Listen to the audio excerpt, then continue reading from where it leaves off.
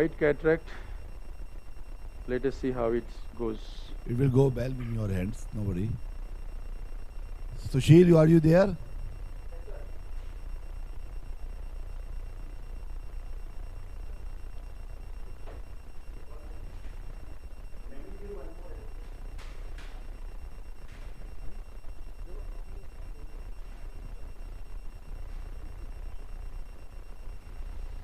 Can you, ये जो joint है ना इसको थोड़ा लूज करो, ये वाला, हाँ वो नहीं, और एक जॉइंट है ना जिसपे जॉइंट थोड़ा लूज होता है, ये वाला, हाँ ठीक है.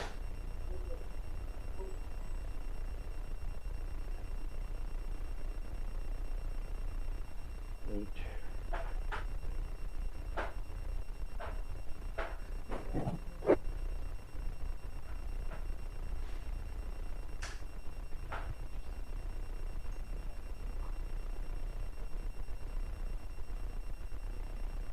Dripping.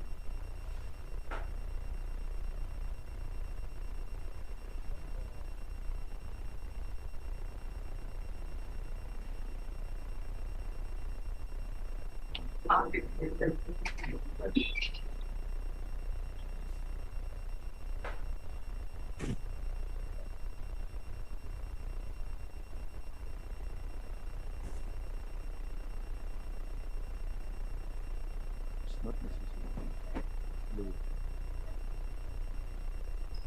लेंस सारे हो गए, देख लेना है. Give me ये a hand photo. Give me a bud. कितना पावर था?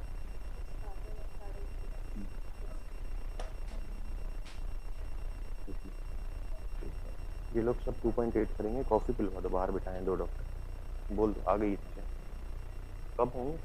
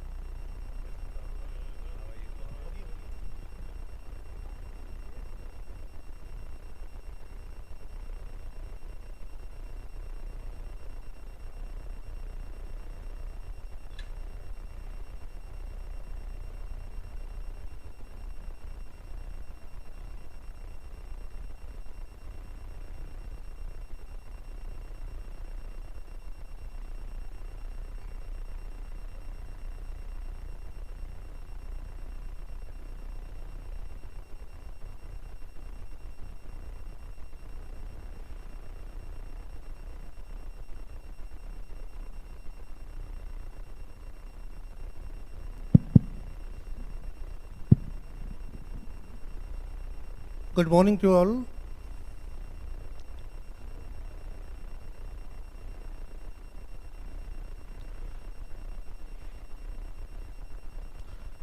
Hello, Dr. Sushil, can you hear me? Can hear me? Yes, sir, we can hear you. Yeah, just give some details about the case. What is the age of patient? So diminution of vision 4 months. Total cataract, that's a hypermature cataract. So yes, sir, we have this young male. He is 48-year-old around and a laborer by occupation. He came with diminution of vision in both eyes, but more in the right eye. So he has mature hard cataract in his right eye, and left eye is NS grade 4 cataract. B scan was within normal limits. Astigmatism of 0.63 at 47 degrees is there. So at 119 we calculated the IOL power to be plus 23. What lens you are planning to put in it? Sir, we are planning to put Hoya Vivinex lens. Hoya Vivinex. Monofocal, yes. The tricondylar dye is ready.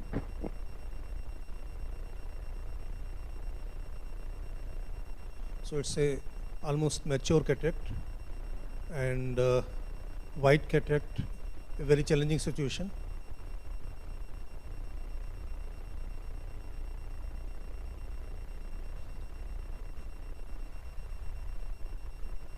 Get the dye. So using the same knife to make side port also.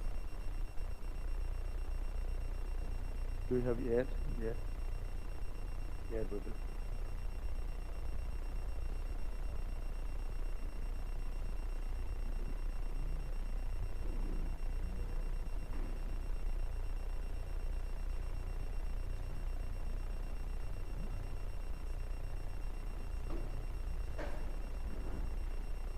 So trypan blue under the ear.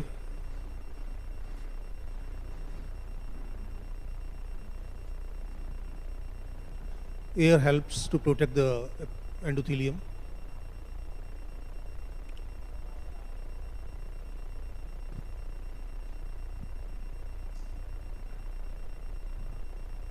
Simco ready किया है? Give me the Simco. Dr. Pradeep, if you are comfortable talking while operating, you can give a running commentary from your side, Dr. Pradeep. Okay. Okay. Can you hear me? Yeah, we can hear you very well. Okay.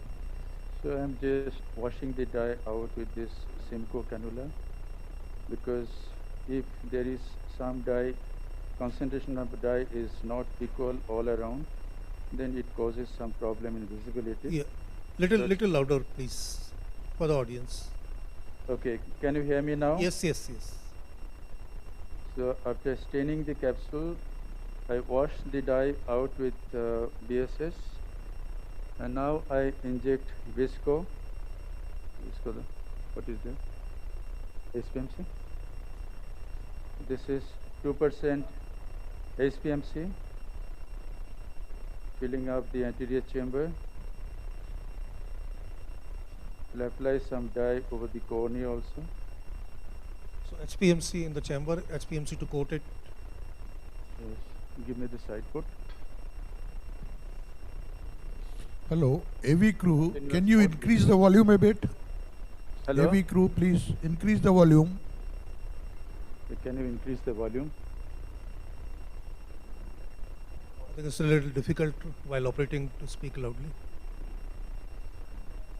But still, if you can manage it. Utrator. Now I am using a utrator forceps.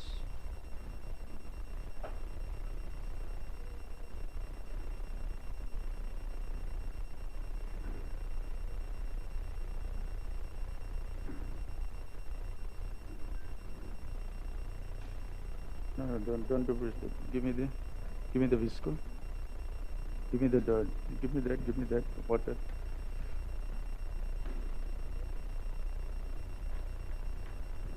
Visco again.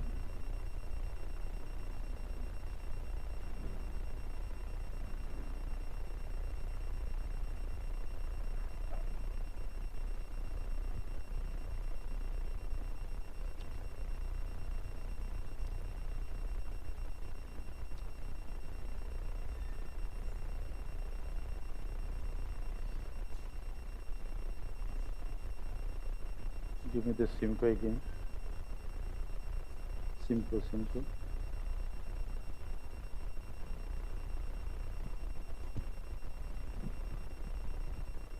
Can I keep it here also? Dr. Mahanta made a small rexus that helps to make it. Yes. There is some. Give me the flow, full flow here. Full flow. It's not coming. If one tries 5.5 at this stage, there may be rexus may run out. Yes. So we made a small rexus.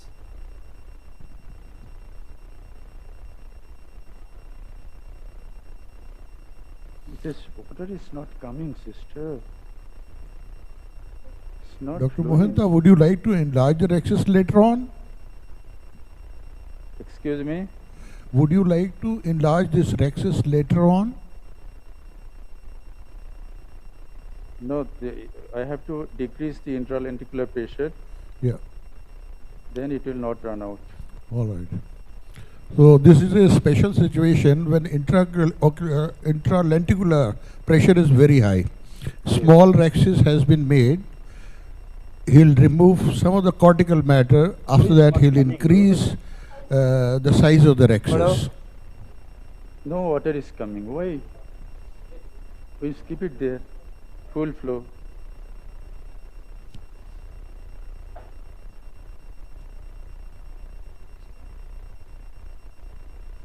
Fine.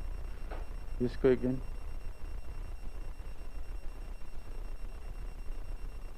So after making this small rexus, I have aspirated some cortex, and now the intralenticular pressure is much less, and we have to aspirate cortex from all around. In one part, there should not be any elevation. Venous scissor now. Now I'll cut the rexus margin at around this area at around 7 o'clock obliquely. Uterate again.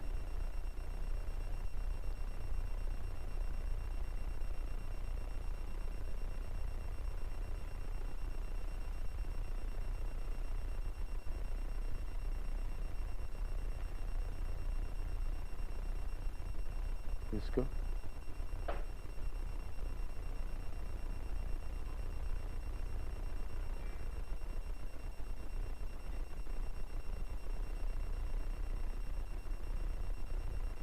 Bud, give me a bud.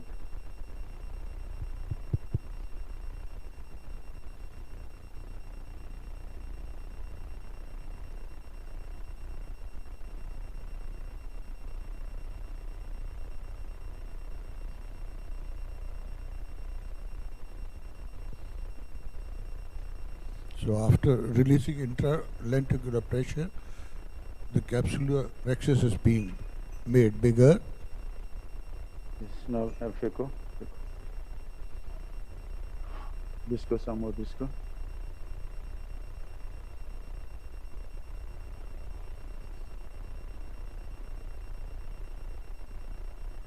Dr. Kashyap, what's your choice of viscoelastic in this case? Would you do I with always use HPMC. I don't use any other visco. No, in such cases of a high intralenticular pressure, I generally use Ashoka Chakra, or popularly known as the Panchovexis. I do that. In my hand, it is very, very safe. I have never failed so far. So I'm doing it since more than 5 years.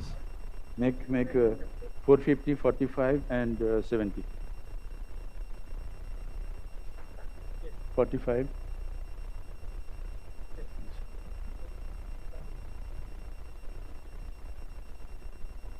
What is the size of this 2.8?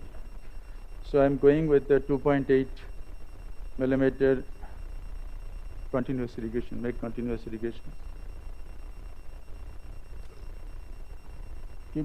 Keep continuous irrigation. Yes. Which machine are you using, Dr. Pradeep? This is Faros from Otley. Faros. Faros from Otley? Give me my chopper. I have this chota wala. This is my chopper. Another one. This one. Not pulse mode, continuous mode.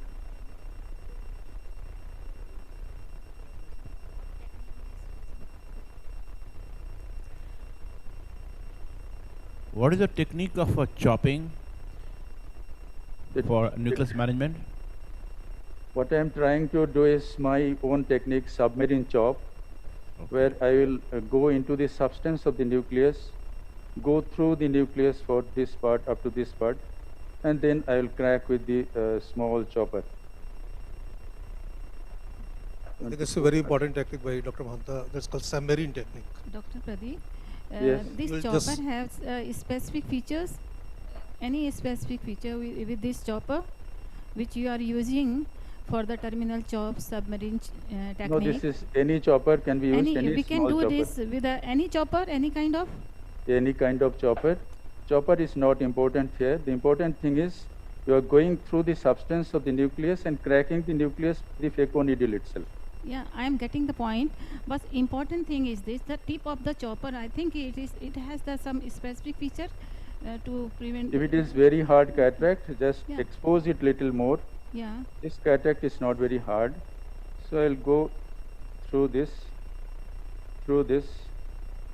and use it Yeah, and very crack it nice. like this. And when you are trying to divide it and crack it, doctor, you are using any phaco power at this time or not? Phaco? Yes, yes, full phaco power. When you are trying to crack Yes, the I nucleus, you am- are using any phaco power? Yes, I am going through the substance. I am emulsifying the matter in front, making some space, and then going forward. Okay, you are using phaco 2. You are doing in the phaco 2 or Yes, phaco 1? phaco 2. Phaco 2. Phaco 2. Yes, 45 is flow rate, 450 is vacuum, and ultrasonic power according to the hardness of the nucleus. In What this is the case, power it is- right now, doctor? It is 70%, isn't it? Okay, 70%. Okay, getting the point. And now I Thank have made a crack on the other side, and I'll Yeah. rotate the nucleus 180 degree. Now I come to the other side, go deep, and separate the nucleus completely into two heminuclei. And now I hold on heminucleus, chop it, and emulsify it. What you'll notice that is a phaco tip doesn't go deep too much. Phaco tip goes through the substance of Yes, the nucleus, it not too just- much, It's, but it should be under the surface. and that's why submarine. Yes. This go.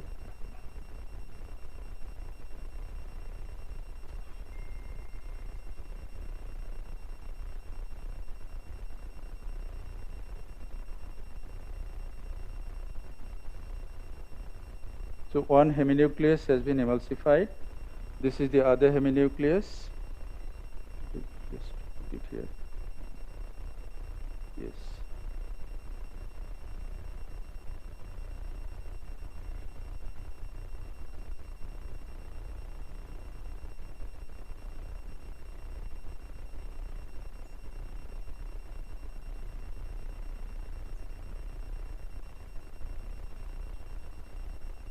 So we can see that you have removed your chopper while eating the last pieces. That's playing very safe. Yeah, that's good. Yes. For the Simco.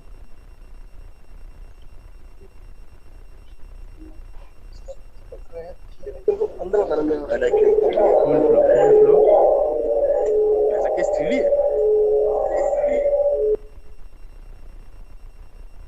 Beautifully taken nucleus. Keep the And the chamber bimanual- was stable throughout. He has used the visco in bimanual between. read. And the beauty of this thing that he kept the phaco tip very superficial, just beneath the surface. It didn't go very deep.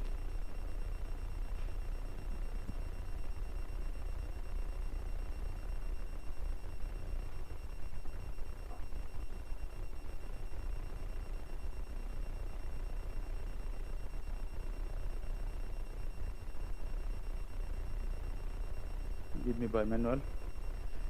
This go. Bimanual ready? Yes, I am.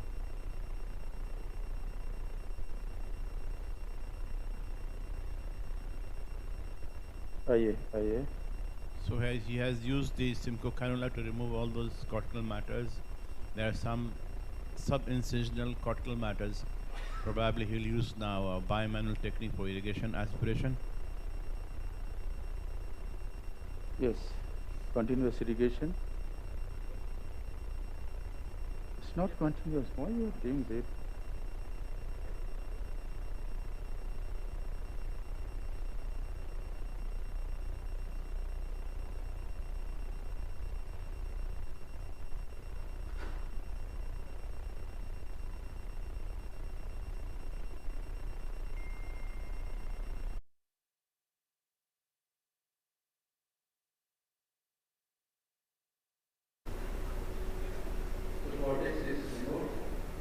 Now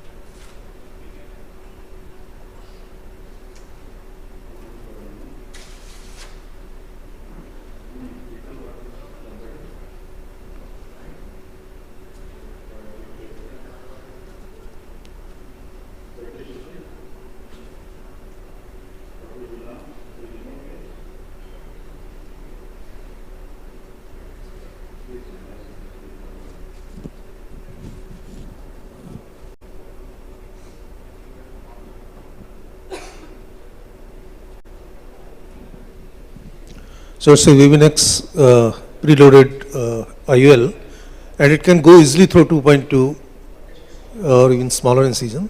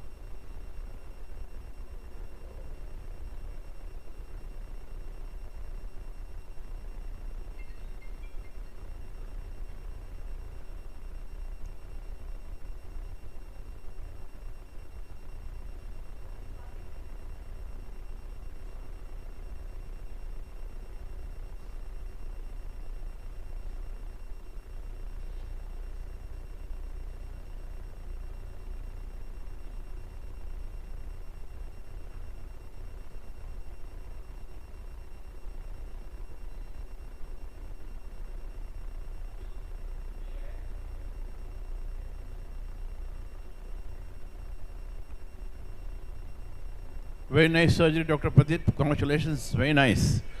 So we have learned that we have to decrease the intralenticular pressure and do the irrigation assessment very nicely. If required, the coaxial, or if required bimanual, the subincisional cortical matter comes out. Some remnant cortical matters can be removed after the intraocular lens implant surgery, implant, and then you wash out the viscoelastic very nicely. Thank you, Dr. Pradeep. Congratulations. Very nice. Excellent surgery. So the lesson learned here is, if you've got a white intumescent cataract or a mature cataract, so make a small recess if you're feeling intralenticular pressure is too high. Then you can easily, once you remove the cortex, the intralenticular pressure comes down, you can enlarge your excess. Second is unique technique of submarine. That's not very popular. Most of us go deeper and then divide the nucleus, but he has kept it very superficial, just under the surface, and divided that one. I think that's one of the very, very nice technique.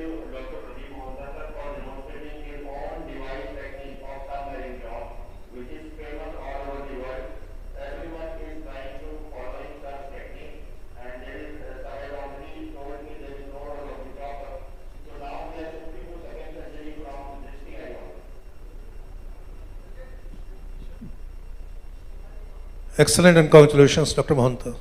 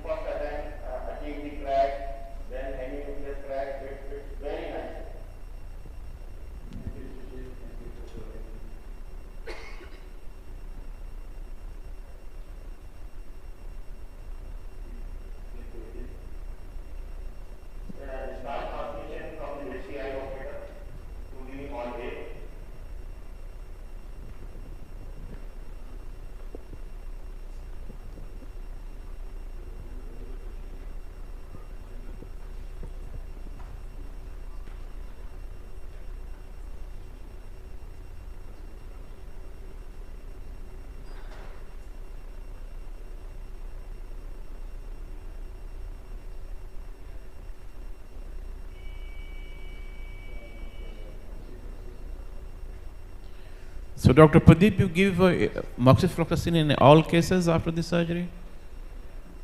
Intracameral?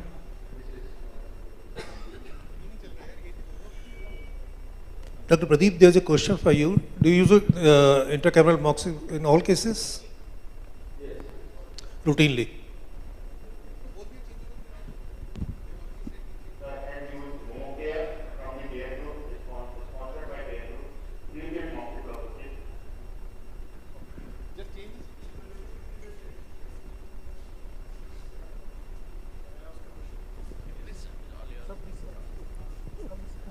Okay. I think Dr. Vinod sir, can you hear me? Yeah, very well. So we are all set actually. Dr. Sudhir, we are running behind schedule now. So Dr. Sudhir is ready with his case. We'll quickly introduce the patient and very good morning to everyone. Dr. Amrita, can you introduce the patient quickly before Dr. Sudhir Srivastava starts? Am I audible? Yes. Yes, good morning. We are ready to start our sessions from Drishti Eye Institute, Dehradun. So, our first surgeon is Dr. Sudhir Srivastava. He is the director of Sun Eye Hospital at Lucknow, who has a special interest in cataract and refractive surgeries. He also owns a YouTube channel by the name of Sudhir Eye Cornea for the budding surgeons, and he also writes blogs in Hindi for the awareness of the patients. Today he is with us for operating an 81-year-old male for his right eye who has NS3 PSC cataract. The biometry of the patient is as follows, and we are planning an annex Hoya for the same patient of an IOL of 22 diopters. Thank you, Amrita. Dr. Sudhir is can you introduce, talk to them? So Dr. Sudhir is all set to start the innings from the hospital. After that extremely nice case by Dr. Pradeep from Doon. Morning, Dr. Vinod Arora sir and Dr. Rizvi. So this is a normal cataract, middle-aged person with some amount of posterior subcapsular in the foot of the bottle. Not very hard cataract, hardly grade 3. So I'll try to finish my, because we are already going late, so I'll try to finish fast. What is it? No, not this go. 20 gauge, 26. 26 था ना, हाँ ये नहीं, but ये तो किलोन में नहीं थी ना, उसको वो लगा, वो हमें लेंस डाल देने चाहिए होगा. लाइट में देखिए.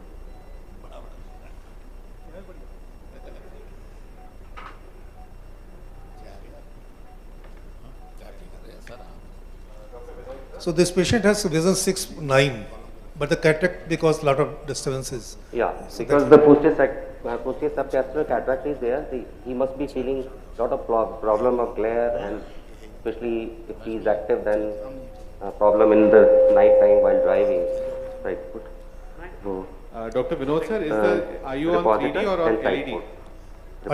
Are you seeing on 3D or LED? No, normal, yeah, 2D. Okay, so because if it's on the 3D screen, left side screen is LED, right side screen is 3D. So if there is a 3D transmission, everybody will have to wear glasses, otherwise they will not be able to see. We don't have the glasses here. So the audiovisual team is supposed to provide glasses, otherwise your vision, your glasses 3D. Your image will be all blurry. You will not see clearly without the glasses. But Dr. Harsh, right now it is absolutely clear. Sir, वो glasses ले लीजिए, you will see in 3D because this is a 3D transmission now. Okay. Gaurav, we have got the glasses, okay, and we'll let you know how it is giving. Great, please let us know. Yeah. So I started my capsular access. I am trying to make it 5.5 without any marking.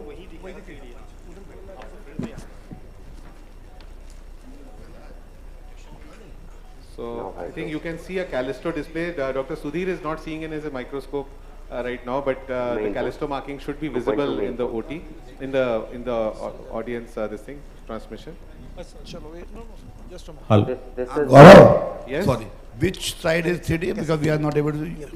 The screen on the right. There is one bright screen on the left, which is LED. No, but does not seem to be 3D.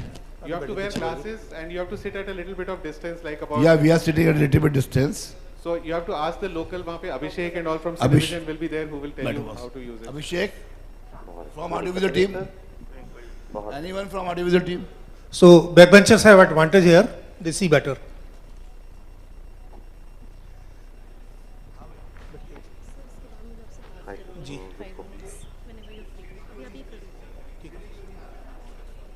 So I completed my capsular access and hydro.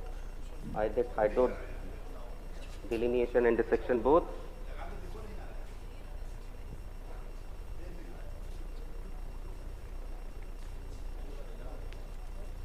फर्क नहीं है 2D. Gaurav, we are talking to them, but I think Abhishek is not here, so they are looking.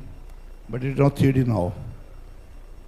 Sir, Dr. Sushil Ojha can help here. He can, with the audiovisual team, he's in touch. I'll also try to talk to them. Huh?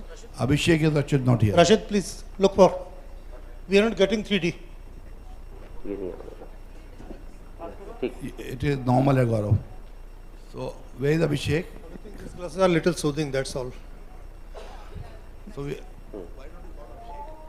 Light में देखिएगा थोड़ा सा pressure feel होगा आपको, ठीक है? बस no no don't do this, कोई बात नहीं, बता दीजिएगा जब भी आपको लगे कॉफ हो तो बता दीजिए। नहीं नहीं नहीं, आ रही है खांसी, करो धीरे से करो, और थोड़ी देर का टाइम दीजिएगा। It will take hardly 5 minutes, sir. I'll take 5 minutes. Just give me and just be relaxed. बहुत बढ़िया आप सपोर्ट कर रहे हैं, बस फेस मूव नहीं करिएगा और ऐसे रखिएगा। दूसरा chopper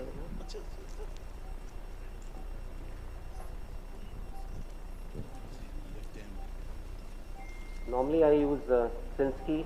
I don't use any chopper, sharp chopper especially, because I already keep one tip is already there which is sharper and active.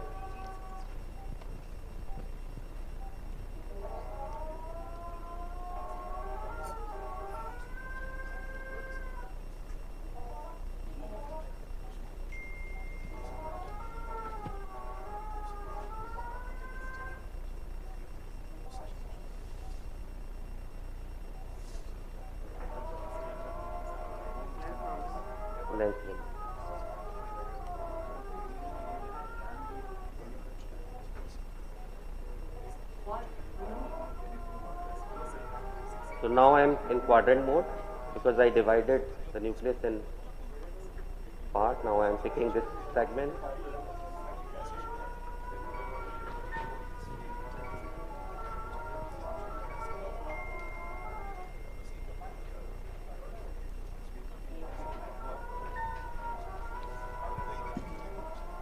Light.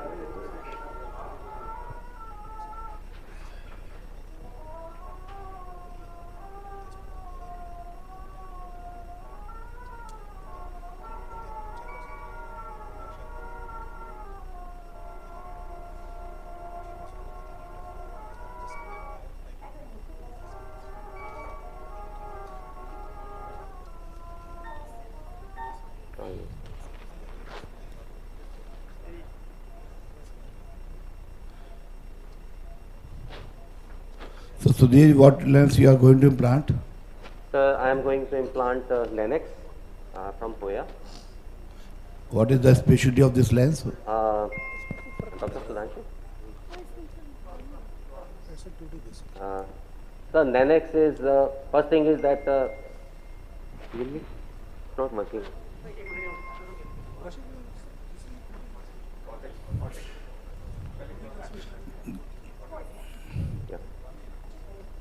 Yeah. First thing is that none of the implant is complete without the, the optics and the ejector system. So first thing is, because whenever you start the lens and then you implant couple of lenses or maybe hundreds of lenses, then you decide about the optics. Here I'll try to demonstrate the flawless, the ejector system. Since I implanted nearly hundreds and hundreds of Lennox, and now I am satisfied with the optics. Because the optic is coated, the company worked on the optics and they basically polished it with the ozone. The ozone treatment and has been done on the both sides of the IOL, and that is the reason behind the less opacification. And here I'll try to demonstrate the speed of the implant. Nicely done, Sudhir. Gaurav, are you there? Dr. Gaurav? Sir, he's just gone out for some audio-visual issue to fix. Abhishek, you are there? Hello, Dr. Satanshu? Gaurav? 3D start हुआ? Yeah, 3D started, but there is not much difference between 3D and 2D. Okay, आप उनको पूछो वहाँ पे audio-visual. No, they are not able to explain that. Where is Abhishek? You call him. I'm looking from the center, but hardly there is any difference. Of course, it looks little better. इसमें इतना अंतर है गौरव कि we can see it is very near to us. That's all. But Abhishek is there. You must call him. Sir यहाँ यहाँ पे नहीं है अभिषेक। तो I call him. फोन कर लीजिए doctor Sattar. I call him. Rashid, Rashid, आप देखो क्या है? Just explain it. We are not getting what is supposed to be. There is no difference or hardly any difference.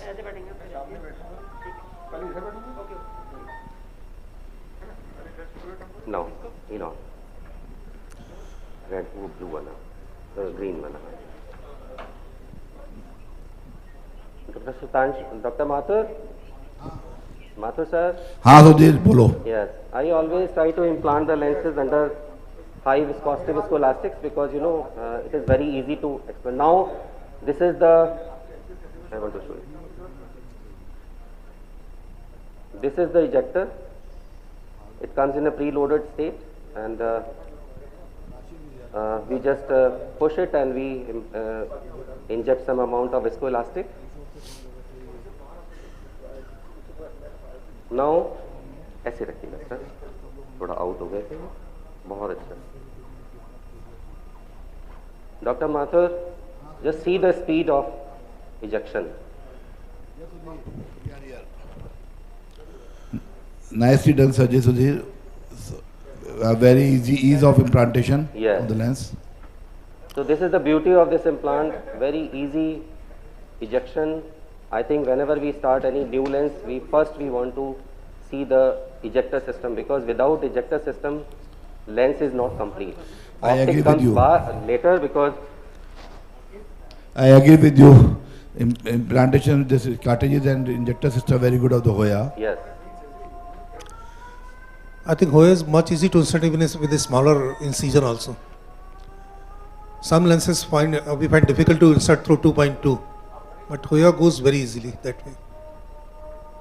Just like to push forward a couple of points, sir. This is Dr. Anurag reporting from the OT. Anurag, Yep. come Anurag. So it's the Nanex has an outer diameter of 1.62, and I think we all observed the ease at which it goes right into the capsular bag. So that's where the IOL is delivered. And the other thing is the unfolding of all the IOLs that come from the same platform, the same manufacturer, are extremely good in unfolding. It's neither too fast nor too slow, just the right kind of unfolding that we need. So it sits in the bag, opens there, and by the time we are ready with the irrigation or aspiration of the viscoelastic material that we have injected, it's already opened and occupied its place in the bag. So it's really, really predictable and never gives you a jolt. And the way it comes out of the assembly is also important. It's very smooth. The transit is so smooth that you just give it a nudge and you don't really need to push it with any force at all. Thank you, sir. I think we should, as Dr. Sudhir is about to finish off the case, we should actually give him a big round of applause for such a smooth Excellent surgery. Very well, Dr. Sudhir. Thank you. Done Thank you, sir. beautifully. Yeah. Thank you everyone. Thank you Dehradun, and thank you Dr. Gaurav. Very nice OT setup here, sir. We are very pleased to see the setup and the quality of instruments, and first thing is the maintenance of instruments, and the support system is excellent here. Thanks, sir. Thanks everyone.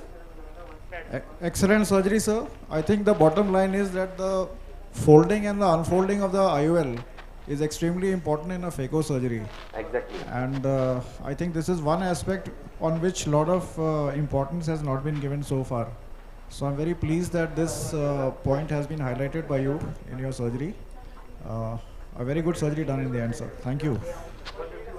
Yeah, as I said earlier that none of the lens is complete without two things. One is the optics and second is the ejector system. Unless your ejector system is not perfect, you are not going to get good quality of optics as well. Exactly, sir. So first thing is whenever we start any new lens or new technology, we always want a good delivery system. Next. And then later on, after implants of maybe good number of lenses, then we assess the quality, and then later on we'll think about the PCO and other things. No, this so point. The surface is coated, the surface is well ozone treated, so the PCO rate is less. Company says that we'll see later on. Yeah, But, this point is especially obviously important for the younger surgeons, because when they are starting their practice, they go for the cheaper lenses, the foldable lenses, So actually, which are having this the problem. whole fraternity Come has on, come invested decades Dr. after Kashyap, decades in just improving Join the us. material and the design. And I think we have reached a stage wherein we are looking at the summit of our achievements in terms of material and design. So now we should focus on, as Dr. Sudhir rightly pointed out, now we should focus on how the lens comes out and what sort of comfort does it give to the surgeon. Because if the surgeon is comfortable implanting a product, the patient would obviously do very well post-op. So that is what we are. Excuse me. Dr. Anurag, I have one question. So we are shifting to Doon Medical College. They are waiting. The patient is ready. So we'll quickly shift transmission to Doon. We'll come back in 10 minutes from our OT after that. Yeah. Okay. So the next surgery is scheduled from Doon Medical College. I think Dr. Rajendra Prasad is going to do it.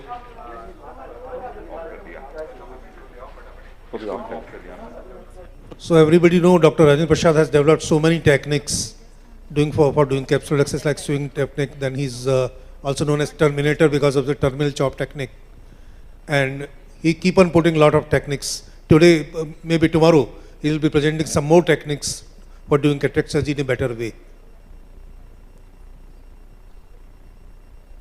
Dr. Rajendra Prasad is president now, DOS. It's vice president, but now he's president DOS.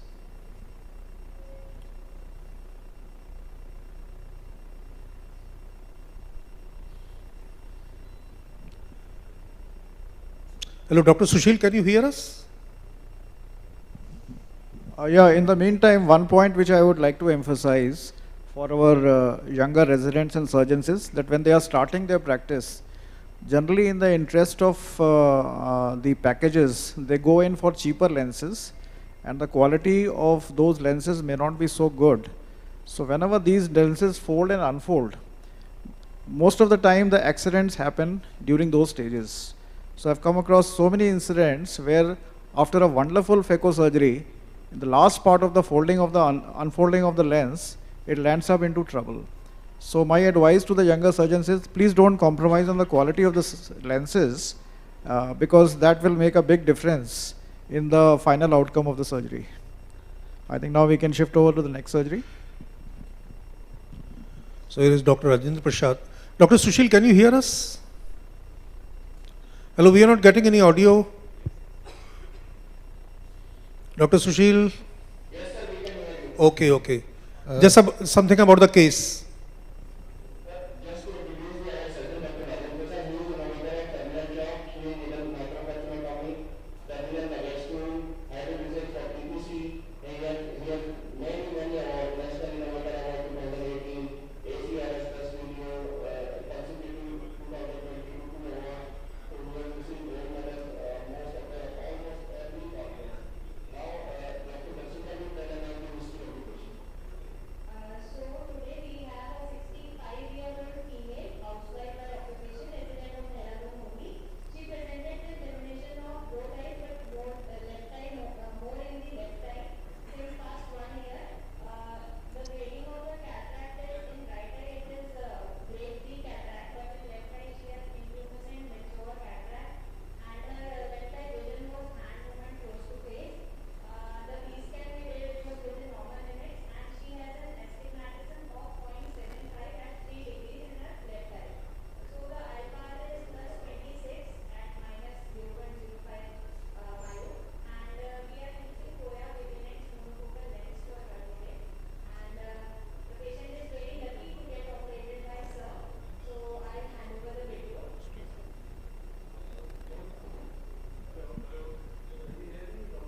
Yeah, very well. Yeah, clear. Good morning everyone over here. And I thank you UttaraEyecon for inviting me to operate this case. And I'm here in Doon Hospital. Dr. Bhuja has been very kind in my surgery here in this hospital because I have from association with Doon Hospital. I did my internship here in Doon Hospital in 1980. So this is my hometown and really happy to be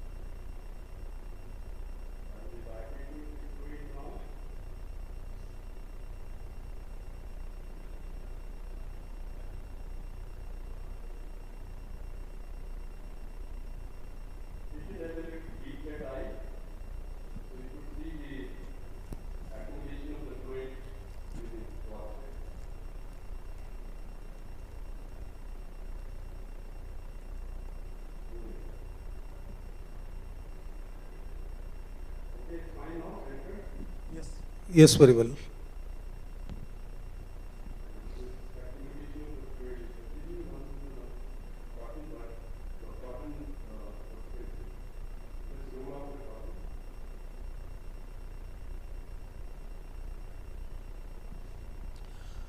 So this blue Rex stains your incision also.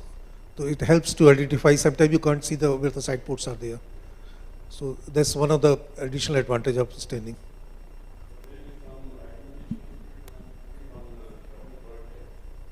In cases of deep set eye, you can put a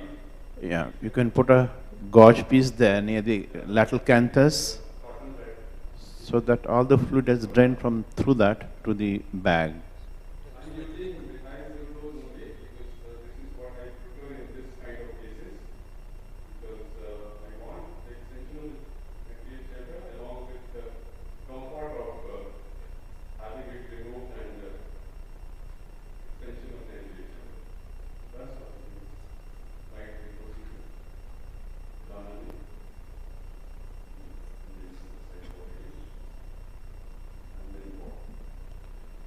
Some people use side port and some people use MVR blade for that. Have you used both of them and what do you feel?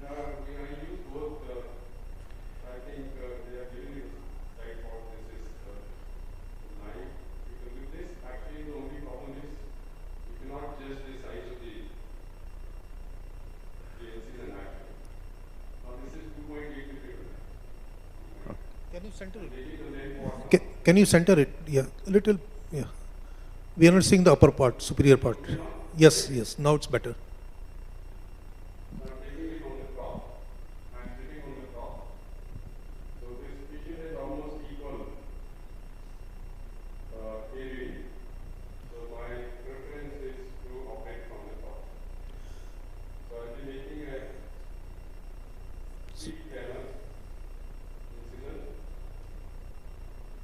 You see how the triplanar incision is being made?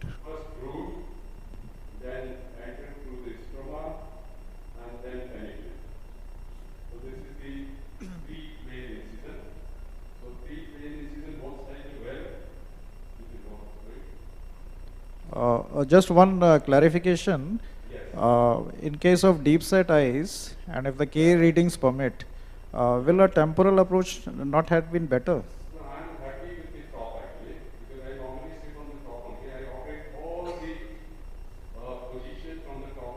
So that's okay. So that's a personal choice.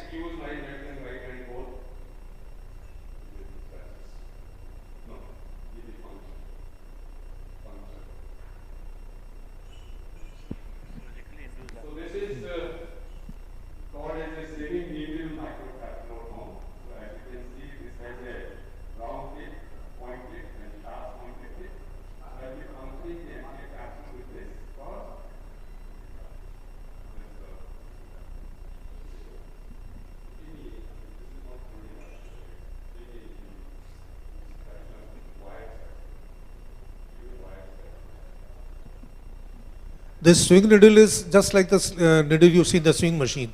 There is a no hole, and this is a not cutting like you see in our disposable syringe. This is a centrally pointed one. Basically, if you are using a disposable syringe that has side cutting, so that can extend. But this is a circular needle. Normally, we use in swing machines, or you can have seen at home. This is the same machine needle is using. It's available with epsilon, or you can make it your own also.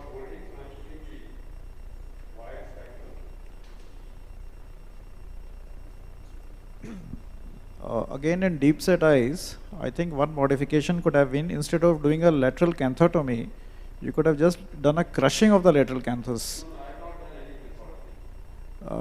That helps.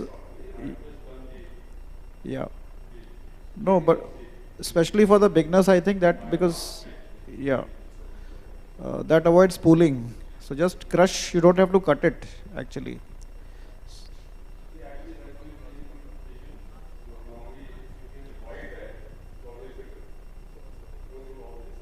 I think it's too troublesome, then you can crush it and then cut it. But hardly it is required nowadays.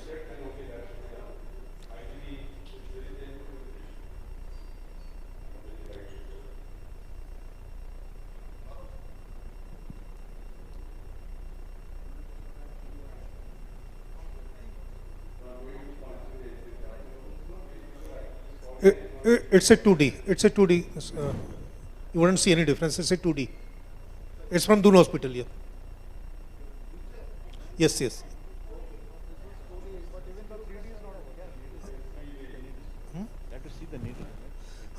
Look at the needle. Very important. This is a bent swing needle.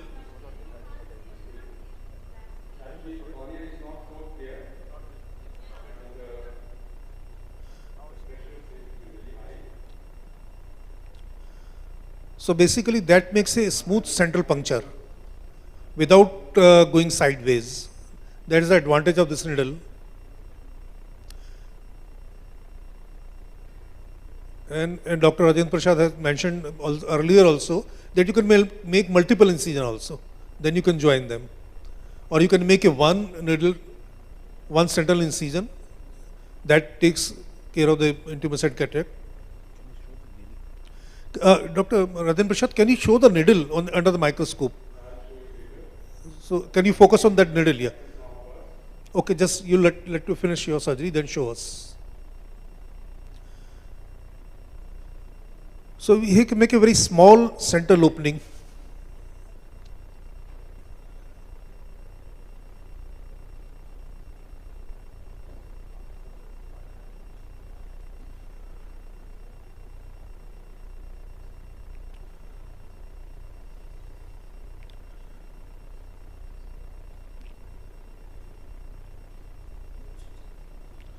So chances of running of rhexis are minimized by this technique.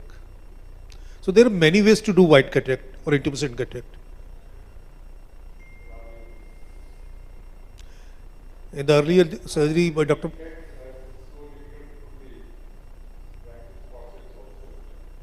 Yes, it's a deep-seated eye.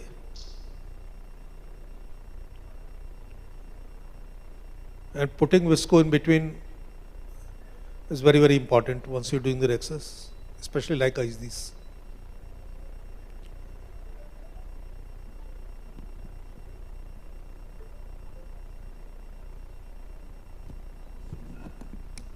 At least in my hospital, bubble in visco is a trouble. So all my staff, they know that no bubble in the visco. Bubble is trouble.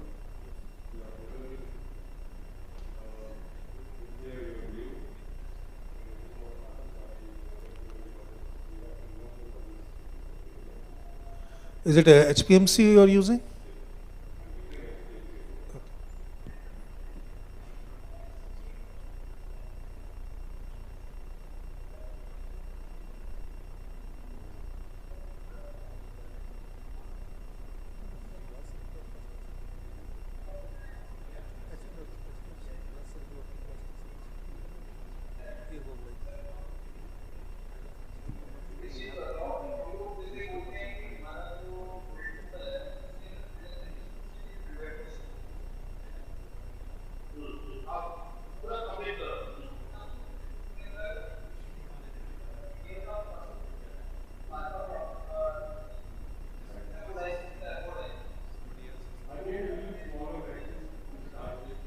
So the rhexis has been widened.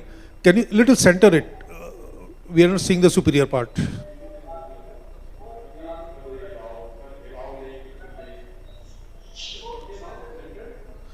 Little more. Yeah, it's better now. Centered.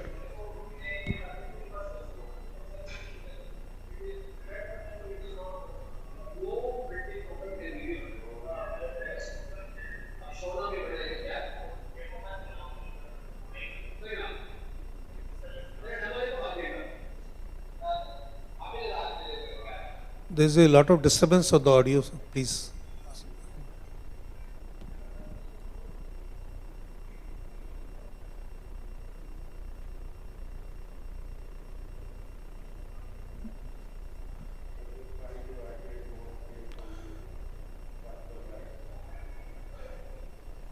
So he's trying to remove as much as cortex possible.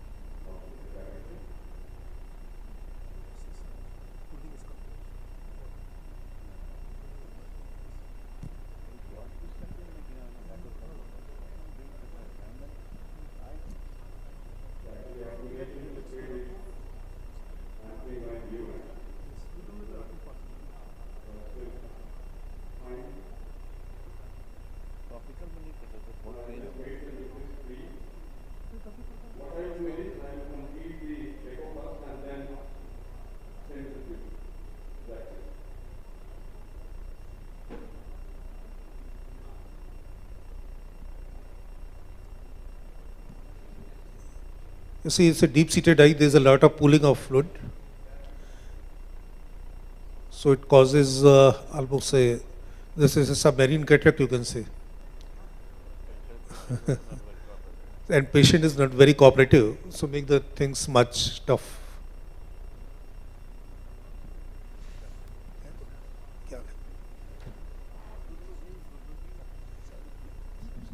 We welcome Dr. Kudlu from Mangalore. Dr. Rajendra, they have given you intentionally this type of case, hard cataract with a small eye,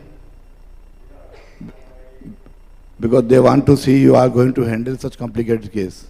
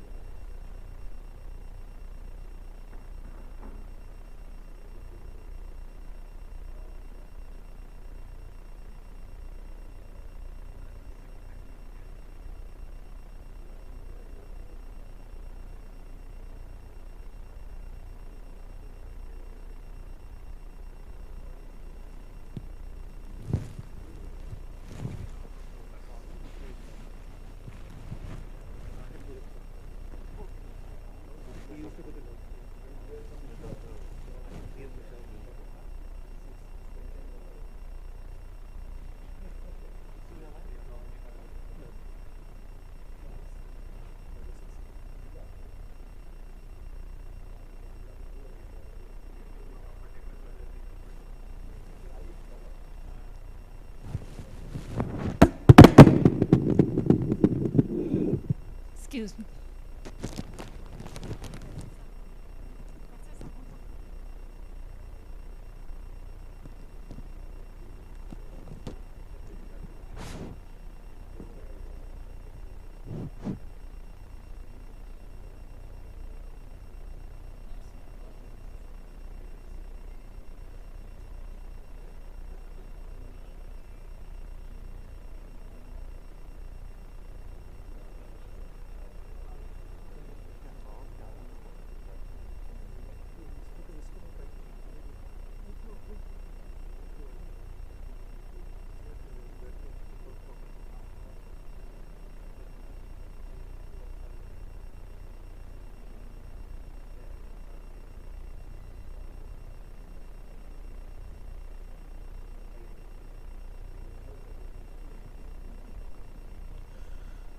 Are you using your terminal chopper? I think this is a tough case, getting deep in here.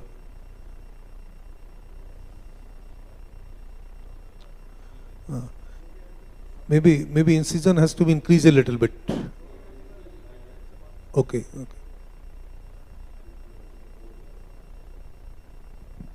So it's one of the toughest case you can see. Patient not cooperative. There is a deep-seated eye, hypermature cataract. So we have chosen the best surgeon. Hello, So we have Dr. chosen the Sushil. best surgeon for. Hello, Dr. Sushil. We Such have cases, Oculon. You when can we have provide the problem Oculon with to such sir. Dr. Sushil, can you hear me? We have the Oculon in our OT. You can give to, no? Patient will be more comfortable with that. When we have problem in such cases where the catheter is hard and eye small, patient not cooperative, we should not hesitate to give the retrobubble injection or subterenal injection. Even at this stage, you can give the retrobubble, peribubble, or you can give the subterenal injection. So, we should not. Yeah, intercamera you can use. Yeah. Yeah. No, we are talking just for the. We are talking about just the learners, who are beginners. So if there is any issue in their tackling in the topical, you should not hesitate to do for the intracameral subtenon. Subtenon is very good anesthesia. So he is going to do terminal chop. He is a terminal chop.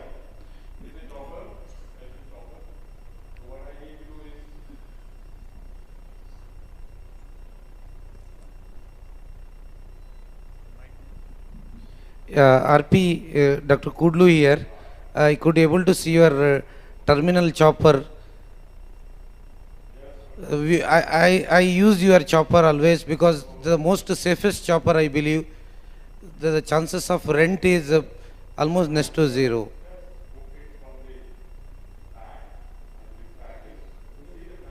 Yeah, excellent chopping.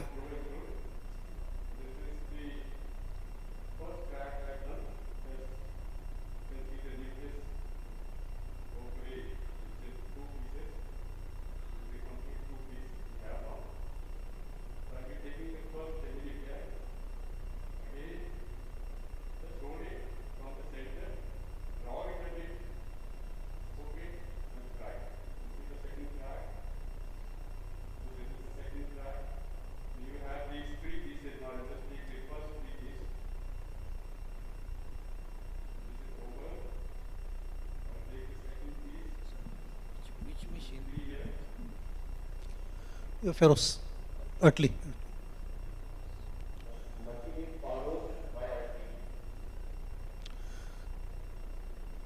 So this chopper is unique. It has a bent like a finger.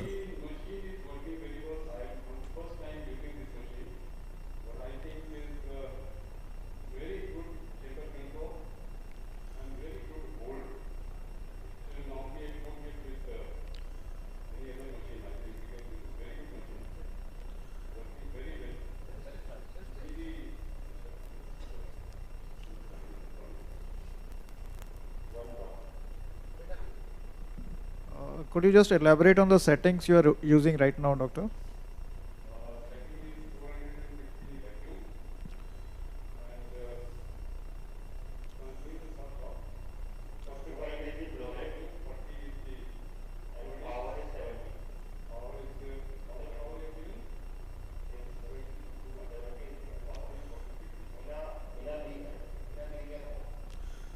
So this chamber is very stable even at high vacuum.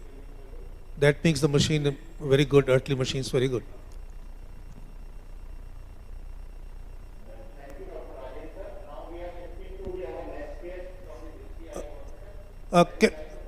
Can you show the chopper, Dr. Rajan, please, before we shift?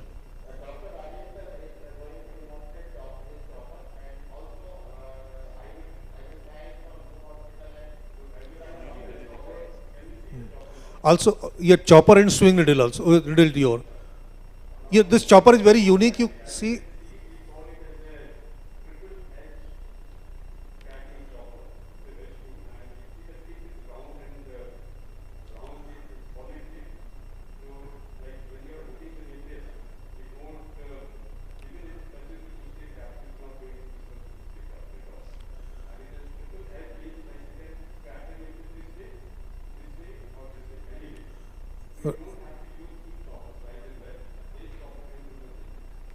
Good. And the needle.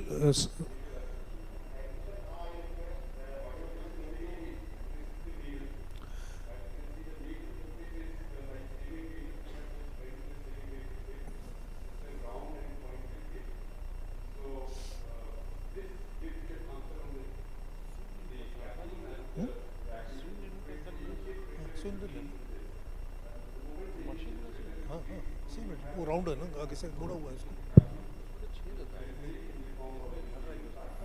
Excellent surgery. That is the reason I think RP we all call you Terminator. Not the slime machine.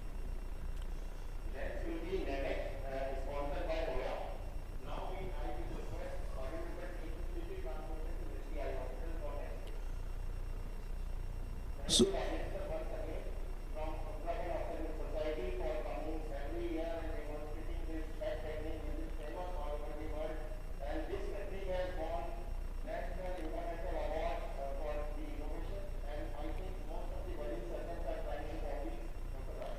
excellent, Dr. Rajendran. Very nice surgery and very tough case, managed very well. But I will advise all the persons who are going to try this type of chopper, never start with the hard cataract, because you need a space to go behind the axis on the equator area. So always try in the semi-soft or to get 3-4 cataract, then go for the hardest cataract. But definitely this chopper is very safe chopper. Dr. Satanshu, can you hear me? Dr. Satanshu? Yeah, please. Gaurav. So we are set because we have to move transmission to Chennai at 10:30. So Dr. Rajesh Bhatia is going to operate the next case. I would only request that you try to move fast from both the OTs, because otherwise we'll have a backlog till we'll run till late night. Red glow. So we are all set with the next case. Okay. So you can also let us know about the 3D transmission. Dr. Amrita, can you introduce the case, please? 3D, they're not very satisfied, Gaurav. Next we have with us Dr. Rajesh Bhatia, who is a medical director at Chandra Eye Super Speciality Hospital in Lucknow. He's been operating since past so many years, and we all have heard stories, and now we have him with us to operate for the left eye of our patient who has cataract of NS2 cortical PSC. The patient is planned for a toric IOL of plus 20 diopter. So over to sir, please. So Dr. Rajesh is going to use a Hoya toric, which is coming as a preloaded. It's a brilliant lens. I've been using a lot of these lenses also, and a very smooth injector system. And he will be using the Callisto to inject the lens, and he's going to be operating on a Centurion with active Sentry. So Dr. Rajesh is a brilliant surgeon. He's starting off. Dr. Rajesh, over to you. Rajesh, welcome you. Thank you. Good morning, everybody. I'm operating upon a 78-year-old lady. She has a cataract around grade 2 NS. Gaurav, show the video. माता जी light में देखिए, वो दो छोटी-छोटी lights दिख रही हैं, उसमें देखिएगा. In my left eye, I always go for the nasal incision. The main incision is nasal because I think it reduces the foreign body sensation in the patient. So in the left eye, I always go for the nasal incision. नहीं मैं नहीं भैया, viscoelastic. Rexis versus Citom. हाँ कुछ ज़्यादा फर्क नहीं है. 26 गेज की needle.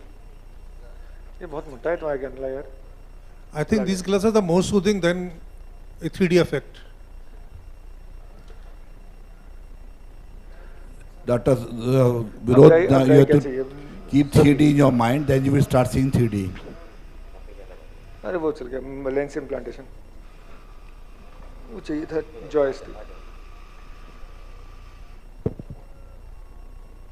This is Citom? You have made already?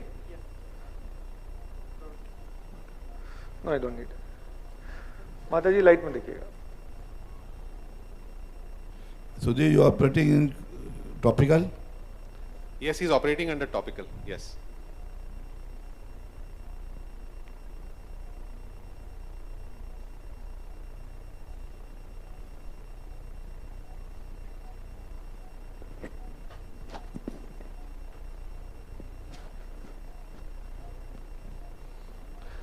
ये विस्कोइलास्टिक पे दिया है या उस पे एक्वस पे दिया है?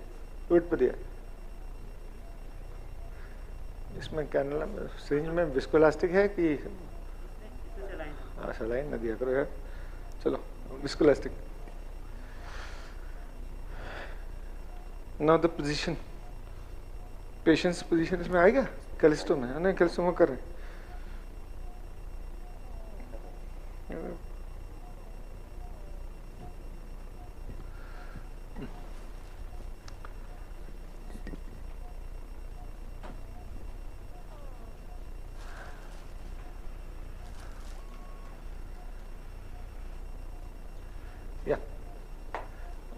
इसका मेन पोर्ट चाहिए.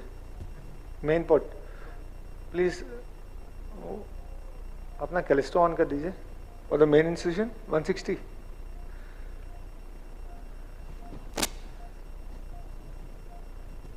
You have registered?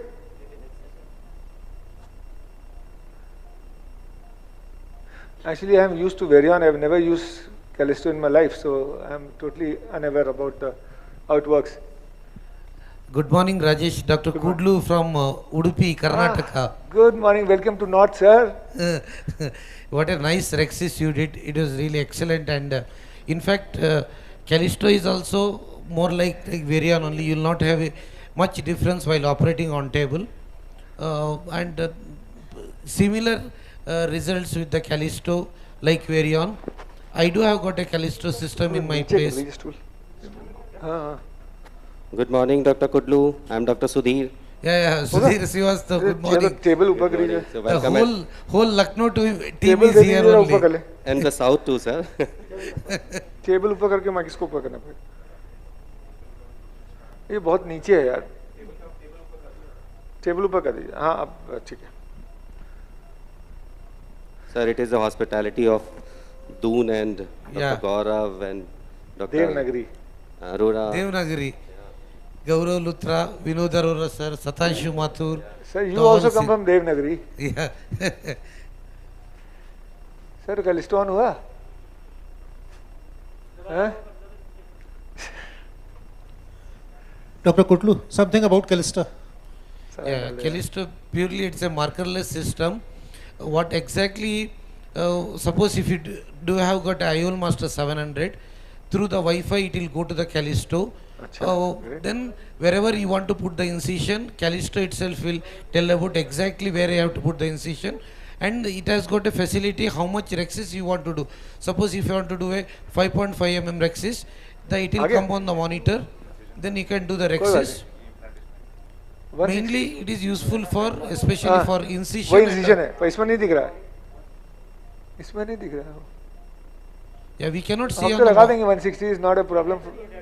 पर इसमें नहीं है, पर कोई बात नहीं, हम 160 लगा लेंगे. Yeah, we are not seeing on the actually monitor probably since it's a 3D. दिन भाई ये काम तो करते हैं, saline, hydro dissection, वो वाला, हाँ, good. So mine is a mix of hydro dissection and hydro delineation. It appears little strange for others.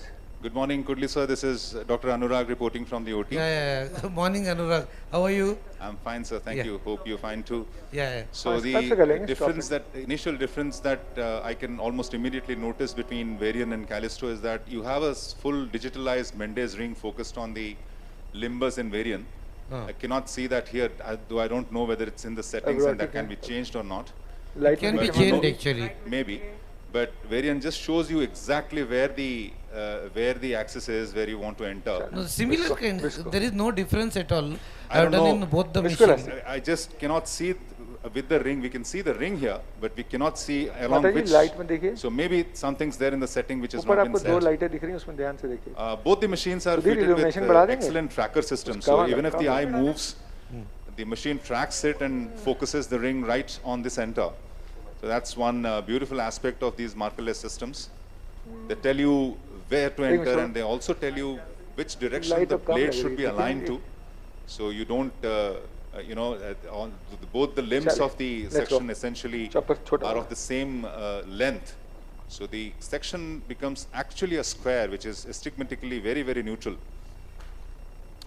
They have a planning station as well. So that is something that's kept in the OPD. Of course, the Callisto will basically plan the surgery on the 700 itself, but Varian has a separate cockpit sitting on which you can plan your incision, you can plan the secondary incisions as well.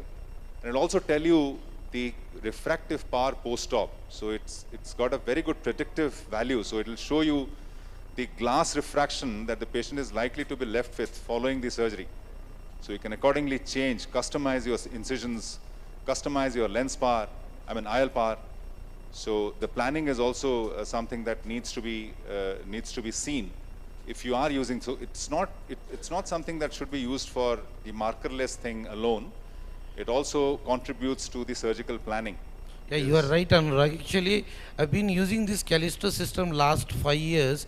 Before 2 years, even to do LRIs, I used to take the help of Callisto with very much predictable LRI incision, especially the patients are not affordable for this toric lenses. We used to, especially those are having 0.75 cylinder, we used to put a LRI and the results are pretty good.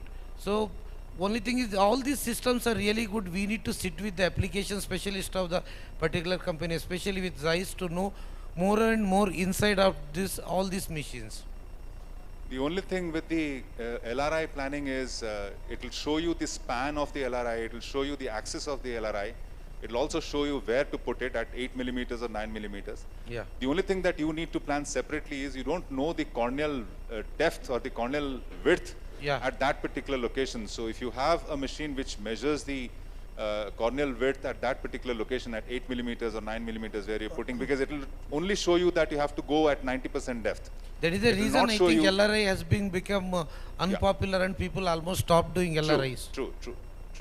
Because it behaves differently in different patients. It's very highly individualized depending on the depth of the tissue. So as we speak and discuss for a couple of minutes, the extremely fast Dr. Rajesh Bhatia has finished off his nucleus, epinucleus and cortex management. We can see. So Rajesh, can you tell us what special precaution we should take by doing this toric IOL?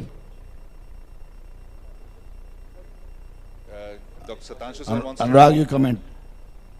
Satanshu sir wants to know. So one thing he is doing it already, but I have asked him, polishing of the capsule is very important. Right. You should polish properly this capsule because we should avoid the PCO in toric IOLs, especially premium IOLs. So basically he's flushing out the stubborn cortical fibers with BSS, which is a wonderful thing.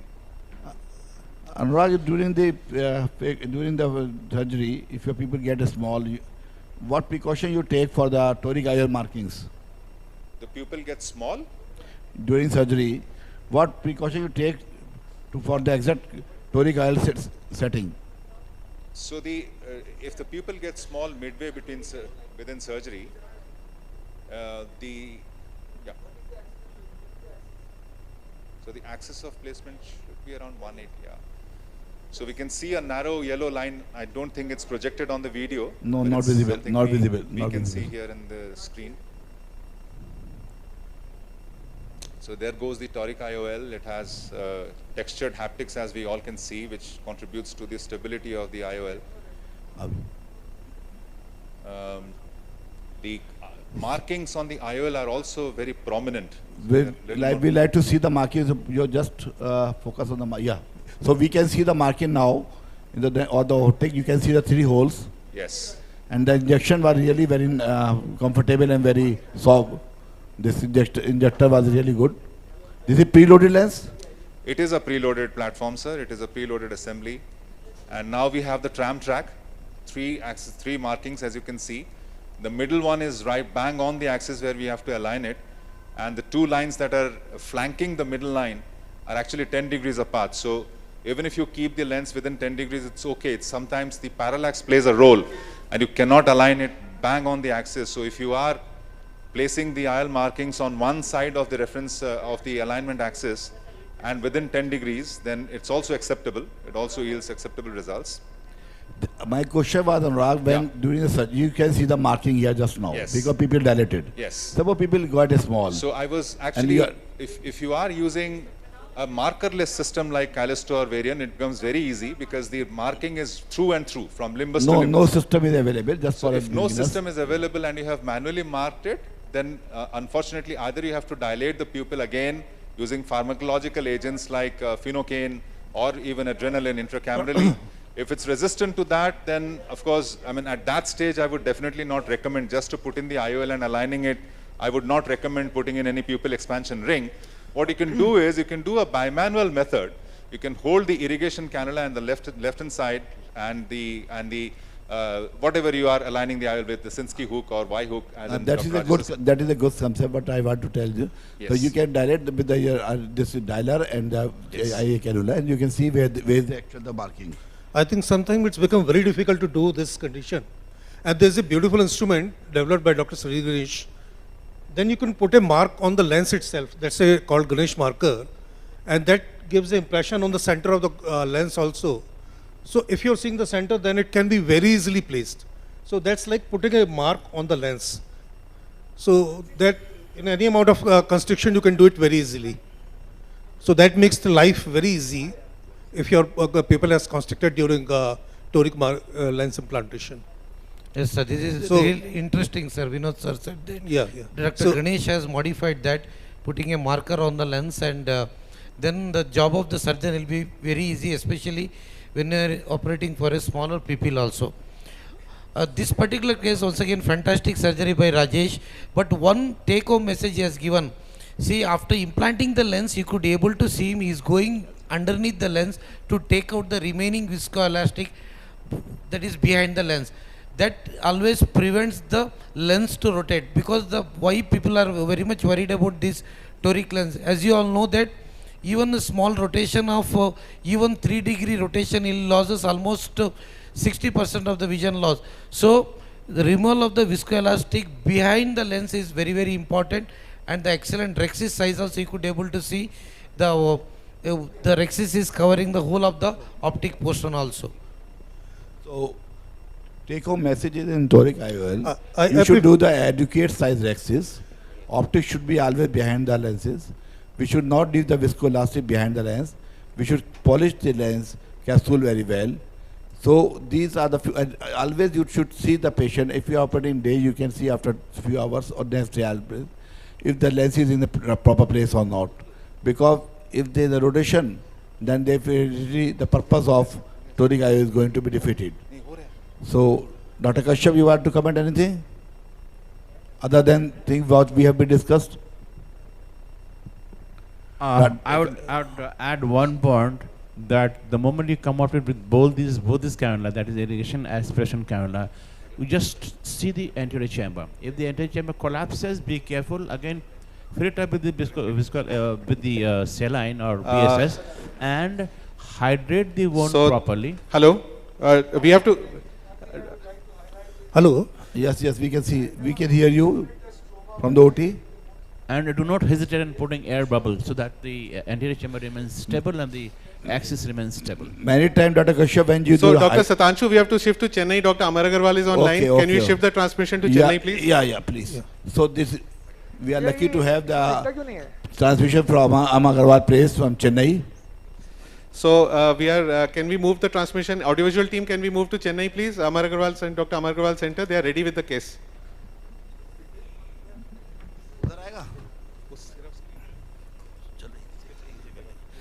Dr. Amar, and Dr. Amar is not here. Doctor. Hello, can you hear us? Can you hear us? We are not getting the audio. We are not getting the audio. Oh, now it's very clear. Yeah, madam. Good evening. Good morning. Here, good morning, Uttarakhand. In Dehradun, it's different. It's a little different from Chennai.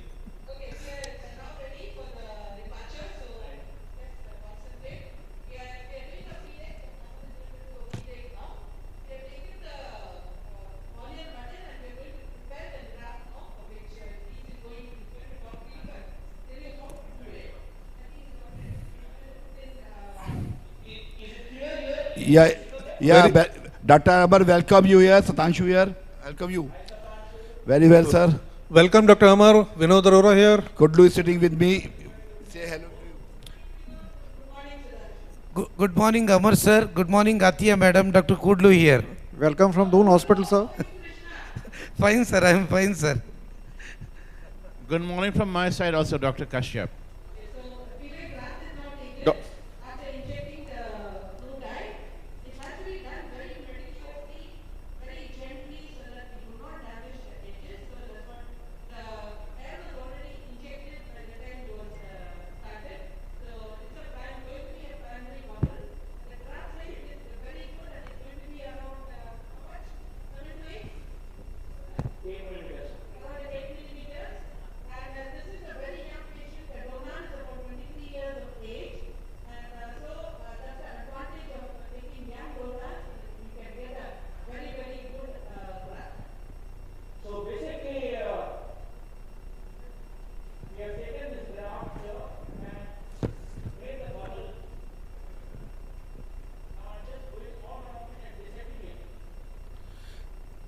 Dr. Amar, why you choose this dissect procedure in this case? This surgery, dissect in this case. About why the- not other about the patient. About the patient. Indications.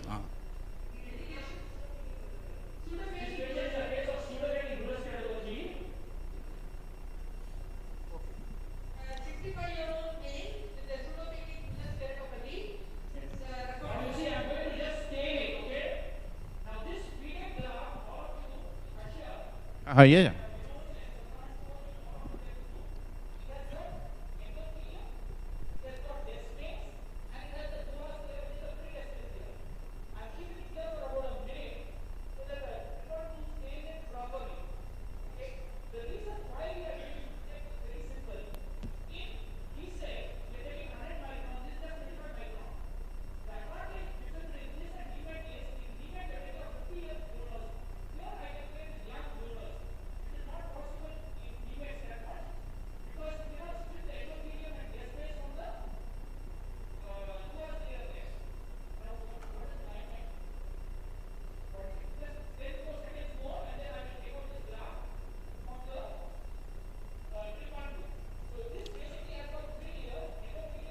Yes.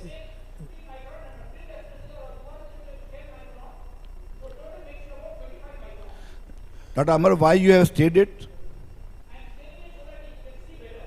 Okay. And you put it there for 90 seconds or 60 seconds?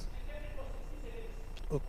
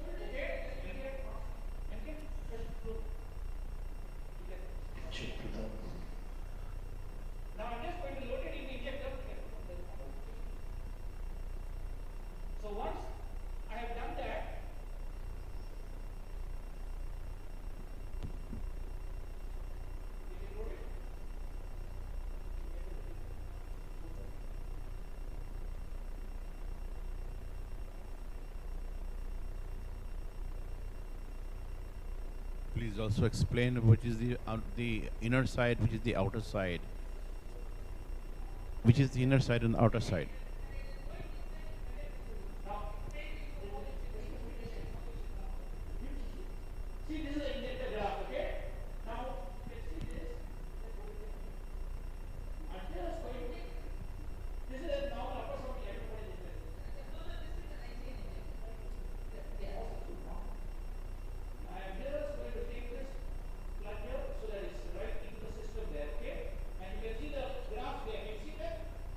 Yeah, yeah, Yes, clear, yes, yes. very clear.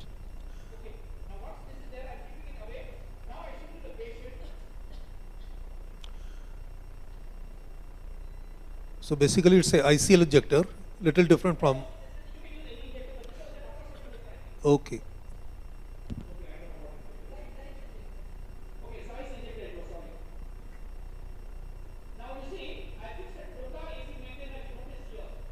Yes.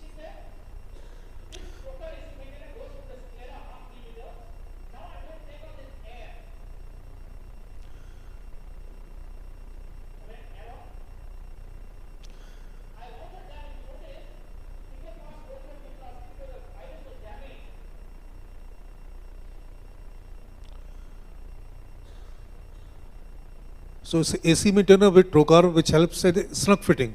Normally we put.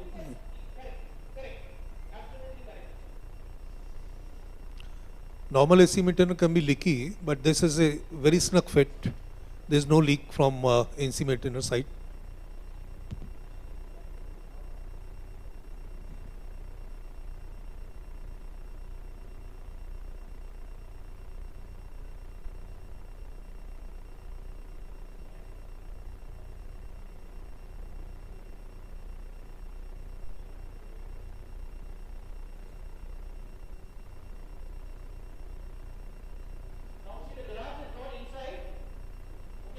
We have injected at which level? Antechamber. This is just. antechamber, yeah. So, it will be unfold later on. Yeah.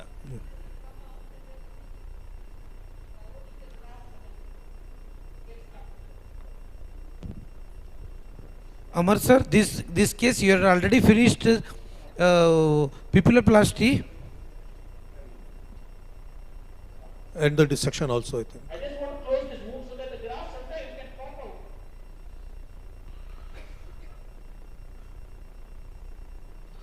Amar sir,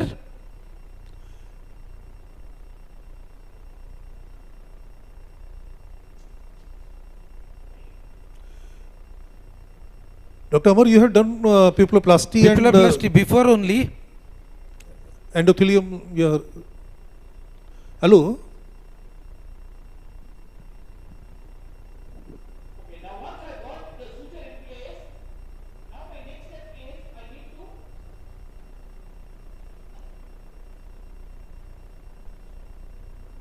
this bleed is because of the previous trauma of the surgery which the surgeon had done and has damaged the iris a bit. Okay, now my next step is I want to make it a bit shallow the AC. I will just flatten the AC a bit. Now you see I try to unroll the graft.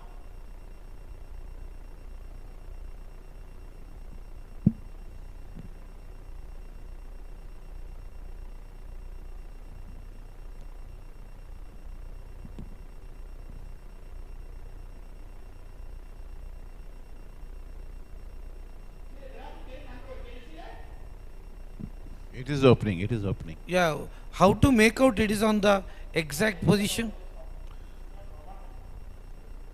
How to make it's not upside down?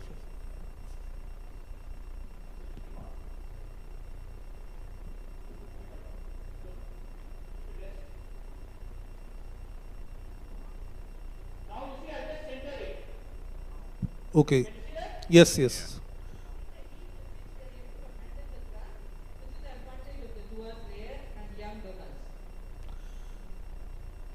So how do you make it upside down or it's proper? I'm coming to that, just a second.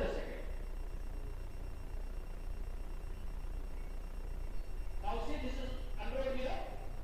You see now the graft is centered and unrolled, okay? Right. Very simple. How did I know where it is? That makes the whole part of people. Okay, can you have my camera? Yeah, excellent surgery, Amar sir. Yeah, able to see you, sir. Very well.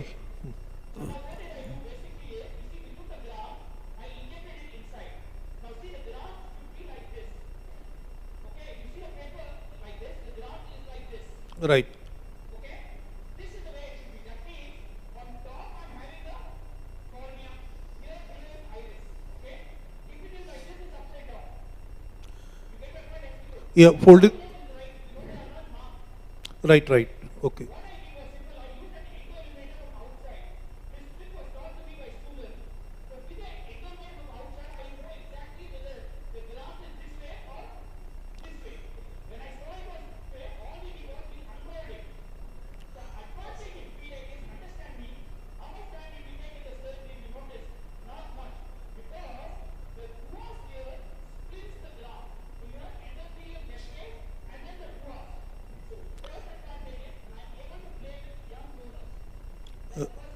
Right, right.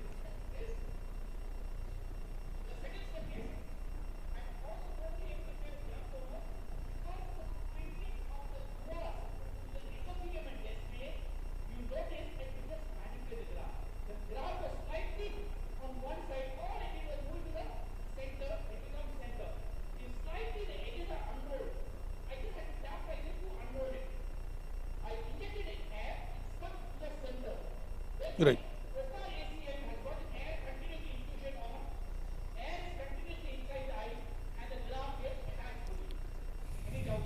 Thank you, Amar. Yeah.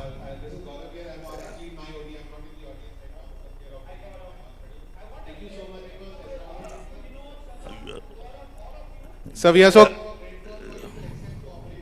and you know the audience was to operate. Yes. So, So thank you, Amar. Really.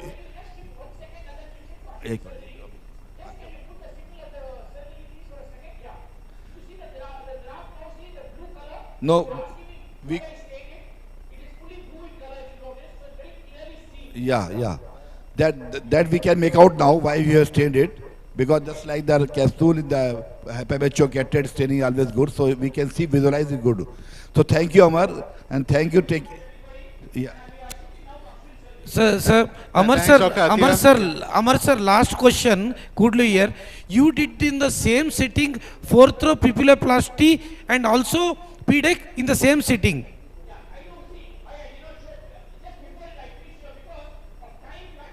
Yeah.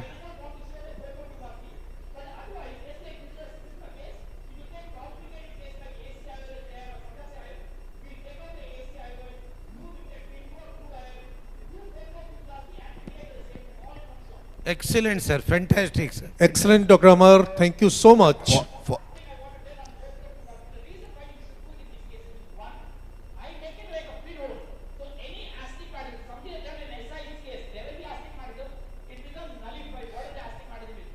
So that.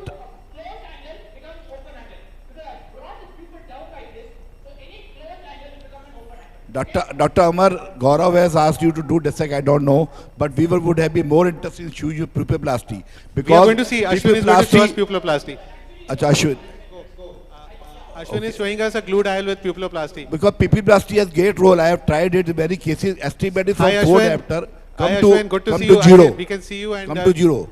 Ashwin is an amazing surgeon. You know, I'm loving his surgeries. He's, you know, one step ahead of Dr. Amar, if anything else. What can I say? I'm sure Amar will be happy to hear this. So is Amar. Amar is always happy to see the younger generation away. Ashwin, you are starting? So, pupilloplasty is really very helpful in high astigmatism cases. We can get its estimating from up to 4 diopter up to 0 diopter. So that is a really good thing. We all should know how to do the pupilloplasty. Not very difficult. Otherwise, also very helpful in the traumatic cases. So Ashwin, Gaurav, Ashwin is going to show the pupilloplasty? Yes. Ashwin, can you tell us about your case and what you're planning to do? Not coordinating. So basically, it's a very good tool for irregular astigmatism. You can't correct with the you can see your microscope feed and we can hear you. Please go ahead. No, not here. Not here. Even the closed angle glaucoma has got open angle glaucoma, open no glaucoma after doing the pupilloplasty. That's a little debatable. Gaurav, we are not able to see. In the OT actually, so in the hall, please switch on the feed from the microscope, Dr. Ashwin's. What we have to do? Please give the video feed from Dr. Ashwin's microscope in the OT. Yeah, very much yes, audible. Audible, no video. But we are not able to see the. Okay. So Ashwin, can you tell us about your case in the meanwhile? Please switch on the video here. Yeah, it's okay. Kumar, we can see it. Kumar, you come here. Kumar, join us. Come here. Huh?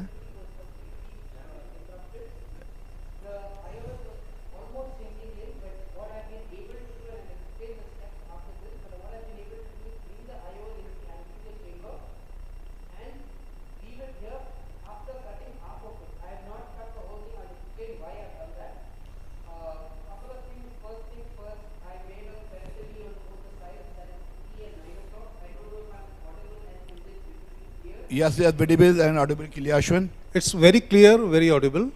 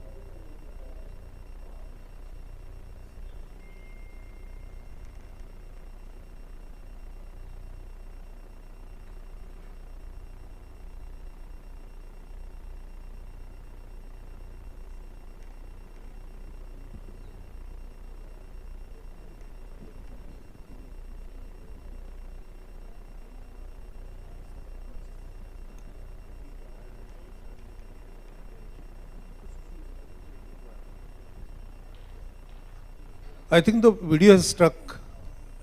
Ashwin, वहाँ पे जो है problem the issue. Ashwin, can you hear us? नहीं sir. I think we lost the signal.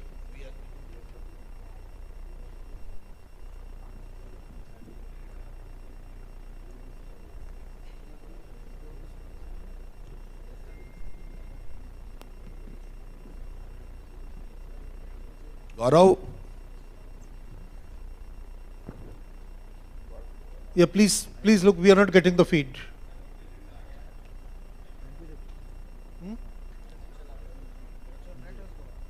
Internet कैसे चला? हमारा गया।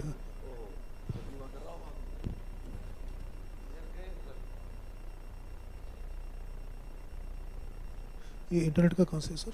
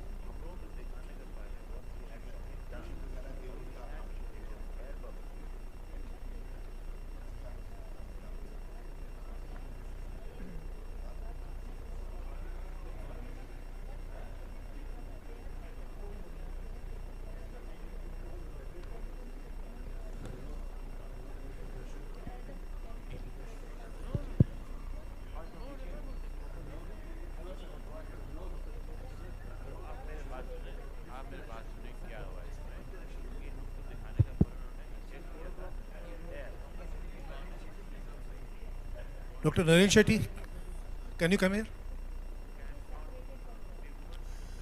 So for doing toric IOL, I think hydroimplantation is a very good technique. There's no need to take out the visco or anything if you are doing it well. So you can place it very well. And most of the time what happens, some of the visco may be there instead of thorough cleaning also. So if you're doing a hydroimplantation, that makes the life very easy. Secondly, if you see the rotation, you have to, if you see the rotation, you have to put it back. Either you can do on the table, but you see the next day or second day, the best will be to do after 1 week when some fibrosis has occurred. The reason being, there may be many reasons, it may slip again if you rotate it. But once the fibrosis is there, then you rotate it, then it is more likely to stay there. I just wanted to ask Dr. Vinod, there are a couple of questions. Suppose if you are operating a very high myopic with toric lens, I think, do you put CTR in a very high myopic when you are doing a toric lens? I think it should be done. I've not done so, but it's a little controversial whether it's going to help or not. Only thing it's going to keep the bag stretched. So that's a little, I think, should be more comfortable to do the lens also, but I'm not very sure whether it's going to really help or not. I think Naren is here, the director of Narayan Netralaya. He puts a lot of CTRs, especially for high myopic. That's what I heard. Comments from Naren. Absolutely, sir. So, in fact, what we did is we did a study where we used the intraop OCT, wherein we placed the lens and then put the CTR. So, first we imaged before put CTR and after CTR, and we saw the contact between the posterior capsule and the IOL.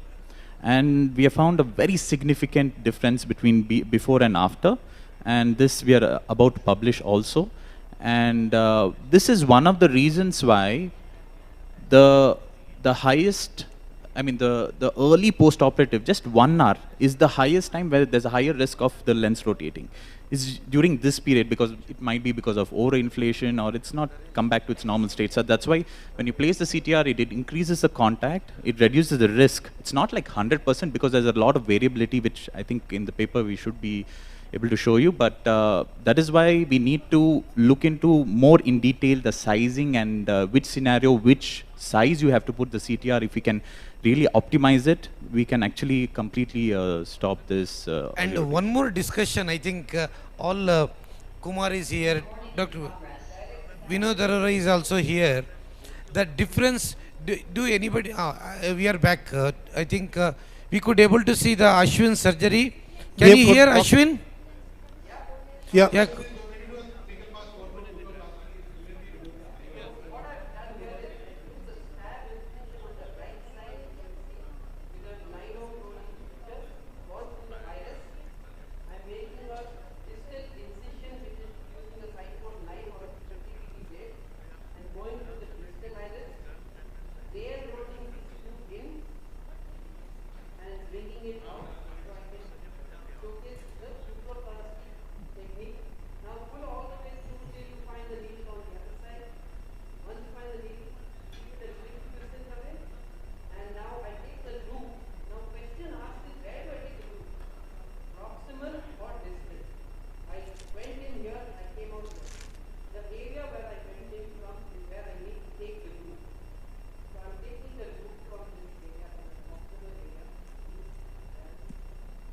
Ashwin, you removed the other lens out already?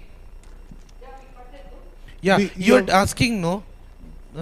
You are asking that you will tell me afterwards why I cut it into half the piece.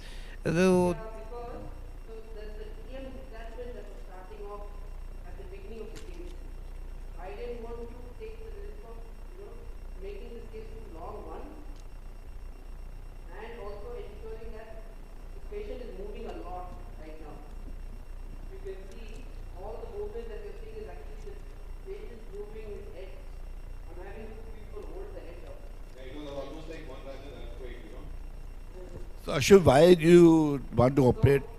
Yeah.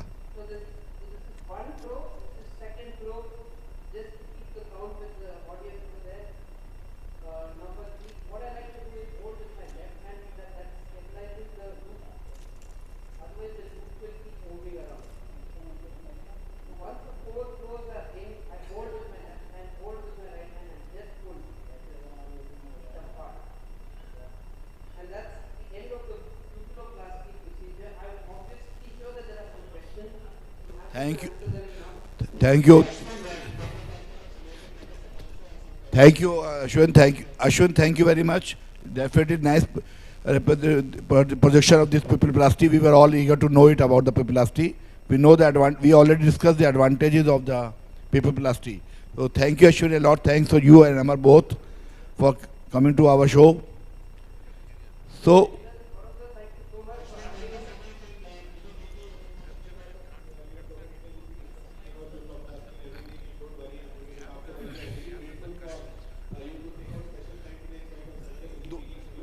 Shift to Doon. Thank you, Ashwin. Thank you, Amar. We are really obliged to have you have come to our show. Now we are shifting to Doon Medical College to Dr. Sushil. Doon se attach karo. Bye, Ashwin. Thank you, Ashwin.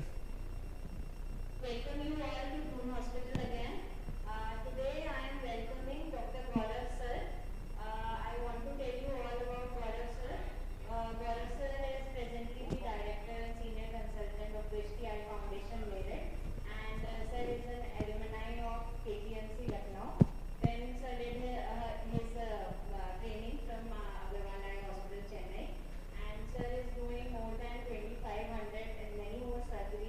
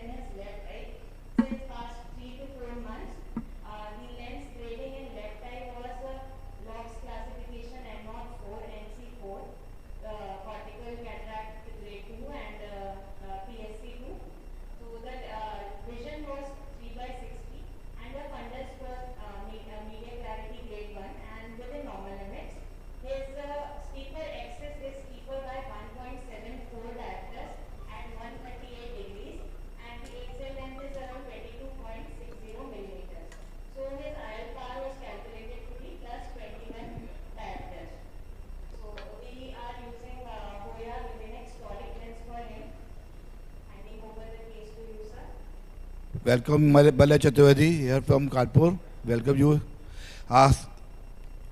Gaurav, you have started already?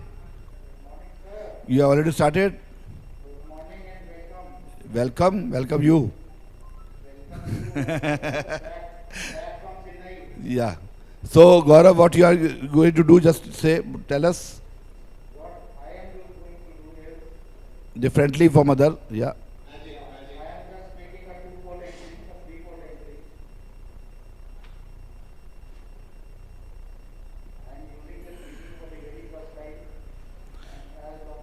Which machine you are using? Okay, Artly. Very good machine, no doubt. But still then we all have used for the first time.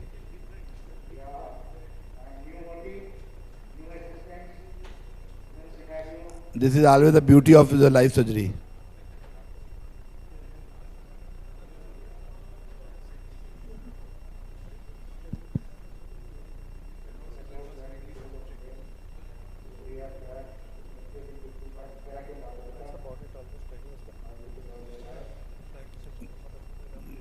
Gaurav is astonishing surgeon in Meerut, practicing for last so many years. We have seen watching him.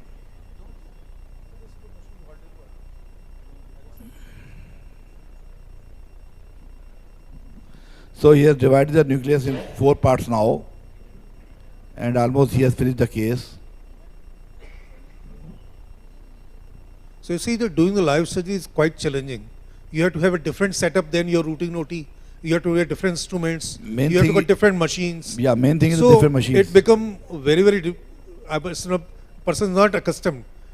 So it's become very difficult to do surgery in such conditions. But expert surgeons can make and do anywhere or with anything.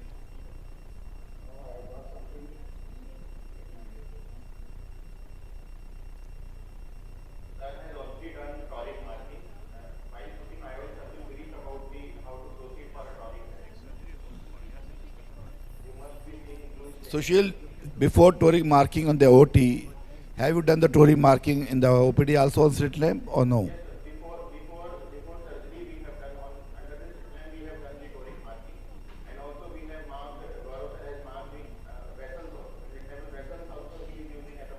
Yeah.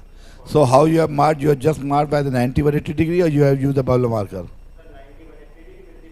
Bubble marker. So there are different techniques to do the toric IOLs. You can mark on the slit lamp without the bubble marker. There is not much need of a marker.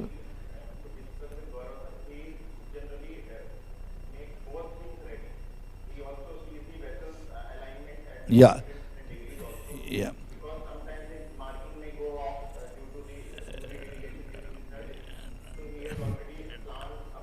Yeah. So Shil, this is a really good thing nowadays, because whatever we have biometer we have, they also show the vessels, blood vessels, where you can mark the toric IOL. So instrumentation has definitely, technology has definitely advanced. We should always try to mark the vessel, because vessels are not going to lose, marking can be lost. Gaurav, we are having some problem. I think there is some issue, because we can see something is lacking here, there, na? Yeah, yeah, I can observe that jalute weakness.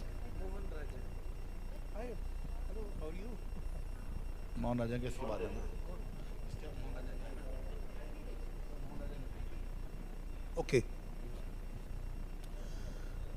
So the toric eye, this is the toric IOL marking. We can see placement of lens is at 138. So if you are putting toric marking with the dye, sometimes it can wash off during the surgery also or also. So the best thing, or if you got a smudging there, sometimes you're putting, patient moves and you don't get a proper marking, or it's too big to make a thing, you can use a 26 gauge needle and you can make a scratch on the cornea that angle. That persists there for a long period. So that's one tip. Second is taking a photograph. We got a lot of instruments now, which can be rather apps which you can use in your smartphone also. So you can take a photo with your all calibration there. If you have got good instruments, that's good. If you don't have, you can use a simple iPhone or some instrument smartphone. That's got a very beautiful app. So, Yeah, please.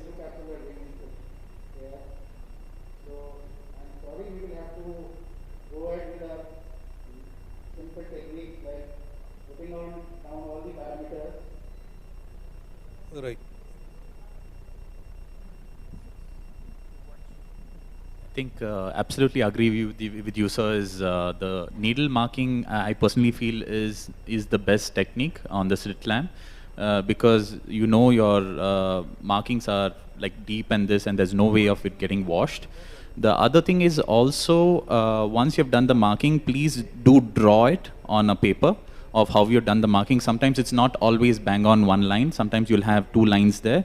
Always draw it on a paper so that in the OT you have a clear picture on which is the right marking. So always draw it and you can follow it. Sir, I have been advocating since 2-3 years that instead of 26 gauge needle, please use a crescent knife. This gives you exact amount of access. Because the moment you scratch with the 26 gauge, it is more than 5 degrees. So use a crescent and use both the sides. That helps you.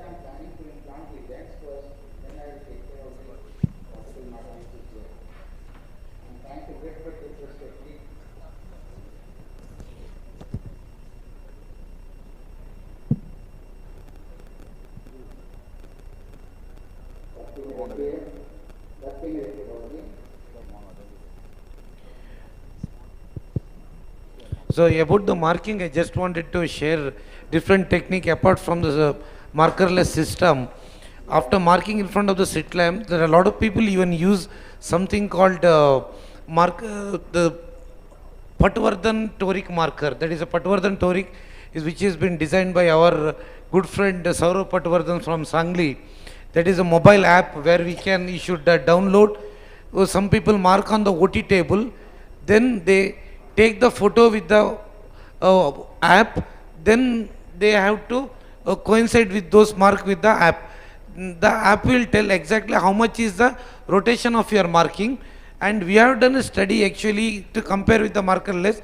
This Patwardhan marker is quite accurate compared to the even markerless system. I think we got a lot of apps. One is from Barrett marker there, one is the iToric app. All these are good. And they work better with iPhone because the iPhone has a gyroscope. So your 0-180 degree will be always there, whatever way you hold the phone. So that will not be lost. So suppose your patient is tilting or your phone is little tilted, but still you will get the proper access. So using iPhone is little superior to other phones because your conditioning is quite perpendicular. You could get a 0-80, whatever the condition you keep your phone. So in these kind of scenarios, and you can use it also for validation also. I mean, so you've taken a photograph with all those grit marking there, then you can have the picture very clear where your incision is going to be, and you can align on the.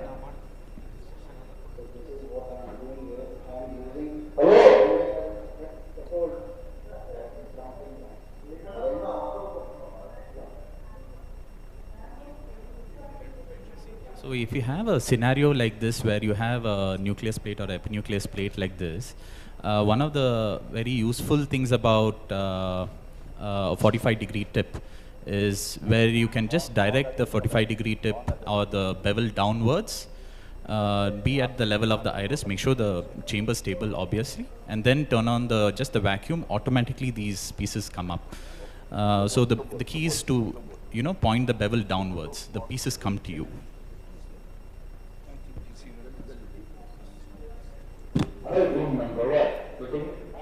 So he's trying some scaffolding technique here. So this is called lens scaffold. Lens is taking care of. So he has a problem, then he has try to do the scaffold lens. There's a jadul weakness, we can see. So now we have come to the Chennai again. Dr. Mohan Rajan, welcome. Tanshu here. Hi, Mohan Kumar. Dr. Mohan, we can have you hear Kullu, us? Kumar, we have Kullu, Kumar, Vinod all here. Can you hear us? No, he cannot hear us.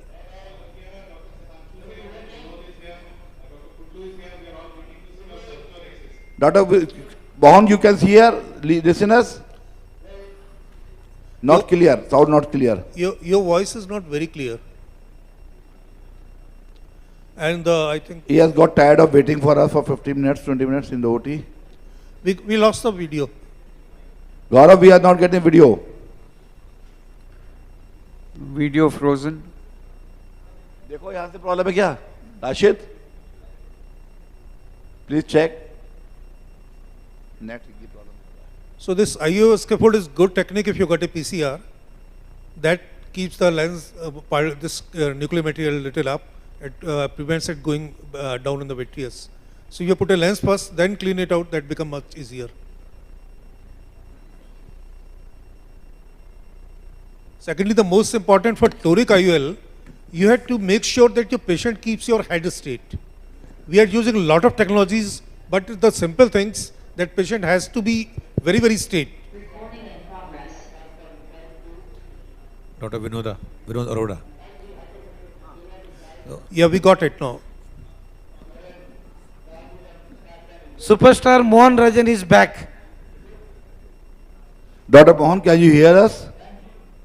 We are your sound is not very audible. Please take care.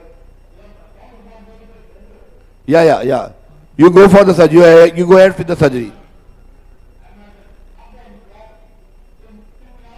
Yeah, we can see. Now we want to see your capsulotomy. It got good. We can see you. Yeah, very well. He has got a very good technique for this hard cataract. Yeah, we can hear you. Very well, very clear. We can get good audio, good video. Yeah.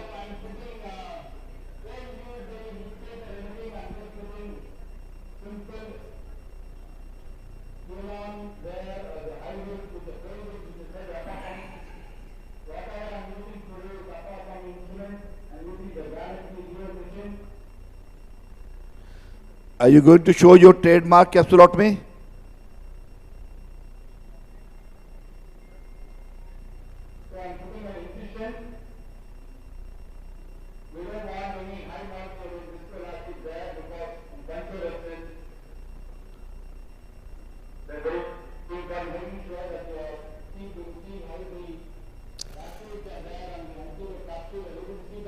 Yes, we can see. Yes. You all see the puncture axis. Yeah. So this is a phaco tip being used to make it access.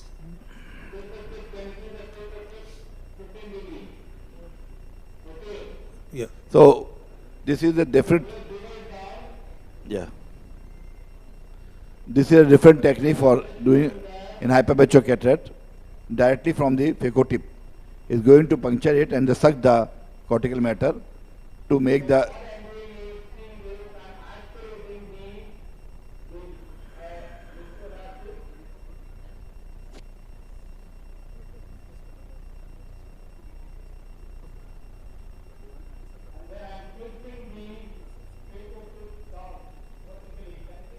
Yes, we can see. We can see very well.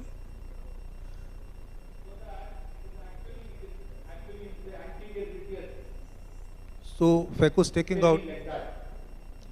taking out capsule as well as some part of the cortex cortical also. matter. So this will decompress the. Again it goes freeze. देखो भाई क्या है? Net problem है sir. That is.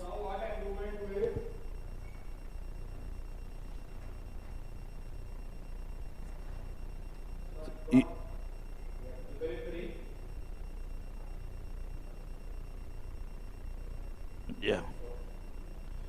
So this is the Argentina sign we usually find in the hypermetropic cataract. What has happened is that the phaco power didn't come with the machine, so I'm going to convert this Still you can make it CCC. Because I went a little bit tangential, so that is one of the reasons why it probably went.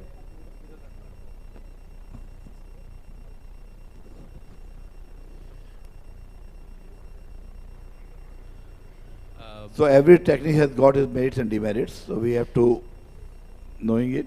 Now we can extend it by the simple macro scissors. One of the things, sir's punch hole technique is also useful in these very hard, very thick fibrosed capsule. Normally I don't get this at all. Yeah, we know. It is unfortunate that today we got it because the paper power didn't come at that time. So normally I use a Stellaris machine for the control axis. So basic. What I'm doing is I'm converting this into a semicircular axis.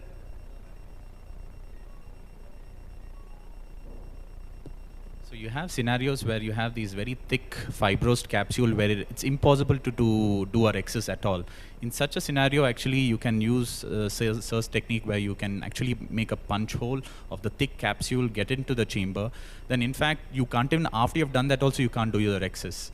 So what you have to do is, once you've done that punch, then you take the cutter and then enlarge the rexus. So, and actually the funny part of these kind of thick fibrosed capsules, it'll behave like a normal CCC. That strong, even though you have done with the cutter, the rexus, still it'll be that strong. So I've just converted this into a small, the thing, and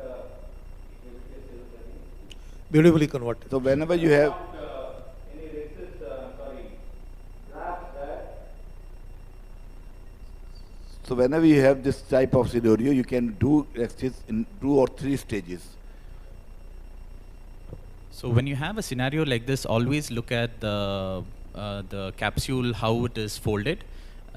If it is folded up, then it's fine. It's not extended to the posterior capsule. If it is folded inwards, then it's better to convert, to SICS or And bring then it the up. second thing is the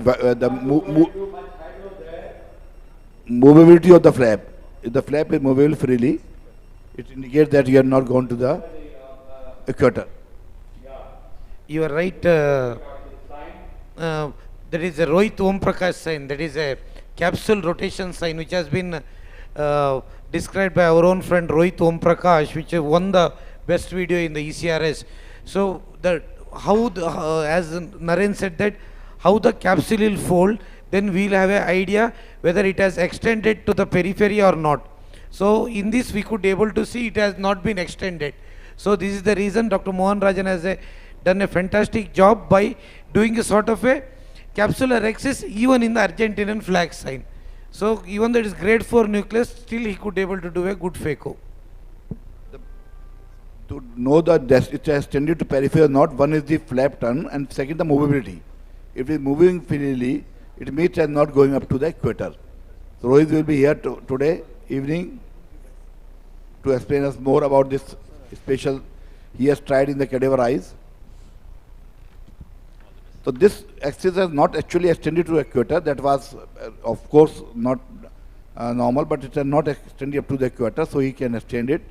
And beautifully he has converted it in CCC. Dot totally round.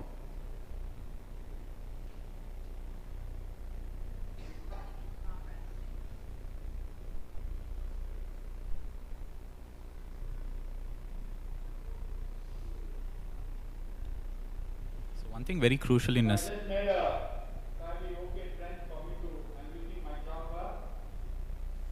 Mohan Rajan chopper. Mohan Rajan sharp chopper. It's a very long one. Long hand, both of them.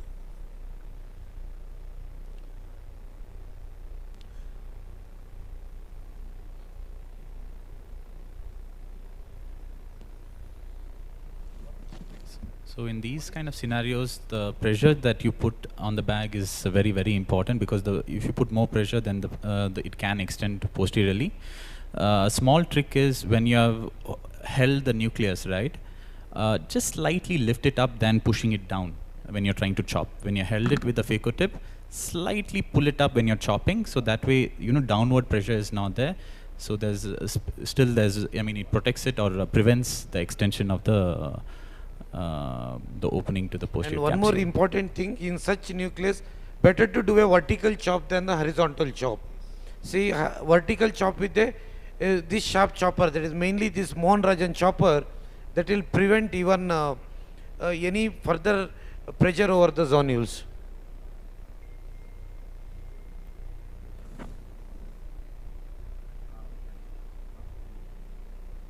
Which phaco machine you are doing, Mohan-Rajan? Oh. From Appasamy? Yes. Kudlu here, Mohanji.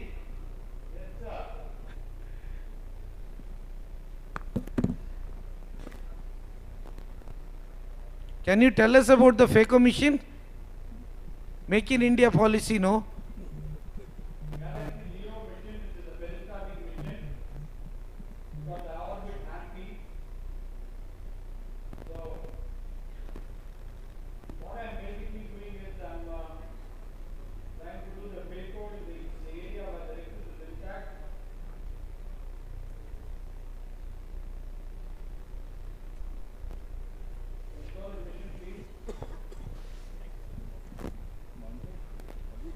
Yeah, we could able to see the machine very well.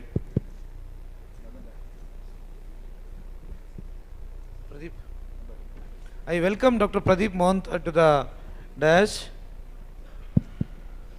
For beginners, I would recommend that in such situation they go for SICS. Dr. Mohan Rajan is a highly experienced surgeon. He can manage in this way, but not the beginners who has done few cases. I just say this is Pradeep, Vanto, that is very right, because this is a hard cataract, axis is not regular, so we should not take the risk, but Mohan can do anything. We are just watching him and we are learning from him. But ideally, if you have any doubt, you should not be first do the ego of your issue. You can convert to immediately bail out from phaco to SICS, because he's even struggling to do the surgery in this case. One more way to handle these kind of intermittent cases, let's say, I mean, there are a lot of techniques there. Whichever you're comfortable, definitely you can follow. But if you feel like, okay, I'm not, whichever technique I try, I end up with a Argentina flag, what do I do?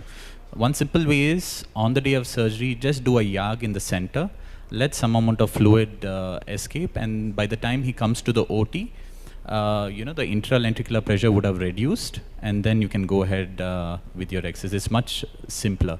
But this does not avoid the rexus running away to the periphery. No, it avoids an Argentina flag. So that's the difference. Argentina flag is different, but yeah. Yes, sir. How are you, sir? Nice to see you.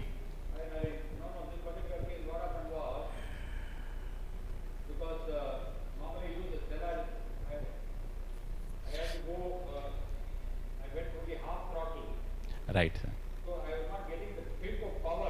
Correct, correct, sir. That's very crucial. Absolutely, sir. Absolutely. Yeah. Because normally the peak of power, when it is punch and how the people education well. So true, sir. So this is the beauty of life surgery. We can see that even the most experienced surgeon can have an issue. So we should not we should be prepared in the OT when we go. Even after operating 50,000, we have 1 lakh cases. Whenever I go to OT, I will really pray to God that everything goes well. So you should be prepared when there are complications. How to handle it is a very good thing, because nobody can be sure of 100% success in every OT and every case.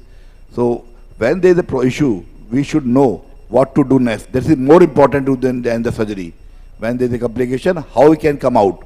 This is just not like the Abhimanyu that you are going to the Chakravyuh and then you do not know how to come out. We all should know how to come out of the circumstances if there is an issue, complication.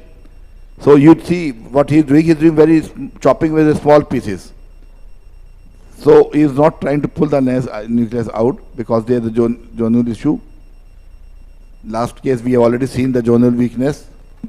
He is cutting very small, then chopping it. So I think to all the youngsters, the panel is very clear. If you got a situation tricky, don't try to do phaco necessarily here. Yeah. If you wish to convert it. Doesn't matter much.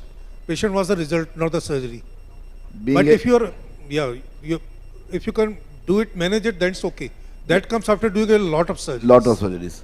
That's so why it's not for beginners. That's why I always say that everybody should know that phaco surgeon should know the SICS surgery, because it's a bailout surgery also, if you are not want to do in the routine surgery. And small incision cataract surgery also gives very, very good results. Yeah.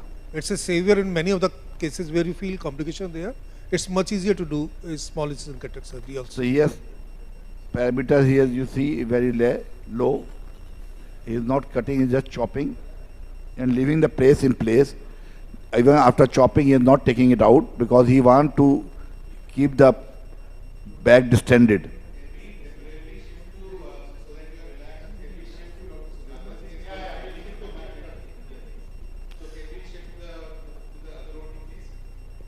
The next surgeon is Dr. Sujata. We invite.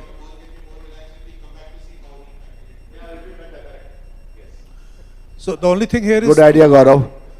The only thing is here, you have to keep a lot of patience. Don't be in a hurry.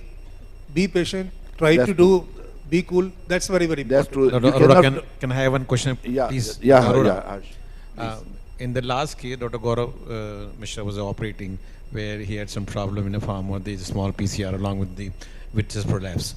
Do you think that is the right idea to put the toric IOL in that condition? Because you know, once the vitreous is within the bag and the surgeon is putting the toric IOL, there will be some movement as with the alignment is concerned. The next day you find the lens is rotated. Harsha, I don't know what else will do, but I will say 100% no. So that is the very important message that we should. No, the only thing, you're not going to lose anything if you're putting a toric. Except you to put a little more money, that's all. So patient will But- be So more once you satisfied have, if so you once do you have the NK vitreous within the bag, I think But- it is not but a if good you- idea to put a toric IOL because I agree. it is going to rotate and then the I agree. we will Depends lose on the it depends on the end result. after If your PCR is small and you are able to place the lens in the bag later on, I think toric can work. And at least you are not So going we to are- harm the patient. Dr. Sujata is... Sir, I also totally agree, sir, that if it is a punch hole and vitreous prolapse and still you're able to place it, a good anterior vitrectomy, and if you place it, definitely we have seen over the years it's been very, very stable. So- There's absolutely no issues. But I would think twice before we go with the trifocal or those kind of, because there might be a higher risk of some macular edema and other issues with the retina because there was a PCR. Maybe, I mean, you can think twice before implanting that, but it's a personal preference. I mean, so there are a lot of surgeons who have implanted a trifocal also. Narendra, I agree with you, but problem issue is that for the take-home message from here, take-home message should be, if there is a PCR, the vitreous loss, no vitreous loss, you can go for the toric IOL. If there is vitreous loss, Yeah, she will be operating a small pupil phaco. so we are now back to Chennai in the Sujata. Dr. Sujata, welcome.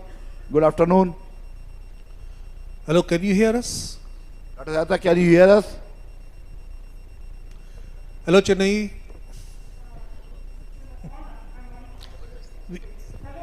Yeah, yeah. Hello, we are Can very you- well. Can Mohan is a daredevil and it's the toughest of cases. I don't know why he does it all the time. So for me, you, really a small pupil. your case is also tough. And I'm going to probably use a DX, hopefully. And this is I'm really trying to do it in a topical anesthesia. Let me see if the patient cooperates. I like to finish it off with topical anesthesia. So she is operating a small pupil with hard cataract. We can see very well, Dr. Sujata. We can see you well, you also well. So she is going to use the BX pupil expander. This has been designed by one of our friends, Subin Bhattacharya. This is very good in comparison to Belgian ring, Indian made. You did not try to dilate the pupil the other way by the manual stretching, Dr. Sujata? You normally do not.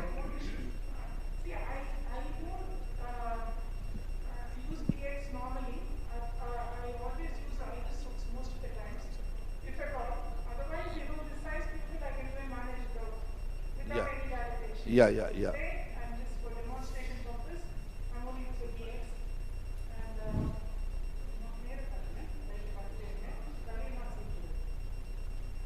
B hex means Bhattacharya hexagonal. Suven Bhattacharya has invented this device. We are very proud of Dr. Suven Bhattacharya. He had a very small room and he did the device in Kolkata in his own lab. We are very proud of Dr. Suven Bhattacharya. This is the ring you can see. And hexagonal. It's a uniplanar device. It has got notches and flanges. It's being marketed internationally also. The alternate flanges go under the iris. It's a very nice device, much cheaper than Malavigin ring. So first injected inside the antechamber. Now one by one she will bring it behind the iris. This hinges you can see just to hold the iris.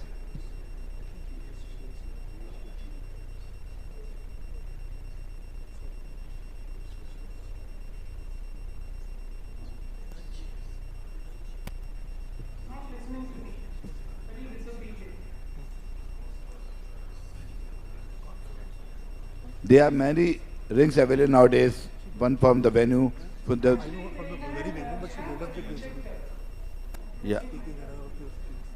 There is one ring from the Madhu instrument. This is Gupta ring that we are using. That is BR ring, the Meluni ring. Much better if we use a BX forceps for this. Yeah. With this Kuglin hooks. With Kuglin hooks, it's very struggling procedure. But with BX forceps, we can hold the middle tab and easily place it under the iris. Sujata, don't you have the BX forceps?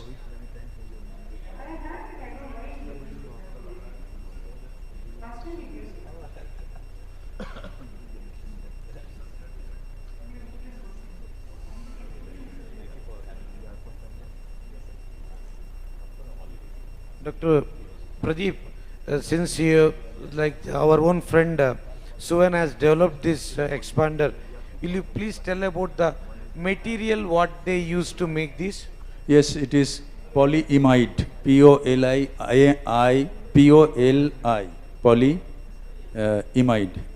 M-I-D, polyimide. This is almost, the price is 1/10, 1/6 price of Malavigin ring. So you need to select the cases, as Sujata said, that some of the patients with a very small pupil, if you want to plan for like want to go ahead with the monofocal intraocular lens, then best is iris hooks. But if you want to go for a premium surgeries, then I think the BX expander will really have a good hand in this one. But we should have a BX forceps. Otherwise, yeah. With Kuglin hooks, it becomes. They are special forceps for it, made by Suvan. So if we use that forceps, that is more convenient. But Dr. Sata told that she is not using regularly these rings. She is using iris hook. Yeah, I know. Iris hooks are always better because we are more familiar with that iris hooks.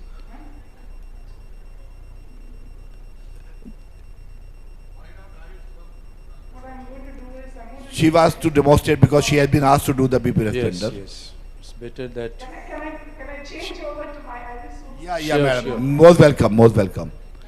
This is the thing which we should learn from Sujata, that if you have any issue, you should not have an ego. Ego has no role. You have to give the vision to the patient ultimately. So if any issue, you just shift to the thing which you are more familiar. Because we always try in the OT many things. Whenever we go back from the conference, we start new technique trying OT. Yeah, ma'am. Injector and the special forceps. So, but if whenever we try new things, we are learning from. We are not having any fellowship now for us. Nobody invite us. So we have to learn our patients. But whenever we have any issue, we just convert to our basic techniques. So this is a take-home message from this surgery, that she has now how easily and comfortably and rapidly she is doing the surgery now. You can see, because she has shifted to her basic.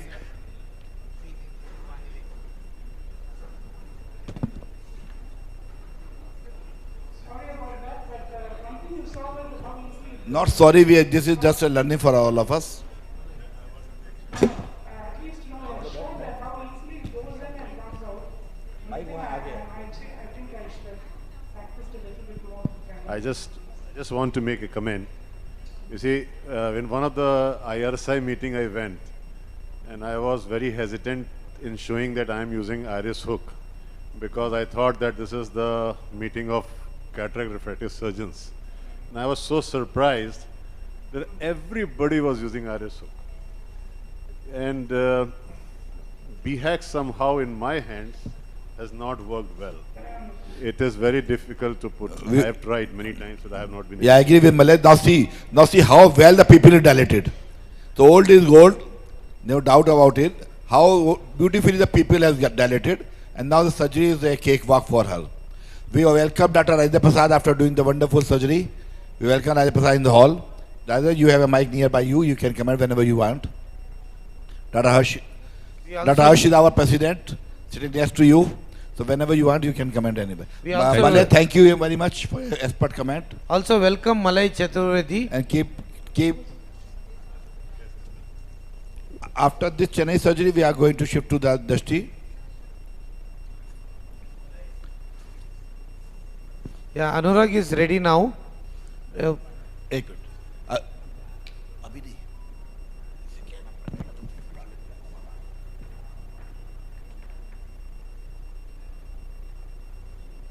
completing the fixes, I'm just doing some activization. It's not a very hard cataract. The primary purpose was to show how to deal with small people. Sorry about this.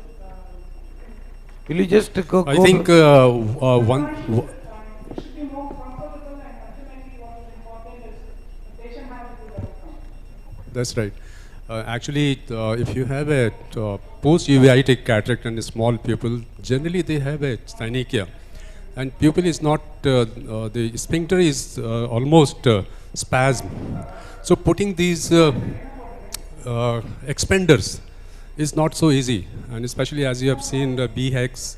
BHACs is a little flexible. You need a little more force in uveitic cataract. So it, as she has done, it's beautiful. Like she has put these hooks, and hooks would give you much better control while expanding, and as well as you get a good dilatation of the pupil.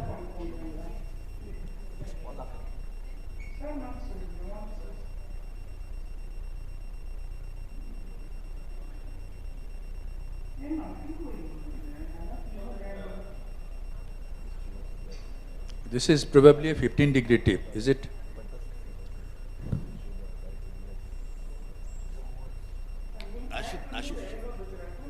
Shift. I'm using the Galaxy Leo also.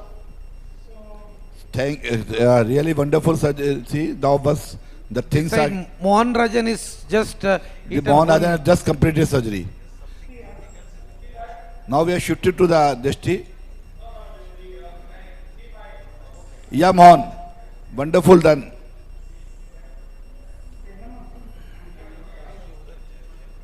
Dr. Kudlu? If you have a, but I'm here. Here, look at me. Front, straight here. In the hall, where are you looking?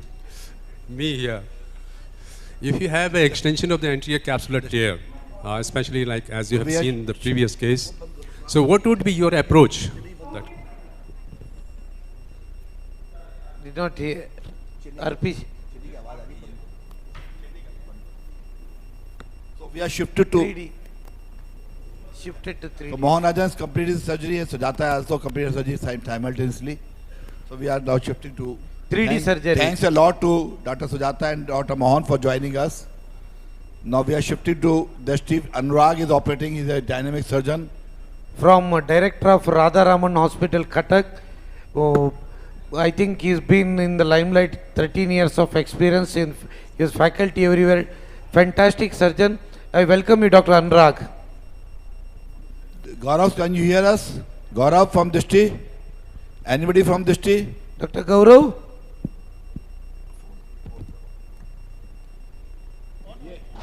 Hello. Hello. Yes, sir. Here here we are from Drishti. We have with us hello Dr. Anurag Amrita Mishra. Amrita 1 Can you minute hear us? आपका video नहीं आ रहा है, video लाओ पहले। आपका गौरव का भी PPT आ रहा है, वीडियो लाओ अपना। Can we hear us? या you can build the video, only PPT we are seeing. Is the voice audible, sir? Now? Hello? Now, is the voice audible, sir? Yeah, we are seeing the video now. We are seeing the video on the monitor, 3D surgery. Yeah. Check, check. Are we audible am now? I audible? Yes, audible. Yeah. Yes, there's I'm still sorry, just I'll- a 10 minutes window left when I can still wish you good morning. Yeah, just 1 second, sir. So good I'll morning, just, ladies and gentlemen. if that's Greetings fine. and regards from the land of Lord Jagannath. So we have with us Thank, Dr. Anurag UttaraEyecon, Mishra. the whole team, Gaurav. Yeah.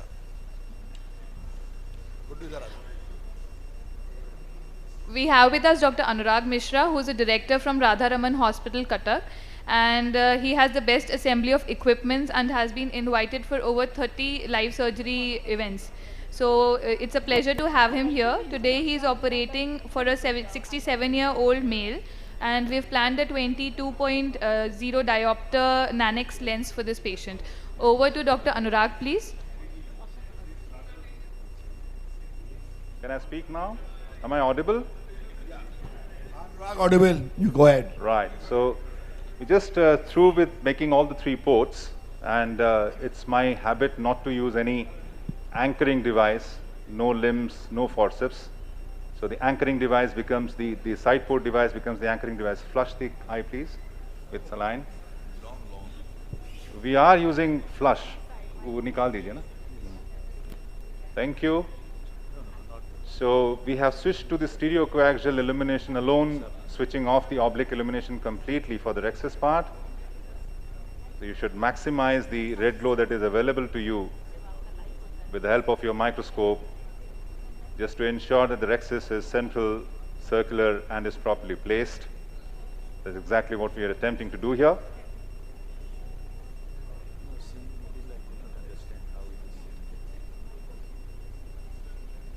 And as it is, if stereocoaxial illumination is what you can maximize, if it is customizable by your microscope, if it is permissible, then you should always do that. Through with our rexus, hydro. Am I still audible? Look straight, sir. थोड़ा सीधा देखिए light पे, दोनों आंख खुले रहेंगे अच्छे से. Thank you. Am I still audible at the venue? Yes, yes. All right. Very well. Thank you. So For the this new is- beginner, this is a golden ring, which you can see after the hydro. You can see a golden ring. For the PGs, all the residents, this is a golden ring. That is very important to know that you have hydro session complete. It I is always visible give it in a- immature cataracts. Sorry to interrupt you, sir. Yeah, I always give it a few twirls before I start my phaco.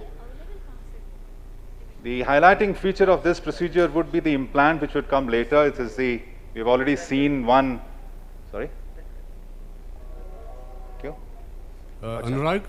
Yes, sir. I am Dr. Rajendra Prasad here. Hello, sir. Good morning. I missed you at the breakfast table. Tell me. Good morning. I saw you doing the hydrodissection with a round tip needle. Mm-hmm. So you commonly use this, or you use the flat needle? No, sir. I commonly use this 26 gauge Canada only, the disposable one. Okay, And you- it changes after every case. Yeah, yeah. A little look at the, yes, sir. Sorry, sir. It looked very beautiful because you did a very good, nice cortical cleaving hydrodissection. Thank you so much. It went through and through, and you had a golden ring also. Yeah. So beautifully done hydrodissection. Thank you so much, sir. Thank you. So I would just like to shift everybody's attention to my parameters out here. If the video camera can show the phaco machine screen. So I use extremely low fluidics for my procedures. If you can look at this screen, my IOP is set at 20. So that's almost physiological. The flow rate is set at 23. And the vacuum is at 450. That's what I use to chop. The primary chop is complete. Cartwheel, secondary chop begins. And with the IOP of 20 also, with this machine in particular, with the Centurion Vision System, the anterior chamber is so rock steady, rock stable that you don't have to worry about the flinching or the dipping in the depth of the anterior chamber. So it's very, very stable indeed. As you go and continue the in situ chop, and continue dividing, segmenting the nucleus. Please let me know if I'm out of focus. No, it's fine. It's well centered. You're fine. We can see your chopping going very well. Now, nowadays with all the good machines, the anti-chamber collapsing is not an issue, especially in this category of cataract up to 4 grade. I've switched to the quad removal mode. The IOP remains at 20. Yeah. And look at the stability of the anterior chamber. It doesn't even dip even once. I mean, that's the beauty of, if you operate under low fluidic conditions, then you're keeping the eye essentially in the physiological state. And if there is nothing that you compromise with, it's a nice trade-off. So, I completely agree with you, Satanshu sir. With the advent of the newer technologies and newer phaco machines, we should actually aim to go down on our parameters, try to complete procedures in a miserly manner, both in terms of energy and fluid. Completely agree with you. As you already showed that vacuum is high and the phaco power is less, that is the beauty to make the cornea shining as day. Nucleus epinucleus complex. Now we will switch to the Anurag. Yes, sir. Good to hear. Effortless surgery, man. Excellent. How you demonstrated, I think it makes so simple for everybody that everybody should start phaco from tomorrow only. Those are only doing SICS. I don't think there are many who would fall in that category anymore, sir. But yes, I completely agree with you. Dr. Kudlu very rightly said, because we are also learning the same thing. We are also watching his steps and we are also learning. So very true, because whomsoever is watching his videos and steps so crisp and clear. For all the newcomers, just see how he is pulling out of the axis this cortical matter and then sucking it. You should not start sucking when you are behind the anti-capsule. So just pull it inside, centrally, outside the anti-capsule area in the center, and then suck. While cleaning up the cortex in the IA mode, the IOP remains at 22. And look at the vacuum, it is placed at 600 panel mode. So there's no threshold. So the bang on, the moment you go to foot switch position 2, it takes you to 600. Even then, there is no flinching of the anterior chamber, even with this small, little IOP, whatever we have said. Can I have the hydro cannula, please? Just flush out the cortical fibers, these stubborn ones, which are still somewhat adherent. Uncle, सीधा देखिएगा light पे, बहुत अच्छा कर रहे हैं आप. Anurag, do you normally use coaxial only or bimanual? No, I actually use coaxial is my choice. So I always carry the coaxial cannula with me whenever I go to any live surgery.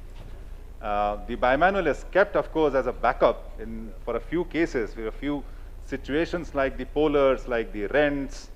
There are few situations, or if there is a difficulty removing the subincisional cortex, only then the bimanual comes in. And what about the polishing, the capsular polishing, posterior capsule polishing? Because with the coaxial, it's really difficult to polish the posterior capsule.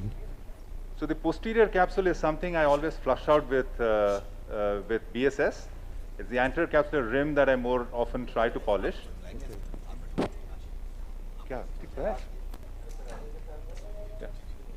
Dr. Rajendra Prasad. So yes. We have, sir. So this is the Nanex. The assembly is ready. You can see a little bit of visco and the lens beautifully folded inside. So we were discussing in the morning that the outer diameter of this cartridge is 1.62, which enables you to go right up to the bag and deliver the IOL there.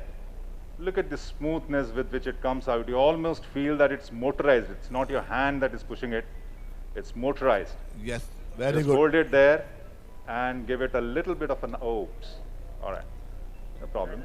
So it flipped. So it has can happen at times. Nothing to worry. This is very good to know people how to reflip it. Over time, just do it by the two instrument. This is not a big issue. So thank you, Anurag. Very nice surgery. We are shifting for 1 minute to the Chennai back. Dr. Mohan Ajan's completed surgery. We should see what he has done. I think this lens is one of the most beautiful lenses. Yeah, absolutely. It has a very beautiful preloaded injector system. Preloaded lens, a very good injector. Very good injector and very easy to inject this lens, and it stays in the capsular bag very well. Stability stability is also very good, this lens. That's a really wonderful lens. Look at the way it sits in the bag. Look at the way it's wrapped around by the rexis. Beautiful. Absolutely phenomenal. When you look Gaurav, at it from the microscope. Gaurav, we are shifting to the Chennai for 1 minute.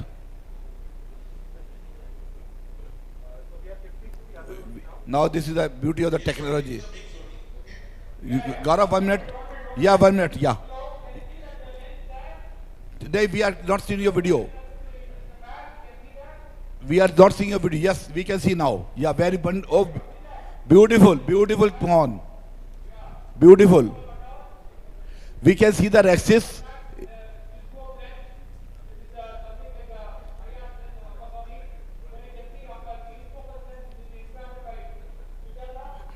We can see the axis clearly, margins clear, and beautifully placed.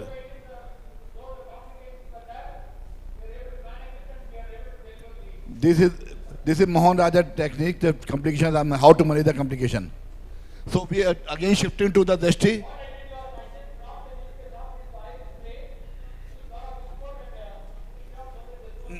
Next OPL, Mohan.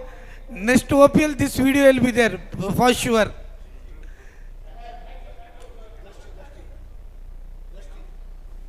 Yeah, now back to Drishti. So now we are going back to the stage. Shaiban Sethi, she is from Gurgaon. She is going to operate the glaucoma surgery. We have seen a lot of cataract. Next surgery is going to be minimally invasive glaucoma surgery. Amrita, video नहीं आ रहा है. Currently working as cataract and glaucoma surgeon in Arunodaya Desert Eye Hospital at Gurgaon, Haryana. She served as assistant professor at RIO Sitapur and Savita Medical College, Chennai before. She was awarded Developing Country Eye Researcher Fellowship at ARVO, Florida in 2014 and was awarded International Hero Award at AIOS 2020. She has been one of the pioneers of MIGS in India and first to inject eye stent inject in her state. Now she will be operating on the left eye of this 72-year-old gentleman who is referred to us from other hospital. And the patient has vision of 6-9 parts in the left eye and phakic patient and has primary open angle glaucoma with IOP of 11 millimeters of mercury. And he is on 2 AGMs, Traveton and Timolol eye drops in his left eye. He has open angles on gonioscopy and with iris processes. And left eye he has 0.8 cup disc ratio and his CCT is 501 microns in the right eye and 550 microns in the left eye. And anterior chamber depth is 3.312 mm in the left eye. Over to Dr. Sethi. Good afternoon, everyone, and thank you so much for having me, Dr. Luthra. This is a wonderful setup that he has. So what I'm demonstrating over here is microincision glaucoma surgery, and we are going to be using an eye stent inject implant on this patient who's got an open angle over here. What I've done is already positioned the patient. I'll show you how at the end of the surgery. So you can visualize right now, if I can center it a little more, the red line that you see over there is the trabecular meshwork. We can, please center it, Shaivan, please center it. Okay. Is not focus, Shaivan. Is this better? Yeah, better. Okay. This is a little off focus for me. Anyway, okay, now okay. So I have this injector in my hand. It's too zoomed for me to show it right now. Right now I'm going to start with demonstrating just the implantation. We can talk about the ergonomics a little later. So there is an insertion sleeve which needs to be closed before insertion. And I've already made my 2.2 incision, which is temporal. I'm sitting temporally to the patient. There is a cohesive viscoelastic which has already been injected into the eye. So when I enter the eye, this is how it looks like. This is the insertion sleeve. If I pull it back, I'm able to see a trocar. This is a pointed tip over here. Is that visible to everyone? And just within that, I can see one eye stent inject. So what I'm supposed to do is go perpendicularly so that this trocar hits the trabecular meshwork perpendicularly. I'm dimpling right now and then releasing a little and then shooting and very slowly withdrawing. So blood reflux is a good sign. So you can see, is everyone able to see that titanium inject, which is right there.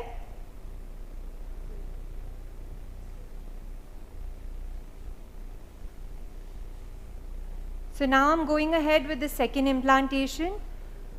Important thing over here is going perpendicular. Saiban, could you focus a little more because the previous injection was not okay. so visible actually. Can you reduce the zoom? Reduce the zoom. Reduce. Zoom reduce करो शायद. Reduce the zoom. Reduce the zoom, yeah. Oh, okay. आप ज़्यादा कर रहे हो, कम करो zoom को. Now it's okay? Right. Little better, but you can still reduce it, yeah. Little more. Or you can reduce the zoom. You can see where it started bleeding is the place where I've injected my first eye stent. Okay. Now this So is that red line is the place where she's going to inject. She's going to put 2 stents. She's already put one from where that red spot is coming, and now she's going to just insert the second. Go ahead, Saiban.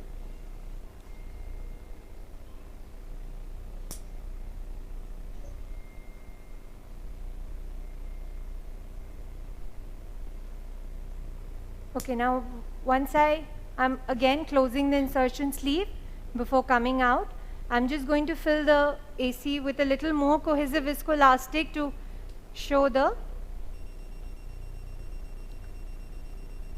proper placement of the stent.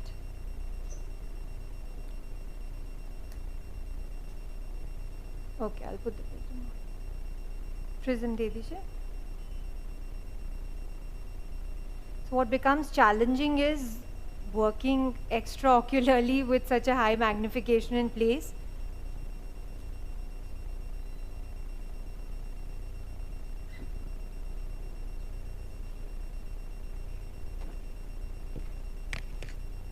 So Saiban, what is the best indication for a mixed device like this, like the glucose? Like which are your primary cases where you like to use this? So the ideal patients are the patients who are the medicated IOP is under control with say about 2 for us it is or not so. focused, ma'am. Yes sir, I'm just doing it.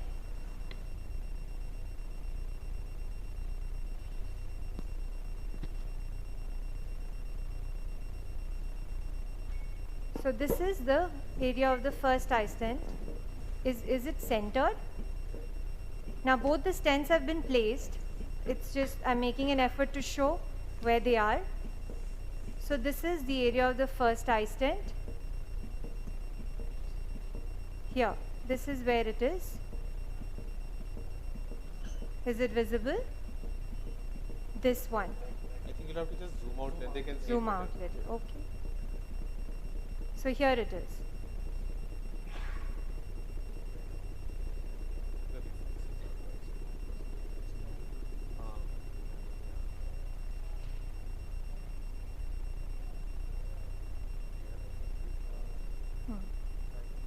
I think blood is not going.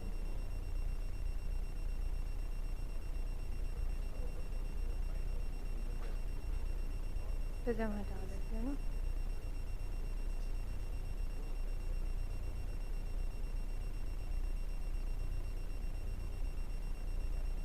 वो कह रहे कम करिए magnification.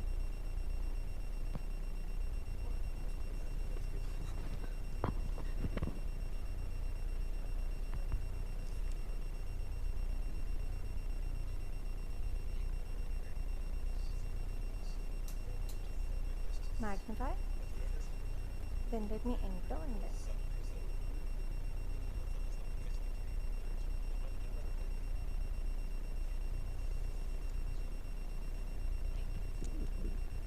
Hello, am I audible, Dr. Saima? Yes, ma'am. Yeah, we would like to know whether the patient is pseudophakic or phakic. Ma'am, this patient is phakic. Okay, and do you use pilocarpine for the surgery? So, ideally you don't have to. Okay. But in this patient, yes, I did because he accidentally got dilated. Okay. Okay, so now both the stents have been placed very well. I'm just trying to show where the 2 stents are. Hello, Dr. Sahiban. I'm Dr. Neelam here, this side. Good afternoon, ma'am. Good afternoon. So, do you put 2 stents in all cases, or what is advocated for? So, ma'am, this is the second generation eye stent, wherein inside one injector there is already 2 stents. Already preloaded? Yes, preloaded Okay. 2 stents. Okay. And the first generation one came with just one single eye stent. Okay, and what is the likely cost of this eye stent? So it is about 69,000. Okay.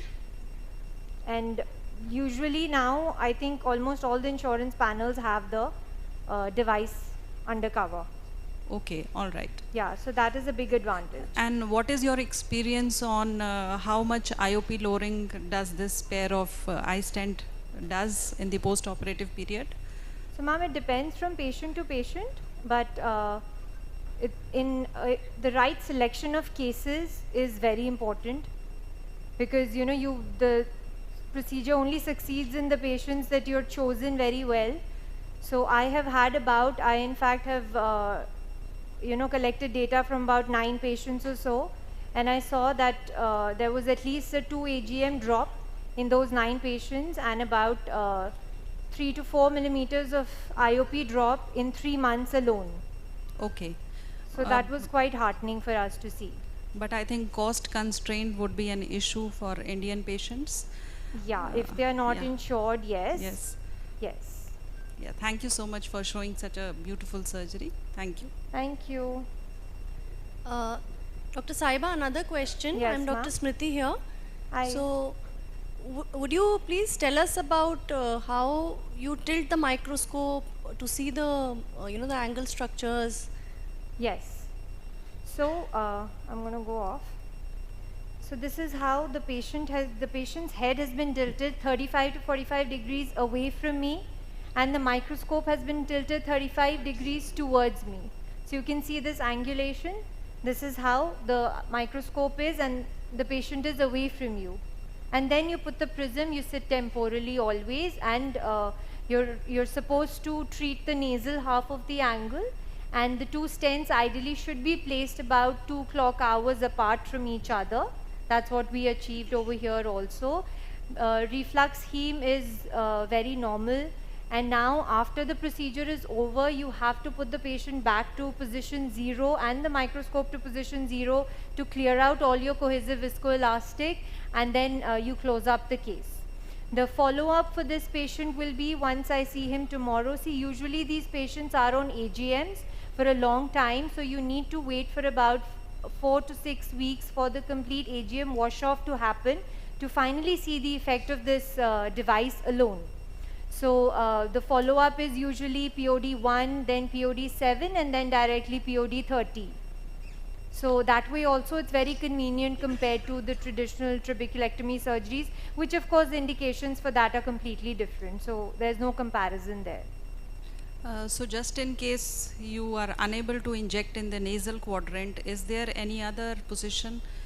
So ma'am, that is why I said the selection of the patient is very important. This is, see, in your mental space, you have to decide the site of injection preoperatively itself when you're doing gonioscopy on the slit lamp. Okay. So if you see a very fine open angle nasally, you know that these are the 2 quadrants that I'm going to, it's also a good idea to mark. Like how we mark for toric IOLs, you can place 2 spots, marking spots where you're going to inject preoperatively, which makes your life easier intraoperatively.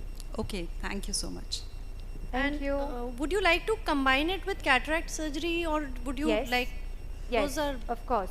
Of course, if the patient does have visually significant cataract, it's usually done after the cataract surgery. And it probably takes 10 minutes more of your time, and you're done in the same sitting. Okay. Thank you, Dr. Saiba. Thank you. Blockage rate. Ma'am, what is the blockage rate? Is there any blockage? Does it? So we have seen peripheral anterior synechia happen in one of the 9 patients that I had collected data for. But it did not, you can't really say it's a blockage. Then you do put the patient on pilocarpine and hope that that iris gets pulled out. But that particular patient also did not have any bearing on the IOP. Although there was a pass over there, it did not have any bearing on the IOP. So ultimately, that's what you're concerned about. Yes, from time to time, it's a good idea to do gonioscopy to see the right positioning of your stent post-operatively also. But yes, pass is a established complication, but it's also rare at the same time. Not that the lumen gets blocked. Lumen doesn't get blocked. Madam, what is the incidence of developing cataract after putting this stent if the patient was phakic? So there has been no study done like that, because usually patients who undergo standalone eye stent are phakic with no cataract. They're young patients, and also one has to understand this is a very new device, so it's not like we have longer than 5-year follow-up. And in that study, which was not done in India, it was done in the US, the 5-year, there was no cataract development for the standalone procedures at the end of 5 years. So that's the longest follow-up we have for this device.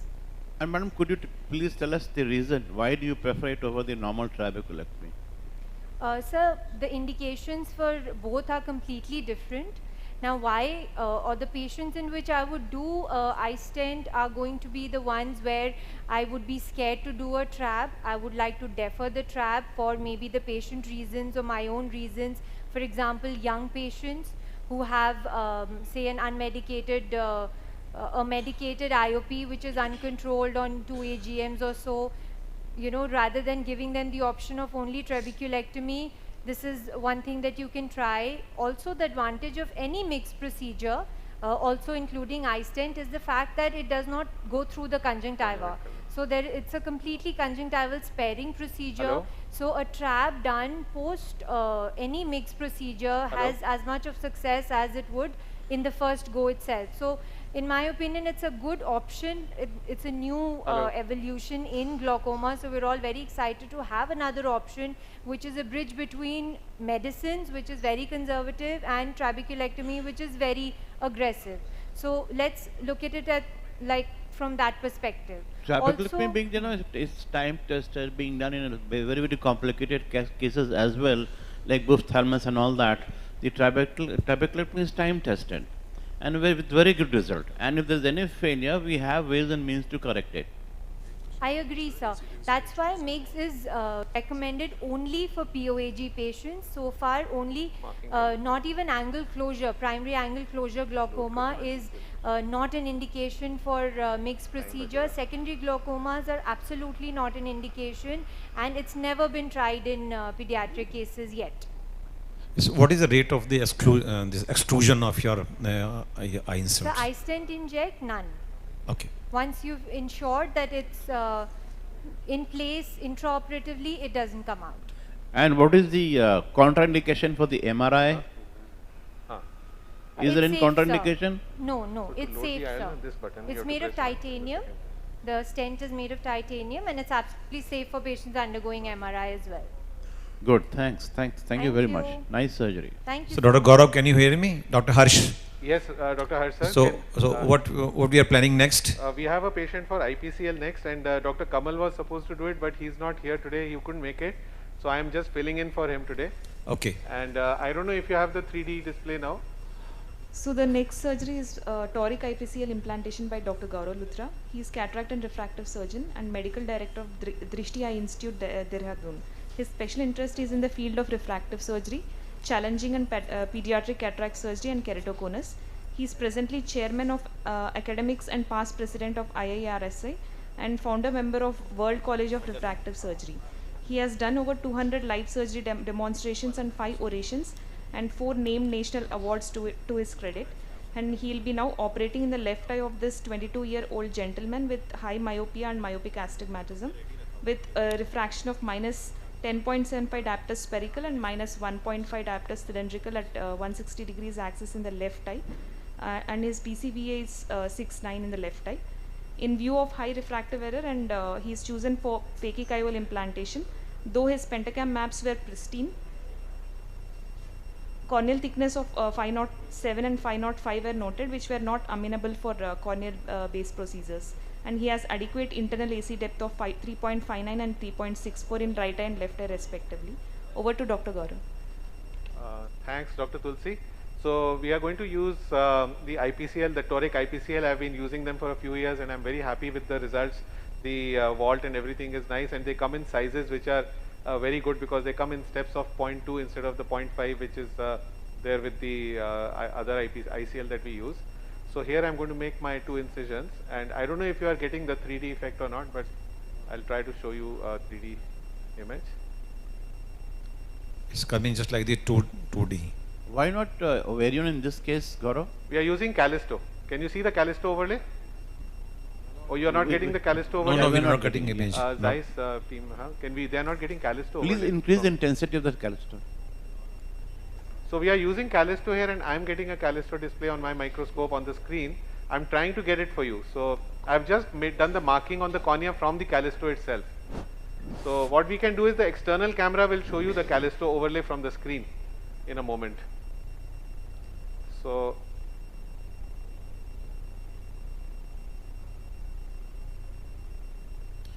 now it is visible. Yes. right, we are trying to show it from the screen directly. Yeah. Yeah, better. Nice.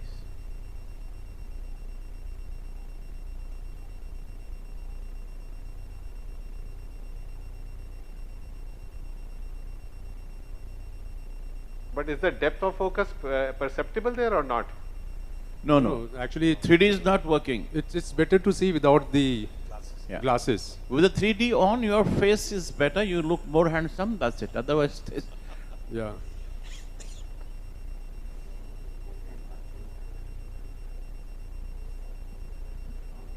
So here all my colleagues are nicely watching in 3D here.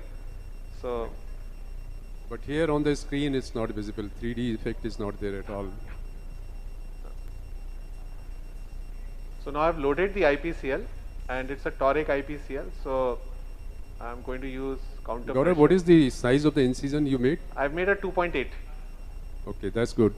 So do you find putting IPCL much better than the ICL? So the handling is more like an IOL. In terms of incision size and all, yeah. It's a very good lens, and because the handling is very much like an IOL, frankly. So that's a good thing about the IPCL, that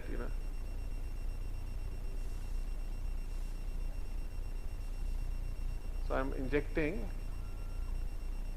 and with the IPCL, only thing is you have to be more careful that it can rotate while injecting. So you have to watch out for the landmarks, and if it's not going right, you might have to abort it sometimes. So now I'm just going to see whether my landmarks are coming out fine, and then only I'll proceed with the injection.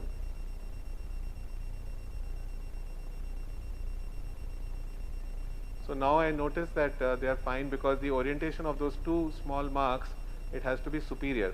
I'll be also showing you how we can check the vault on the OCT. We have an intraoperative OCT. So we'll show that once my ICL is positioned. Light mein dekho bete. Light mein But dekho. even the leading haptic has a hole. Yes. So there are you several can landmarks watch on that actually. hole also So to these see 2 that. holes have to be superior, and then the shape of the small holes which are there on the haptics and this small notch over here. These 3 landmarks tell you whether your ICL is opening in the correct size. So there are That's right. 3 ways to actually tell, and then this small hole over here, one is a pear-shaped one, and the other one. So you have to learn to see your landmarks well, because when you're injecting, they will all tell you whether you are opening up in the correct way. Cornea. So you did very beautiful placement looking at the position of the IOL So during the injection, because while you were injecting slowly, and then you could see that So it's the going good in thing is, sir, that the IPCL you can rotate while injecting. 2 things. One is that you can change the direction even while injecting, which you can't do much with the star one. That's right. That's and right. second thing is that you can abort it. You can come out whenever you want. You don't Yeah. have to necessarily, continue. Even at the last moment, if you decide that it is not coming out correctly, you can just come out and it will come out. That's It won't stay inside. So now I've oriented the toricity. Can we have the overlay also, and then we'll have the OCT. Can we see the OCT, please? So No, while no. right now the chamber is only formed with viscoelastic, but the OCT will show us the vault, and I'm going to try and show you the vault right now, and then later on. So now this is the OCT picture on the right side on your 3D screen, I think, and maybe you can see, I don't know if you can see the 3D. Can you see the OCT there on the right side bottom? No, the OCT is not visible. It's not visible yet. Yeah. No, it is there, I think. No, it's not visible at all. Okay, okay. Yeah. It will be visible on the... What is the range of vault you want to keep?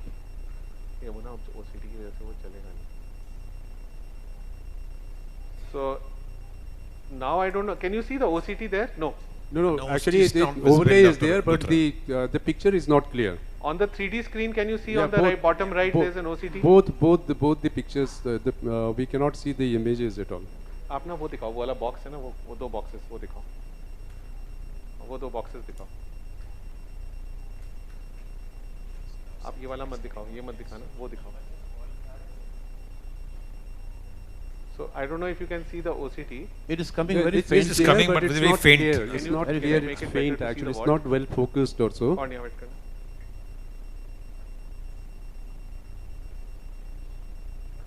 Naveen, aap karo. This is the cornea, so they have to go deeper actually, and then they have to kind of get the gain correctly. Yeah. So very faint. I know, I can see it, but they have to just improve the gain. It is possible to do it. I think he's trying. Normally the lens and everything becomes visible very nicely by manual. Yeah, that's so right. I'll proceed with my aspiration because I don't want to waste time. We'll try to. Meanwhile, he's working on showing you the vault. Okay, Naveen, आप try करो. कल आप कर रहे थे बहुत अच्छा.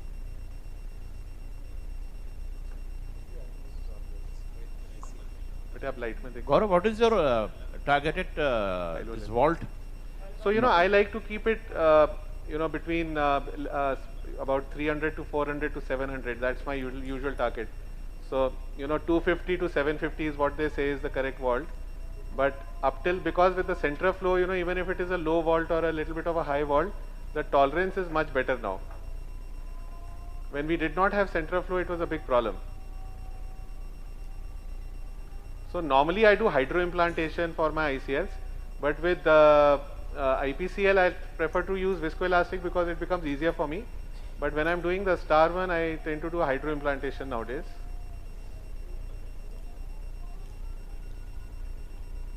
So it's very important to get all the viscoelastic out. It's very, very important. Because so have you gone underneath the IOL or? No, I don't go underneath it because the size of this IPCL is such that you can easily aspirate under it even from the side. As you can see, I'm doing now. My aspiration is just at the edge of the optic and I'm aspirating just under the ICL. I wish there was, the 3D effect was good. You would have seen that I'm under the IPCL. Right. And do you go with the aspiration at the central hole also? No. Sorry? I used to do that, sir, but nowadays I don't actually do it. I used to go here and, let the fluid run over here. Yeah. As you can see now, the bubble moved. So, but I've got most of the viscoelastic out now. So, but very important because you get IOP spikes because of viscoelastic, and even otherwise you can get TAS and other things. So, yes, pilocarpine. So, sometimes if the pupil is very large in IPCL, I prefer to use some pilocarpine as well. Whereas normally I don't use pilocarpine, but in situations like this, it's better because otherwise you may sometimes get an optic capture if the vault is too high. So I prefer that when I leave it, the pupil should not be huge. Also, you will know whether there is any tuck. So most often I've stopped using pilocarpine nowadays, but in some cases like this one where the pupil is really big and the white to white is very big, so there I may decide to use OCT off kar lete hain. Gaurav, in terms of rotation, because since this is a toric IPCL, yes. In terms of rotation, how do you find the stability is better with this or the ICL? So it's equivalent, sir. For me, actually, if the sizing is correct, it's almost equivalent because it's only if you get an undersized ICL, very low vault, then the chances of rotation are there.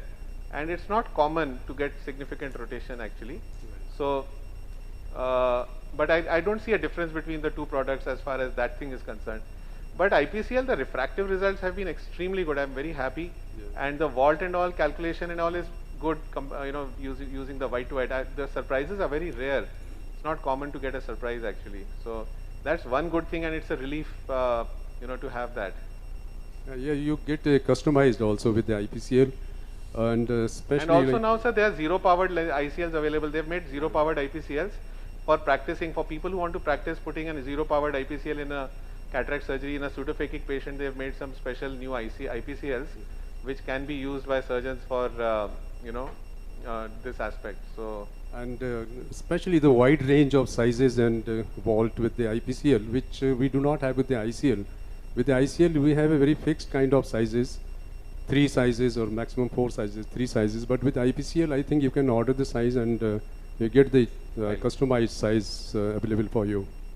So in that terms, the power and all, you have a bigger range of power with this lens, I think. So I think what is the maximum power you have used IPCL, Dr. Gaurav? IPCL, sir, actually I have only used a customized one up till about 23 or 24, but some people have, I think, used much higher than that. And I have done quite a few bioptics for patients with 30 diopters, where we put an ICL of around 20 and done about 7 or 8 diopters of correction on the cornea. But customized ones, I think, are available. I don't know the exact range. Maybe somebody else who uses IPCL will tell us. Right. Till what power is IPCL available? And what is minus 30, he says. Right. And what is the minimum, like, you go in for the IPCL when you consider from the refractive error point of view? So I am now using ICLs and IPCLs for small powers like -3 and 4. Sometimes when a patient is not fit for refractive surgery because of a suspect cornea, or because of some reason because of which we can't do on the cornea, like there may be corneal issues. So I don't hesitate now to do ICL or IPCL even for smaller powers of 3 or 4 diopters, and we often do it. In fact, recently I've done a few hyperopes also, who are very high hyperopes, and luckily they had a good AC depth, which is very unusual. You don't get good AC depth with some patients. So as you can see now, I've just positioned the toricity correctly, and I'm going to close up, and if everybody is happy, then we can move on to the other OT where Dr. Arun Jain is already waiting. One question, Gaurav. Yeah, beautifully done surgery, Dr. Gaurav. Excellent. Gaurav, who's in the other OT? And wonderful. What is the incidence of doing PI in such cases? Achha, Dr. Kumar is in Do the you other do OT. PI? So Dr. Kumar doctor is, I think, ready with his case. He's going to show us a very good Lucidis implant, which he is very fond of using. And I think in the audience also, Dr. Rajesh Tiwari and Dr. Harsh sir are using a lot of Lucidis implants. So we'll Dr. Gaurav, Dr. Tiwari is here and myself is here. And great, great. So sir, please take over, and I'm transferring to the other OT. The IPCL seems to be well centered now. And we can show the vault. Can we quickly show the vault in a moment in the OCT? That will give everybody an idea of how the thing looks. So if you can show us the vault. So if they are trying to show the vault, you'll have to go deeper. We don't want to see the cornea. We want to see the lens and the, the ICL. So, and you'll have to improve the gain. The gain has to be improved. Huh? Okay.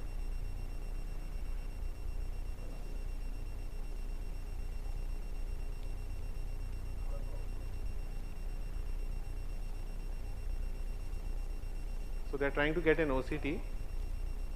It comes on the high magnification one. Low mein nahi aayega wo vault. Okay, so now you can see it on the right side. Can you see the OCT screen? Yeah, and it's showing this is visible now. Images we can you see can now. see the iris, you can see the ICL, and you can see the lens. So on the right side, you'll see there's a bar which is about 1 millimeter, and that is equal to 1 millimeter there. So you can see here that this is just less than 1 millimeter, the vault right now. Yeah. It should be around 800 microns on table. So the good thing is that if you have a poor vault, you can actually change the vault on the table, or you can see if there's an iris stuck, and you can even, you can even abort the surgery if you want, if the vault is very high. Sometimes you get, and if you have an inverted ICL or IPCL, you will know right here because the vault will be totally flat. So some people find it tough to operate because they won't know whether the IPCL is upside down, and I've seen some people make a mistake. So this can be useful on the OCT to guide you, and I think it's a great indication for using the OCT. Gaurav, what would be your minimum accepted and maximum accepted vault after the surgery, like on the table? So on the table, sir, see, I've started using the OCT only for a couple of weeks.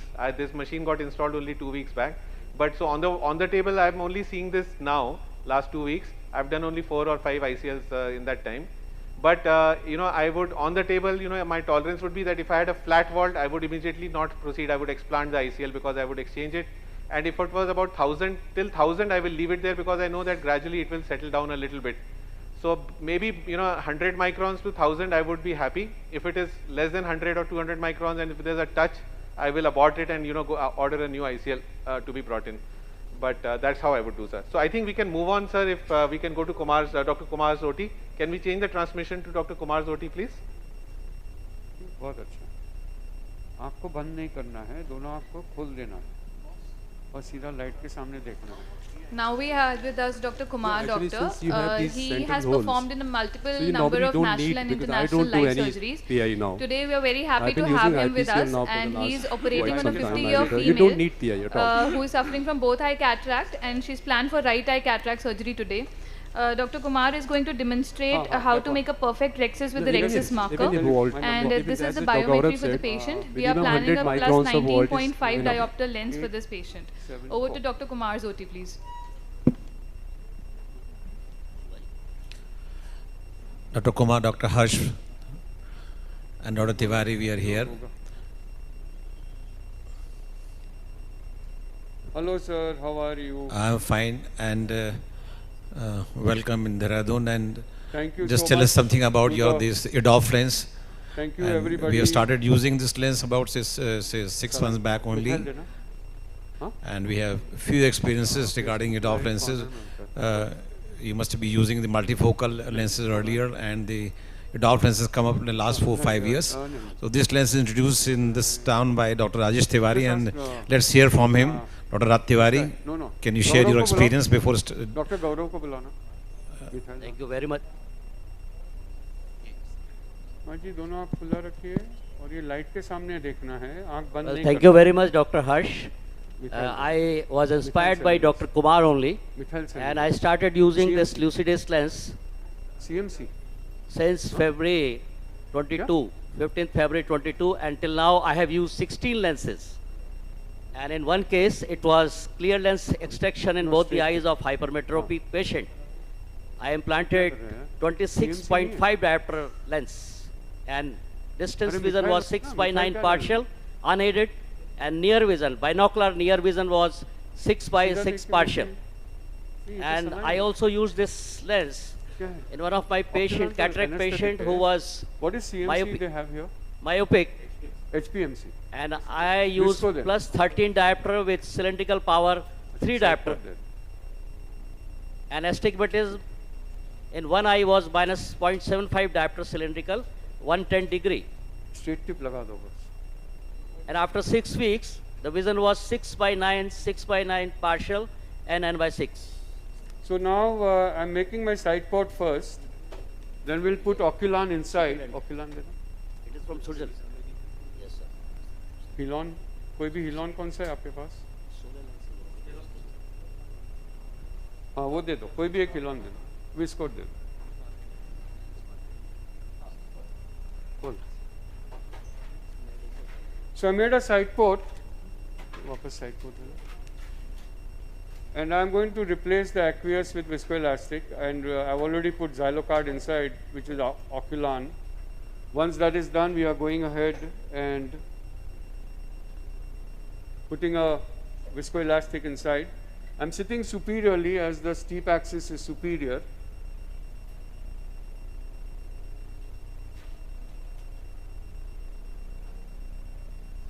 So once I got my anterior chamber filled up, आप अच्छा कर रहे हैं माँ जी, light में इतने रहिए. Can you all hear me well? Main incision. You are audible, sir. Thank you. Loud and clear. Faucets. कोई भी एक faucet.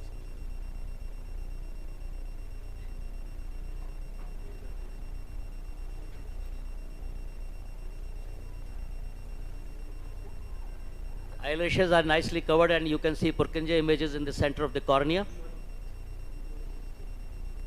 So now I'm making the main incision with the keratome directly.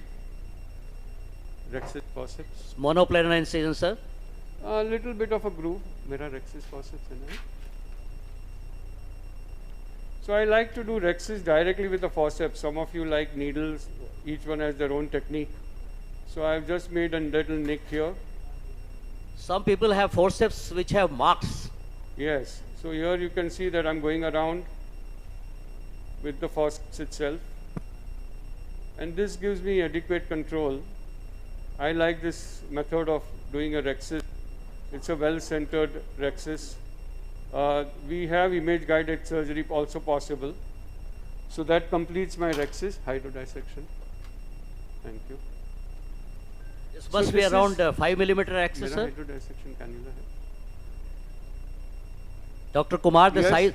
yes, it should be around 5. There is a Rexis marker round. दिखाओ round. एक गोल मेरा marker है. So this is a rhexis marker which I was supposed to actually use. So you can see this is under topical anesthesia, and if I mark the cornea like this, it's exactly the same size. Gaurav has designed his own rhexis marker, which also you can use. It's made by Epsilon. So the trick here is to mark, and it works as good as an image-guided surgery. मेरा hydrodissection का नहीं, steel का. Well, I am using the marker developed by Gaurav. Yes, it works. It is available beautifully. as Luthra's marker. Yes, that's made by Epsilon. So now I'm going to do a hydrodissection. Now this is a hydrodissection cannula made by Katina, no financial interest, but works beautifully. So what we like to always observe is a fluid wave. As I have a little denser viscoelastic in the AC, be a little more careful, and you can see the fluid wave. Once the fluid wave is gone, always decompress the nucleus in the center, and that will break the equatorial capsular adhesions. And now you can see the rotation happening of the nucleus. Dekho. Yeah. So we start with phaco. Okay. ठीक है, चलो. Case mode on. Thank you. ये incision case sleeve कौन सा है? नहीं 2.8. ये sleeve violet है.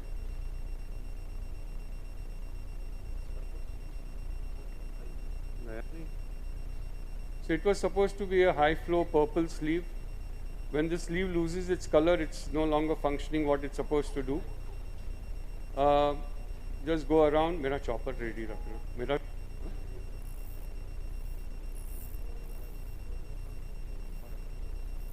So I like to make a little groove.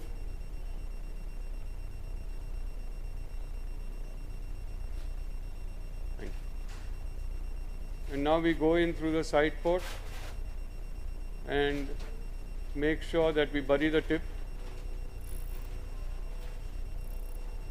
and then make a chop. So you can see the chop, and we'll continue to rotate the nucleus. Again, bury the tip inside, and then chop. So we'll continue to rotate.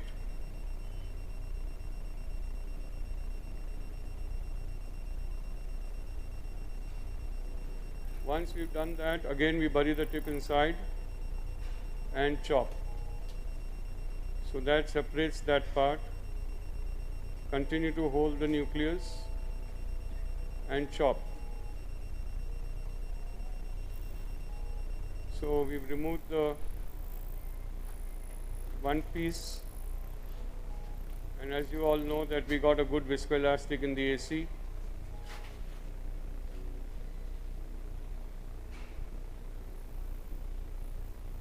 Again buried the tip, holding the nucleus. And so I'm using the Signature Pro system, which has got something called as built-in case, which I feel is one of the best things with the Ellipse FX invention. So that prevents a chamber collapse, and you can see that even at a 450 vacuum, my chamber is pretty stable.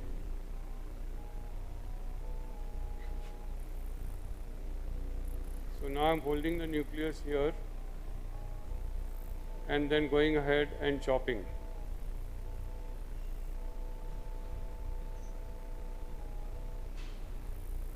So once we've done that,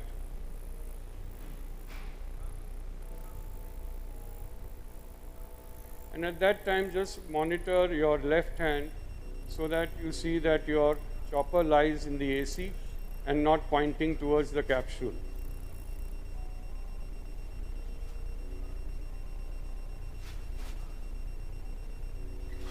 So now we are going ahead, rotating the nucleus.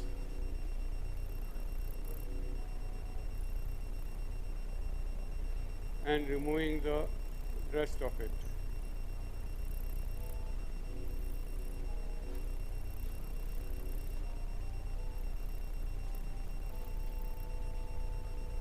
So at this stage, we make sure that our tip is looking straight and everything is fine.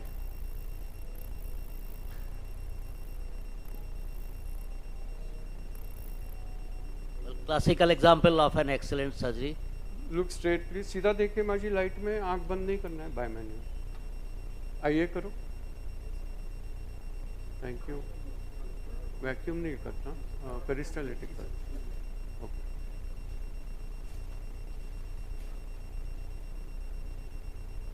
So that completes our phaco. Now we'll do a bimanual IA.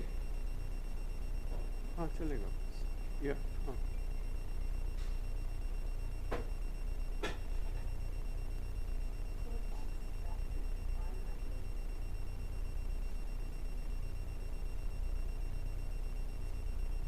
So now we are going ahead and doing the bimanual IA.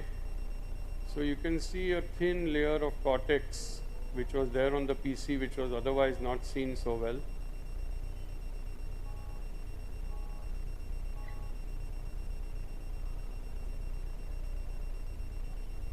सीधा देखिए माँ जी, light में आपको देखना है. हीलॉन ले लेना, Wiskott नहीं देना अभी. Kumar, you normally prefer bimanual only? I know I have the coaxial straight also. I'm used to both.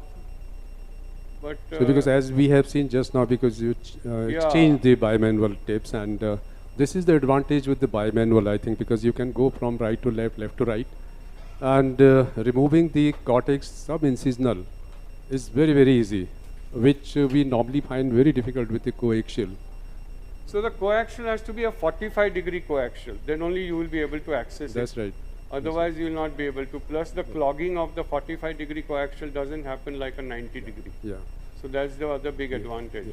Kumar, I saw one step, like before taking out the last fragment of the nucleus. Yeah. You took out your second device, second Yes. instrument. So why did you do that? So that actually prevents chamber collapse. That is one. So there's a leak from the other end, stops completely. So your chamber remains more stable. And another thing, that instrument then is not necessary. So okay. So this happens actually because if you have a sharp chopper, but if you have a blunt chopper, then the second instrument can be used to protect the posterior capsule while taking out the last fragment, because the taking out the last fragment of the nucleus is very, very important. This is the stage when you can hit the posterior capsule, because you do not have any support there then. So Kumar has done very beautiful steps, shown that sharp choppers should be taken out before you take out the last fragment. So now that completes our case. The lens is already loaded. So it's a Lucidis IOL. Could you tell us about this lens something, Kumar, like how many lenses? Because it's already loaded and given to me. So I can't demonstrate that. All but right. I'm going to do a technique. Now I'm going with bevel down. Just watch this, okay? And we are going to start injecting the lens. As you can see, the lens it is coming out. 10.8 millimeter lens. Yeah, so this is a EDOF lens. So you can see at some stage you may need to turn your hand a bit to make sure that the lens continues to open straight. So now it is opening straight. And now there are various techniques of putting this trailing haptic into the bag. And sometimes I just do this technique of just using the iris repositor. And sometimes you can dial it in. So it all depends on what you want to do. Since T dena, mera T hai. So as mentioned earlier, that I got a little small rexis. So in such a scenario, T. This other side is T. नहीं ये chopper है. और एक instrument है. T जैसा. Dr. Kumar, one thing is important. Once we are putting the Lucidis lens, the center 1 millimeter is the aspheric and the peripheral is refractive. Yes. So center 1 millimeter should not be touched, because this is one area where it's going to give the good distant, intermediate and the near vision. Correct. Isn't it? Perfect. So what your experience regarding once you are putting the multifocal lenses, and you are now we have shifted recently toward this EDOF lenses. So this photopsia like phenomena, they are lesser with the EDOF lenses as compared to the multifocal lenses, isn't it? Yes. And Even the starry burst and the difficulty in the contrast vision, correct, glare, there is less with the EDOF lenses. Correct. And I have very few experience, about say 5-6 patients only. But what I found, the literature mentioned that it doesn't correct the near vision very well. But fortunately, these patients, they did very well, and distant, intermediate, as well as the near vision is also very good. So most of the patients, they got 6/9, 6/6, though they are I operated one eye only. But I think Dr. Tiwari can tell us better. Once you put these EDOF lenses in both eye, the distance, intermediate, and near vision are very good, very excellent. Well, that's right, Dr. Harsh. Near, intermediate, and distance vision are very good. But you should use extra light source to have good near vision and intermediate vision. So that puts the lens in the bag.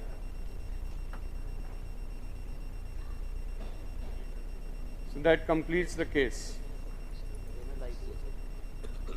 I would like to thank everybody at this center, phenomenal organization, fantastic setup. Gaurav is a dear, dear friend of mine. Kumar, completely, fully well-equipped setup. Kumar? Yes. I just saw, like, while positioning the IOL, yes, there was some difficulty. What could have been the reason in this small particular? rexes. And about the IOL? Because it's a plate haptic and it's a smaller Yeah. rexis, so this can happen. So it's a because what happens, because when you are tackling with the plate haptic, Yes. your rexis has to be a little larger. Correct. That is very, very important, because Yes. these plate haptics is very difficult to push in the trailing haptic Yes, actually. yes, yes, yes, And many times what I have seen, because I've been using these plate haptic multifocal, trifocal IOLs, so many times you have to give a nick on the towards the trailing haptic. Correct. On the capsule, then you can push it into Perfect. the capsular valve easily. But it was positioned very well, finally. Finally got it in. Thank you very much. Very good surgery, Kumar. Thank Excellent, you. as Just doing usual. this Always fantastic. wonderful Thank surgery you, to see thank yours. you. Yeah. Thank you very much. Dr. Kumar, may I know how many cases you have used so far? I've done, I think, 350 lucidus till now. And how many myopes, high hypermetropes? Yeah, all are there. We have the full range and the full variety. Have you also done clear lens section? Yes, yes, yes. And works quite well.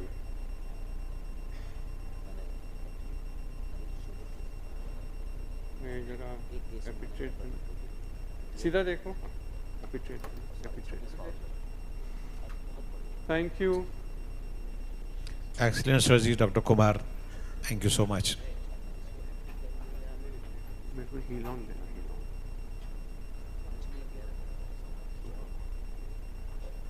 इधर से निकल गया Reena.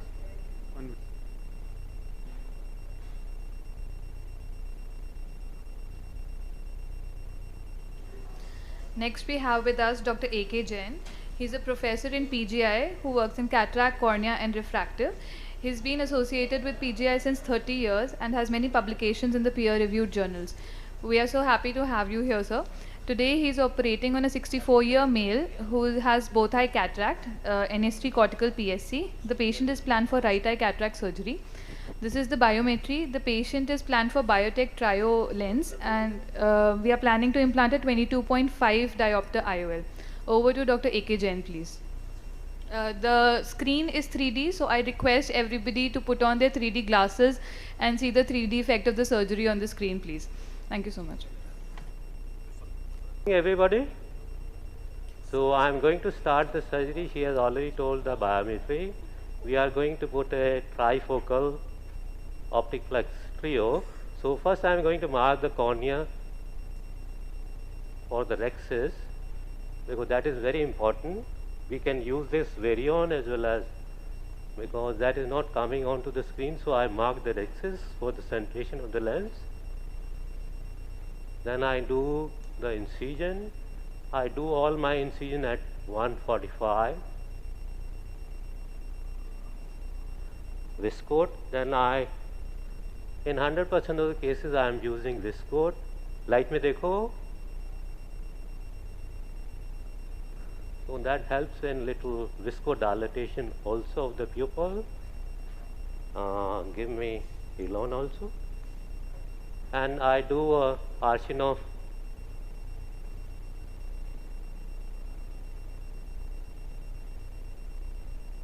beneath this you inject so that the viscose is pushed against the endothelium, which protects the endothelium throughout the surgery. Side port, side port. So I use bimanual, so I'll give 2 side port incision.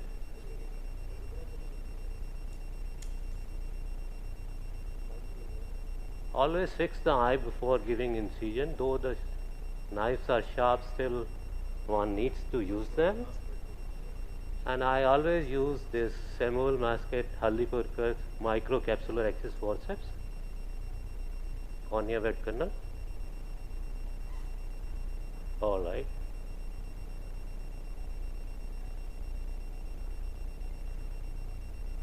Because the control is much better, you can leave it at every quadrant, follow the impression on the cornea of the rexus marking so that your rexus is central.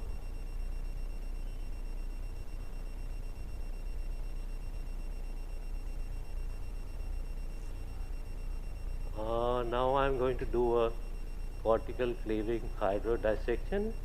Release the rexus flap, make a space for hydrodissection.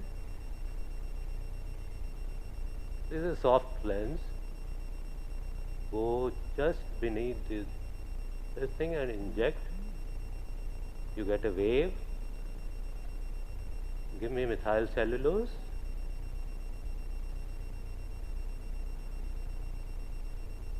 So I inject again little bit of methyl cellulose, because while starting phaco, you have to make a water pocket on the surface of the nucleus chopper. Light में देखते रहो.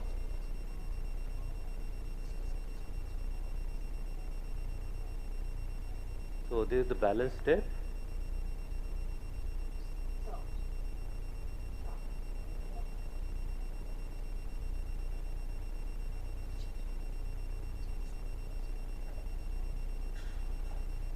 This is the blunt instrument I use, the Drishti Eye, and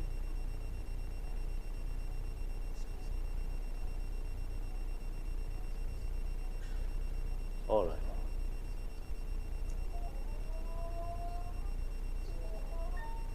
So make sure you aspirate a little bit of.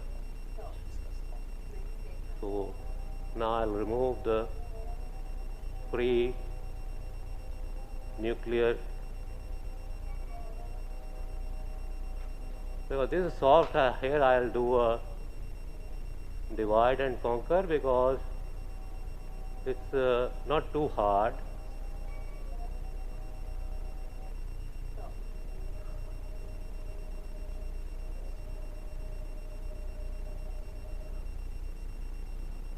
Can you increase the power? Yeah. So the power was little low. How much it is? Okay.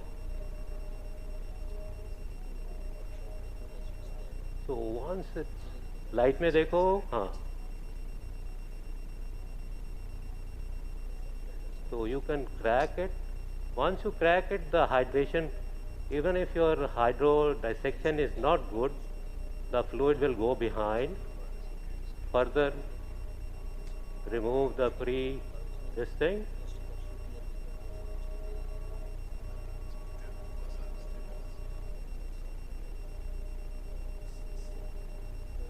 So you can crack easily.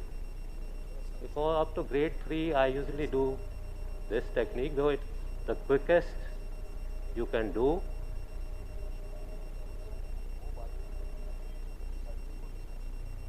Light में देखो.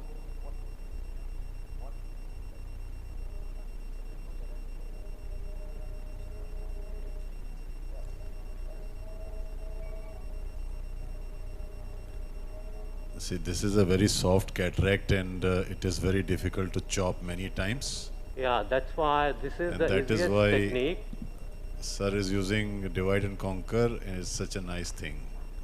And I think So once you are divided, it's much easier to take it out and keep your second instrument in front so that the pieces don't hit on the endothelium. Though we have used viscoat.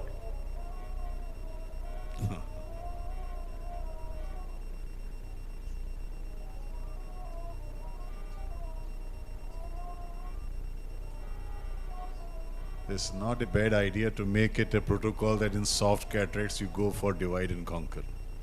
So we have devised the method also for soft lenses. Not, this is a little grade 1 to 2, it's not that soft. It's much difficult to handle a grade 1. So in last phase you can take out the second instrument so that the chamber is rock steady. IA bimanual.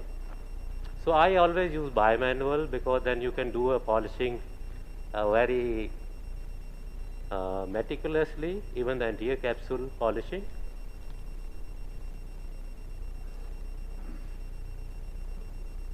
Dr. Tiwari, what is your take on need of posterior capsule polishing? Well, I do posterior capsule polishing with the help of the polisher, but if the posterior capsule is not showing need of posterior capsule polisher, then just by rotating the intraocular lens you can detach the material which is attached to the posterior capsule.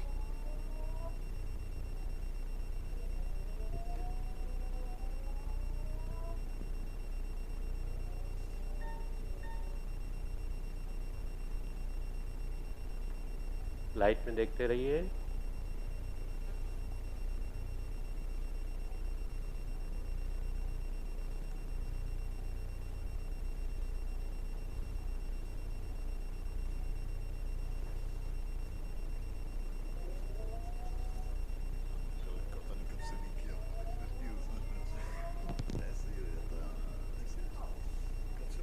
So I am doing the polishing now of the anterior capsule.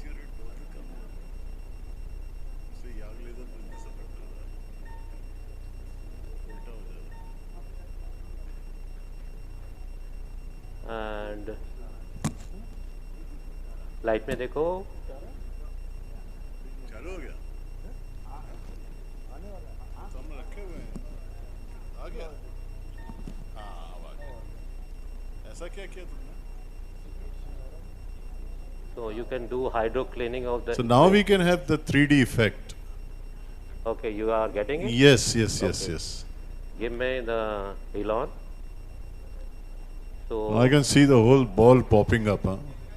So Bahubali types, no? this is 1.4% Helon. Inflate the bag well. You see the ball is popping up. Yeah. The lens, okay. Wash करने के लिए दो.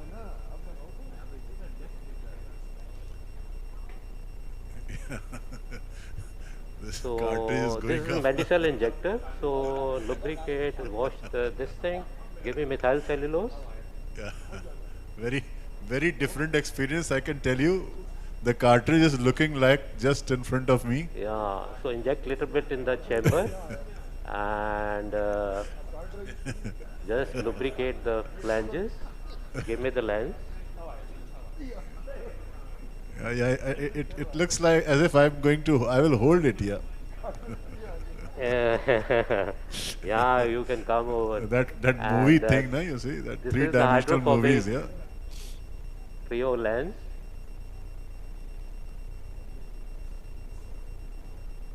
So put it in this same situation, location. Then we have to fold the haptics over the optic.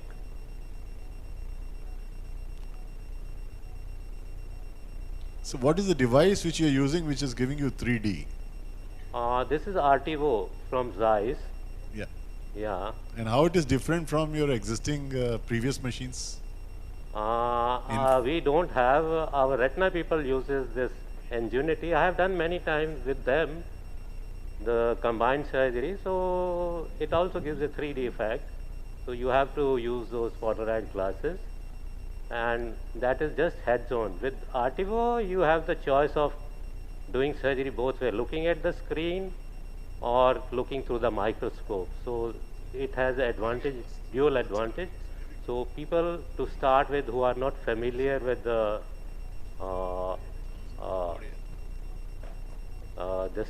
heads-on surgery, they can do through the microscope. You have pusher? कोई नहीं, चलो इससे कर देता. I am used to pusher because then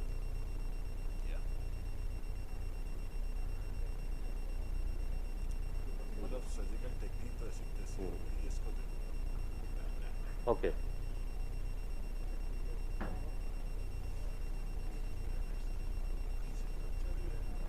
हाँ, Lester तो manipulate करने के लिए है एक. हाँ, ओके. वाई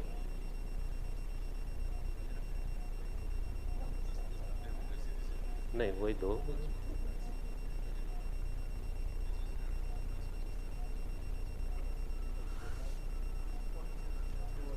नहीं, वो वही दे दो, मैकफर्सन दे दो.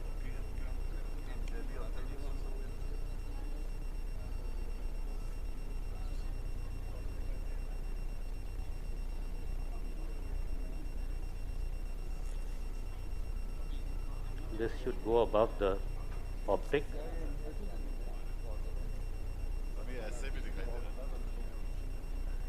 Then one has to close it till the sound of click comes and check it. It should progress anteriorly, bring it into the chamber. Now we are ready with the injection. Give me the Lester. Light में देखिए.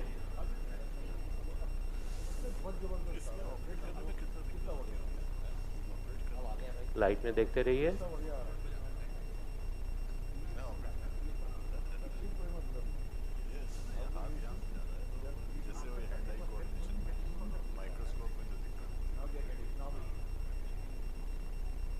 चलाइए नहीं.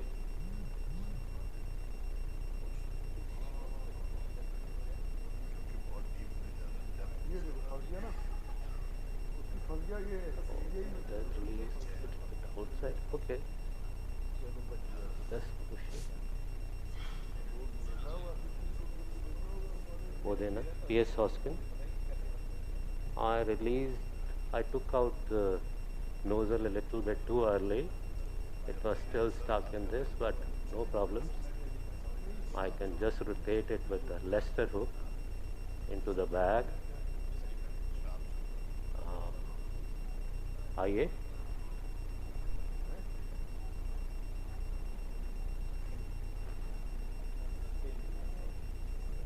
Light में देखिए. The main advantage of this lens is there is a high distribution of light energy for intermediate and near. Almost 27% of energy is distributed for intermediate and near vision.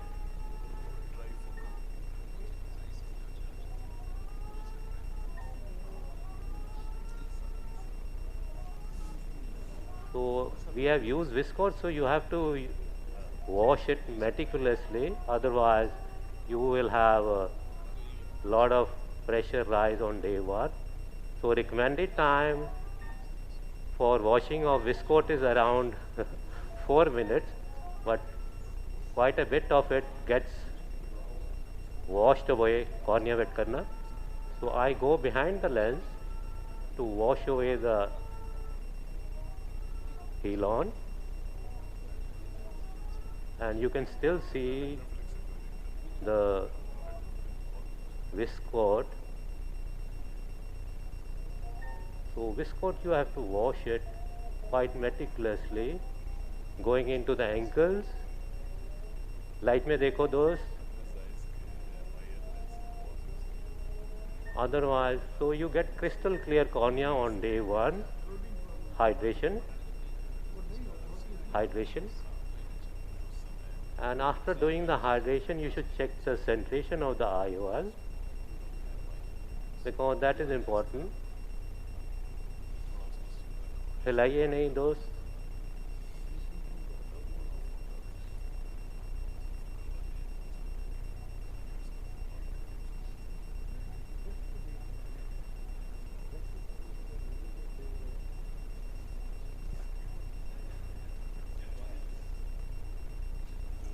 मेरोसेल है एक, but they दो.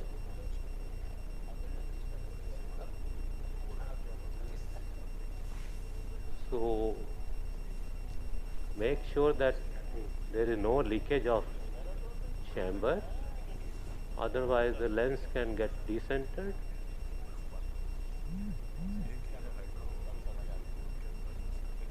So okay, the chamber is watertight. Make sure that there is no leakage. And Ram Prasad ji जरा आप left वाली light पे देखो, दो लाइटें दिख रही है ना, लेफ्ट वाली पे देखो, राइट वाली पे देखो, राइट वाली पे दो है ना, दो light. If we are operating right eye, see with the right ocular right eye and tell him to look at the left light. खब्बी वाली लाइट पे देखो, दो लाइटें दिख रही हैं. He is not understanding. ना ना ना ना ना ना, दो लाइटें दिख रही हैं इसमें, उस पे जो खब्बे हाथ को है लाइट, उस पे he is not understanding. Otherwise he will be able to check. दो लाइटें दिख रही है ना इसमें, हाँ, तो जो खब्बे वाली है लाइट उस पे देखो. हाँ, so you will be able to see overlap of that light. Otherwise you can also detect the tilt and left वाली देखो. He is not understanding. Okay, so that is the end of surgery. Yeah, I like to answer any question if there are any. Excellent surgery done. Thank you. Yeah, you can hear the claps. Drop. Would you like to say something about your lens? What is the advantage of the lens? I put outside. I don't put it inside. Sir, अपने lens के बारे में कुछ बताना चाहेंगे? Would you like to say something about your lens? Yes. Sir, would you like to say something about your lens? What is the advantage of this lens? So, as I told, this is a trifocal lens, and the main advantage, this is a diffractive type of lens, and it has rings, 12 rings only in the central 4.5 millimeter, and the central ring is 1.2. And the main advantage of this lens is the distribution of light. For distance, 45 light energy goes, and for intermediate and near, 27 and 28%, which is the highest in any type of IOL. And the loss of light energy in this lens is just 11% compared to around 18% in the other lenses. And that is the main advantage. And patients see clearly at the ad is around 3.5 and 1.9, which translates into looking clearly between 40 centimeters and almost 1 meter. So these are the advantage, and though glare and halos are there, they are minimal. So any other questions? True, Dr. Jain, beautiful surgery you have done with this. Thank you so much. Trifocal IOL. Dr. Rajendra Prasad? Yes, yes. Yeah. Good morning, good afternoon, I think. Good afternoon. Very, very good surgery, AK. Yeah, thank you so much. As usual, as you used to do in RP Center. That was 40 years ago. Yeah, 40 years ago. So Dr. Jain and myself, we are colleagues. Yeah. We were together in RP Center. Dr. Rajendra was senior to me, almost 2 years. Yeah, just 6 months senior only. Yeah. And beautiful surgery, Jain. Yeah, thank you. Very good. Sir, thank you. And this lens which you have implanted is also one of the, I think, best lens available in trifocals. Yeah. The biggest advantage of this lens is the redistribution of the light. Yes. So as you said, the light loss is very, very less with this lens. You do not get the problem of the contrast loss. Yes. There is a redistribution, like the light which is lost during the change of these zones, these lights are again redistributed. So you get a good contrast, very good contrast. Hello. And the result is really good. Yeah. Hello. We are live from the other OT. Who's there? I fully agree with you. Dr. Reena Chaudhary is going to operate. She's planning to do a trabeculectomy and she's all set. So I'll pass on the mic first for the introduction of the case Dr. Surgery is going to be on trabeculectomy with mitomycin C by Dr. Reena Chowdhury. She is Director of Glaucoma Services at UttaraEyecon Hospital and PG Institute, Noida, and has been working in the field of glaucoma and cataract since last 20 years.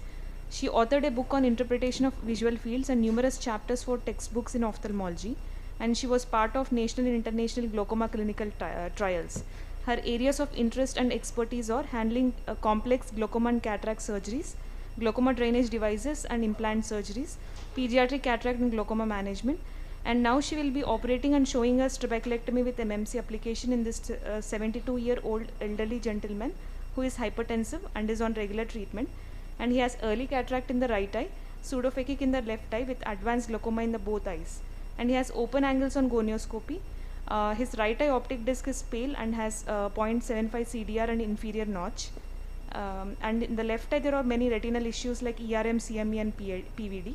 Presently IOP is under control in the right eye with multiple AGMs like Netalo, Simbrinza and Lacomati eye drops. In visual fields, superior hemifield is involved with any early involvement of inferior hemifield in the right eye. And CCT is 463 in the right eye. Over to you, Dr. Reena. Thank you so much. So I'll be demonstrating trabeculectomy with mitomycin C. For the convenience, I've already made the conjunctival flap and I'm using the mitomycin C sponges. Normally I shifted to subconjunctival injection a day before, but here as I'm seeing the patient today itself, I'm going to use the sponges. So you take mitomycin C soaked sponges, 2 or 3 of them, and you place it under the conjunctiva, making sure that you have a broad area of mitomycin C contact, and try and keep the conjunctival edge away from it. I'll just center the eye. Just make sure that you pushed it back and keep the conjunctival edge away from the sponges. Timing dekh lena beta. So I'm going to leave it for about 60 this will be seconds. 2D OT, so you can remove your glasses. So it's an open angle eye, phakic patient. So usually what we do now is I give a 0.1 ml of mitomycin C a day before in the superior fornix, and then just spread it over with your massage above the lid, and then next day take up the patient for surgery. But here I'm still using the sponges, which works equally well. But you have a better bleb formation and wound modulation with the subconjunctival injection pre-op. Kitne second ho gaye beta? Okay. So we are 30 seconds into the mitomycin C application, and I'm going to wait another 30 seconds before I take it off. For the conjunctival flap, the importance is that you make sure the tenons is also dissected well, and you don't create a buttonhole, and just an adequate amount of conjunctival flap is enough. You don't need to make a very large one. Are we good with the time? Okay, so we have 5 more seconds to go. Okay, so remove the sponges, but make sure that you count and remove as many as you put. I put 3 of them, 2 are out, and I'm going to remove the third one as well. Make sure that you wash it.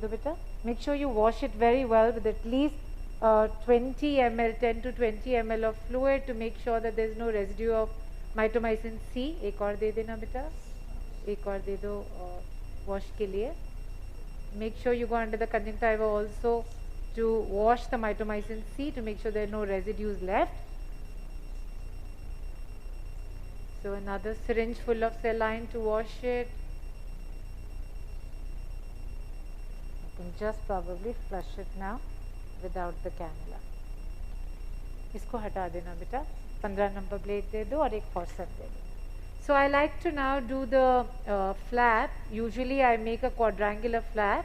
Only in situations where there's a lot of subconjunctival scarring or other issues, I might do a triangular flap. Wash कर देना बेटा.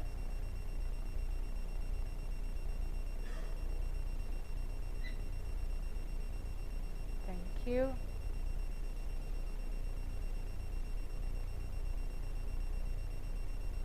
I hope I'm centered.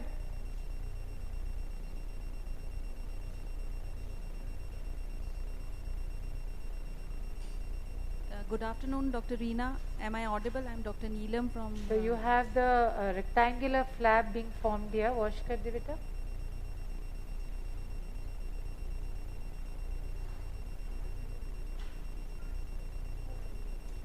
So just make sure that you are in uniplanar, one plane of dissection. Go up to the blue zone of the trabecular meshwork and then just stop short so that you don't extend the edges of this flap anteriorly. Crescent dena. And now I'm going to move to the crescent to try and just extend this tunnel into the clear cornea. So just a little bit into the clear cornea and you're done. Side port. I'm going to make the side port for me to be able to maintain the chamber during the procedure. A small side port. And now I'm going to use the keratome to enter. Keratome. उसके बाद punch चाहिए होगा. Wash कर देना बेटा. Make sure that when you're entering the keratome, you go up to the clear corneal incision you made and then enter, because your punch will start cutting from there. Plain forceps दे देना मुझे. Plain forceps.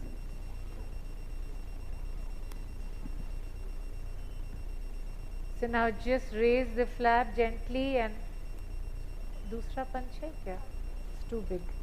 एक और punch होगा इधर बेटा.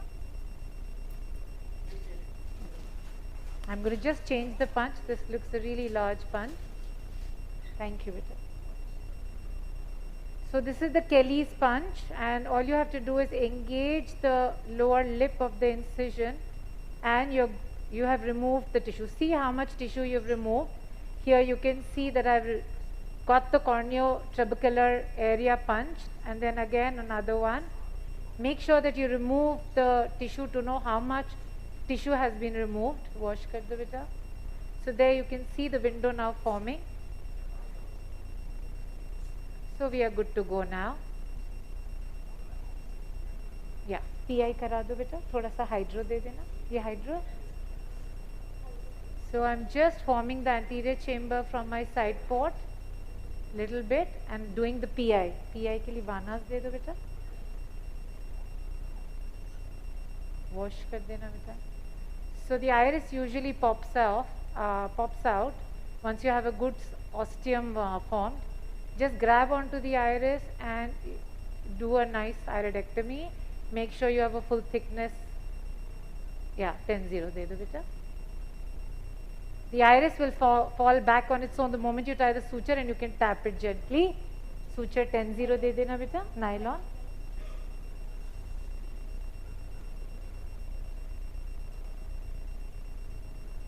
बेटा hydro दे देंगे मुझे और 10-0 दे देना. You can also pre-place the sutures in high-risk cases and all. Thank you.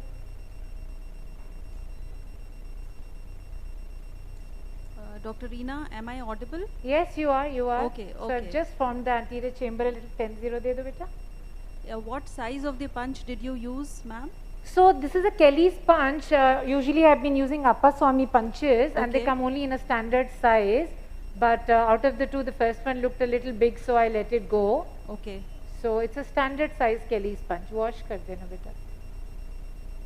So I put 2 non-releasable at the 2 apexes and then 1 or 2 central releasables depending upon the filtration that I want to achieve. Thoda hydro de dena beta or suture time. I can also put an air bubble at this stage to maintain the chamber a little better if required. I am still not putting it because I want to make sure that I get to see the PI. Suture time de dena. Next person. So, did you use pilocarpine before? No, it's just that you do not dilate the patient, and then you don't really need any intraocular medication. So make sure that these sutures that you tie only just oppose your flap, and they're neither too tight nor too loose. You can do suturolysis of these non-releasable ones as well in the post-operative period. Suture needle holder. And the releasables also help you modulate your filtration post-operatively. Beta wash kar denge flap area ko. So I'm going to just put the second non-releasable here.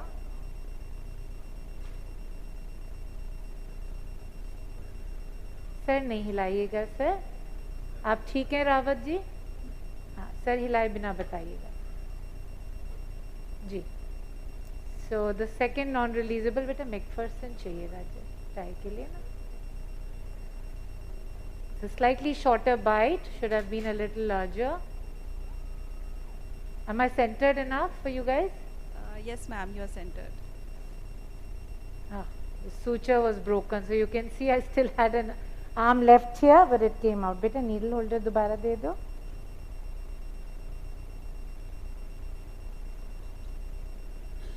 The important thing to remember when you create the ostium is that make sure the ostium's edge does not go up to the edge of the scleral flap to avoid overfiltration in the post-operative period.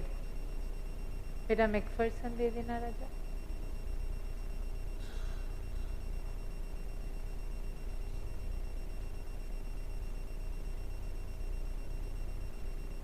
थोड़ा सा wash कर दो बेटा.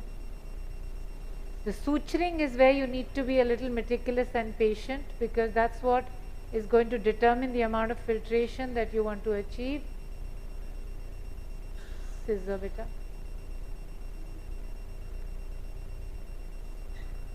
Needle holder. So I've done my two non-releasable sutures, and I'm going to put a releasable. What you can do for the releasable is to not have irritation for the patient, run it along the corneal limbus, the first bite, because you can just trim it off and it gets buried inside there, and then you can enter from the peripheral cornea and go towards the scleral flap to create a releasable. This way the loose end is not there irritating the patient. So here I'm going to enter from here, come out of my scleral flap,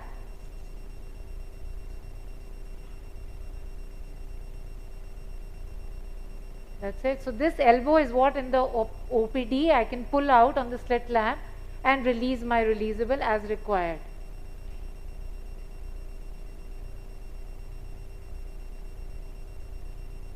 So here I've taken the bite, just pull it up. Beta McPherson de dena Raja. So here I have the loop on the scleral flap and on the peripheral cornea. So I'm going to make it short here and tie my 3 to 4 throws for the releasable. Yeah, there you go. Now I'm going to titrate the filtration. Hydro dena beta. And make sure that we are happy with the amount of filtration I have and the pressure that the eye is. Vexil de dena beta.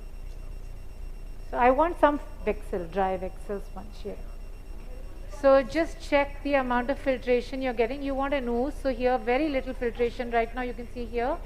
So what I'm going to do is release the releasable a little to get a little more flow and be satisfied. Thoda sa hydro aur dena. This is very important.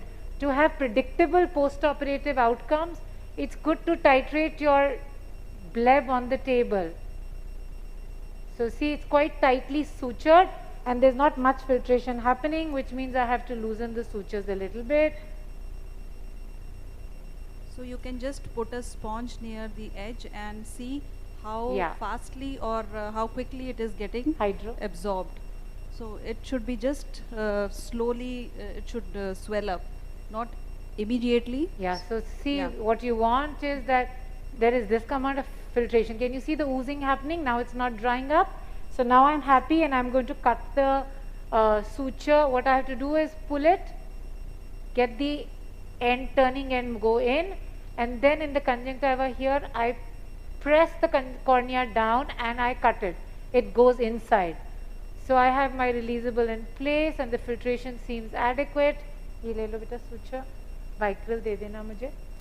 And I'll try and bury these knots into the sclera.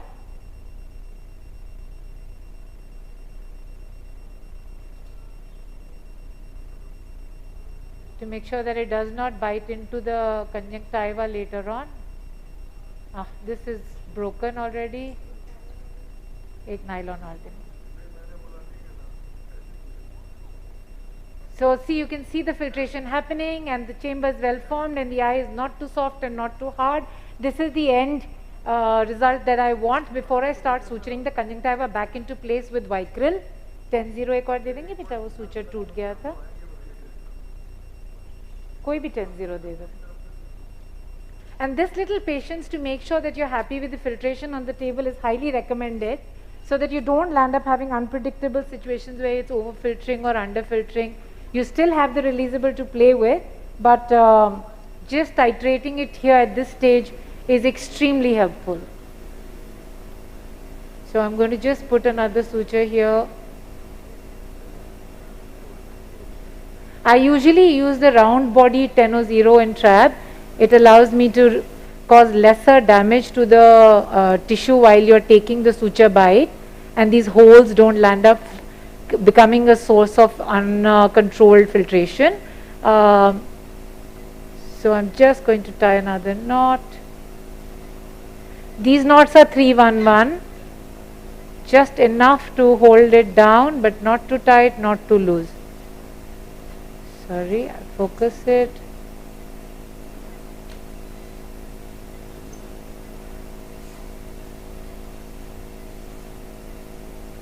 दे दो बेटा scissor. Okay. ये लो, white quill दे देना.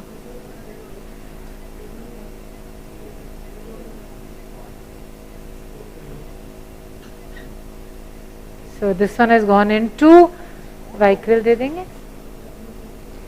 So I'm going to just put my conjunctiva back in place, and conjunctival suturing is extremely important because you don't want any leakage.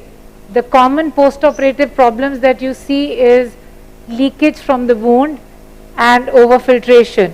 So if you're just meticulous in closure of your conjunctival flap, then unlike it that you'll see any leakage, and you can also verify that on the table. So I take the bite and then I do a little running here to make sure that I have the entire conjunctival perimetry attached to my peripheral cornea. So I've taken multiple bites here. Beta suture tying de do McPherson. Okay. So here again you can just make sure that conjunctiva sits nicely opposed. So ma'am, you just took the conjunctiva, not the episcleral tissue? And No, the first bite, the first bite you took was actually your peripheral cornea along with episcleral tissue. Otherwise it's not going to hold down, right? So you're not tying the conjunctiva to conjunctiva, but to the underlying superficial cornea and the episcleral tissue. So I'm going to put two wing sutures and then the mattress. So see, this is the corneal episcleral tissue bite that I took on the other side as well. It's a longish one, so that it allows you to make the conjunctiva bound down nicely, so you will not have any leakages.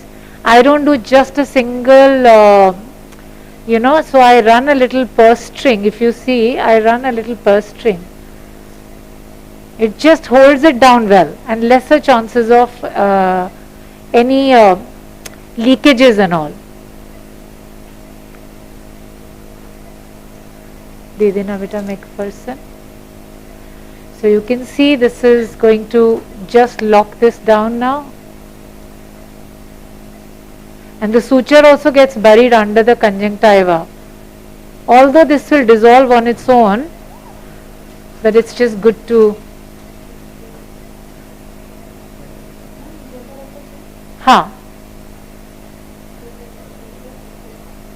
और एक वाइगा drop ऐसे ऊपर डाल देंगे at the end. So I've done both the sutures on the sides and one mattress in the center, one or two depending upon how well it's holding, and I'm done. And at the end we'll check the filtration once again.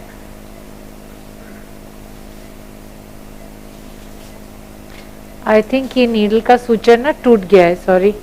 एक और वाइक्रिल देना पड़ेगा आपको, या टेनो nylon या वाइक्रिल दे दो अगर है तो. So you can see the releasable is visible, and this is the bent elbow that I'm going to pull out and release the releasable if I have to.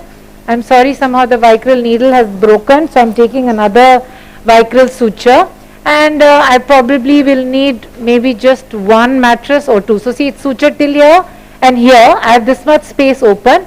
I might put one or two mattresses here to make sure that the conjunctiva is nicely connected to the superficial cornea. Which number vicryl and needle are you using? This is 10 monofilament. Okay. So it's a very fine suture. The problem with A2 is that it's quick to close, but it causes a lot of inflammation. So I have given up on using A2 Vicryl. I use either Tenno nylon even for this step, or so see, you use a peripheral corneal bite and then just get the conjunctiva, peripheral conjunctiva into the bite, and then go back and then just suture it down like a mattress suture. Yeah. So here I'm going to go down.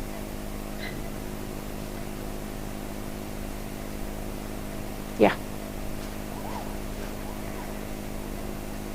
It's very fine to see, so sometimes while suturing, it's you have to be a little careful.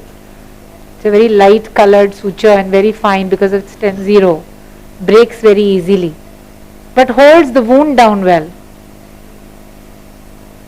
So again, the suture bite will go under the conjunctiva, so it's not going to irritate the patient much. Even if you leave it out, it softens up quickly, so there is no problem. You don't have to remove these sutures, only the releasable. Even if you don't want to release the releasable, you can just leave it like that. Otherwise, by the end of glass appointment, you can try and fix that.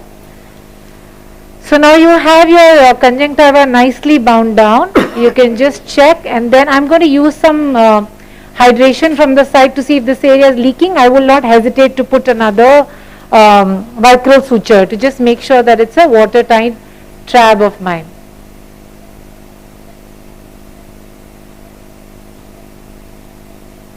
Flat cannula head.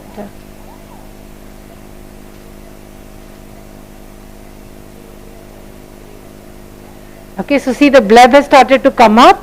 Vexel de do bas. Vexel de do, Vexel sponge. And just see that this is holding well and there is no leakage. So your trab is done. Is nicely bound. And yeah. So you see that the eye is. Yeah. So this is what I want at the end. I want the bleb to filter well, the wound to be dry, and the side port is dry too, and then you can just give a subconjunctival injection and you're good. So the surgery is over. Thank you, Dr. Veena, for a wonderful description of steps of a very important standard surgery, which is trabeculectomy. So did you use a superior rectus? No, I'll just... You don't? No. Okay. So I'll show you how I managed to do it without that. If you look at this speculum, the upper arm is short and the lower one is large. It's called the Yamabashi speculum.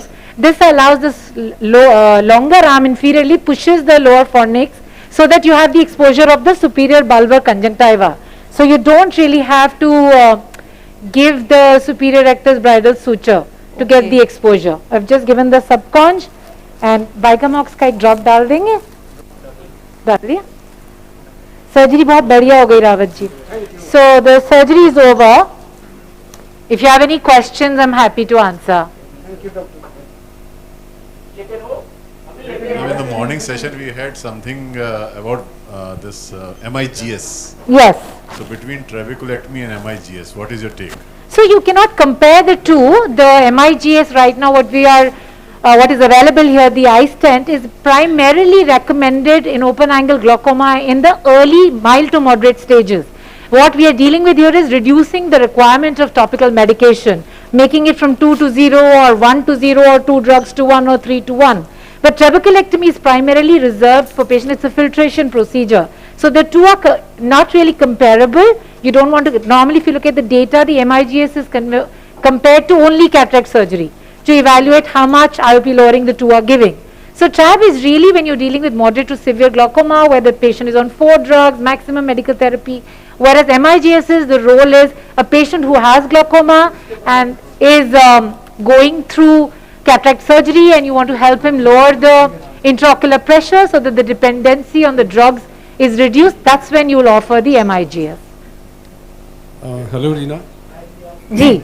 In terms of failure, trabeculectomy versus MIG. So what do you think, like how do you put it, this factor? Because we have seen a lot of traps failing and we do not have much experience with the MIG, at least in India now we do not have much literature on this. So what do you think, like the failure rate of TRAB versus MIG? So trabeculectomy failure rate now is becoming less and less because the TRAB is being modified more and more, and it still stands as a gold standard. And the long-term 5 to 7 years longevity of TRAB is now seen in almost 85 to 90% of the patients who are not the high-risk type.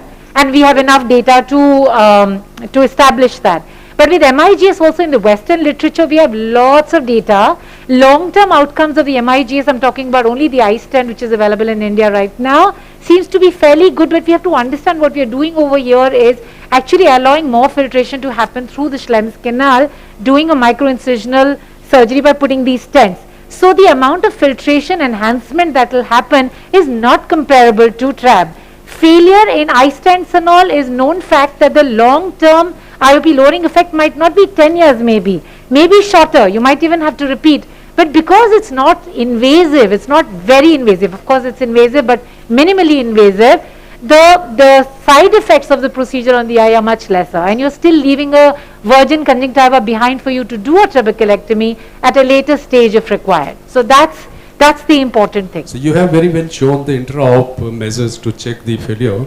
What do you do post-op workup to check the failure in trabeculectomy? I think that's a brilliant question. Half the battle in maintaining a good bleb post-operatively in a patient is managing the post-operative period well, because you can have wound leaks, you can have overfiltration, underfiltration. So if the bleb is not functioning well, it's easier to fix. You can release your releasables, you can do the suturolysis using your laser and Hoskins lens.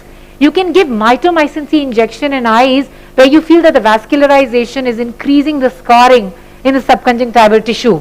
That also helps reduces. Massage in the post-operative period. Tomorrow in my video on saving the bleb, I'll be showing some of these tricks and tips to try and salvage your bleb.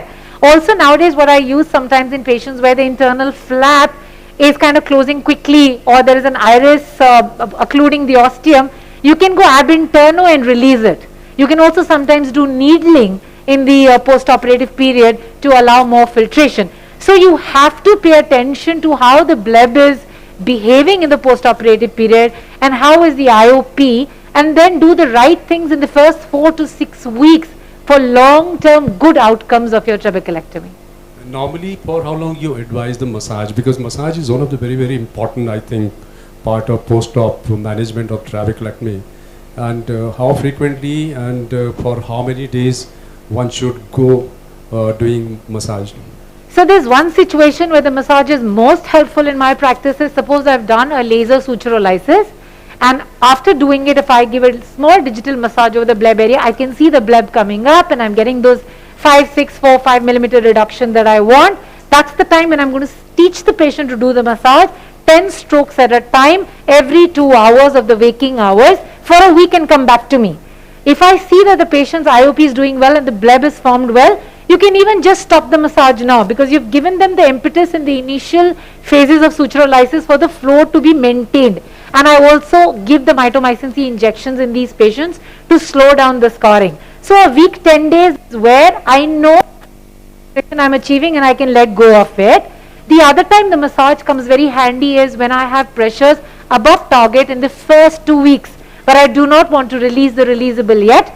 I tend to do the massage myself on the clinic to see if I'm able to express more fluid. That time I tell them to do the massage from the inferior bulbar sclera, and only 4 times a day, 5 times compression. But these are all very subjective things. You can try and make a formula for your own self, but massage long term I think has no meaning. It's only temporarily when you're trying to work on the bleb, because after 6 weeks enough scarring will happen and your wound modulation will not take place with massage. So whatever you do, it's the window of 4 to 6 weeks when all these things will work. Madam, when you like to do the bleb revision? Sorry? Revision. Bleb revision. Now bleb revision is a very vast, shall I say, title. So in bleb revision there are 2 things. Once when you have over-filtering blebs which are not responding to your medical management, like patching, giving aqueous suppression, forming the anterior chamber with air or sodium hyaluronate. In those situations sometimes Rarely, but sometimes unfortunately, you have to open the conjunctiva and put another suture onto the scleral flap. So that's one revision you might have to do. The other bleb revision sometimes is, which again I'll show you tomorrow in my video, is sometimes you have a buttonhole that would not heal with patching. It's not the edge which was not stitched properly, it's the buttonhole. And in that scenario, sometimes you have to go and do a purse string suture around that buttonhole to get it sealed. That's again, whether you call it a revision or a resuturing, you might have to do. Beyond that, one more technique that I use sometimes in the early post-operative period is I have a special flat cannula that you can put into the eye from the peripheral cornea under sodium hyaluronate, or put to the bleb side, which means at about 6 o'clock, and go towards the ostium. You can even use a gonioscope intraoperative if you like, and go through the ostium under the scleral flap and lift it to break the adhesions between the scleral flaps. That is something that I've started doing lately and works well in some patients where you've not achieved a decent filtration.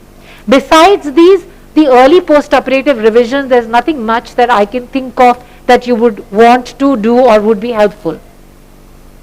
Ma'am, advantage of injecting mitomycin 1 day prior in your patients? Yeah, so I think it is a conjunctival edge and all that you've made secure, and it's a more diffuse injection given, which gives you a better wound modulation and lesser mitomycin C related complications. So where do you exactly inject? So what you do is you put paracaine in the patient's eye 1 day before. What I do is usually at the end of my OPD, preparing for the next day OT, all my trabs, I call them in the OPD at 5 o'clock. Put paracaine, tell them to look down, get your 0.5 ml, 0.1 ml MMC of 0.2% ready, and give it like a subconj, actually subtenons injection, make a blister as far as possible from the limbus and the superior fornix. After giving that 0.1 ml, you withdraw the needle. If there's any outflow, you can wash it with sterile water, and then using your lid, your finger over the upper lid, just massage it towards the limbus, so that you've made the mitomycin C spread all over, and just leave them alone.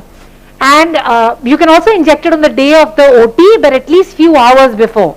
If you want, if you can't do it a day earlier, you can give it early morning on the OT day, and then after 5-6 hours maybe take them up. But I find the conjunctiva behaves better if you give it a day before. But that's again a very personal thing, and it's a new thing that I've started doing only in the last 8-9 months. But I think the blebs behave very well and lesser leakages problems. Okay, thank you so much. You're Thank most you for welcome. the wonderful surgery. Thank you. Thank you. Okay, so good afternoon everyone. Now we will be moving ahead with the 3D Life 25 gauge macular hole surgery, which will be performed by Dr. Saurabh Rutla, who is Director of Vitreoretina Services and UVA at Drishti Eye Institute. He has many peer published publications in the international journals, and also has performed various live surgeries internationally and nationally as well.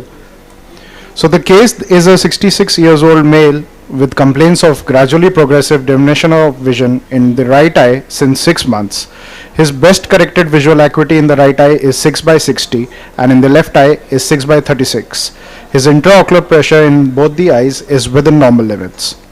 So this is the Optos ultra wide field imaging of both the eyes, showing a macular hole. So on doing the OCT, we can see clearly that this is a stage 3 macular hole, and in OCT angiography also we can see the same effect. So the treatment would be the right eye 25 gauge pars plana vitrectomy with ILM peeling with fluid air exchange, endolaser, and C3F8 gas injection under local anesthesia.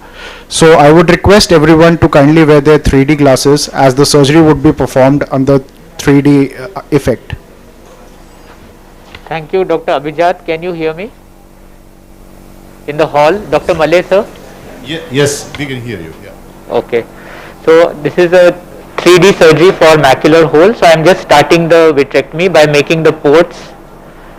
It's a pseudophakic eye, so I will be making them at 3 millimeters.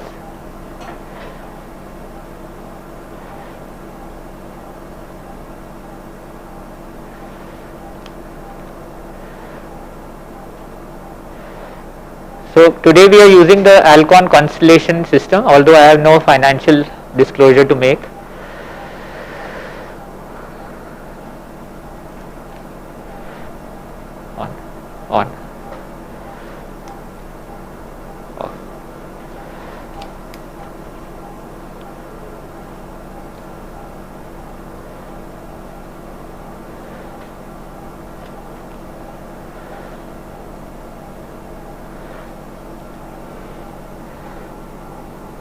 light pipe.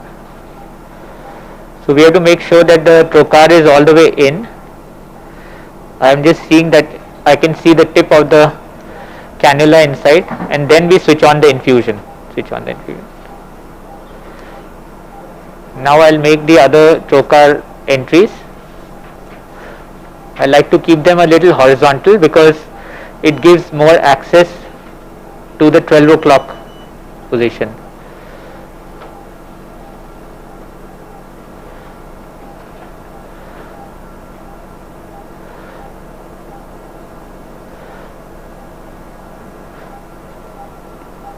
Infusion on 35.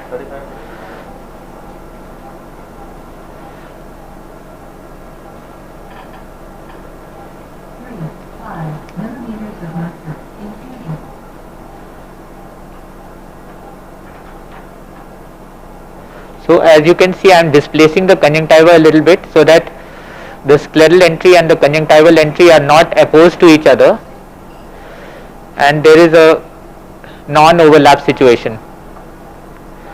That decreases the chances of free communication between the external air and the vitreous cavity.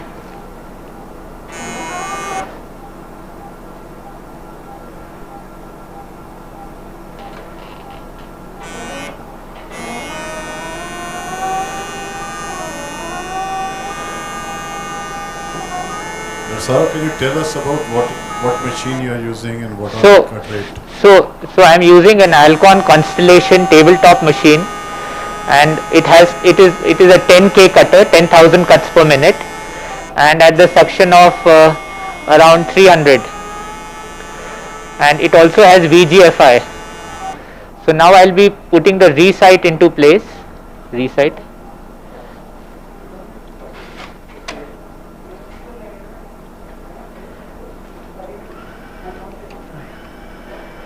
थोड़ा इधर कर दूँ.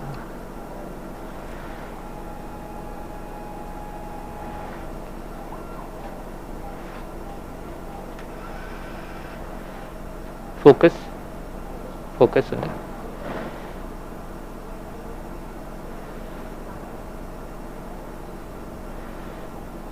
Can we go down on the illumination, please? Light less. 25. Light.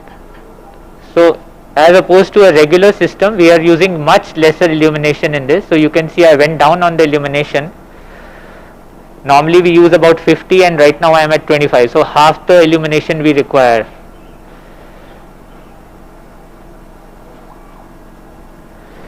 Cornea भी देखने को. Can you go down on the light more? More. Yeah, bas. So now I will just show you the intraop OCT, and I will try to show you the hole on that. Yeah.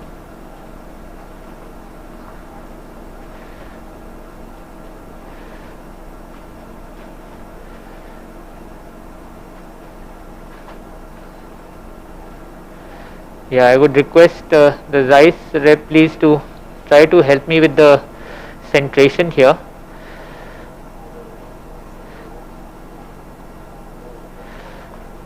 Yeah, we are there. I think this is fairly well centered. I think we need some viscoelastic on the cornea maybe. Yeah, we need some viscoelastic on the cornea. Visco.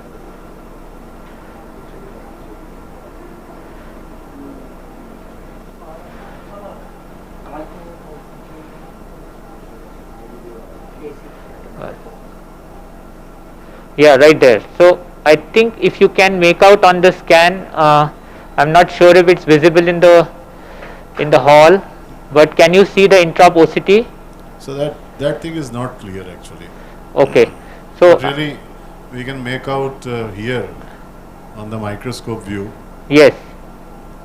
That we can see that. But can you see the OCT overlay there? That thing is not clear.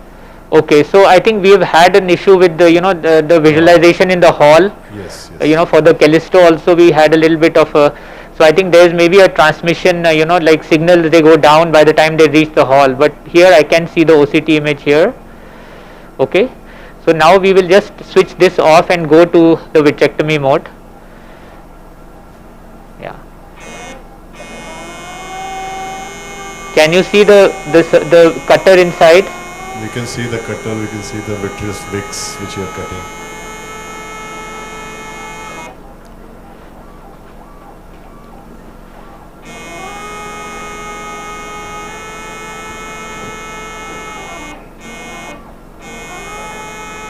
I'm seeing vitrectomy after a long time. Yes, sir. It's really a good experience to see it. So you can, so I'm not using any oculars here. Without using the oculars, I'm, you know, managing to see the vitreous clearly. So that is probably because you have very good viewing system is very good. Yes. So now I will put IVTA here because I want to make sure that I induce the PVD nicely. So this is a phakic eye or aphakic? It's a pseudo-phakic eye, sir.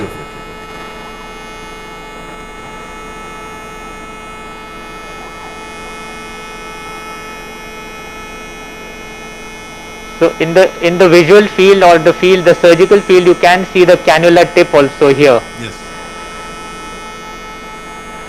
IVTA. So I'll be injecting now preservative-free triamcinolone acetonide to stain the pre-cortical vitreous, pre-retinal cortical vitreous.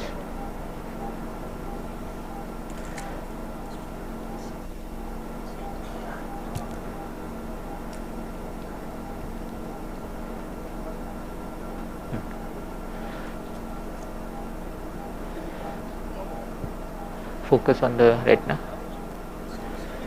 Yeah. So you can see that just a small amount of IVTA is what I'll inject.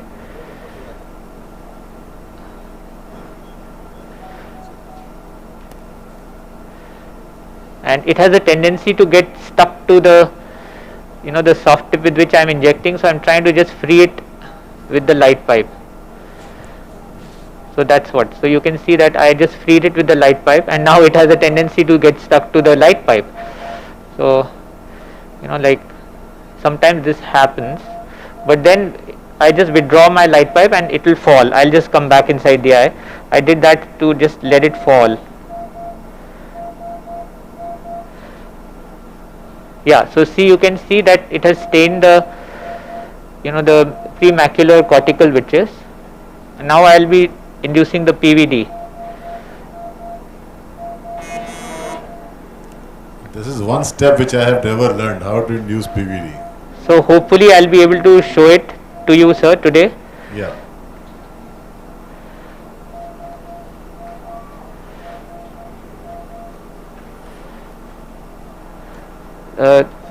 Vacuum 350.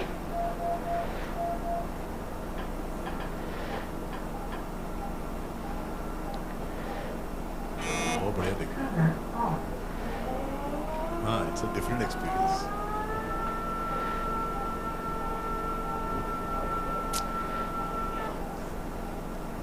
थोड़ा दिन में हम लोग भी vitrectomy करने लगे.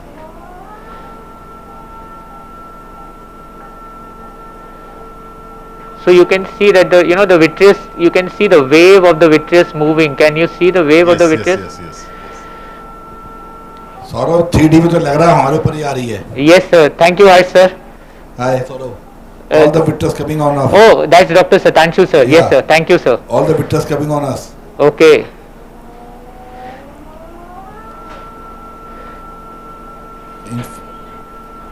Nice, very nicely. So again, you can see the wave of the vitreous as it is getting detached.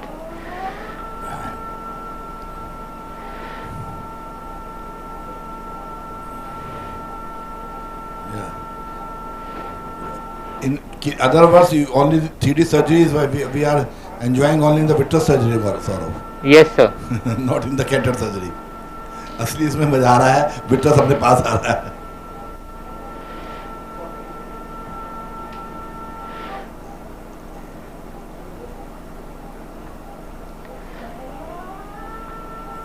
So we have to make sure that the vitreous over the disc and the macula, especially because that is the area of interest, that is separated nicely, because sometimes you can have pockets of vitreoskisis.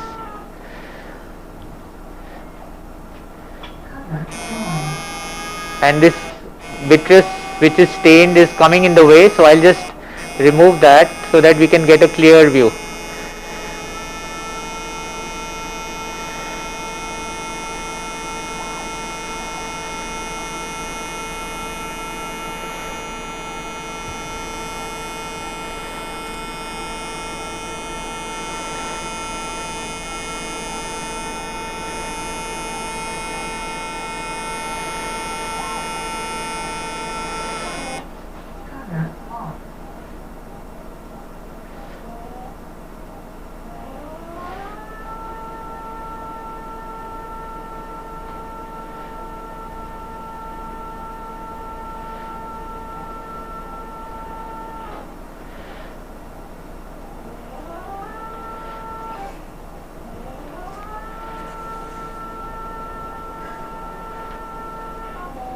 So what do you do when you go near to retina to your suction?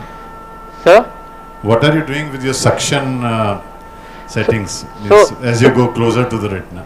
As I go closer to the retina, so I have increased the suction for this step to 350 to 400, because the vitreous in all these cases of macular hole, vitreomacular traction is abnormal, and it has a tendency to have abnormal attachments to the retinal surface, and we need more suction to induce the PVD. So at this point my settings change and I increase the suction to 350 or 400, because I want to make sure that the sheet of vitreous which is attached to the macular hole and to the retinal surface comes off.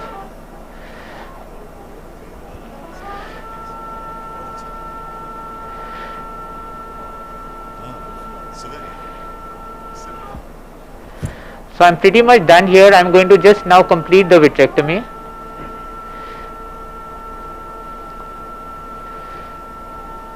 There you can see the layer of vitreous coming off there.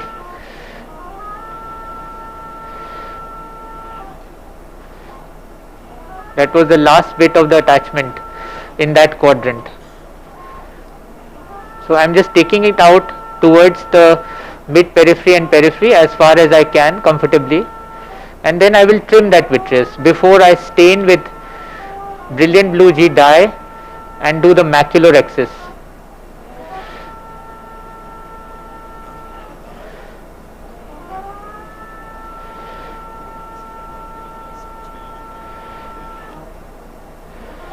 This step is very crucial for the success of the surgery, because until unless you have freed the vitreous attachments, you can't gain access to the retinal surface, the macular surface, for the macular excess.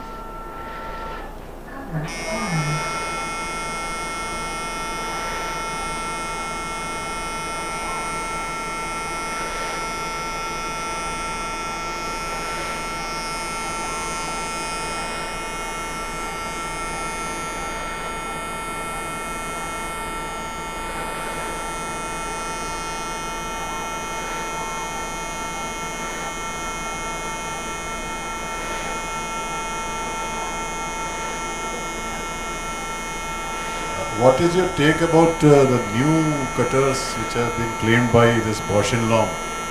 Yeah, so with 90,000 cut or something like yeah, so the thing is that if you're talking about the Vittage, sir, that is the ultrasonic vitrectomy, but it has been in development for the past few years, but unfortunately it has not really kind of replaced the current technology which we have, because it was not really very efficient. So although the cut rate is very high and all that, but it was not efficient enough to replace the current technology. The machine which I am using currently, the Constellation, both the to and fro movements of the cutter are actively driven, compared to the other machines where only the to movement is actively driven and the fro motion is spring. It is with a spring action. It is a passive movement. Compared to that, in Constellation, both the movements are active. So it is a very efficient, like a cutting machine basically. But I use 25 gauge instrumentation and 25 gauge MIBS. It takes a little longer, but it is more controlled. That was the next thing I was going to ask. Yeah, so as I think the surgery becomes slower. Yeah, so it does become a little slower, but the thing is it's very accurate and pinpoint, because they say that the sphere of influence, they have a term which they use, which is called the sphere of influence. So in that there is a very narrow sphere of influence where over which the cutter is acting. Beyond that, it does not transmit the force to adjacent structures, so it's much safer on the adjacent structures, because we want the cutting to happen only at a particular point. We don't want that traction to go towards the vitreous base or towards the periphery. So I will just try to, this gentleman has fair amount of vitreous, so that needs to be cut before I can show you the macular axis. This should not take much more time now. I am just trimming the peripheral cortical vitreous now. I think I am enjoying this surgery too much. I don't know about this. That's fantastic.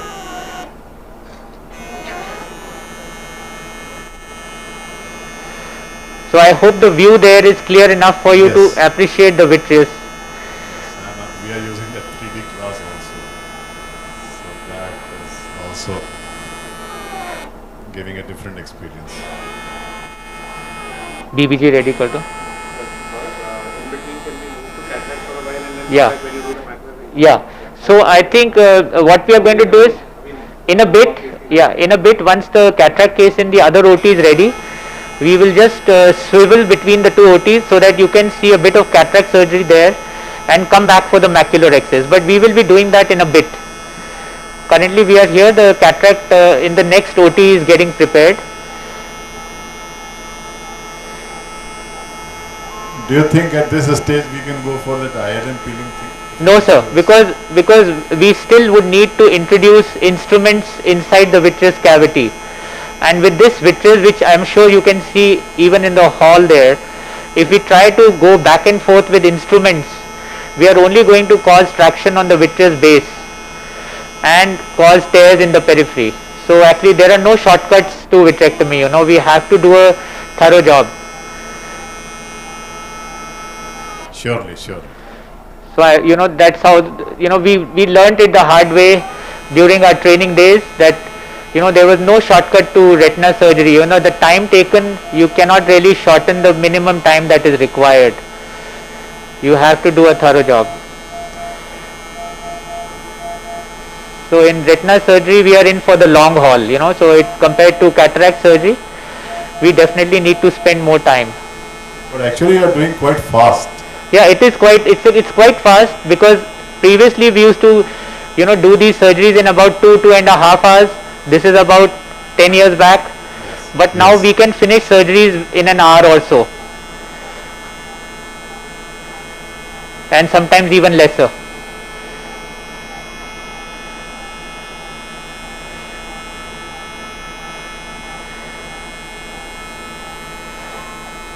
इसको डालेंगे अभी ना BBG के वक्त. BBG ready.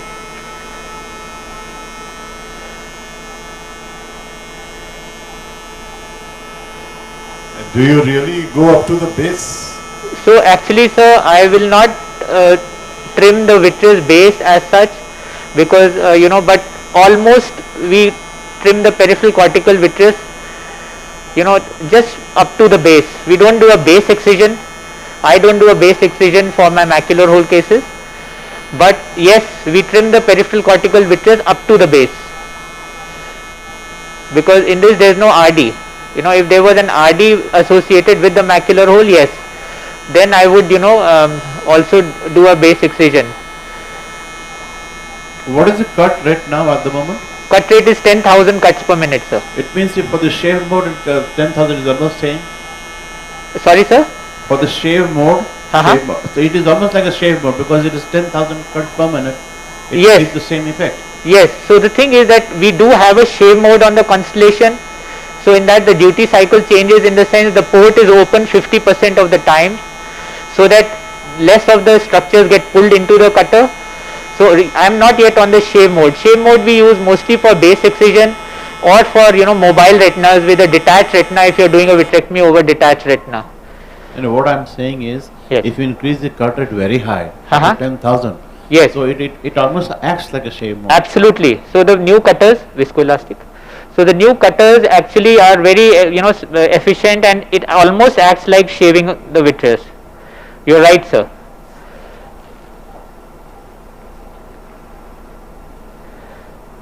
BBG.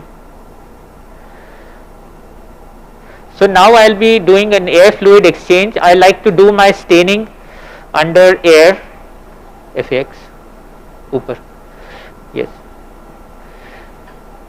Yes.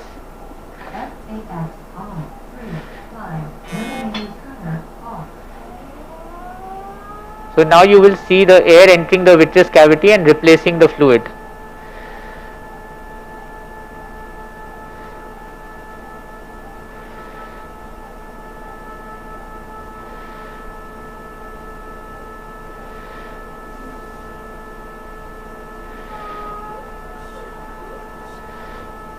Focus.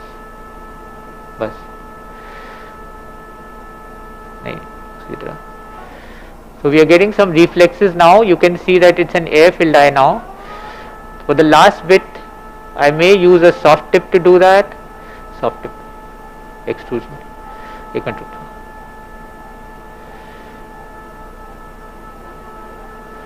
Focus. Other way, yes.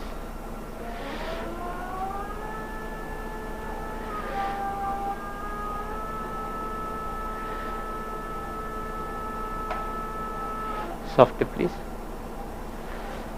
Proportional extrusion. Bold.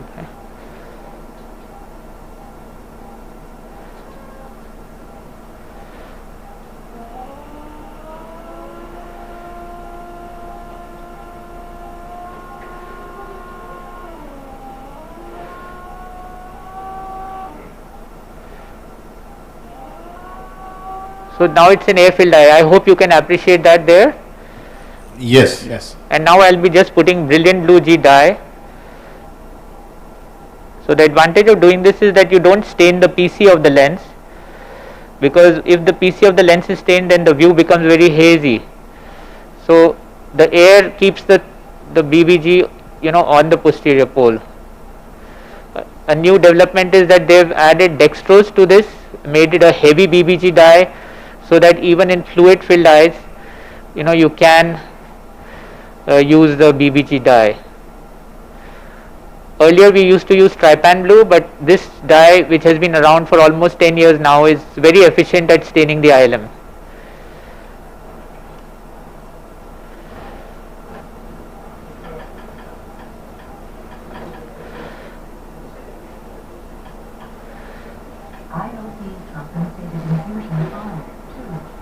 दो minute हो गए?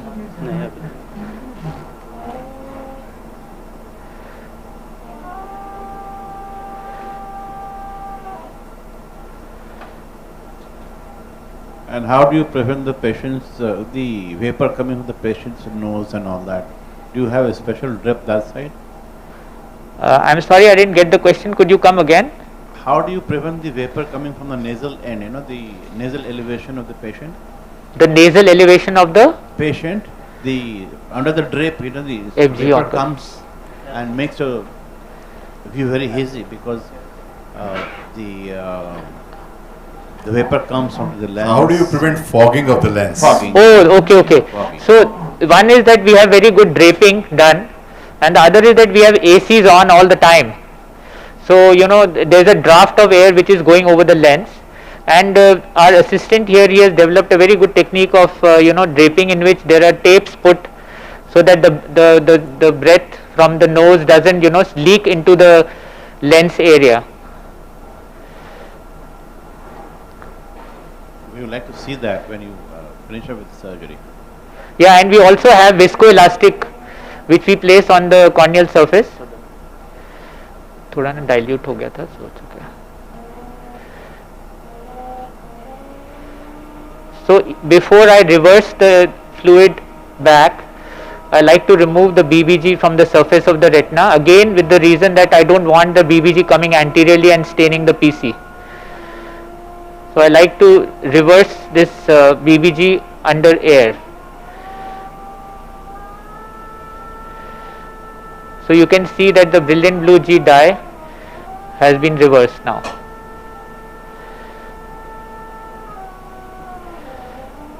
Again it's an air filled eye because I have taken out the BBG initially. Now I'll reverse the air fluid exchange and allow fluid to come in.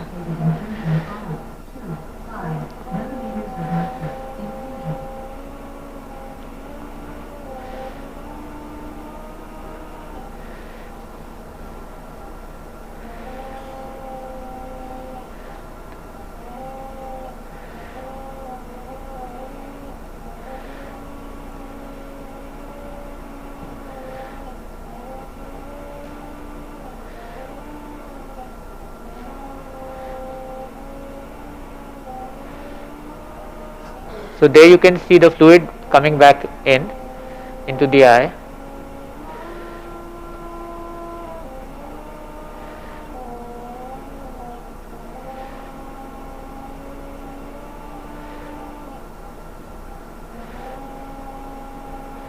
Lens off, resight.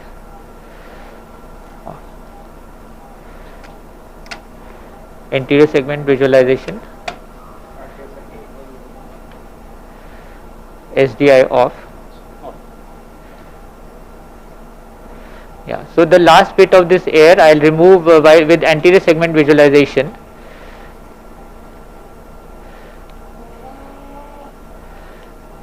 Pressure 30, 35.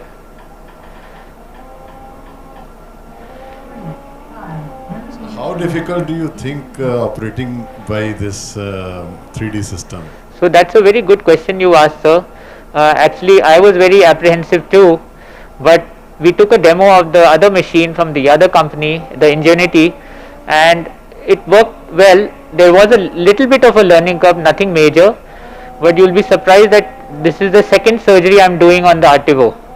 So just last week I did a macular hole on the same machine for the first time, and this is my second surgery. And thankfully I didn't need to go to the oculars for my visualization, and I finished the surgery right from beginning till the end with just 3D visualization. You must be having the same problem of hand-eye coordination which we had when we shifted to microscope. So there is a little bit of a thing there, but I didn't really find it very significant, sir. So I was quite comfortable in doing, switching over, and I didn't feel the need to go to the oculars. So I would say that it was quite easy on that. So, and there is no lag time and all, so I was very comfortable doing it. So you can see I'm just removing the last bit of the air bubbles, which are actually enmeshed in the vitreous right behind the IOL.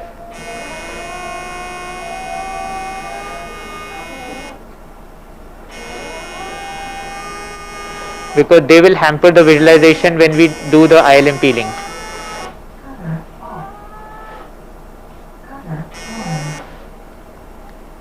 Okay. Finesse. So I'll be using the finesse loop to create an edge in the ILM. Resight, posterior segment visualization.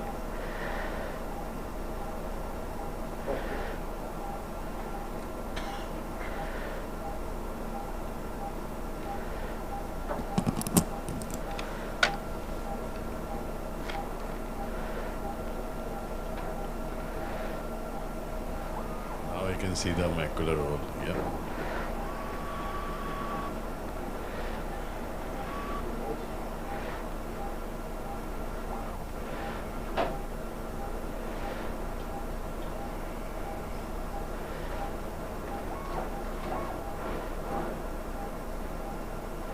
Focus. Visco डाल दें. So you're using this loop. Yes. That's it. That's it.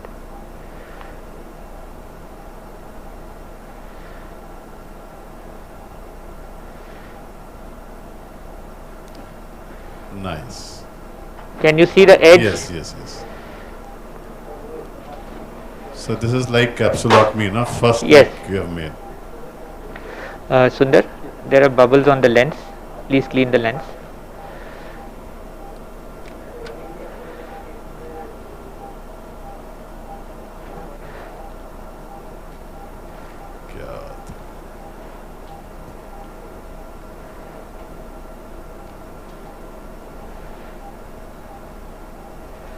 So this is an ILM peeling forceps.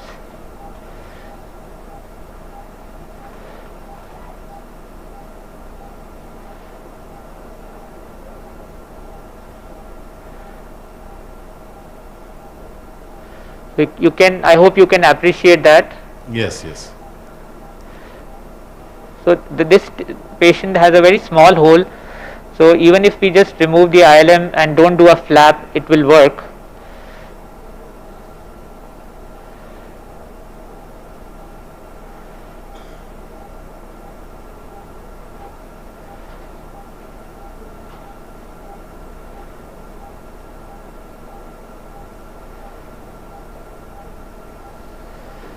So people were using blades for doing that.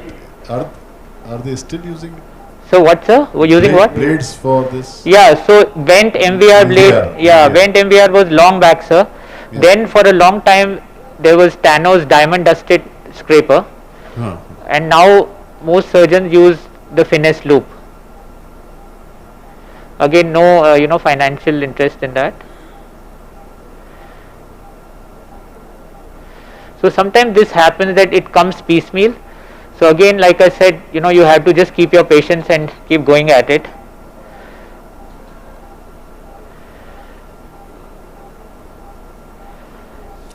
Each time you are actually changing the instrument. That's true. So the thing is that sometimes the ILM comes off in one go, and it comes, sometimes it comes out piecemeal. Basic idea is just to have a wide enough macular axis. Now with the MIVS trocar cannula system, that is the advantage, that it protects the vitreous base. Every time you go in and come out, you don't really kind of put pressure on the vitreous base.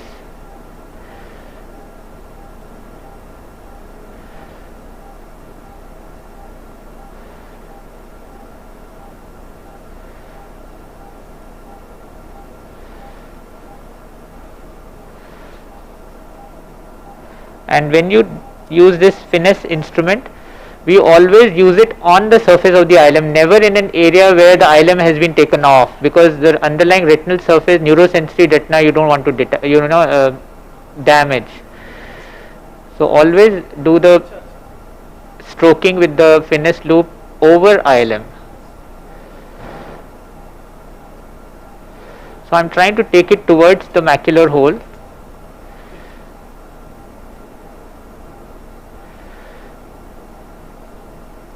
And there I'm kind of successful.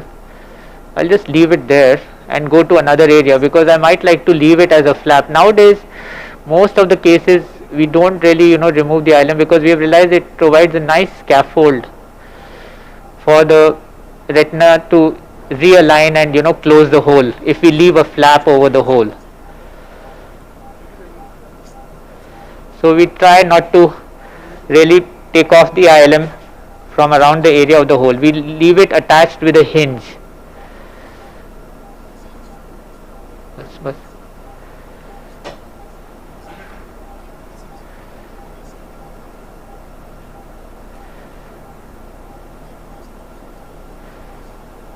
So you'll see I'll always stroke over the ILM, never in an area where ILM is already off.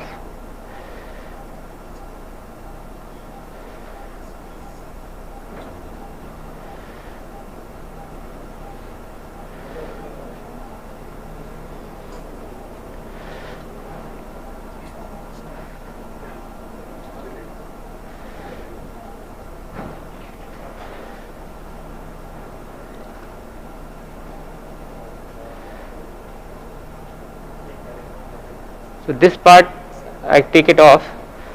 So if it's not going to be hinged at the macular hole edge, I can remove that ILM. But ideally for most holes, we like to remove arcade to arcade ILM.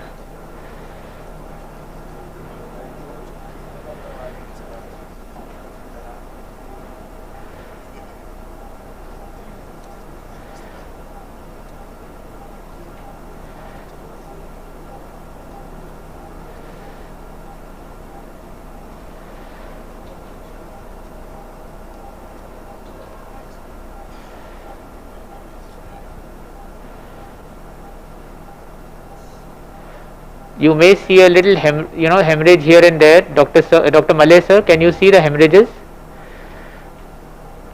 So these hemorrhages are actually telltale signs that ILM is being peeled. They are actually desirable. It's desirable to see these hemorrhages. So it's not a sign of like a traumatic peel or anything like that, but these are because of the ILM being peeled.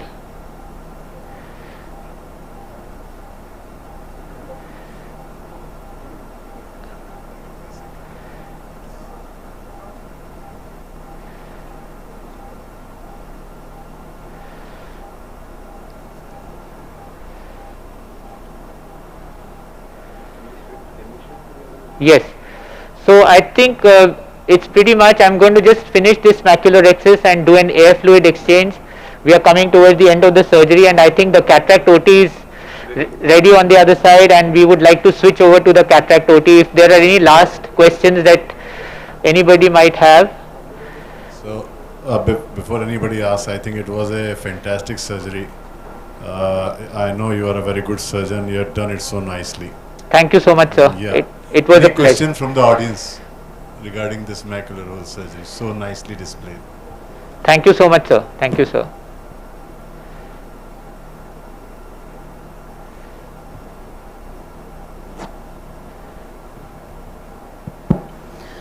Next we have Dr. Sudhir Srivastava back with us to operate a 64-year female who has both eye cataract, planned for right eye cataract surgery. We are planning isopure EDOF for this particular patient of IOL power of 22.5 diopters. Over to Dr. Sudhir's OT, please. Good afternoon, everyone. Am I audible? Yes. Yes, very well. Okay. Good afternoon, Arora sir, Malay, Dr. Malay Chaturvedi. Just give me viscoelastics.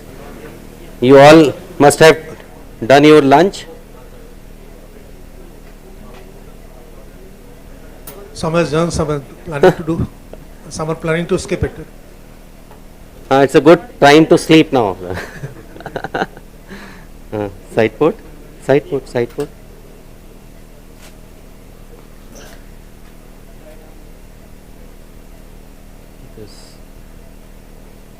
रिपोजिटर चाहिए था. Main entry.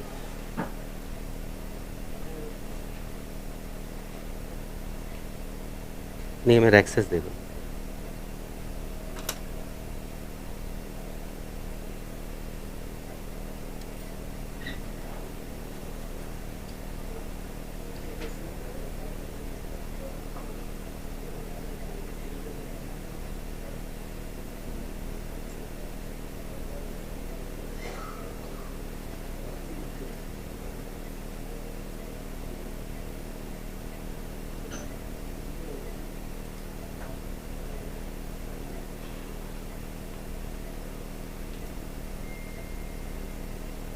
So I am trying to create a excess of around 5.5 millimeter. It's always good idea to have a circular good size axis because it should cover the IOL all around 360 degrees. Now main entry.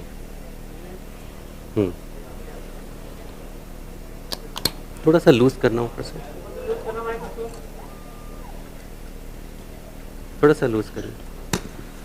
I have to change my position. यहाँ से loose करिए. हाँ.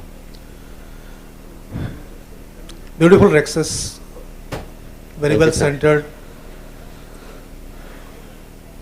Yes, ये नहीं चाहिए, repository चाहिए ना, repository to hook. So normally I don't place any, forceps. I don't use any forceps to hold conjunctiva because we are not operating conjunctiva. Okay. So why to hurt the conjunctiva? Blade is blunt. This is case 2D. I extended my my main clear corneal incision to 2.2 to 2.3 just to give good space and to avoid any kind of surge. Light में देखिए ma'am. Yes, very nice.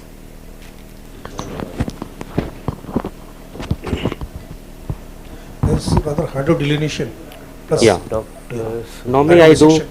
It's always, it's surgeon choice. Normally I do hydrodelineation first and then I make my I do hydrodelineation.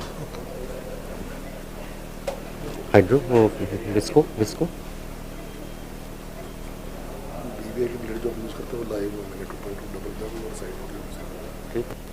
हाँ हाँ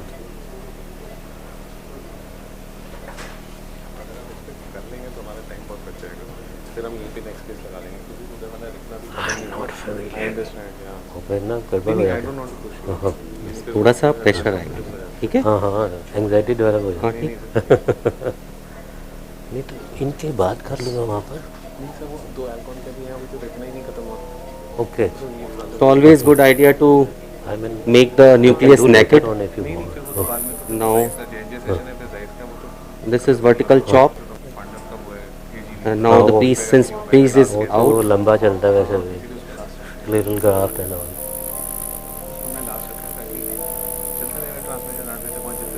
हाँ हाँ chop इस पे है, हाँ हाँ ठीक है sir. या हाँ naturally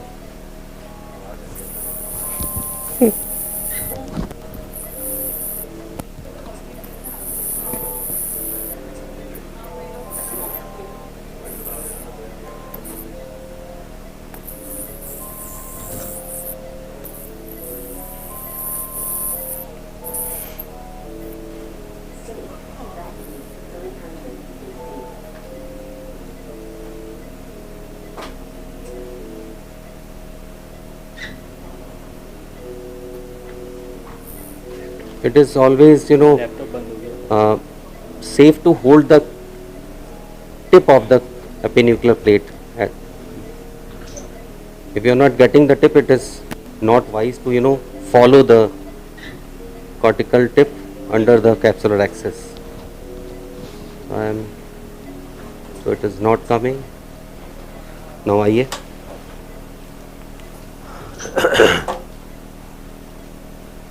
So doing hydrodelineation increases the time, surgical time, or doesn't matter? So I did the hydrodelineation and dissection both, sir. Yeah. Obviously, if your dissection is good, then this epinuclear plate comes easily. But sometime, It provides sedation safety. Yeah.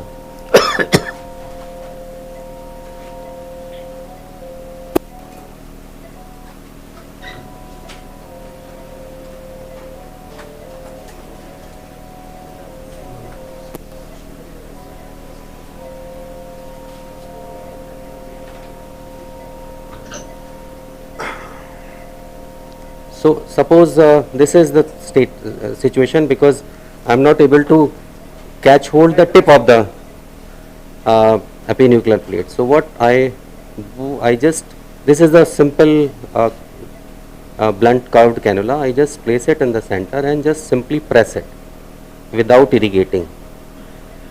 So it basically brings some area of the tip of the cortex epinuclear plate to the area where you can easily hold.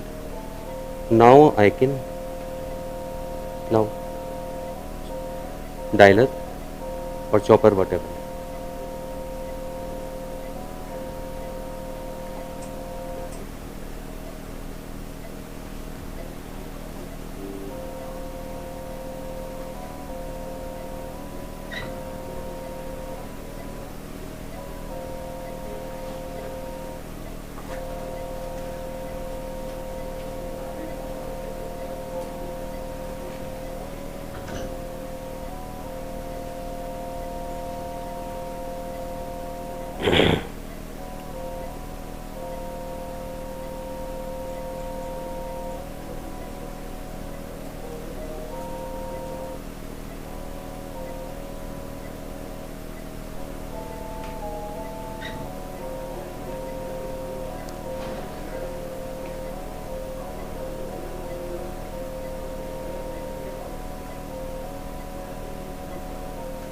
I'm using this machine after a long time, but I just talked to Dr. Gaurav.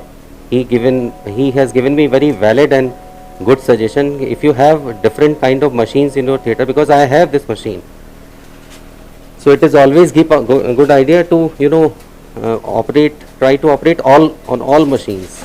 Do not leave machine and do not stick with one machine only. Hilon. Keep them running. Okay. Okay. All right. So I left some amount of the cortical matter. Now, अब हम कर लेंगे इसको. नहीं, वो हमें भी तो देखना होगा ना. हमें भी देखना होगा. हाँ. So here I am going to implant isopure lens. This is a kind of EDOF and intermediate with intermediate vision. It's a monofocal lens without any rings and without any visible change on the optics, and it gives the intermediate vision also, like other company lenses are available. Dr. Sudhir, what's the difference that you find between this and the other EDOF lenses that you may have used? Like, how is this better or different? Dr. Gaurav, first thing is that I think this is the first kind of hydrophobic lens which comes in a fluid. And the company says that it reduces the chances of glistening anymore. Great. So now, because the lens is inside the cartridge, what we have to do, we have to place the thing and press firmly.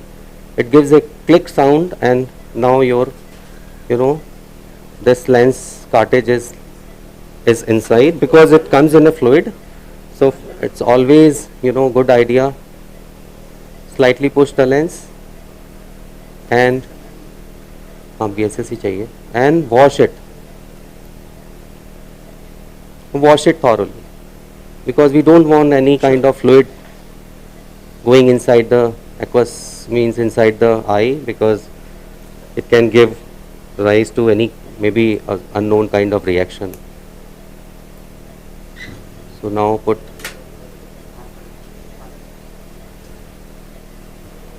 now lens system is ready. Light में देखिएगा ma'am. फिर lock remove करना होगा. So VR person can see the VR surgery. Sorry, Dr. Arora sir.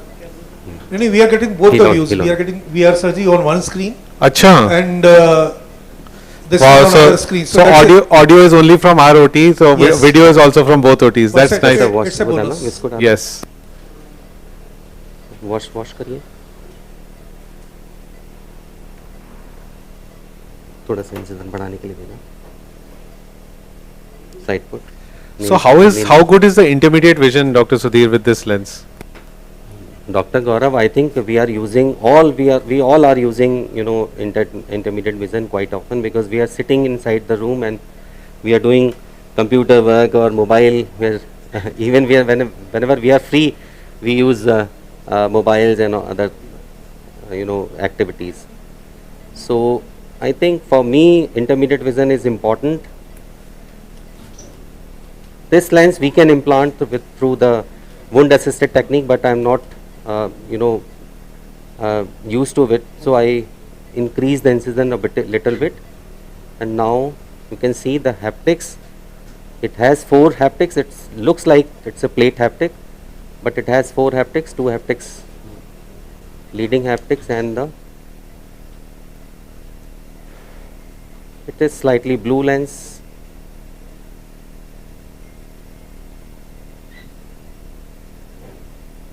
And now all haptics are inside the bag.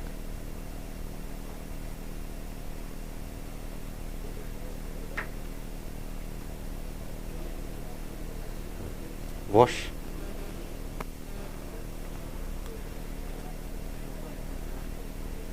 Now time for visco removal and light में देखिएगा ma'am, बहुत अच्छा.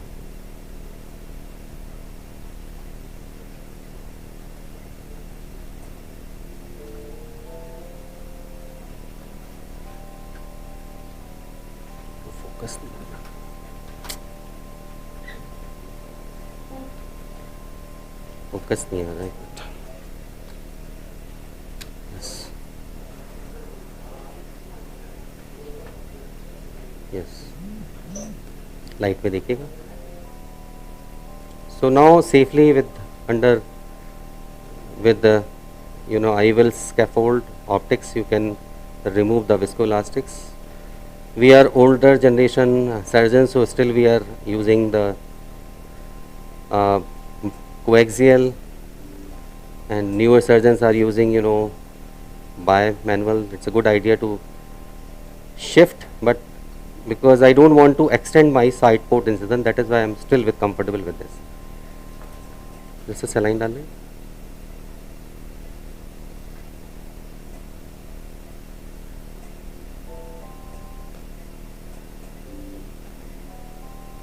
I always go behind the IVL to remove the visco.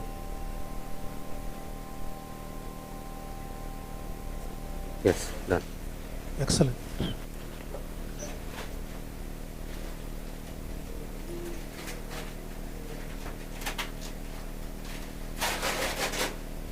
Dr. Sudhir, once again, how much accommodation or near vision it provides? What?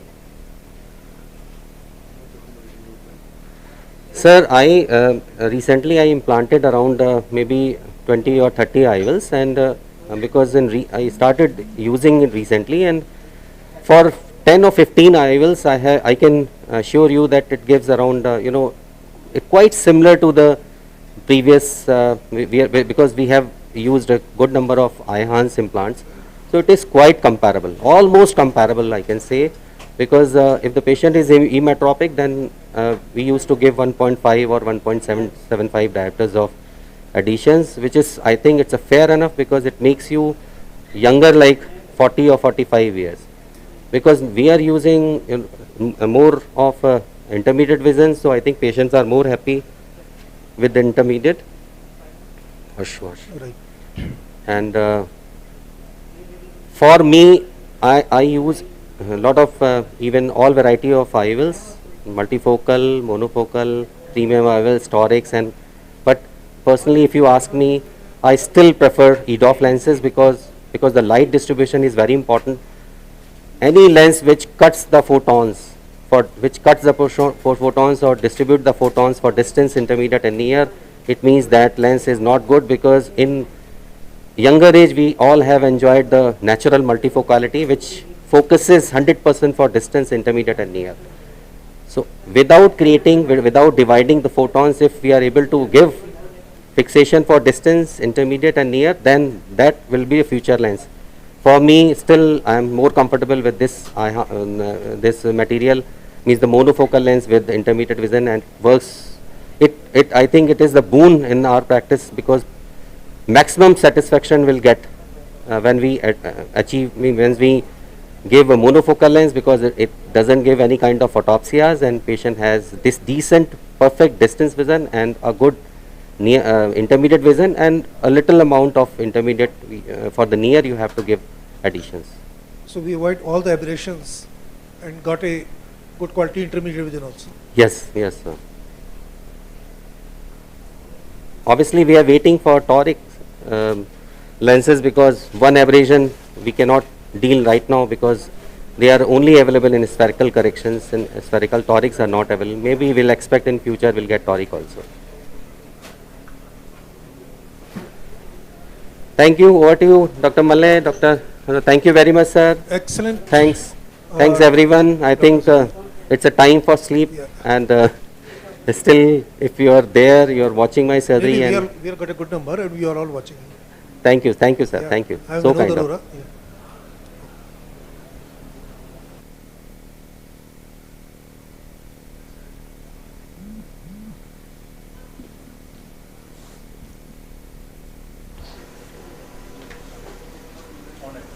Yes, next we have Dr. A.K. Jain back with us for our next surgery for Physio-IOL. We are implanting a trifocal lens for this patient. She's a 64-year-old female with both eye cataract, planned for left eye cataract surgery. We are implanting a 21 diopter lens trifocal for her. Over to Dr. A.K. Jain's OT, please. बस। और अभी आज खाने की दवाइयाँ समझा देंगे और डालने की कल से शुरू करेंगे, ठीक है sir? Cartela, cartela shield, cartela shield.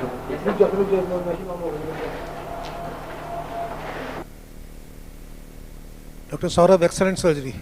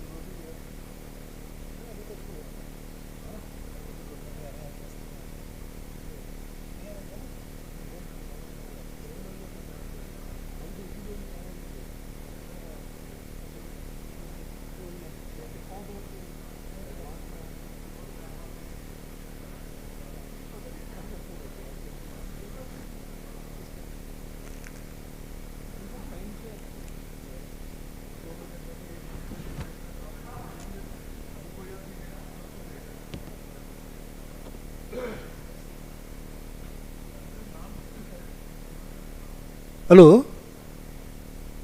We are not getting any feed. Gaurav, can you hear us? You see, there is no feed.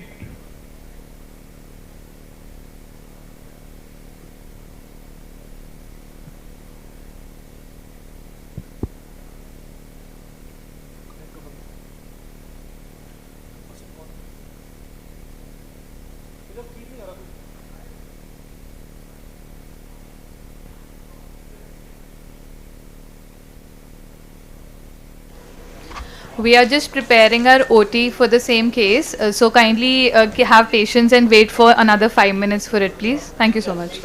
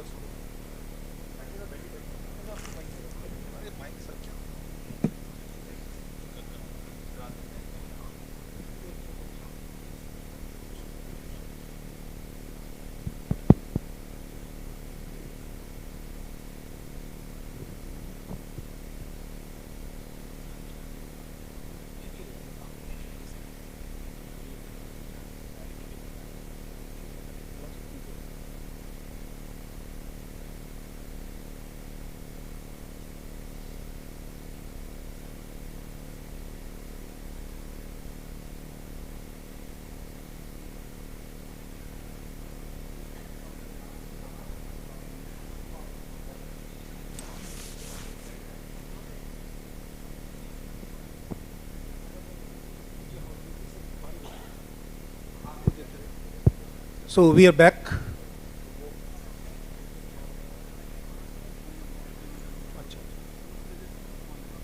देख लेना बस वो कर ले मेरा नंबर भी दे दो उसको आशीष ठीक है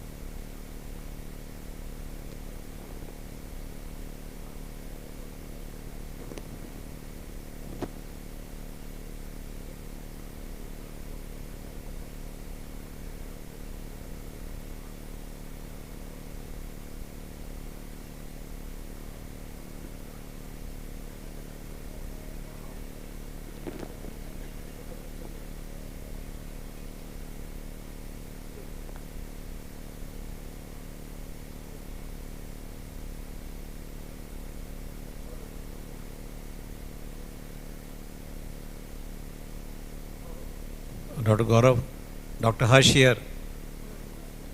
Are you there?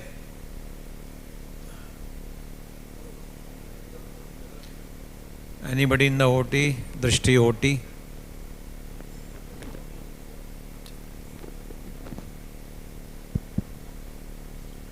Can you hear us? In the OT, Dr. Gaurav?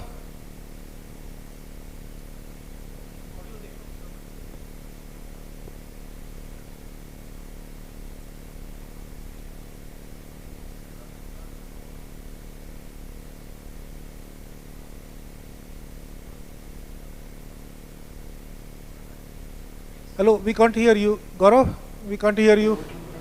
Can you hear me? Hello? Now it's very clear. Okay. Sir, actually, we are just going to take 30 seconds more because the retina OT had to be emptied completely and cleaned up. So that's why, and this OT, that's why we put up a machine for Dr. Arun Jain. And he's starting in 1 minute. And then, of course, this Alcon session will happen in the other OT right after this. There are 2 cases lined up, and then we are going to the J&J session. So, Dr. Arun Jain sir is going to do a trifocal. We'll introduce his case. I'll request Dr. Amrita to please give us, the details of the case that Dr. Arun Jain is going to operate. So, Dr. Arun Jain is going to be operating on a patient who is going to get a focal. It's a Physiol which used to come as fine vision before. I've used a lot of these lenses before and they were wonderful, but then they stopped coming in India for some time. Now they are again launched with the help of in fact they have a range of lenses which they have launched now, including the Isopure which you just saw, and then this is the trifocal which has been there for at least 8-10 years, but now it's on a new platform. So, and it's a hydrophobic lens.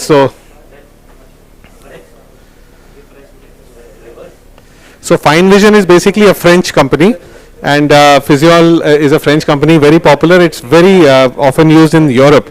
And in India, because there was a break in between, so we did not have availability of these lenses. In fact, I had a lot of patients where first eye I had done Fine Vision, and second eye I had to, use a different lens. But patients used to love their Fine Vision lens, their eye.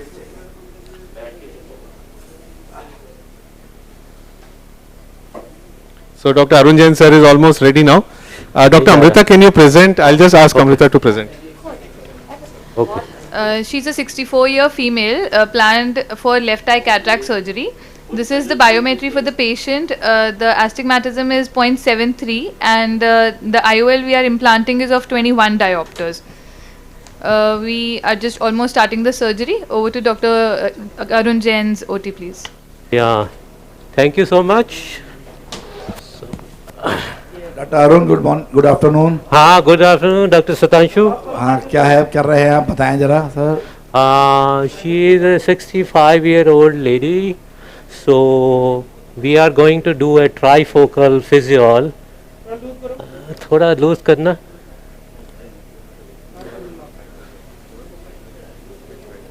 एक minute, let me set the things first, then we can.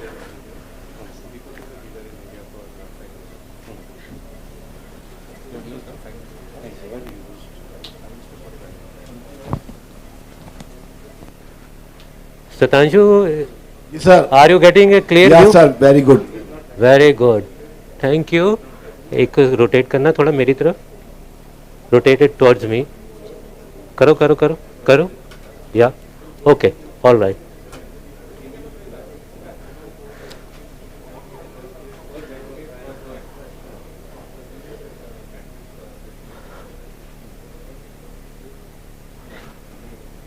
Okay. All set. Bhumi ji, relax.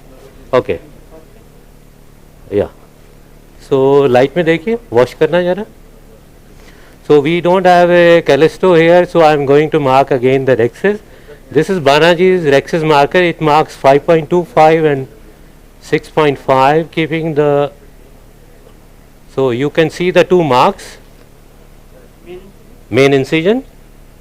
So I am using this 2.2 dual bevel knife from Biomedic, and with this it's very sharp, and I am going to give incision at 150. Patient has around 0.75 diopter of astigmatism corneal. So as we are going to put a multifocal, so I am giving at 10 o'clock viscoat, and I will give an opposite clear corneal incision at 4 o'clock. Disco whisk. So I use soft shell technique. Disco whisk. खोला. This is okay. All right. So this is soft shell technique. You inject Helon below the viscoat so that. Okay. नहीं. I am wash करना. I am going to give the opposite clear corneal, so that we neutralize the astigmatism, so that patient has light में देखिए आप भूमि जी. So patient has a maximum benefit from the trifocal lens. So at 4 o'clock you can identify, either you can mark it or identify by this 2 point which at which there are two actinic degeneration side port. So side port also I am using 1.2 BVI, which is very sharp. It can be reused, and all these instruments, my instruments are autoclaved in low temperature plasma sterilizer, which is available again from BVI, and you can see they are very sharp. The control is very good. So I use bimanual, so that's why I am giving 2 incisions. Rexis. Cornea wet करना. So you should have an ideal size of around 5.5, so that there is a good overlap of the IOL optic on all sides. So puncture it. I always do it with microcapsular rexis forceps. because I find the control much better with this.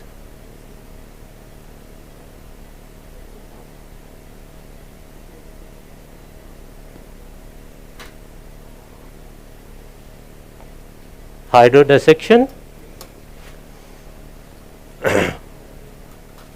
So release this capsular access flap so that you also make a space for hydrodissection.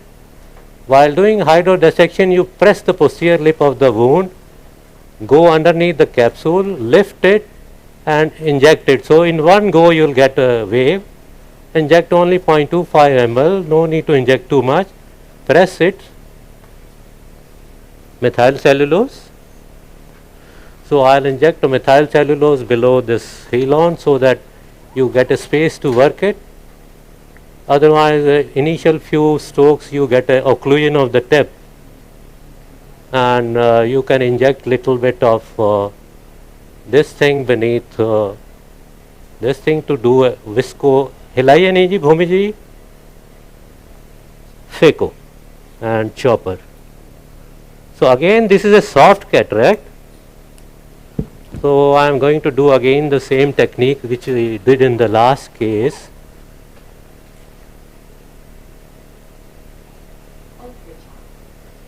So initial first, because we have to aspirate the viscoelastic, so you do it on high vacuum, otherwise again you will get a occlusion of the tip.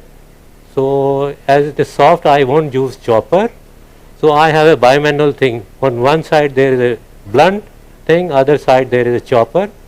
So depending on the case, I will use the thing. So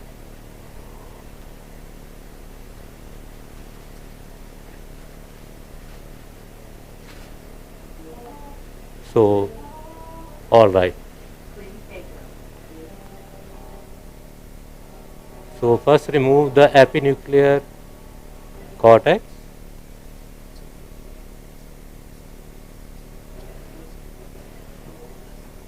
It's again a very soft cataract.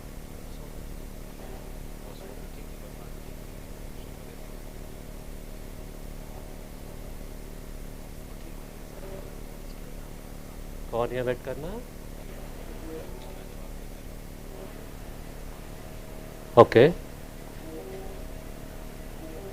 So you crack it. Once you crack it, again the rotation becomes much easy.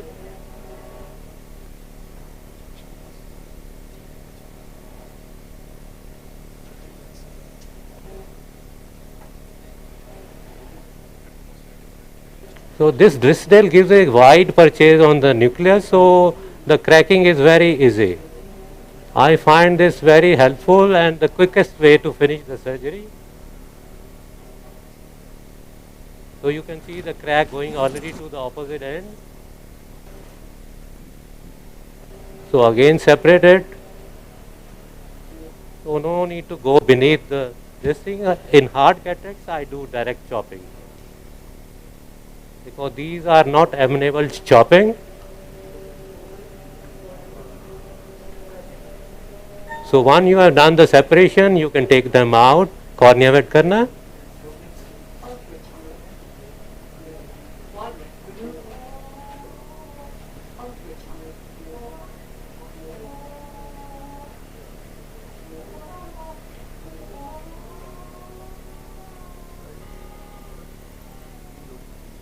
Keep the second instrument in front so that they don't hit the endothelium.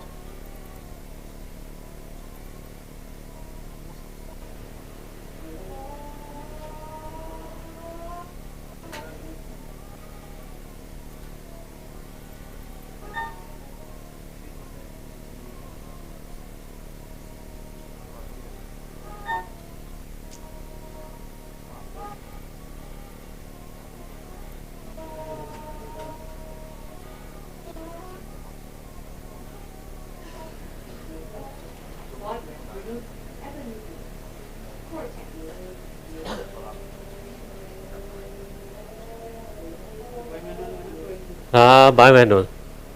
So only now cortical mental is left. Methyl cellulose दे दो थोड़ा.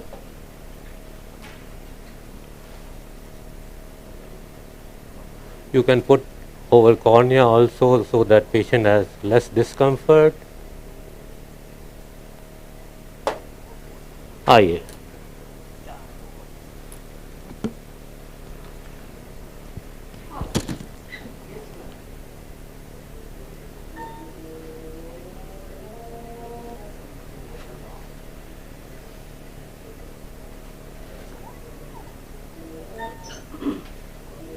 बस भूमि जी 2 minute और रह गए हैं, light में देखते रहिए आप।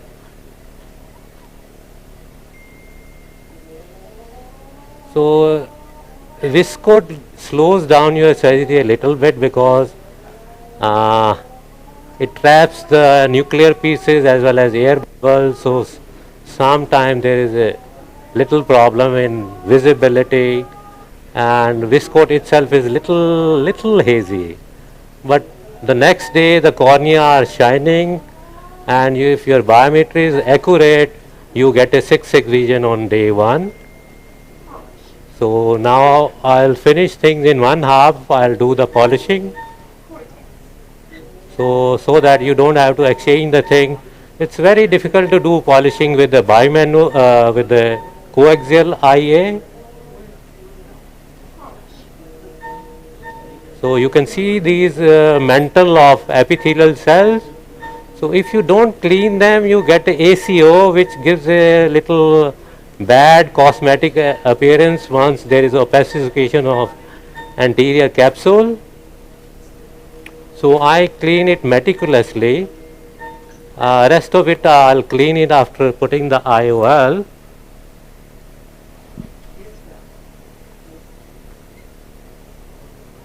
So you can still see the viscode remaining in the anterior chamber till the end.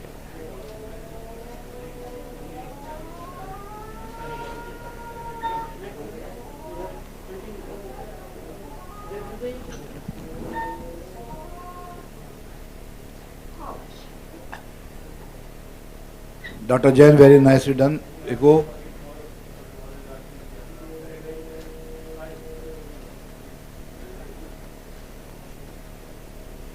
So I'll polish now the posterior capsule. You can see the few fibers there. So it's on polish mode,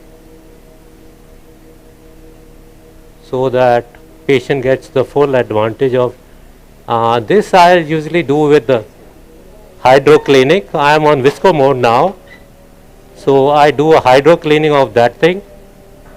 So if it doesn't come, let it hydrate for some time. So once you are near the capsule, always be in a capsular polishing mode.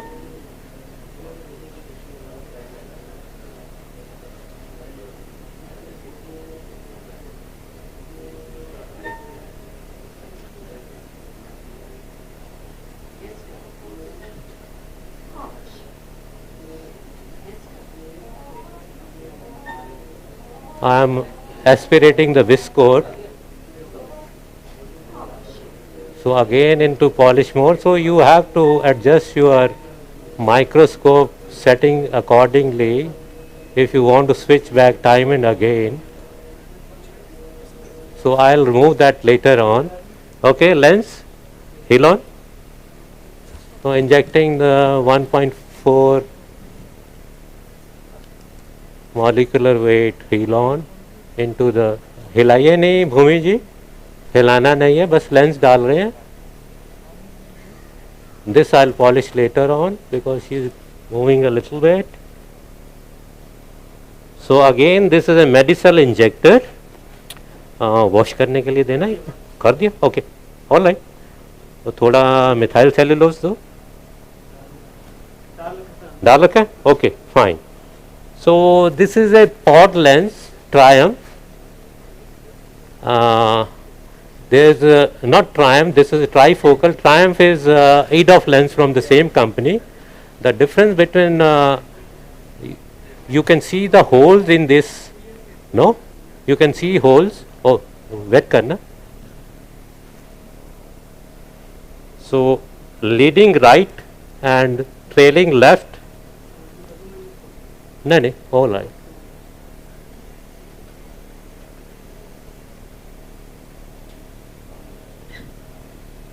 कर तो रहा है. Okay.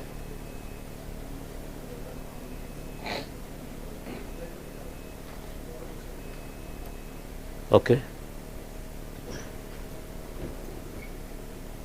So you have to look that the leading right hole should be, otherwise it's upside down.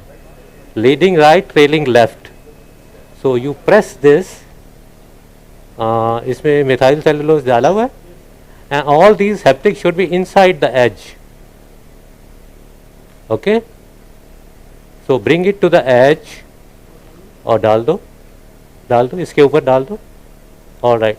And then bring this just at the edge and then lock it. Then observe the lens within the chambers that it should go there. Medicel is a very user friendly injector system and it can be used with multiple types of IOLs. So give me Lester hook.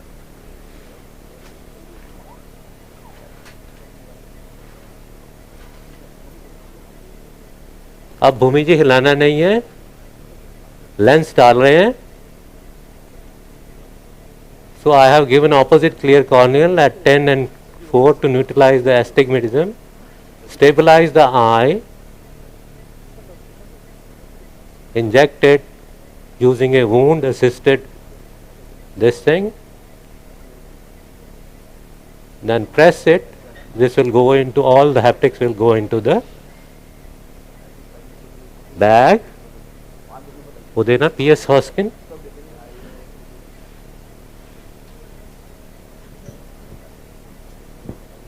हिलाइए मत. They are still outside. थोड़ा मुझे हिल on दो.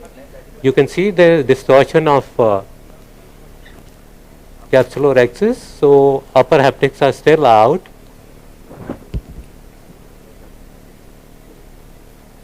भूमि ji light में देखिए, कॉर्निया wait करना. कॉर्निया wait कर दो. हाँ. Yeah. Now they are inside. So once you see a distortion of rhexis, one should see carefully whether there is a tear or the haptics are anteriorly.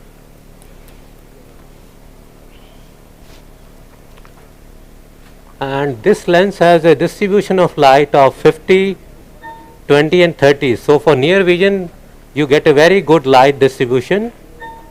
Light में देखो आप, भूमि जी खत्म होने वाला है, बस थोड़ा सा 1 मिनट और. Visco. Okay. Dr. Gaurav, you are here. Dr. Jain, this is really nice surgery. You have not told about the lens? Yeah, so this lens is, as we are saying, it's a trifocal lens, and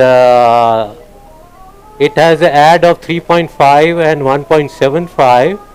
So the patient can see clearly up to 30 centimeter, but spectacle free for most of the distances. 40 centimeter is very good and intermediate is also very good, as the light distribution is 50, 20 and 30.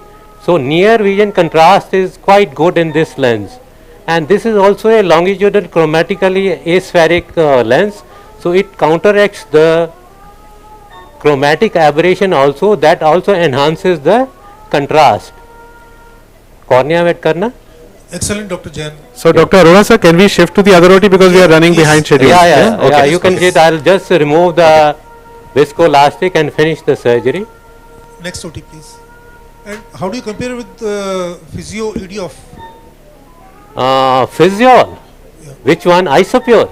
Gaurav, you can start the nurse OT. Yeah, that is for intermediate distance only. I am using that IOL also.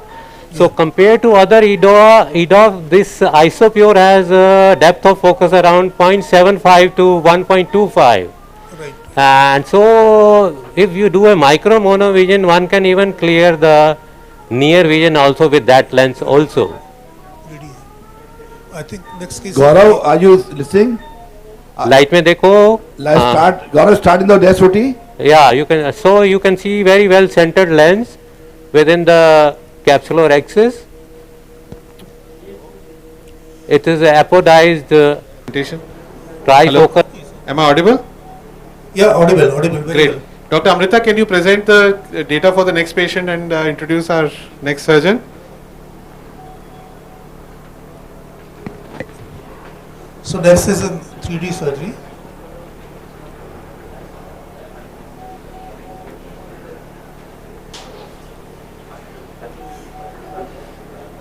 Yeah.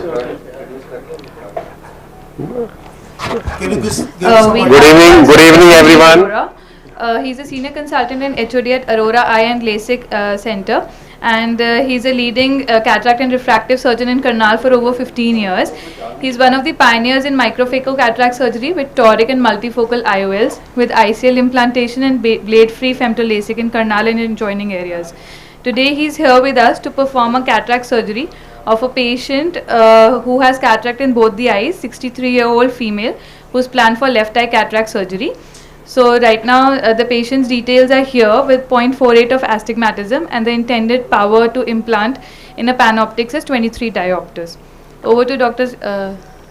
Good evening everyone. Good evening, Dr. Sanjeev. Yeah, so I am going to start the surgery right now. First of all, I am putting a side port entry. Aquilon. So this is a routine case of an elderly female who wants a trifocal in their eye. Visco.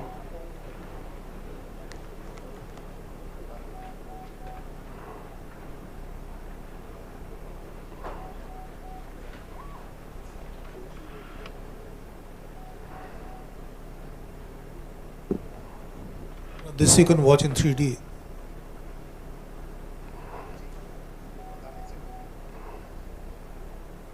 I am making a bit trapezoid incision.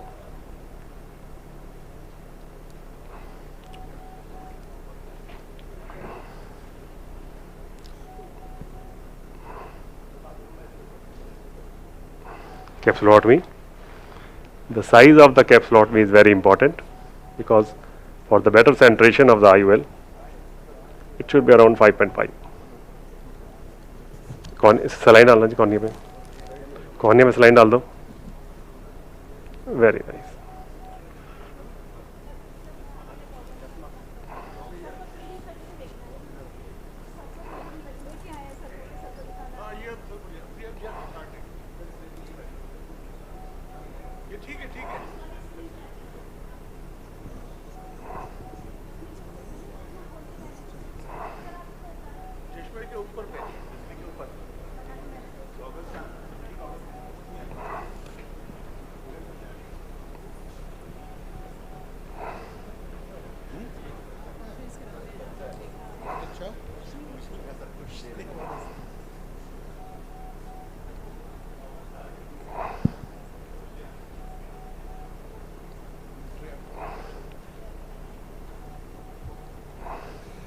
Can somebody from the OT please inform what surgery is being done? Some of the guests are here.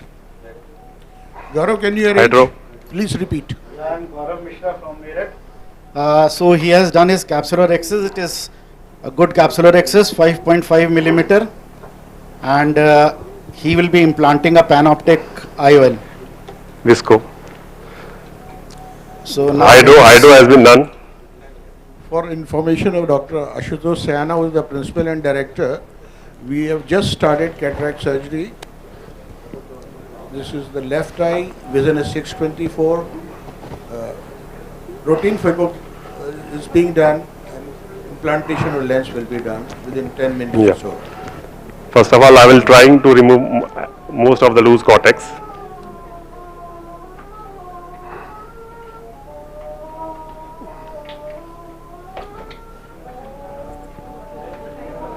Before the phaco is being done, he is removing the cortical cataract above the nucleus. Chopper.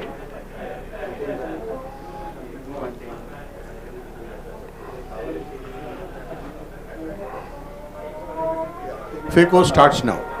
Now let's see how we divide the nucleus.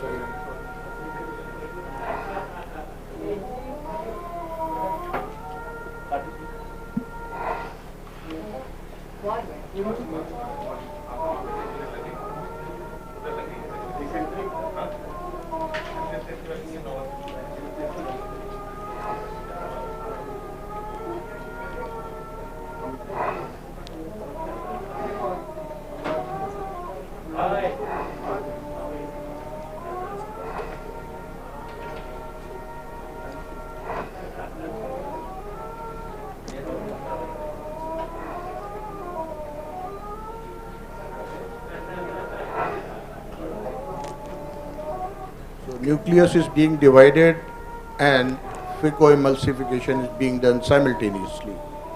In 1 minute or so, all the lens matter nucleus will be phacoemulsified and taken out. Aye, please. The nucleus part is gone now.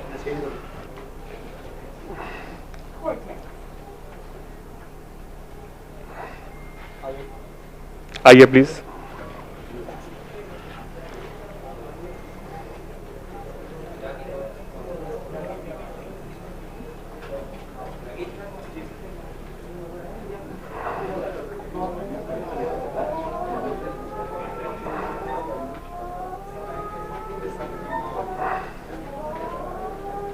And while doing the IA, care has to be taken that the PC should be very much clean.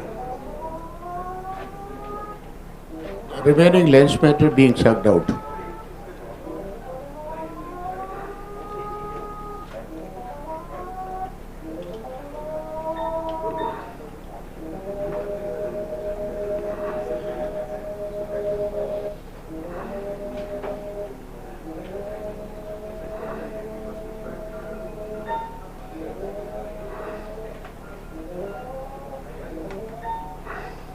Hi, Visco.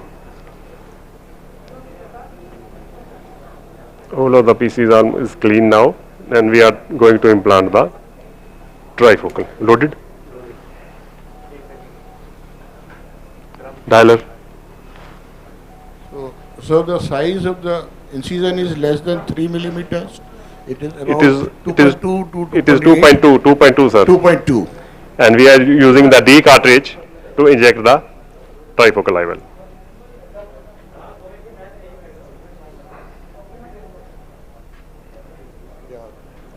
This is multifocal IOL has been implanted.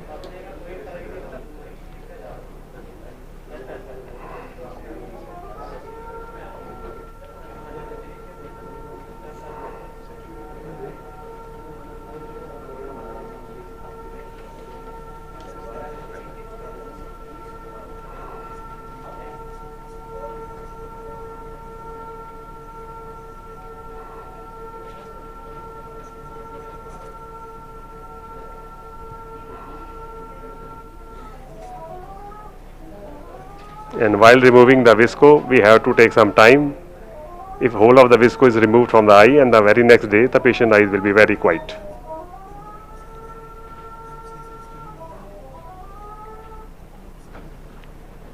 So after implanting this trifocal lens, patient can see distant, can see computer distance, intermediate distance, and can read without glasses. So this being a trifocal lens, and because of its technology, the light energy distribution and light energy utilization, which is very important in a diffractive lens.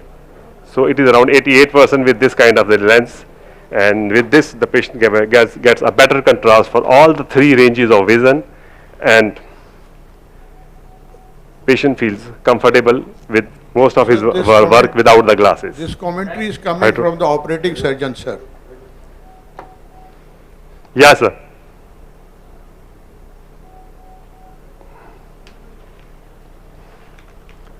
That's it. ठीक हो माता जी?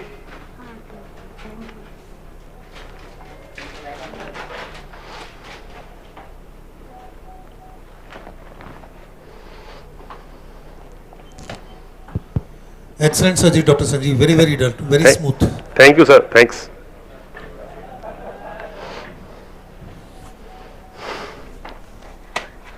Welcome, Professor Sanjeev Mittal. Next we have with us Dr. Gaurav Mishra, who is a director and senior consultant at Drishti Eye Foundation, Meerut. He has an experience of over 25 years and he's underwent phaco training at Agrawal Eye Hospital, Chennai in 1997. He pioneered aspheric and multifocal IOL and cataract surgeries in the entire North India. He is the first surgeon to perform a single-handed phacoemulsification. He has been a pioneer of phaco surgery of Western UP and still does quite a high-volume topical phaco surgeries. And he has received multiple national and international awards. We are very happy to have you with us, sir. Today he is operating a 75-year female for her right eye who has cataract with pseudoexfoliation. This is a biometry for that particular patient, and the particular patient is planned for 25 diopters of lens, and we are planning on implanting the Alcon Clarion lens for this patient. Over to Sir Zoti, please. Thank you so much. Can you hear me? Can you hear me? Yeah, very well. So, sir, today I was supposed to do on a Acti-Sentry machine, but unfortunately it is in the other OT.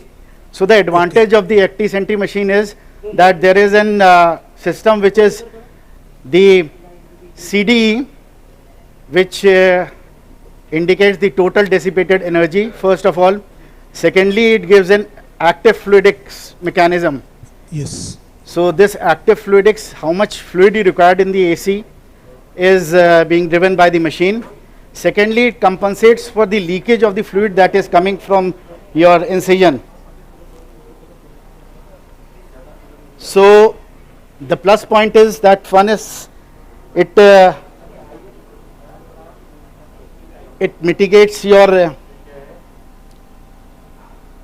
sorry, थोड़ा सा थोड़ी ऊपर करिएगा, हाँ, crystallize है ना, 60.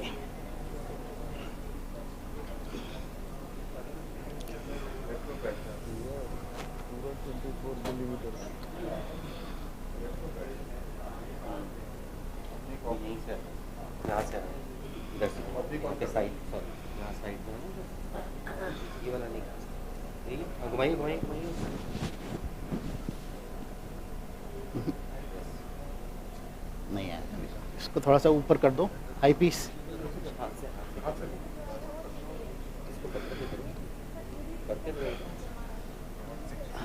आदत नहीं है ना हमारी. स्टूल थोड़ा सा ऊपर कर दो, स्टूल थोड़ा सा.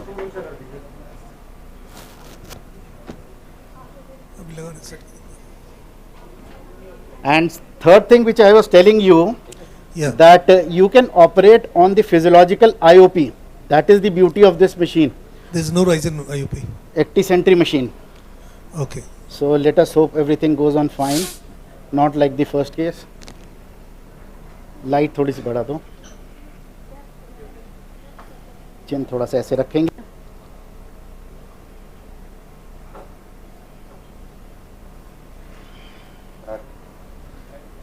बस.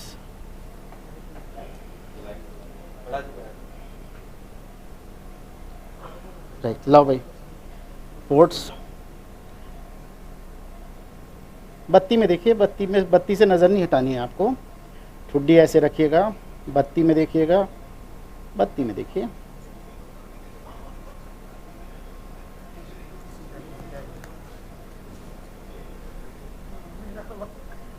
बत्ती में देखिए, बत्ती में है क्या दिक्कत हो रही है? सांस लेने में दिक्कत हो रही है. लो, मुंह से ऊपर कर दिया, बस. अब ठुड्डी ऐसे रखो, बस, अब हिलाना नहीं.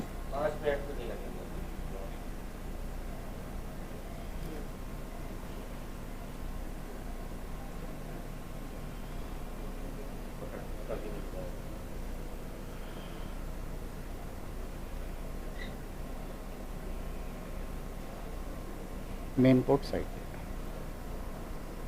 So I use 2-port incision. Fogging हो रही है यार. So this is my side port and this is my main port.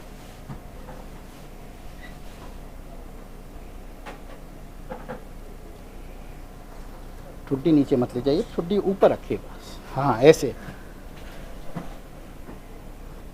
इसको जरा साफ कर दो. फॉगिंग हो रही है. बत्ती में देखते रहिए बस आप.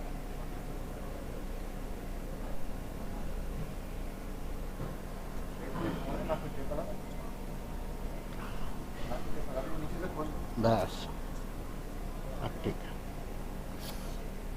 So now I'm using a HPMC.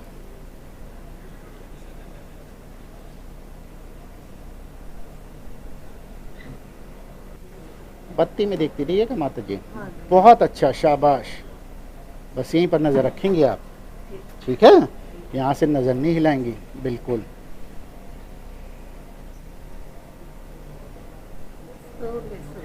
बस माता जी आराम से, घबराओ नहीं बिल्कुल, हिलाओ नहीं है बिल्कुल.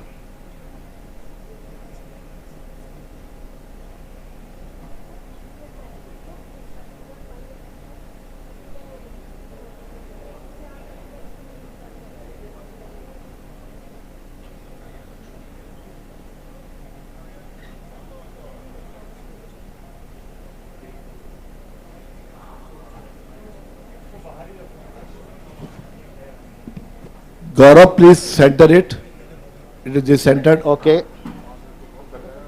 नहीं नहीं मैं कर रहा हूँ. कहाँ? Better. Yes, okay. Now Okay. okay. Yeah. Please focus it. Yeah. Now you go. Okay. So now I am using hydrodissection. I usually do not hydrolinate. I just do a hydrodissection.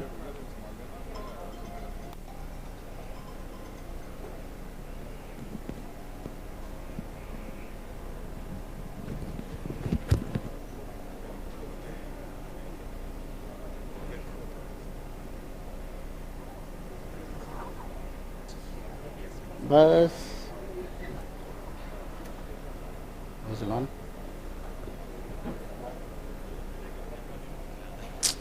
Now I'll try to rotate the lens.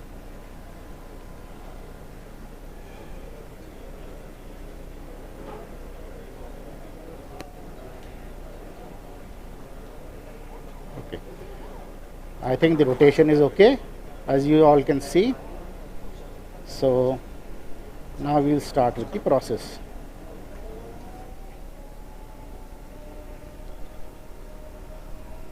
Dr. Gaurav, just try to focus. It's not clear. Now it's clear? Not so.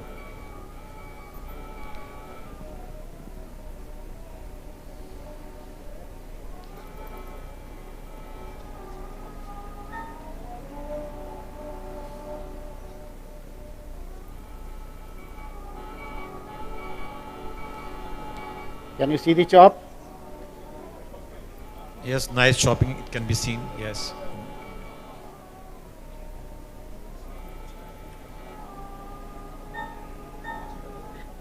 So now we'll move to the quadrant mode.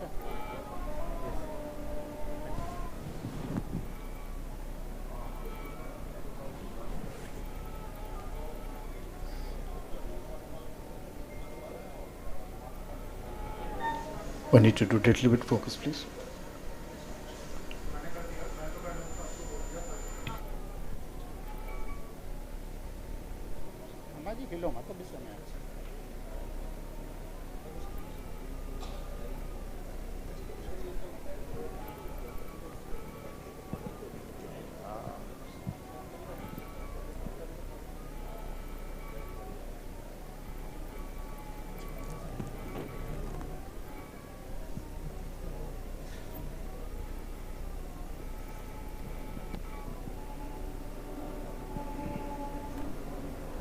So nucleus is out.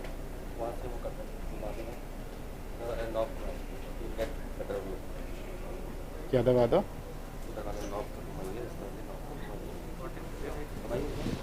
इस वाले को नीचे.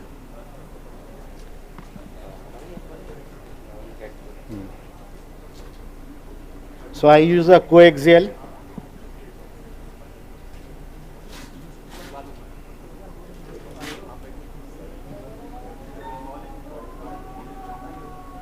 हिलाओ नहीं माता जी इस समय.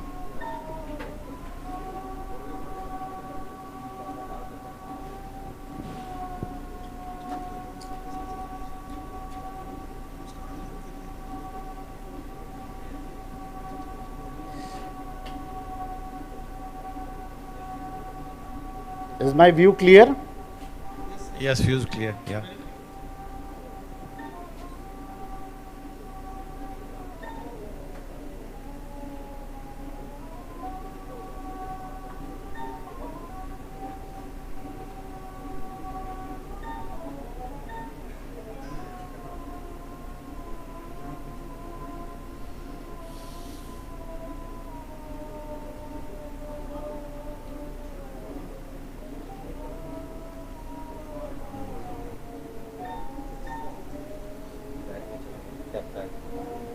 So pupil is getting smaller and smaller. Dr. Gaurav, you must be having some problem.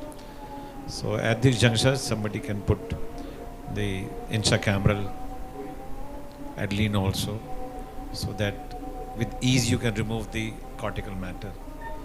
But with the expert hands, it's not difficult.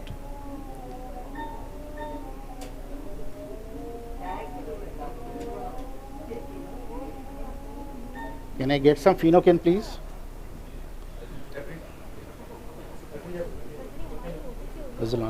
बत्ती में देखिए, बत्ती में देखिए, बत्ती में देखती रहो माता जी.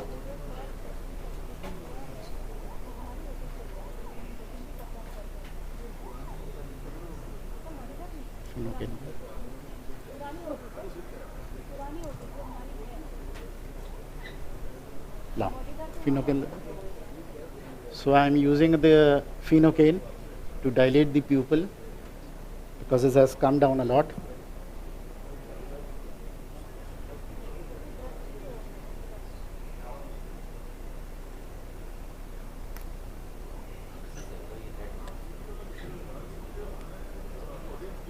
Center.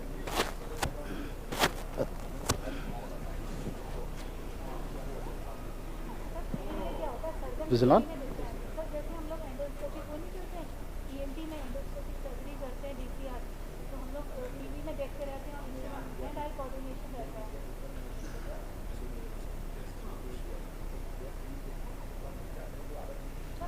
So the surgeon is trying to enlarge the pupil by viscometriasis with the help of the viscoelastic, so that the rest of the cortical matter can be aspirated easily.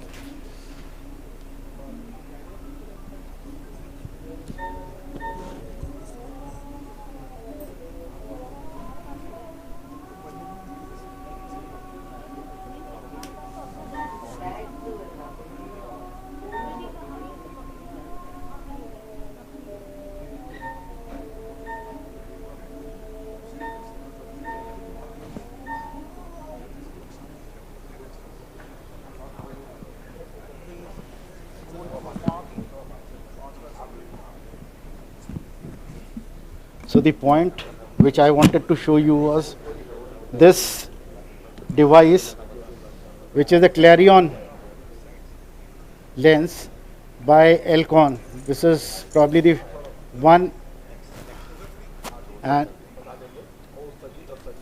of its kind that has a carbon dioxide cylinder in it fitted. So it has a well controlled injection system. So with the first click that you move, Gaurav, please speak loudly about the lens. Please speak loudly. This is a Clarion lens. Can you hear me now? This is a Clarion lens which has an automatic injection system, and there is a carbon dioxide cylinder on the back of it. So once you press this button, there is puncture in the carbon dioxide cylinder and it is released. So he has already punctured the cylinder and the IOL has moved to this point, from where onwards I will inject this lens. And it has a very controlled injection, 3 millimeter per second. So, and you can stop at any point you want to. So this is the advantage of this lens, and the tackiness is very less in this lens as compared to the Acris of platform.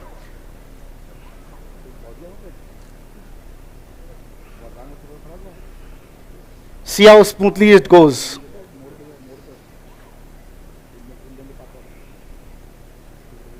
And just tuck in the haptics.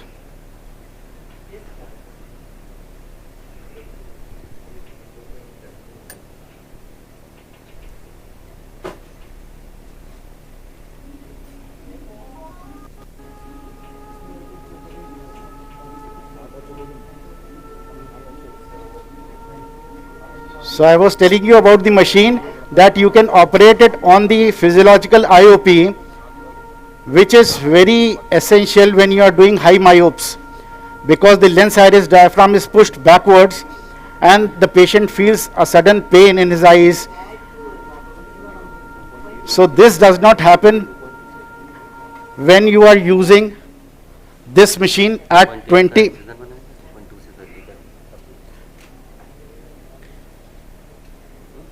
Yeah. Yes, yes.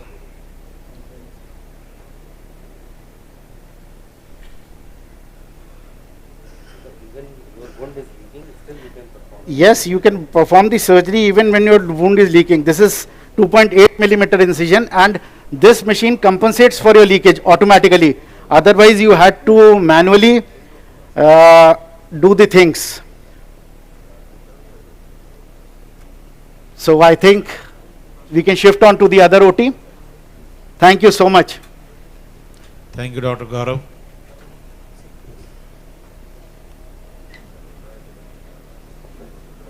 बहुत बढ़िया.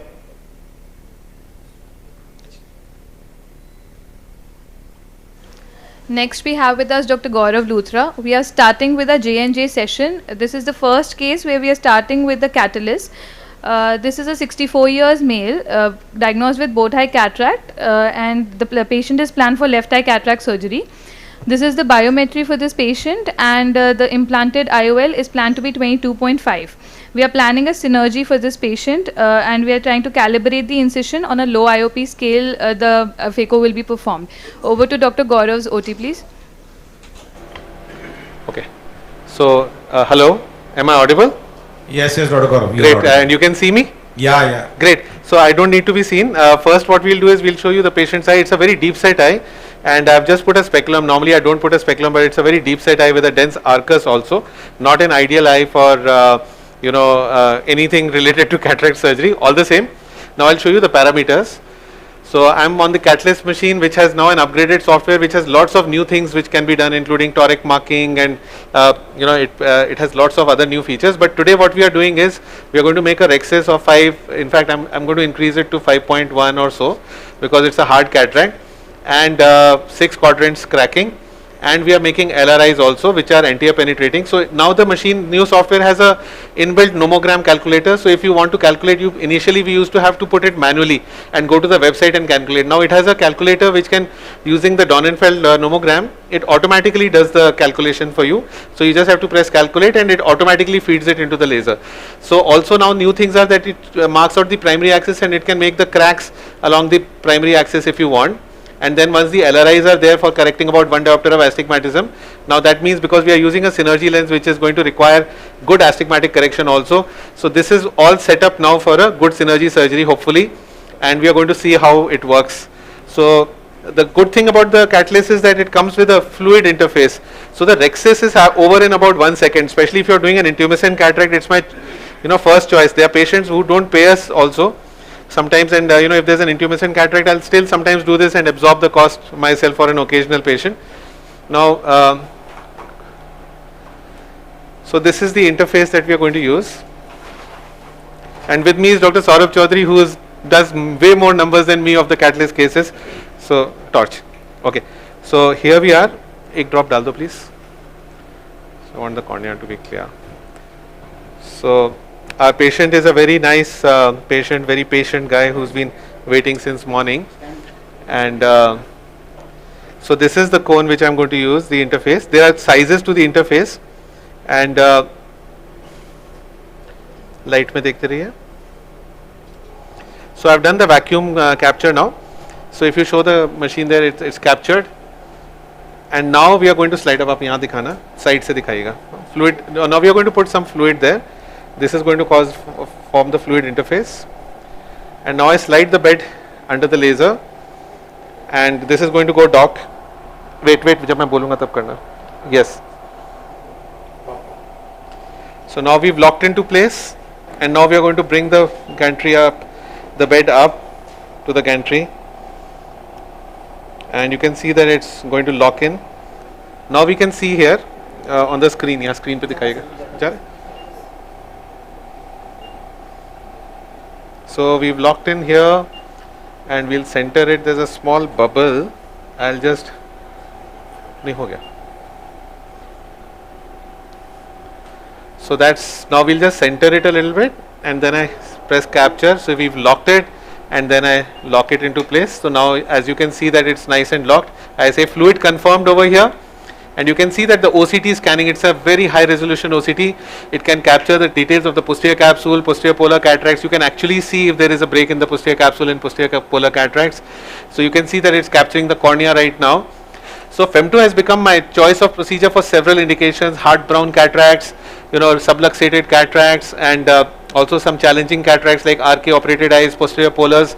So now we are going to just correct the cyclotorsion here. Although this is not cyclotorsion control, we like to call it cyclotorsion, but cyclotorsion control is now possible on the catalyst using the new, what do you call it, the what's that machine called जिससे करते हैं, Cassini, with the Cassini, which I don't have currently. So here we have it, we have approved it. The rexis is now showing up as nice and central. I have approved it. Now it's showing me the 6 quadrant cracks which are going little beyond the rexis, so it's maximized. And now I'm showing the first LRI over here, and you can see that the depth is about 90%, 80%. The second LRI, and I say approve, and now it's approved. So we are all set. Now keep watching here in the middle. I'm starting to fire. The rexis will form in about 1 second. It's complete. And now we are doing the 6 quadrant cracks for the gentleman. And after this, right after my case, Dr. Rishi Swarup is going to show you his toric IOL implantation. He's come here all the way from Hyderabad on a river rafting trip. So this is the laser going on. You can see 76% of the nucleus is already cracked. Now 89%, 90%. It's a very fast system. In just about 60 to 70 seconds, this cracking part is over. And the total procedure time is just 2 minutes and 50 seconds. So you can see it's very fast. Sometimes even if I have 5 or 6 catalyst cases, they are over in about 30 minutes. So it's all complete now, and we remove the vacuum. What dena? Tissue dena? So now I'm going to just move it to the side. We had a cooperative patient thankfully so far. बहुत अच्छा हो गया sir आपका. So the laser is complete here. We will be moving to the other OT now for Dr. Rishi Swarup to show his case with the toric IOL on the Signature Pro. And we can move the transmission to the other OT. उनको बोल दो कि वहाँ दूसरे modeller OT में चले जाएं अगर वो रेडी हैं सर तो. हाँ, थैंक यू, बहुत बढ़िया हो गया ये वाला part.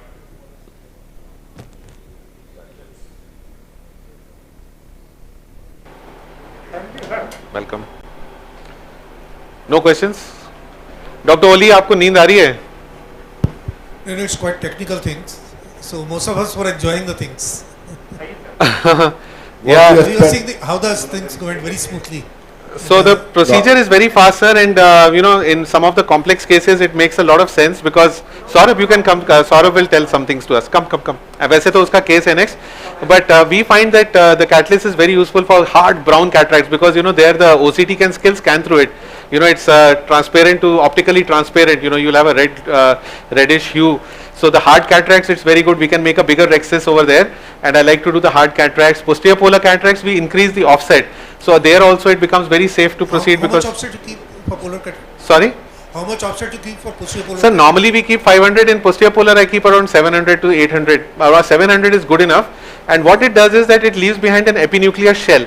So you can remove the central core completely, and also you don't have to do any hydrodissection because the air bubbles which escape from the femto incisions, they automatically do a pneumodissection. So you don't have to rotate the nucleus, you don't have to do a hydrodissection. So all that has already happened. So that is another very good indication. And pseudo exfoliation eyes, again very shallow chamber eyes. Some these high hyperopic eyes which are very shallow chambers. You may have while doing the rexis, you may have problems with iris prolapse and all. So there again it's very useful because you can have a rexis without actually opening the eye.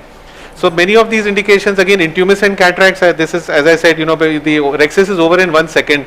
So there is no risk of the runaway happening. Only in a very rare, again in subluxated cataracts where the bag is mobile, you can get a rexis very nicely without having to do the rexis manually, where you may move the bag quite a bit or the lens quite a bit. So these are some of the indications, and also I think with multifocals and all, where you need highest precision of the rexis and of your LRIs, they come very useful. So small astigmatism of 0.5 to 1 diopters, without using a toric lens, I can correct it with the LRIs. So I think we'll move on to Dr. Rishi Swaroop Soti, sir. Yeah, Gaurav, and yes. Thank you. What about the incisions you make? Sir, I used to make incisions pehle for many years. That now I find that my incisions, it doesn't really give me any big advantage. Some surgeons still make incisions, but I have stopped making incisions because it slows me down unnecessarily. You prefer manual one, yeah. And it does not give you any major advantage. The big advantage is with the rexis, with the nucleotomy, and with the LRIs and few of the other features that are there. Right. So we continue to do that, but no incisions anymore, sir. Next we have with us Dr. Rishi Swaroop. He's a medical director and chief surgeon at Swaroop Eye Center, Hyderabad. He was a diploma in ophthalmology from CMC Vellore, and he's done a long-term cornea fellowship from Shankar Netale, Chennai. Presently, he has so many affiliations to himself, like Honorary Secretary, Hyderabad Ophthalmologists Association, and Chairman for ARC Telangana Ophthalmological Society. He is also a section editor of Cornea, Indian Journal of Ophthalmology, and he's achieved many awards like Achievement Awards in AAO, CS Rashmi Endowment Lecture at Hyderabad, IRSI Gold Medal, MM Joshi Oration in Goa, and Dr. O. Gopal Krishna Lecture, APOS Kakinada, and AS Patnam Nagar Oration in Hyderabad in 2020. We are so honored to have you with us, sir. Today he's going to operate a patient with us who's a 65-year-old male, has both eye cataracts, and is planned for right eye cataract surgery. The patient is planned for a 24 diopter, and sir is going to show us the single-handed safe IA with toric implantation in his lens. Over to Sir Zoti, please. Good evening, Rishi. Good evening, sir. How are you? Welcome, Dr. Rishi. So, Rishi, hello. How are you? I'm fine, perfect. So nice what to see you all. Congratulations on a great meeting. Am I audible? Yeah, you are very well audible. At the outset. So you have not paint draped till now. Gaurav, next patient को ready रखो. ये तो अभी time लगेगा 5 minute. Paint होना है ना? Paint drape होना है. Gaurav, next patient को paint drape करके रखवा के रखो ओटी में. So Rishi, this will be mark. You'll make a mark, or it will be markless? I'm sorry? You will be making a mark before doing surgery, or? I will be making a mark as well, because I am not a Varion or a Callisto user. Okay. But they have a Varion as well, so we can see both, and we can see. So have you marked Rishi on the slit lamp before? Yes, we have marked 0 and 180. Yeah. Yes. So you have marked directly on the slit lamp, you have marked by bubble marker. Actually, I didn't do the marking. I'll have to find out how they've marked it. Yeah. But it has been marked at 0 and 180. Okay. Yes. But your preference is slit lamp? I always mark on the slit lamp because I think it's very easy. Okay. Yeah. And it's also more accurate. I do the same. Yes. This cap you have brought from your place, or you have got for Gaurav place? Rishi?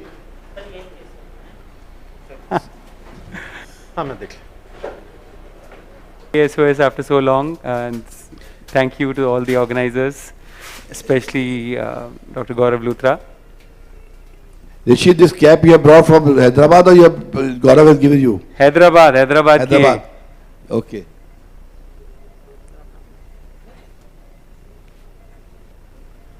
Since our OTs are taking a little bit expected than normal for the priming of the machine, so we'll shift back to our Catalyst OT with Dr. Saurabh Chaudhary for his next case to show us how the femto can help us in our cataract surgeries. Okay. Over to femto OT, please. Saurabh, yes, start. Hi, hello everybody. I am going to do a femto case for this Mr. Rana here, and he's got a slightly short eye like any Pahadi here. So I'm still trying to do it with the bigger cone, just because the bigger LOI, that's the 13 millimeter LOI, just because I want to get some more access to the periphery of the cornea, and I will be wanting to do it with. I'll be making my LRIs, which I'll just show you at a moment. So this is the 13 millimeter LOI, unlike Gaurav's, which was a 12 millimeter, and this is the right eye which will be operating. Rana ji, आपको थोड़ा नीचे देखना है, नीचे देखिएगा. नीचे देखिएगा पैर की तरफ, सामने लाइट के अंदर देखिएगा, थोड़ा सा नीचे, ये हाँ. For the postgraduates who are sitting here, residents, this is a femto laser, but they are going to make. So they again, can make the incision, they can make the capsulorhexis, and they can divide the nucleus. This is the femto laser they are using. Lock.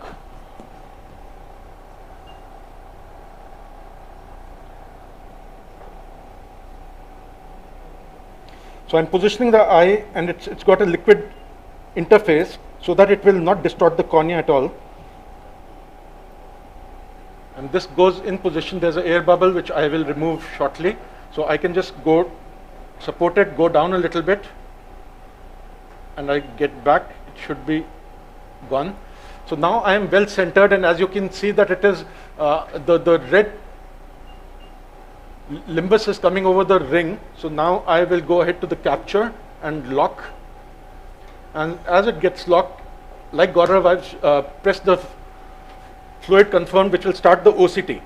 Now this is a magnifying thing which I can increase or decrease to magnify the picture of the OCT, and it does take a little time. So first it scans the anterior surface of the cornea, and that's what it has done right now. And the posterior surface and the anterior capsule comes on together. Now there is a slight bulge in the capsule, and I would like to slightly change it down here, and I can manually override the OCT. I've checked the posterior capsule here. There is a thick PSC there, so I'll just change that. This is right in the center. That's the limbus which has come here, and I had docked it 1 degree, so I'll just try to move it to 0 here. And I just press done. So once it's done, it rescans it for a little bit, and then it will say approve. I give the go ahead approval sign here. So it will give me a picture here. So first it is showing me about the capsulorhexis, which I've planned as a 5.1 diameter.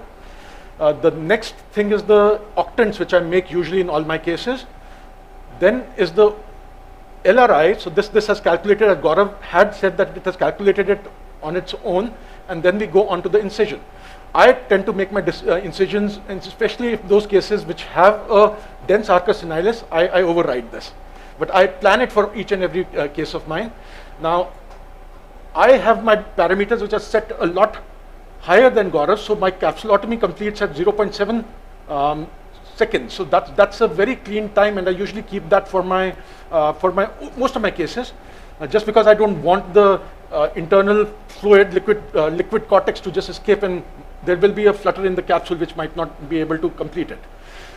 This is the quadrants which are being cut, and I can, as Gaurav was saying, there are some pneumo-hydrodissection bubbles, in case you can see there, and that's my LRI which is coming up, and that's my main incision which will start now. So that's the main incision which is starting. I had kept an offset of about 0.3 millimeters from the limbus, so that offset there will be about 0.3 millimeters. And as this finishes, I just take a tissue paper and I will get the vacuum off from the patient's eye. So now the vacuum has released between the LOI and the patient's eye, but the vacuum is still maintained between the machine and the LOI, so it is stuck to the machine and the patient is free. He hasn't felt a thing, he hasn't noticed a thing. कैसा रहा, दर्द वगैरह तो नहीं हुआ जी? नहीं sir, बिल्कुल.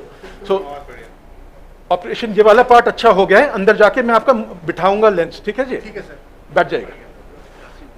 So if we look here, that was my main wound which I made, and the OCT picture is showing that I have made the wound, which is a triplanar wound like this. It has a great lip here, which will actually seal the incision. That's my LRI which is there. This is the offsets which I have set here, and as a routine I've set a 500 offset for all my cases. For posterior polar, like Gaurav said, I might increase it. And this is my capsulotomy which had been made, and and there is a report which comes out of it, which I can always get a printout from. So I did a LRI, I did make a capsule, I did the fragmentation as well as the main incision. So let's see how it goes inside the OT. Any questions here?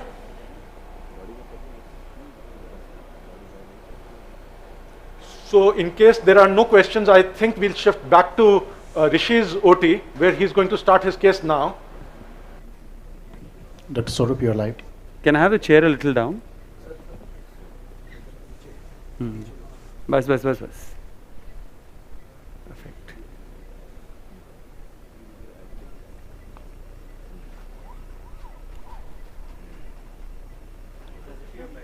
I'm live.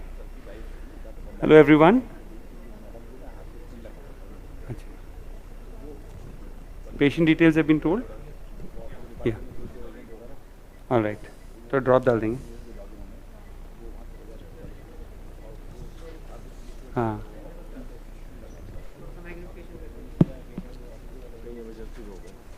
अच्छा, your foot pedal is opposite of mine.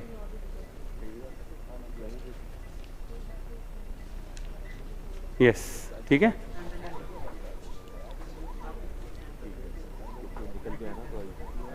ठीक है? Brightness बढ़ाएं?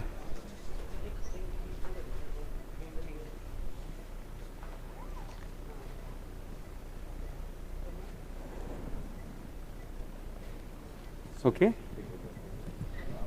Drop डालिए. So, hello everyone. We are operating a toric IOL today. This patient doesn't have a very high cylinder, about 1.2 or so. Got limbs है?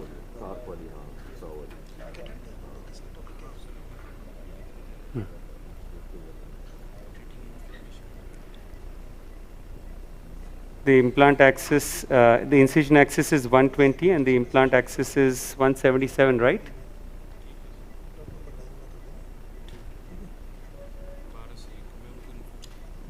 सीधा देखिएगा light की ओर.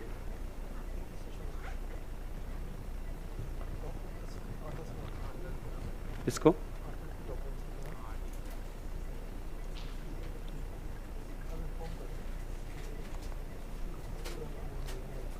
सीधा देखते रहिए, आंख बंद नहीं करना है.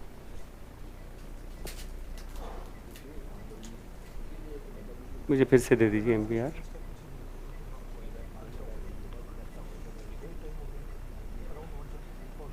Is it in focus?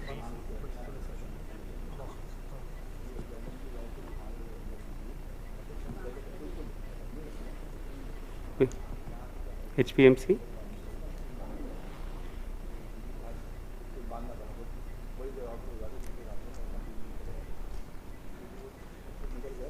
सीधा देखते रहिए.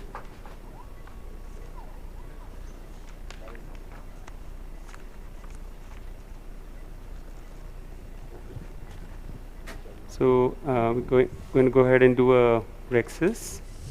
यहाँ पे थोड़ा वाटर डालिए. ड्राई हो रहा है. नहीं, और ऊपर. Yes, thank you. So this is the beauty of the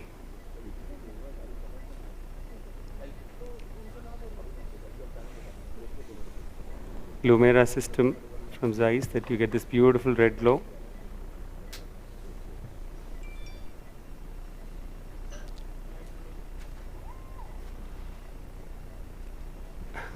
The foot pedal is inverted to compare to what I'm used to. Can we invert it? Visco, yeah. Visco दीजिएगा. The microscope foot pedal. सीधा देखिए light की ओर. Yeah. Sorry.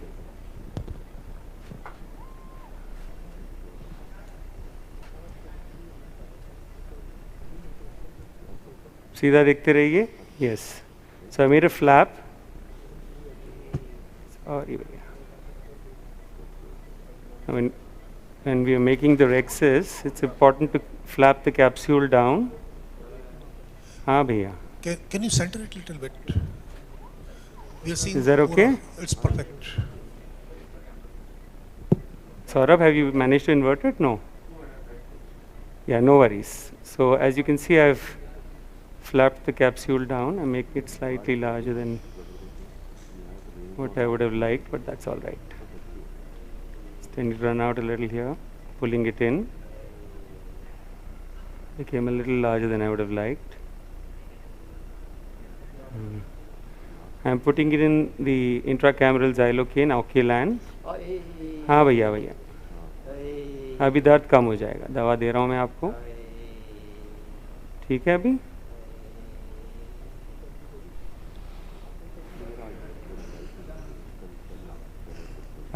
इसको दे देंगे.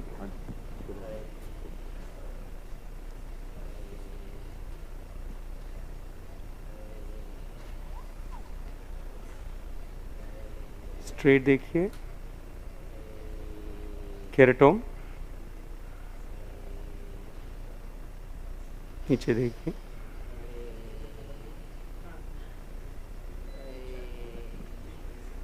these are money blades, they are pretty sharp, so one has to be very careful.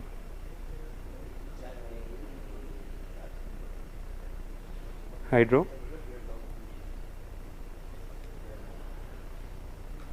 I like to do my hydro from the main wound so that there is space for egress of the fluid. सीधा देखिए भैया,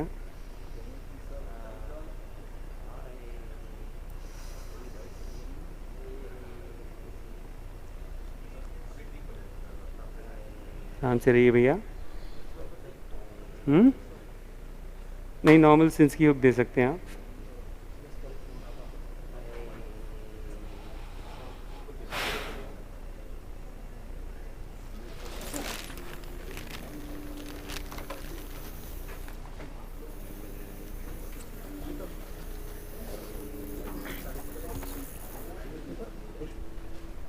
क्या हुआ? Are you okay, sir? We are not I don't know what seeing happened. by. Oh, I had a syncope. Oh my God.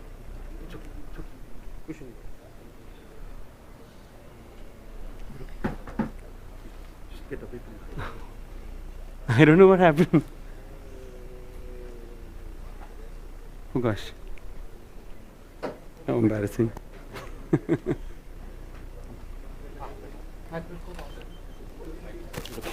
Yeah, I don't know what happened.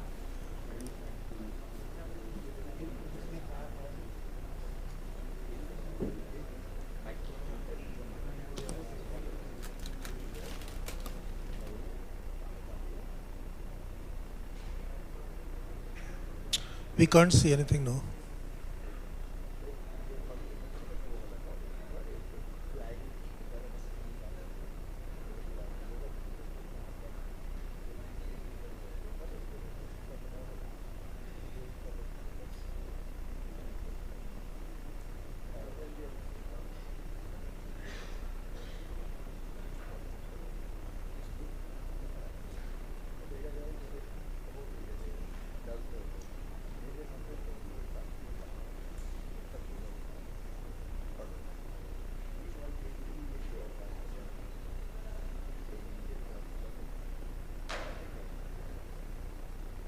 I think the patient is not cooperative.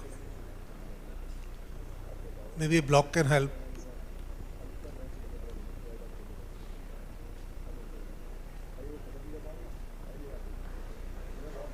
Next surgery is going to be Smile by Dr. Krishna Prasad Kudlu. He is founder and chairman of Prasad Netralaya Group of Eye Hospital chain in Karnataka. He has been trained for refractive procedures at Germany, Thailand and Hong Kong. Founder chairman of Netra Jyoti College of Allied Health Sciences and Paramedical Sciences, and vice president of KOS and member scientific committee of AIOS. He has been awarded with many national and international awards, amongst which the most prestigious are Karnataka Rajotsava Award in 2019 and Nadoja title was given by Hampi University in 2021. Dr. Kudlu will be operating Smile in the right eye of the patient, who is a 38 years old lady with uncorrected visual acuity of 360 in both eyes and best corrected visual acuity of 6.6, and acceptance is minus 3.25 spherical in the right eye and minus 1 cylindrical at 30 degrees, and in the left eye minus 3.75 and 0.75 cylinders at 170 degrees, improving to 6.6. Pentacam maps, or there are no outliers or red flags in pentacam maps. They are pristine maps, and bad maps are also pristine with no red flags in it, as we can see here. And there are no significant internal and corneal aberrations in both eyes, and DLI is good, and epithelial maps are pristine too. It's pleasure to have you, Dr. Kudlu. Over to Dr. Kudlu. See the light, straight. Just put your head down like this. Can you hear me? Yes, sir, you're audible. Yeah, am I audible in the hall? Satanshu bhai? Yes, you're audible, sir. Can you hear us? Yeah, may I know who is speaking? Dr. Rohan this side, sir. Yeah, Rohan, first of all, thank you so much for a lovely lunch you had given me this afternoon. I am so touched by the hospitality. I thank Dr. Vinod Arora sir and mainly my brother Gaurav Bhai for this wonderful opportunity. What a place, the place of hospitality. It's people call it as a Devnagari, that is Uttarakhand. So he has given me chance to operate in his OT. I am so much thankful to him. This is one of my dream mission. I have trained lot of doctors in and around world. More than 50 doctors trained by me, especially for Smile, Caesar system. So this patient name is Preeti Raikar, aged 37 years old. She wants to get rid of her glasses. So always in Smile, very important is positioning. You need to have a very clear access to your ocular structure. So always once I clean the cornea with the fluid, make sure that there is no meibomian secretion is around, which is the culprit for most of the post-operative haze and also ectasia. So you have to clean it thoroughly. The principle here mainly keep the conjunctiva dry and keep the cornea semi-moist. This is very important. Put your chin down, sister. This is very important. Always your position has to be very good. So I am taking out all fluid out Sir, of we the... don't have your eye on the display. Actually, we only have the machine display at the moment. Yeah. Yes, First now I will show you the setting now. The patient name is Preeti Kakkar, age 37 years. This is the setting. Right eye minus 3.25 with one cylinder 30 degree and cap data is diameter 7.5. The cap thickness I kept here 120 micron and side cut 90 degree. So the residual stromal thickness going to be remaining is 321. Okay, next. Now I will go to the expert mode. Here energy is around 28 in this machine, pretty good. Now what I will do is, as a surgeon myself, after checking all the parameters in the machine, now I will take the cone from the right hand, hold the cone in the right hand, go to the machine, plug in, then you lock it. Then for right eye you hold it like this, go to the slot, lift a bit, you will hear something called click noise. When you heard the click noise, machine will start calibrating for this particular cone. So once again I am flushing the cornea. So whenever machine is start calibrating for that particular cone, normally I don't move the table, because sometimes we never know that when it is calibrating you should not touch the machine. Once it is calibration done, I think you can go ahead with the procedure. So as I said that after the thorough flushing, keeping the conjunctiva dry, keeping the cornea semi-moist is the key for successful of Smile surgery. Can you able to see, Rohan, eye? We can see the display, sir, not the eye. Now? Now, yes. Are you able to see the eye? Yes. Yeah. So, sister, this is squeezed, no? So, now I am making the cornea semi-moist. Once the cornea is semi-moist, I am taking the patient underneath the cone. So, you have to ask the patient, प्रीति आप थोड़ा green blinking light देखता ही रहना, अभी green blinking light आएगा आपका आंख के सामने, आप सीधा देखने का, सिर्फ 1 मिनट का प्रोसीजर है, हिलाने का नहीं, इधर देखते रहिए. So I am just going to dock the eye now. When you are docking, make sure that you are docking exactly in the center of the pupil, very important. Once again, depend upon the patient.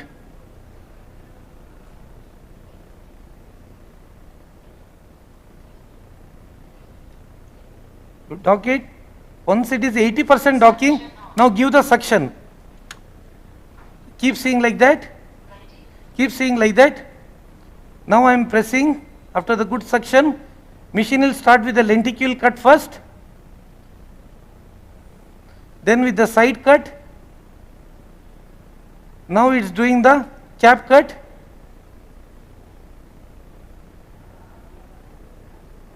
then followed by the incision. You can do the incision between 1 to 4 mm depending upon the surgeon's preference. So the perfect treatment is done by the machine. So you have to get the eye underneath the microscope. Once again, you can see how I kept the cornea semi-moist and conjunctiva dry. This is the two key points for success of smile, because 50% treatment will be done by the machine, 50% treatment has to be done by the surgeon. So learning curve is little bit there in smile, but once you are master, I think it is a very easy surgery. Sister, dissector. Dry bud give me. So now the most important step is identification of the layer. So sister, keep seeing like this. No, straight, don't move. So what instrument are you using? Is this a specialized one? That No, this is not a special, this is a simple one. It has got a long dissector and a short dissector. With a short dissector, Rohan, I am trying to now identifying the first layer called anterior layer. Go to left side, your for periphery of the left side, open the anterior plane properly. Now once your anterior layer dissection is over, now you can see something called meniscus sign here. Meniscus sign, this is very, very important. So underneath this meniscus sign, you open the posterior layer bit, and don't open it till here. Only you open in your right side. Once it is done, now I am turning my dissector. Go to the anterior player once again. Do a dissection, something called a windshield wiper movement. So I am dissecting the anterior layer. Now our superficial layer, and my superficial dissection is over. Once my superficial dissection over, now I am going to the deeper layer. Now do the dissection of the deeper layer. But when you are doing the deeper layer or posterior layer, you have to dissect both the side equally. Otherwise, chances of lenticule may fold. The beginning surgeon may become little difficult. So both the side equally I am dissecting. Yes. Now left side dissection over. Now right side also dissection over. Now I will do something called single instrument technique, where I will not be using any of the dissector, and with the help of the same dissector only I am taking the lenticule out. If you want, I can put it over the cornea, spread across, see for a integrity of the lenticule which is round. So only one with the help of the only one instrument, I could be able to dissect this lenticule. 1 drop of saline, sister. So for smile dissection, you don't require 2 instruments. If you ask me, if the treatment done perfectly by the machine, then only 1 instrument can take out the lenticule. The advantage, lesser the dissection, you can see the round lenticule here, that means my dissection is perfect. So lesser the dissection, that is very, very important, that patient will have a wow effect very next day, 6 by 6, even 6 by 5. Once again, you will not be touching any of the Bowman's layer. You could able to see, even going and giving the wash underneath the within the interface is also not required, but here I am just giving you the interface wash. Once your interface wash is over, the most important step is ironing of the cap. This is very, very important. See, ironing of the cap always prevent patient to, some patients may develop, especially when you are operating for very high refractive error, the chances of developing microfolds will be there. But if you iron it properly like this, then there is no chance of having any microfold post-operative, and patient normally will have a 6 vision. So you could able to see how nicely I am ironing, and the treatment done perfectly well. Once again, I thank Dr. Gaurav and the whole team given me opportunity. I wanted to reveal or may not be revealed. Actually, Gaurav bhai came to Udupi to just see my live surgery, almost some 5 years just before buying this machine, and he had invited me all the way from Udupi. I am so much thankful to him. Once again, I thank Dr. Vinod Arora sir, the whole team, Satanshu Mathur, the whole Rohan, his wife, everybody was got so much of love towards me to calling me all the way.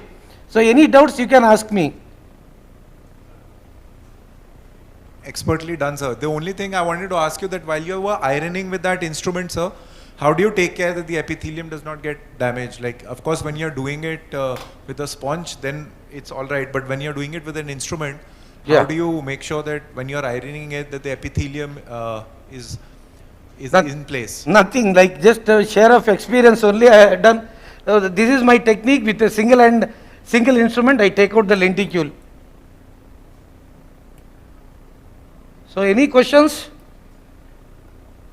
Do you change the size also according to what the power is that is to be treated, sir? No. For the Before, I will tell you about most of the Indian eyes, we take a smaller size cone.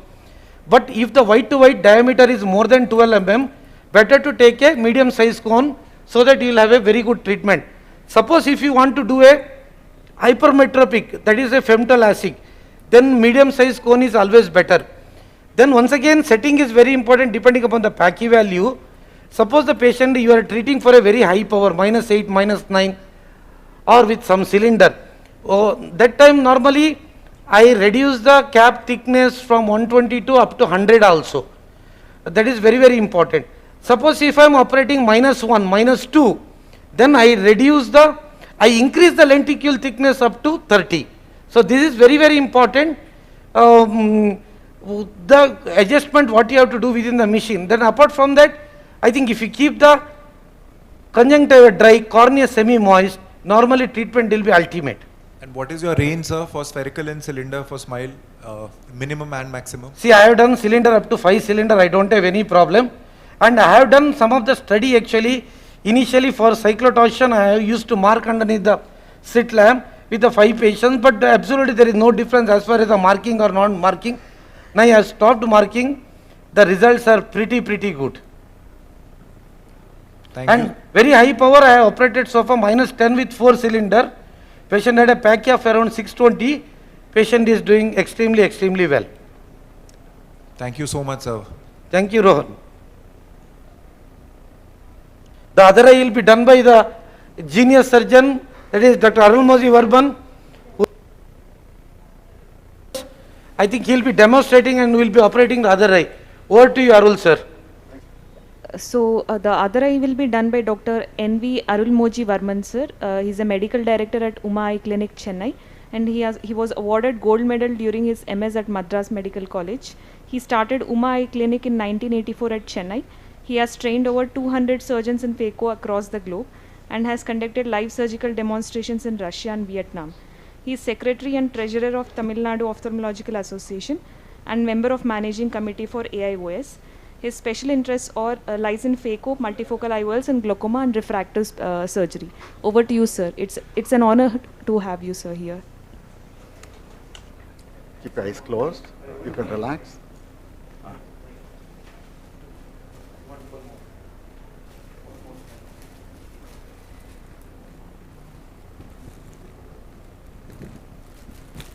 Open your eyes, please. You're doing very well. Look up. Look up. Excellent. Superb. Beautiful. Now, I'm putting a clamp to keep your lids open. Superb. So sir is just putting the drape and also speculum. So I'm just moderating this surgery. So in fact, sir is the only 2 surgeons in India already upgraded his Visumax 500 to Visumax 800. I was just talking to him and he was telling that a lot of advantages there with the Visumax 800. There is no chance of suction loss. These are the few advantage have with the higher end machine, and also it has got a cyclotorsion compensation. Along that, within few days it may come with a hypermetropic solution. So I think with the fewer advantage, probably sir is the second person to install Visumax 800 in India. So over to you, sir.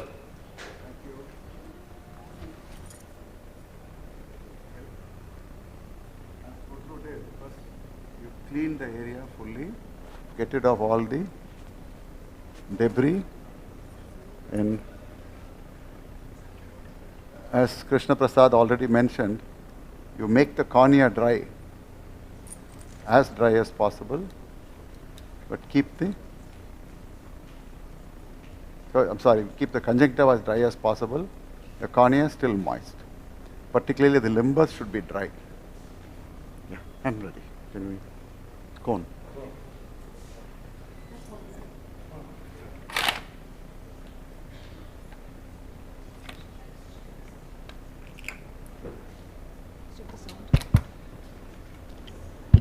Hello, hello, hello.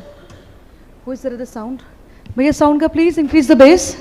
Hello, hello, good evening, good evening. Hello, check, check, 1, 2, check. Hello, good evening, good evening. Ready?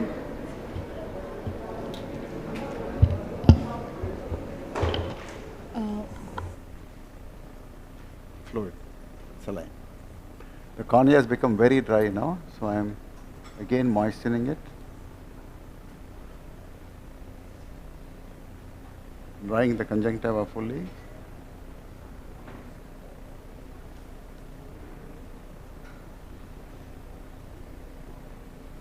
Very light drying of the cornea, and we are ready to go.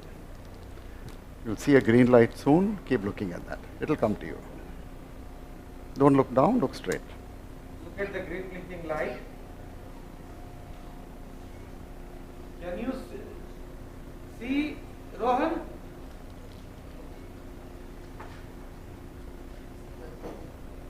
Rohan?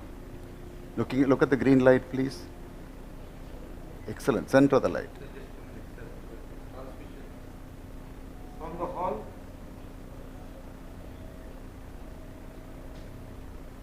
Center of the pupil. Beautiful. Good. Beautiful. Yes. Keep looking at the light. Beautiful. Light will become dim now. At auditorium, can you hear us? Yes. Yeah, we can hear. Yes, you are audible. Rohan, can you hear?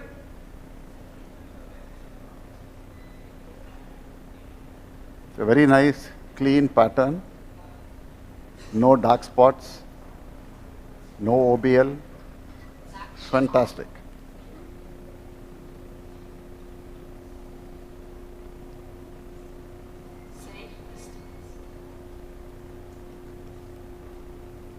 Now we come back on the white light.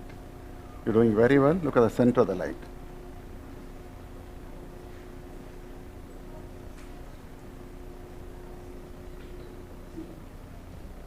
Dissector. You want dandruff and dissector? Whichever doesn't make a difference. Can I have a forceps to hold? I like to hold. I like to hold the conjunctiva when I do the dissection. That makes it a little more steady. First thing, you open up. The bubbles coming out is a good sign that says that the laser pattern was excellent. I opened the superior fully, just as Kudlu did. You can see the edge of the lenticule. Just go there, open the edge slightly, slip under, and open the inferior. Just as Kudlu did, open the inferior, a small area alone, maybe 25% of the area. 75% is the opening of the anterior. Once we confirm the anterior and posterior are clearly delineated, go with the blunt dissector and just do a windshield wiper. I like to go to the very edge, come back. Usually it's about 3 or 4 strokes. You opened up the whole anterior cap. Now slip inferior. Here I do a slightly different technique from Kudlu. I open up to the edge, but I don't open the edge. I stop short of the edge. Now it's all completely separated, the edge is not. Then I poke out at 12 o'clock and open the edge, leave one small bit here. I leave one small bit, go to 11 o'clock and cut across. At this point, I go cut this, so it's completely separated. So that way no chance of folding over or tearing of the lenticule. Look straight, please. Then you can go in with the second instrument and out it comes, whole with minimal dissection pressure. Moisten the cornea. Irrigating under the cornea in the bed is a good idea, but not mandatory.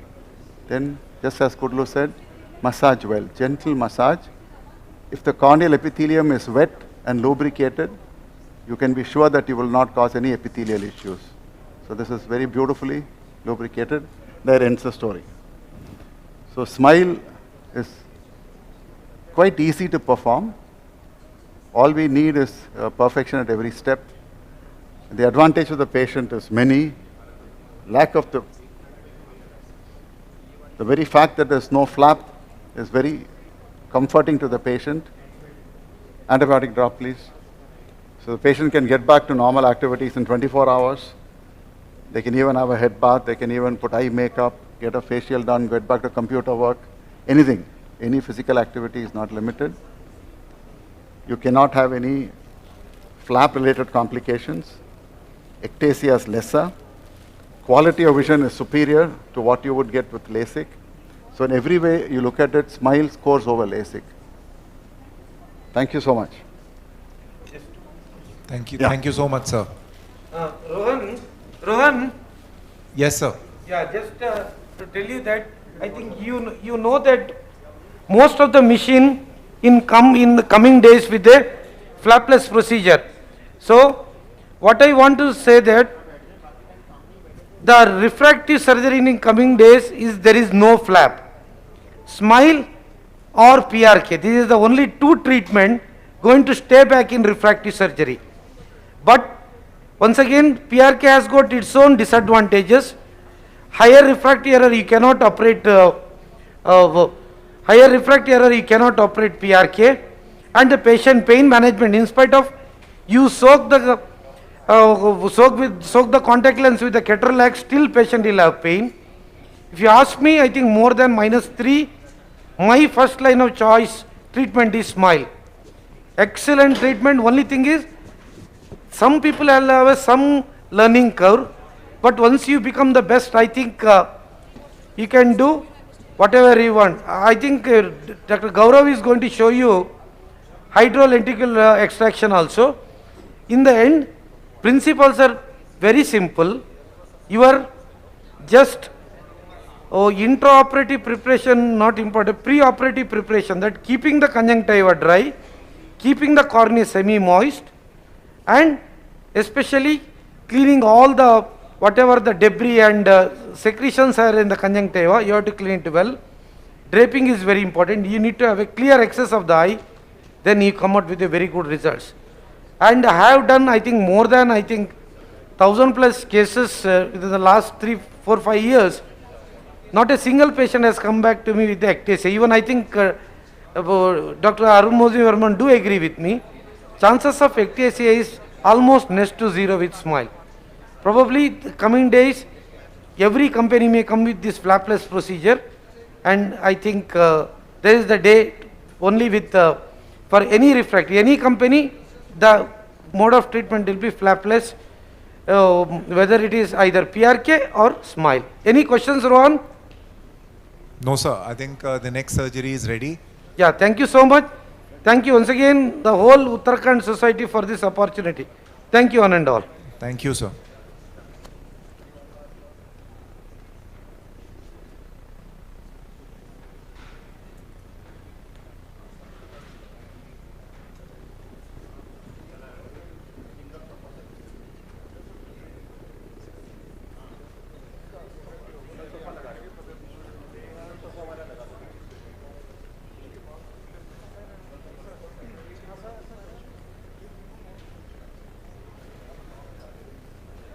कौन है?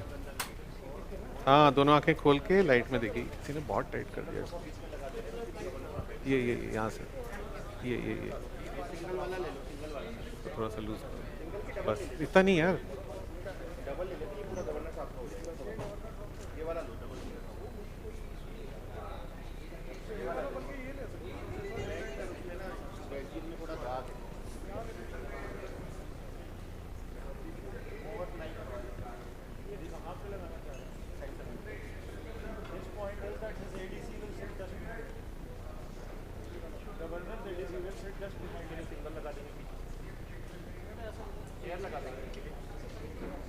Dr. Gaurav, you are live.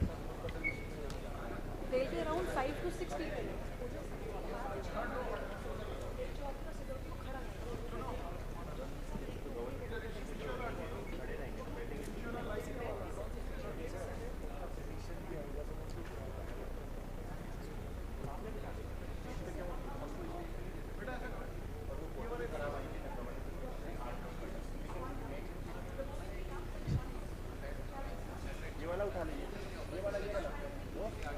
Sir, we are not getting the eye view.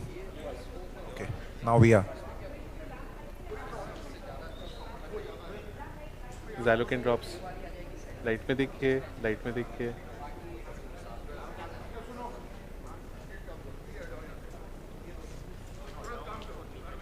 Manual registration कर लो.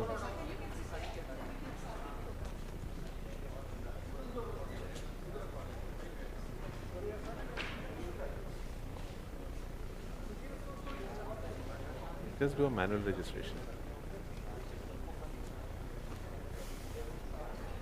We don't need video on actually, just switch it off. तो आप light में देखते रहिए.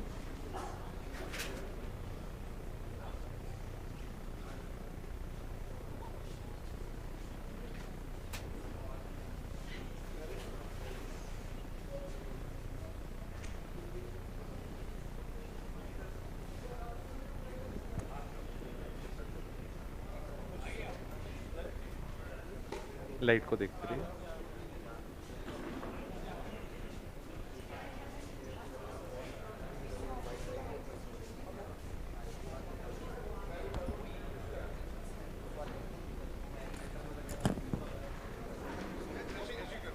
इन्हों के अभी नहीं चाहिए, जब चाहिए होगा.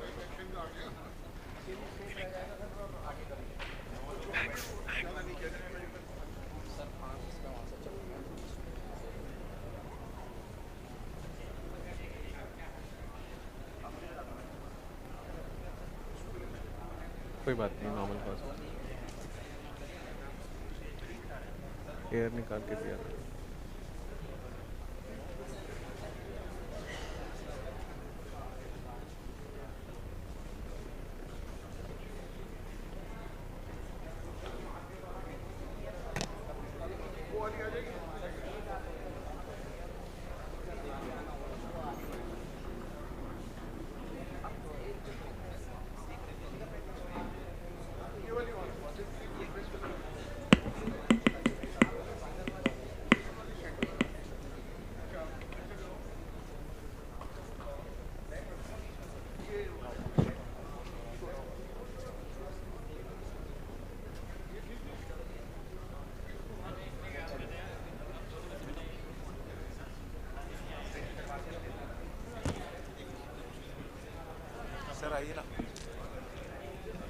क्लिक करिए भाई साहब.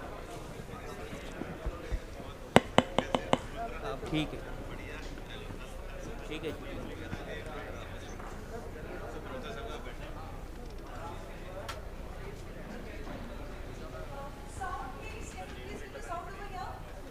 सिर को ना ऐसे रखना, साइड पे मत करना. पोडियम में साउंड दीजिए.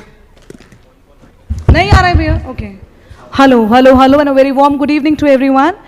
This is Dr. Kanchan Negi, Research Development Expert, the Master of Ceremony for the program. And let me tell you that within a very short span of time, we're going to start with the official inauguration of the program when our eminent chief guest, Honorable Governor, Lieutenant General Retired Gurmeet Singh sir will be here with us. Sound? Please increase the bass. Hello, hello, check. Bass बढ़ा दीजिए भैया please.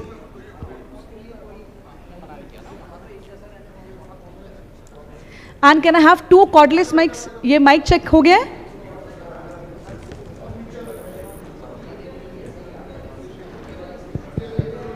Hello, hello, hello, check.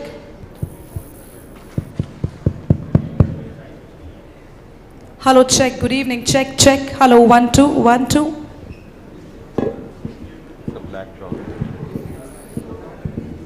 Hello, hello, hello, check. Hello, check. Hello, hello, hello. Tune in करिए भैया. Tune in please. Hello, hello, hello, check. Check, check. Hello, check. Yes. थोड़ा और tune in. Hello, hello. Hello, check. Check. Hello.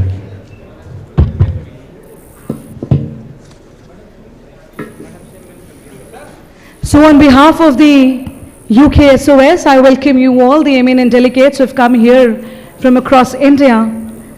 In the 18th annual conference of UKSOS, let me tell you that within a very short span of time, we will have our eminent chief guest, Retired Lieutenant General Gurmeet Singh Ji, and Honorable Governor of Uttarakhand. And I just want to share the program, like the moment our Honorable Chief Guest will be here. He would be visiting the stalls first. He will be visiting to the scientific stalls, the exhibition of various ophthalmic instruments and medicines which are being exhibited.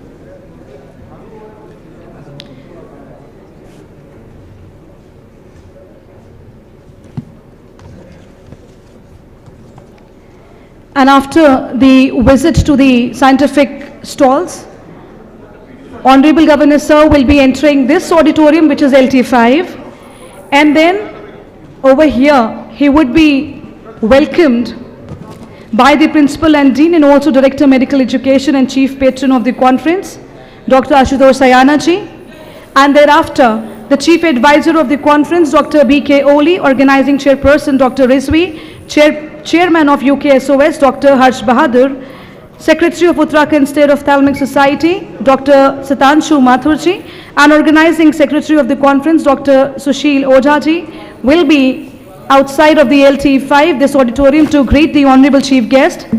Thereafter, the Honorable Governor Sir will be escorted to the front row, and he would be witnessing the 32 live surgeries which are going on. He would be witnessing the live surgery for like 5 minutes.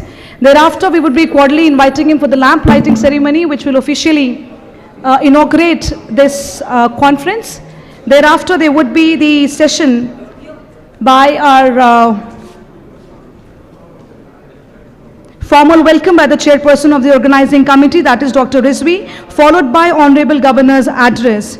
So I would request all of you to kindly take your seats so that on time we would be starting up with the program. Thank you.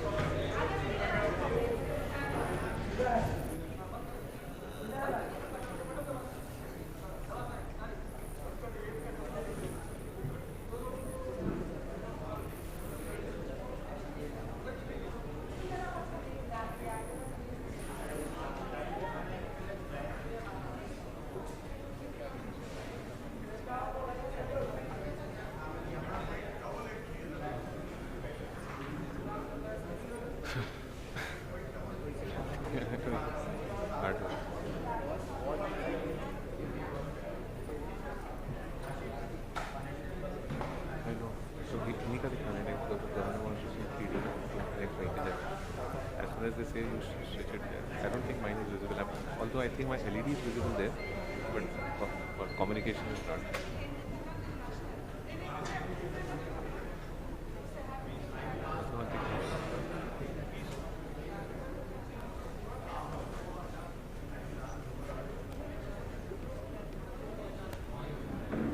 बस बहुत जी 2 minute और लगेंगे मोतियाबिंद तो आपका बहुत सकत्ता निकल गया अब हम लेंस लगाने की तैयारी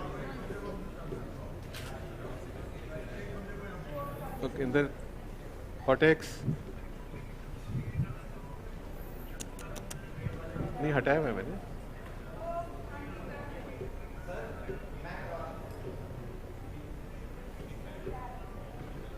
कॉर्निया देखते रहो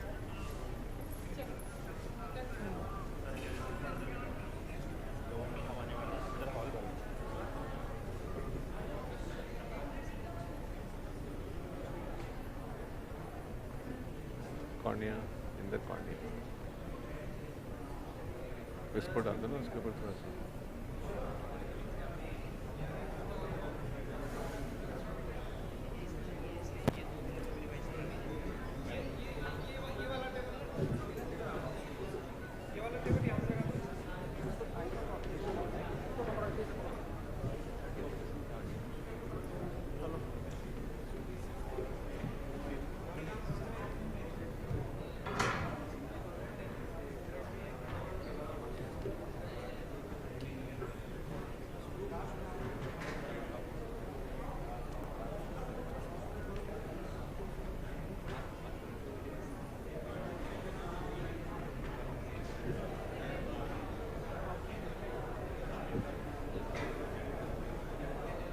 रोहित को मत बताना कि गवर्नर देख रहा है, तो वो भी प्रेशर।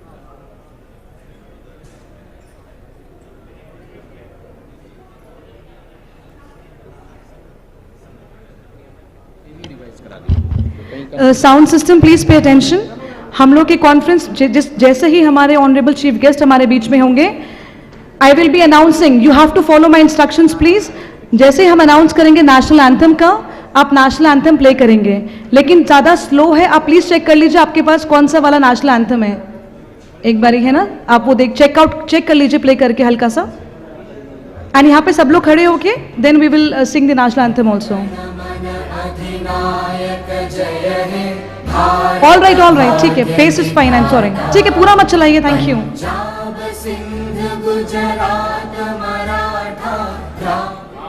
ऑल राइट, तो ये फुल वॉल्यूम आप कर देंगे हमारे अनाउंसमेंट के तुरंत बाद आप लोग प्ले कर दीजिएगा।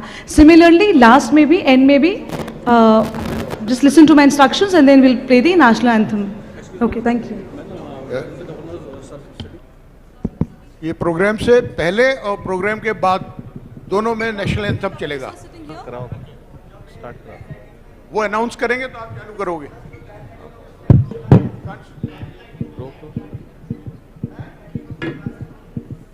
ट्रांसमिशन नहीं हो रहा है, मतलब ट्रांसमिशन हो रहा है, कोई बोलने वाला नहीं।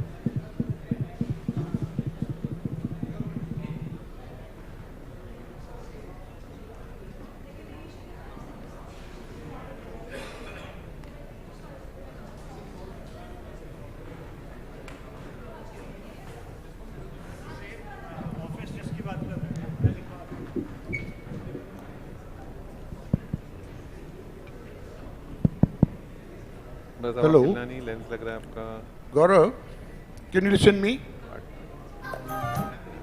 Drishti OT, can you listen to me? हाँ, yeah, I'm coming.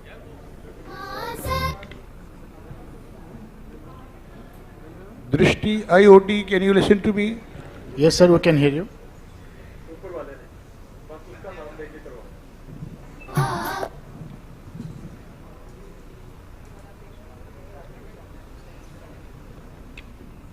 आए उसको ना ओटी में मत रखो, जो लगने बाहर रखो ताकि ठंडे ना हो जाए। वो खुलते भी नहीं है और फिर वो बिल्कुल टाइट हो जाता है। उनको बाहर स्टोर करो, ओटी के अंदर मत रखो, वहाँ ऑटो प्ले के ऊपर रखो। जो ये वाला है ना, नाइट एक वाला ऑटो प्ले है, वो अंदर चिल हो जाते हैं बिल्कुल, फिर उसके बाद। And I hereby request everyone to kindly keep your cell phones on silent mode, please. I hereby request each one of you to kindly keep your cell phones on silent mode, please. Thank you. नहीं यार, inauguration कल है। Governor said I want to come today and watch 3D। देख लो यार। He got so interested, he says मैं inauguration में serious बन के तो नहीं आ पाऊंगा।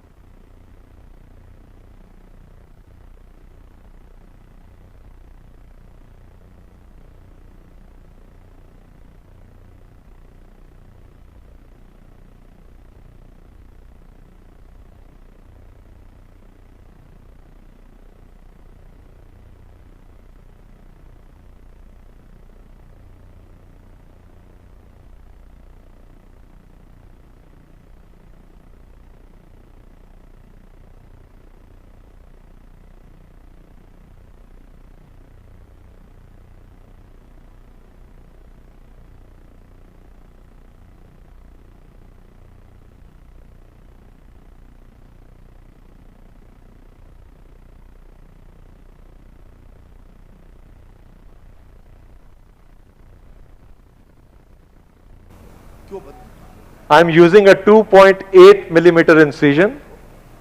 चालू करो चालू चालू करो चालू करो चालू किस चालू करो अभी आधा घंटा बहुत है चालू करो तुम चालू करो I'm using a balance tip for that matter. Chopper. This chopper is calibrated. बोला बोला अरे उसे बोला यार अभी हाँ Now I'm going to do fine focusing. 550 आ जाएगा Go up. Start the sculpting. I want you to see all the steps.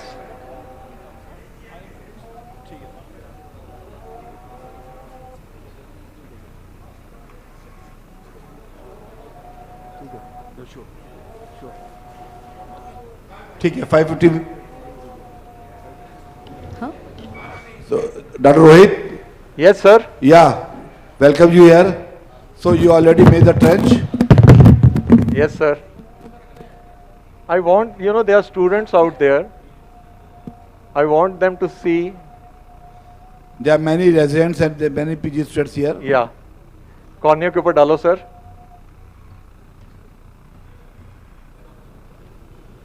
It is not fully deep.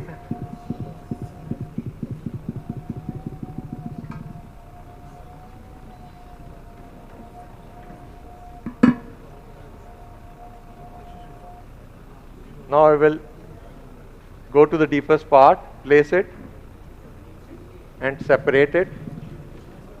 I could not, so I'll do chop here, quadrant.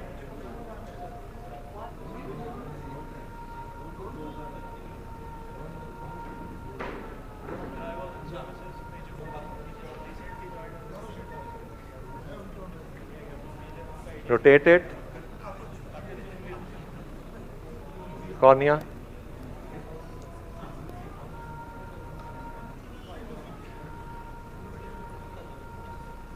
chop it. Can you see the chop? Yes, it's visible, sir. I want you to appreciate the students how I am chopping. So what I am going to do is, I am going to clear नहीं है यार, cornea के ऊपर डालना. Hold it. Go full thickness, bring it close, separate it. Totally separate it and you can pull this out also.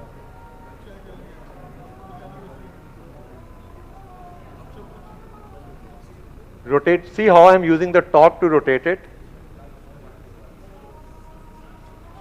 Hold it, full thickness, bring it close. It was not held fully. Separate it. So, again, Rohit sir, you are impaling the entire tip into the nucleus. Will yeah, you do that? That is very important, sir. Go to foot position 3,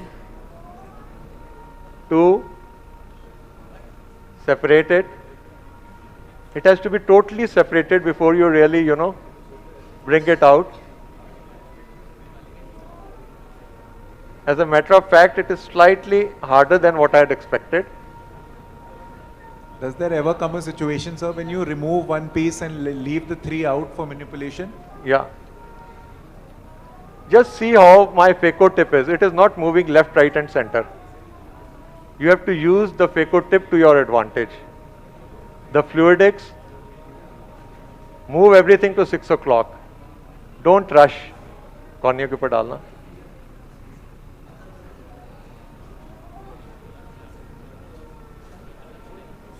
I could have used the other chopper also. Now once it is separated, then only. So I am going to move my tip left, right and center. I am going to rotate it, my hand to bring the, did you understand what I meant? No. So if you have to, when it is going left, right or center, you don't have to go searching.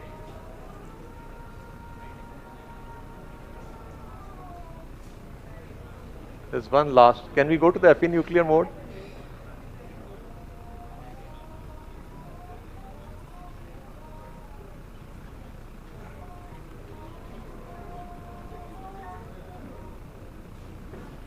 Bring it to 6 o'clock.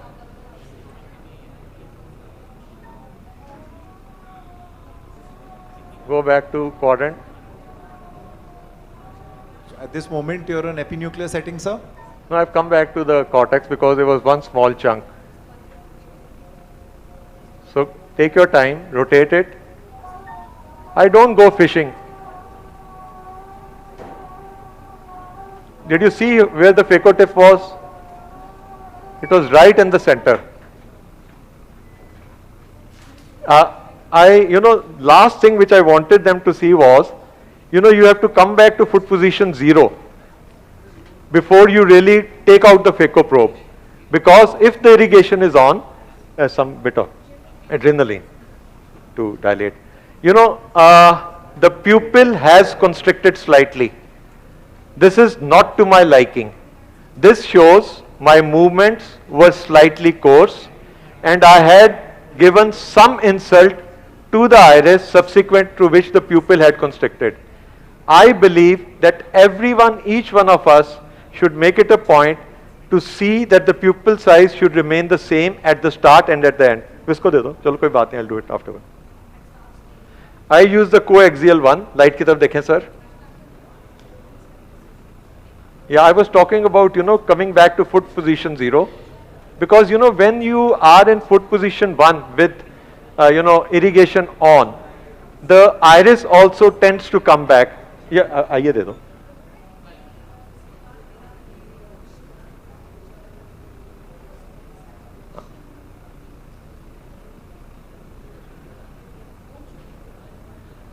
I don't use bimanual. I usually use the coaxial one without using a support from the, like it they can, sir. Foot position 0, go in.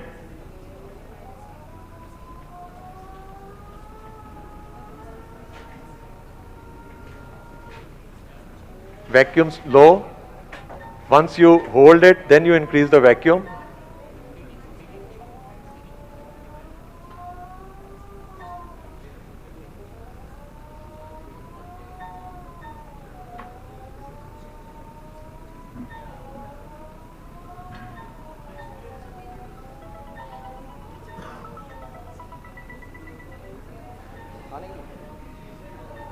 Now this piece, this fragment is there.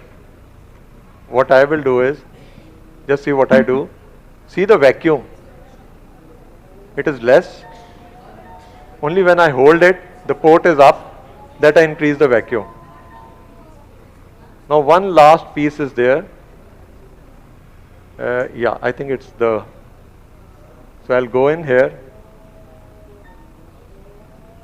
I don't think it is there. So that is done. Some last, increase the vacuum by bringing it to the center, and it is done. Visco. I don't do hydro implantation the way Dr. Gaurav does it. That saves a lot of time, and I'm slightly old-fashioned this way. Dena visco or dena, please.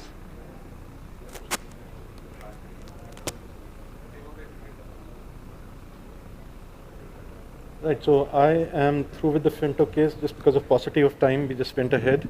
And I'm just going to seal my incisions now. So, Dr. Vinod, anybody there who's listening? Yes, sir, we're here. Hello? Yes, sir. Who's there?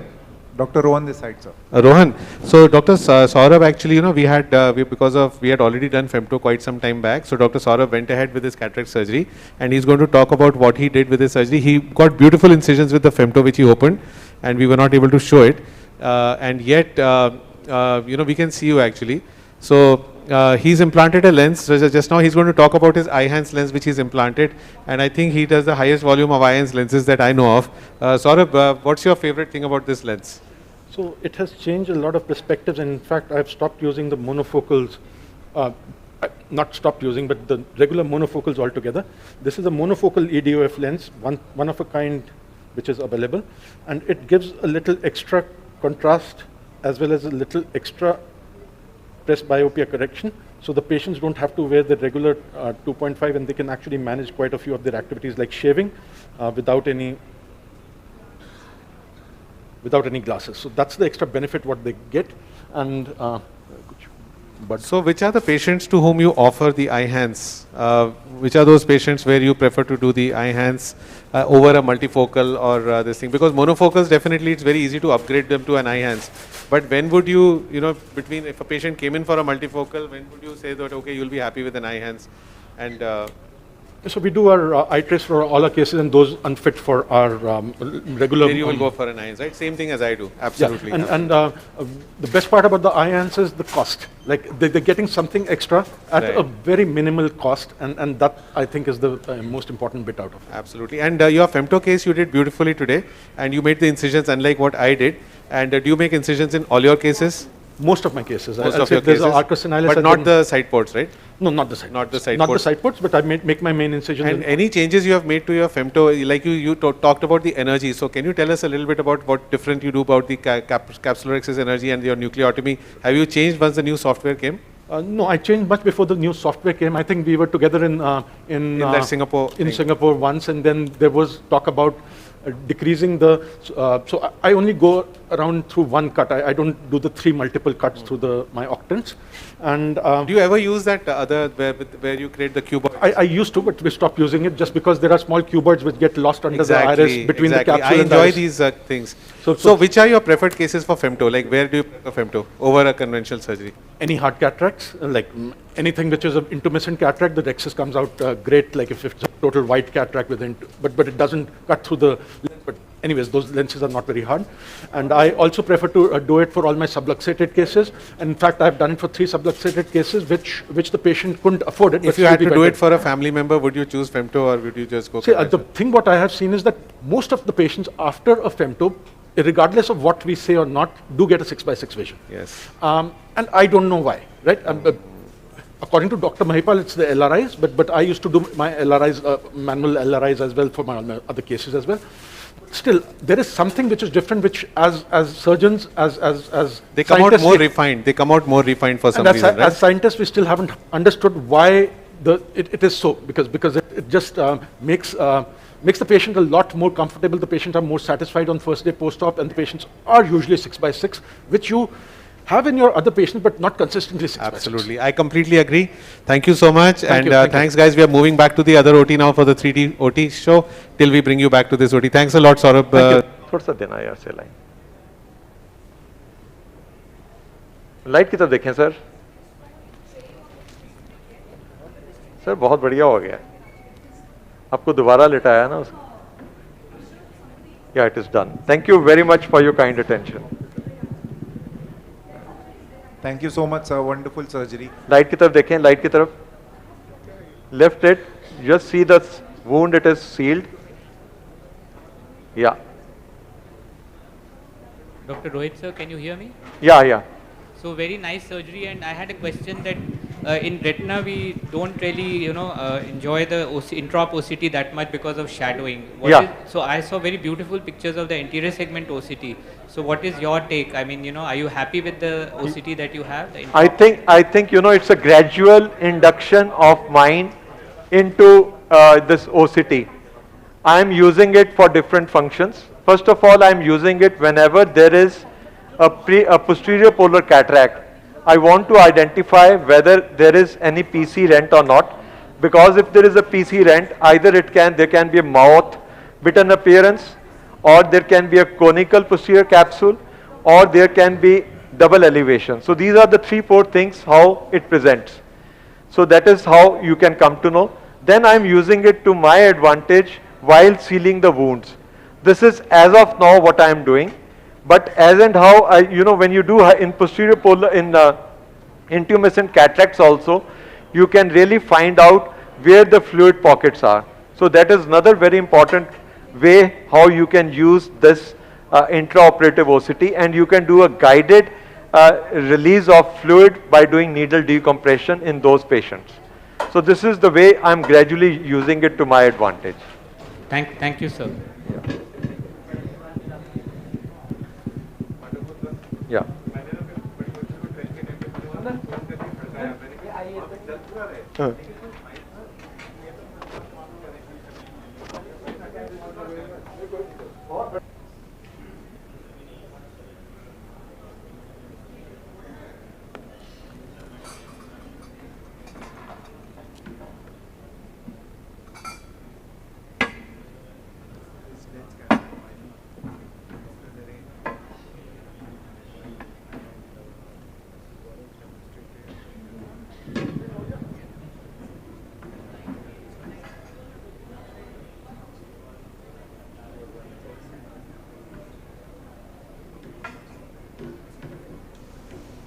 Next we have with us Dr. Mayank Pangte. He is MD Ophthalmology from AIIMS New Delhi, and he has around 32 international and national publications. His expertise is in cataract, cornea, refractive surgery, keratoconus and glaucoma. It's a pleasure to have you, sir. We have our next candidate for cataract surgery, who sir will be operating on. She's a 50-year female who has cataract in both the eyes and is planned for right eye cataract surgery. This is the biometry for this patient, and we are planning a synergy for this particular patient.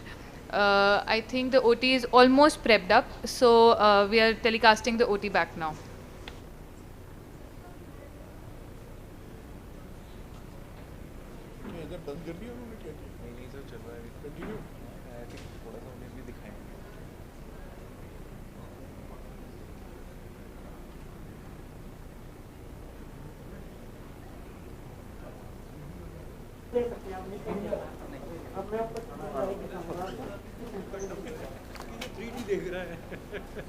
Good.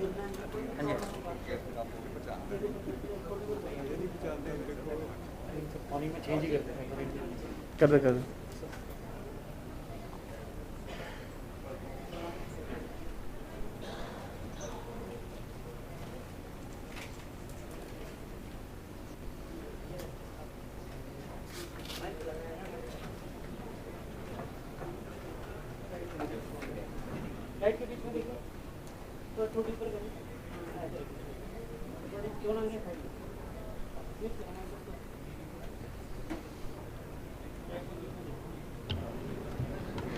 May I please request the one sitting on the first row to kindly vacate the first row, because very soon our honorable chief guest will be soon here with us along with his team, so which would be taking the first row. I'm sorry, but then just need to follow the protocol. Thank you so much.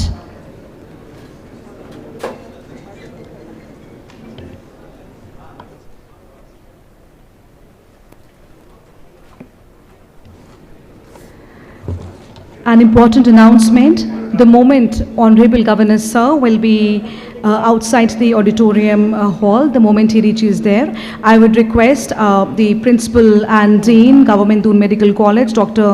Ashutosh Sayana ji, who is also the Chairman of the Organizing Committee, and the Chairman of the Organizing Committee of the conference, Professor Wing Commander Y. Rizvi ji, and also the other delegates like the Chairman of the UKSOS, Dr. Harsh Bahadur ji, and Secretary of Uttarakhand State Ophthalmic Society, Dr. Sitanshu Mathur ji, Chairman of the Scientific Committee, Dr. Vinod Arora ji, and Organizing Secretary of the Conference, Dr. Sushil Oja ji, to kindly line up outside and to kindly greet our Honorable Chief Guest with 101 and escort the Honorable Chief Guest inside the main auditorium hall. Thank you.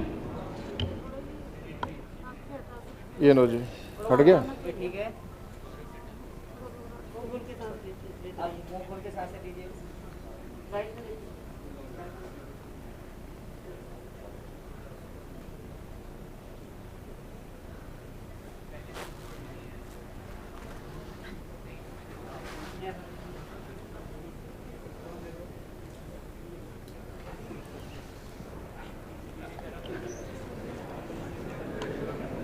I would request to share the program schedule with each one of you. The arrival of the Honorable Chief Guest. Centre है centre है नहीं May I have your attention, please? Just within 5 minutes, we will have our Honorable Chief Guest with us, just within 5 minutes. So I request all of you to kindly pay attention to the program schedule. The moment Honorable Lieutenant Retired General Gurmeet Singh ji will be here, he would be visiting the stalls outside, and he would also be greeted by the dignitaries He would be greeted by Principal and Dean and Chief Advisor of the conference, Organizing Chairperson, Chairman of UKSOS and Secretary of Uttarakhand State Ophthalmic Society, Dr. Sudhanshu Mathurji. And I think it would be great if I'm calling out the names, if these eminent personalities could be standing outside and if you're lined up in order to greet the Honorable Chief Guest, that would be great.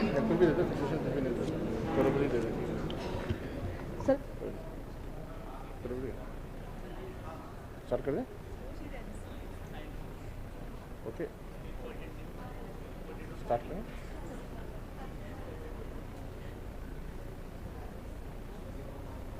Start करें confirm करें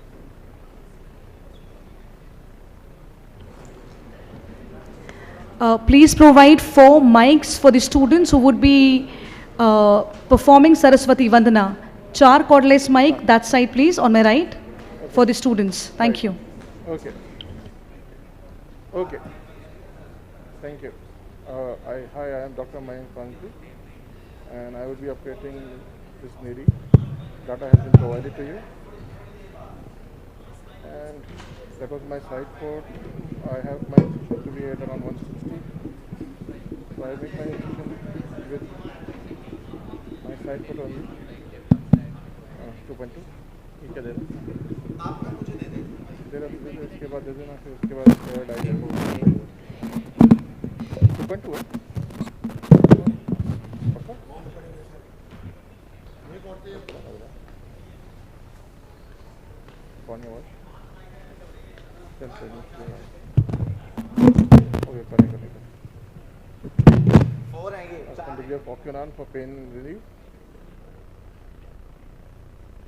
here, right. I will be putting some degree of dye to stain the capsule. Though the microscope has a good glow, you can just use it for better centration.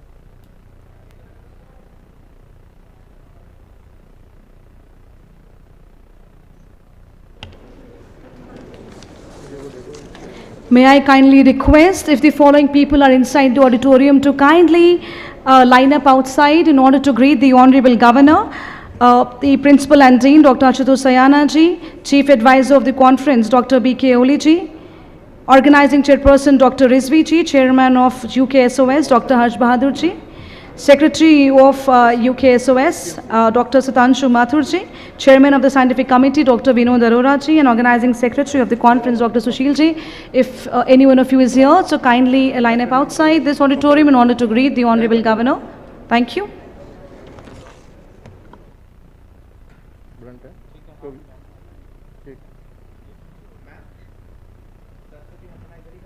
दूसरा चप्पल दे दे बड़ा इससे बड़ा चप्पल दिखवा दे मेरे को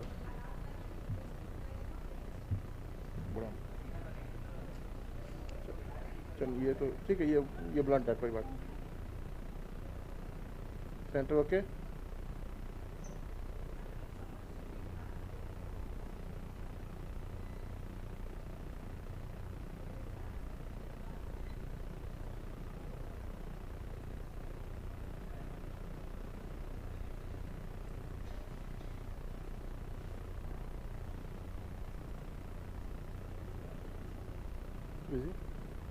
busy तो busy camper ना हो वापस देना है या वो दे दे मुझे हल्दी फुल कर दे दे यही दे दे कोई नहीं ये तो यार इसमें भैया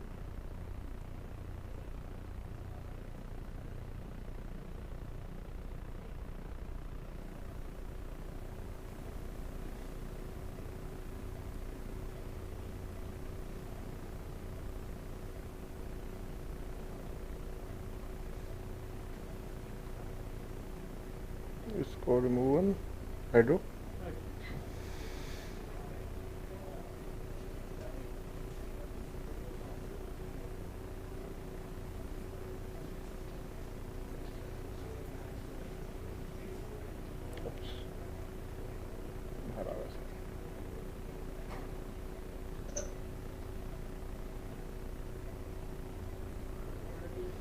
छोटा मेरा जो चप्पल दिया था सबसे पहले हाँ ऑयल डाला हुआ है उसमें हाँ ऑयल डाला हुआ है उठ पैर सीधा करें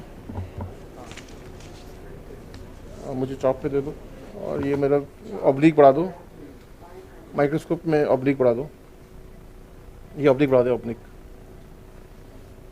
ठीक है ठीक है, सेटिंग मेरी है।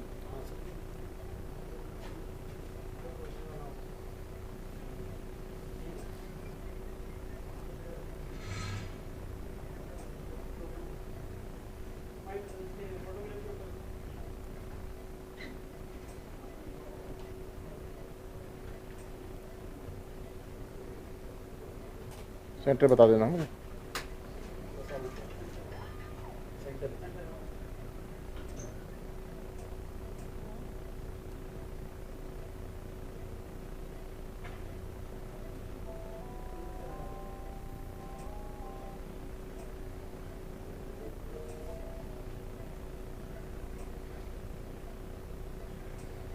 बढ़िया दिखा रहा है, कोई नहीं टिप है तुम्हारी।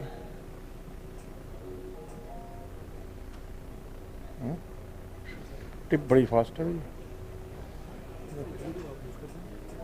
टिप इन द सेंस मतलब बहुत एकदम ही खा दे रहा है।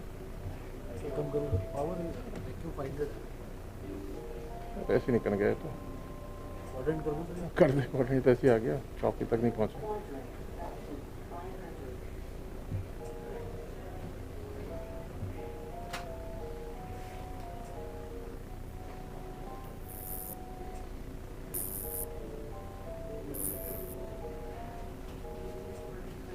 Now hydro विजी देता, ये देते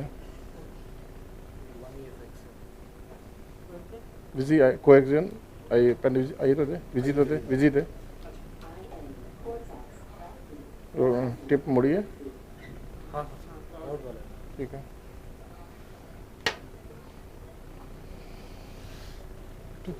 ठीक लगा sir has come.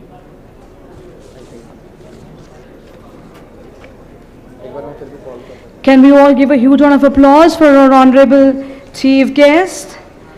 May we all have a huge round of applause for Honorable Lieutenant General retired Mr. Gurmeet Singh ji is here with us. Can we all stand up and welcome him from the core of our heart? Can we give a huge round of applause for the honorable chief guest? Honorable retired Lieutenant General Mr. Gurmeet Singh ji, we welcome you, sir, from the core of our heart to have graced this occasion with your benign presence, sir. May I request the honorable chief guest to kindly be seated. So I, Dr. Kanchan Negi, the research development expert on behalf of the UttaraEyecon 2022, welcome our honorable chief guests. And to begin the program, may I please request everyone now to please stand up for the national anthem. After national anthem, we have lamplighting. जनगणमन अधिनायक जय हे भारत भाग्य विधाता, पंजाब सिंध गुजरात मराठा द्राविड़ उत्कल बंगा, विंध्य हिमाचल यमुना गंगा उच्चल जलधि तरंगा, तव शुभ नामे जागे तब शुभ आशीष मांगे, गाए तब जय गाथा, जन गण मंगल दायक जय हे भारत भाग्य विधाता, जय हे जय हे जय हे जय जय जय जय हे। May I request the honorable chief guests and the other dignitaries to kindly take your seats. I welcome you all to the UttaraEyecon 2022, the 18th annual Uttarakhand State Ophthalmological Society Conference. And I really welcome our honorable chief guest and our eminent dignitaries from the core of my heart. Can we have a huge round of applause for the honorable chief guest once again? Let me tell you that with us we have the Principal and Dean Government Doon Medical College and the Director of Medical Education, Dr. Ashutosh Sayana ji.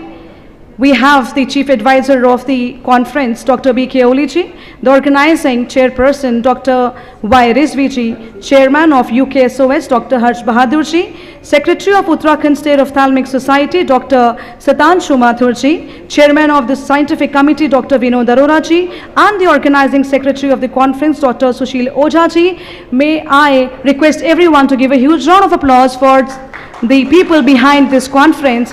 And of course, I just want to bring to everybody's notice that there are the surgeons and the experts from Pan-India. So now, to begin, may I have attention, please? Now taking the program forward, I would request the Honorable Chief Guest to kindly witness the surgery. I would request to kindly provide, sir, with the 3D shades, please, so that we can all witness the 3D surgery and our Honorable Chief Guest can also witness. May I please request you to kindly offer, sir, the 3D glasses. And can you please switch off the lights, please? Thank you.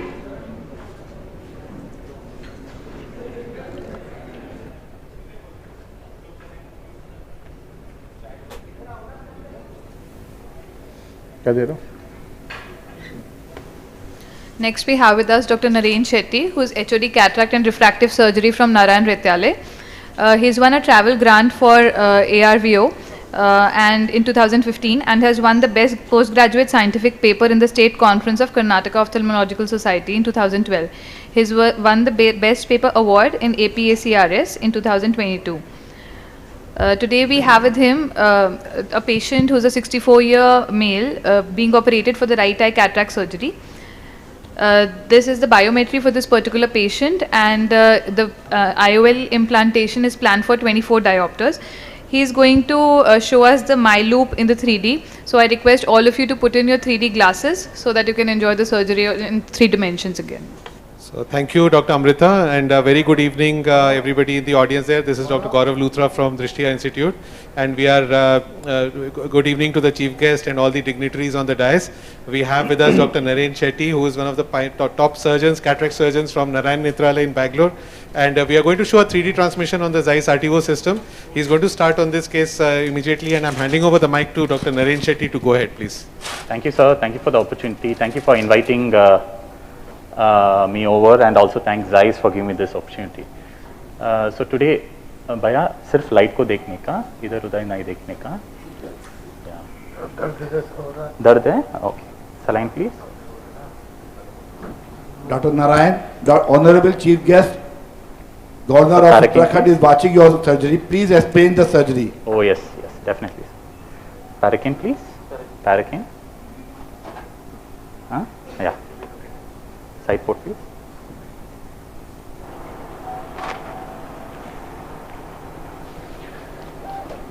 So basically, we'll be doing small openings in the eye.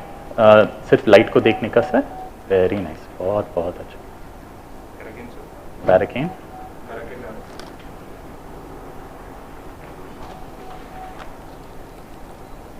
This cataract surgery is being performed under topical anesthesia. Yeah. Topical means no injection. Only with drops. Only drops, anesthetic drops. So basically, the patient is previously they used to give injections and then do the surgery, but now I think we have stopped that. We are doing under topical anesthesia itself, and so as you can see, I am looking at a screen and then doing the surgery. There's a little bit movement of the patient. You can see a spot, white spot in the center, that is cataract obstructing the view of the vision of the patient. Yes. So light को देखने का sir, आँख को हिलना मत. So the advantage of the 3D system is, which is a very new system and available at very few places right now in the country, including at Narayan Netralaya in Bangalore and now at our center over here, is that the surgeon does not have to look through the microscope. The surgeon can look at a big screen, and he's operating now. You can see he's wearing 3D glasses and he's looking at the big screen. And the advantage is that the patient also has very low illumination, and the accuracy and this thing of the surgery becomes much better. This is a digital microscope which Dr. Naren Shetty is using right now. Absolutely. And through that, you can have a screen which is almost as big as 5 feet across. And the surgeon has an amazing view, and it is also a very great teaching tool for fellows and residents because they can see the whole surgery in 3 dimensions as well. Yes, absolutely. So basically I use the saline now to separate the lens from the visco, please, from the lens from the bag. So the key is in this particular, there is also an instrument, something called as Milo, but it's very ideal for NS2 and above. This is a little more softer cataract. So it's better we go ahead with the phaco itself. In a harder cataracts, Milos work well, NS2 and above. This is a little more softer cataract. Small film in front of lens, that is known as capsule, has been removed. Yes. Now he is removing the main part of the lens, that is called nucleus. First he will differentiate this nucleus, yes, then cut it and remove it.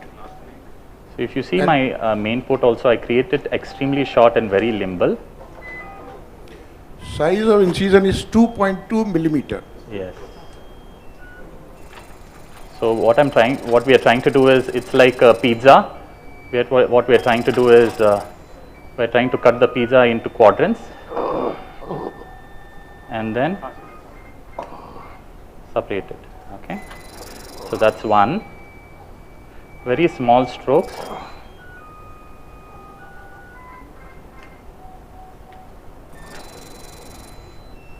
A little bit of bubbles. So what we'll do is we'll remove the bubbles and then we'll continue. Visco, please. Visco. So that the clarity is good.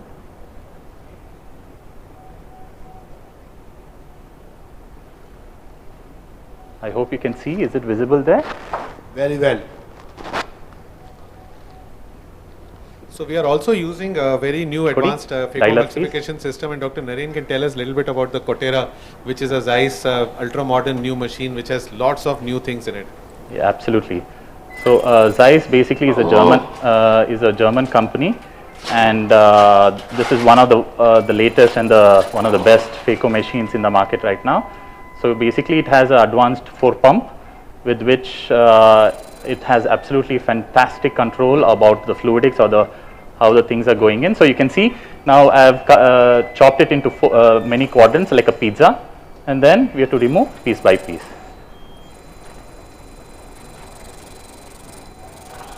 सिर्फ light को देखने का, आंख को हिलना मत. So you can see, so the machine slowly eats it up. So what you can do is remove the central piece. I usually remove my second hand instrument so that you see through the side port there's no fluid leaking. The chamber is much more stable, and you can see how seamlessly it's eating all the pieces. So for the benefit of those who are not the medicos, they have divided the nucleus in small pieces, and an advantage is that you can take it out from the small opening. Yeah, that do not need any stitching. This is for the benefit of persons who are not medicos here. Absolutely, sir. For our chief guests also. So yes, sir. We can remove the nucleus from the very small opening, sir, and we do not have to give a stitch here. This is the advantage of this technique, sir. So basically, previously they used to make large openings so they can take the cataract as a whole. But now what we do is, because of this latest phaco machines, through the small opening itself, we are able to remove all the pieces. So that is the benefit, is that today a cataract surgery patient next day onwards is able to do almost everything. They can go to work if they want within a day or two. They can, the precautions are much less. The recovery is very fast and they are comfortable. And most of them are seeing 6x6, like the last line on the chart. They can see even from the first post-operative day.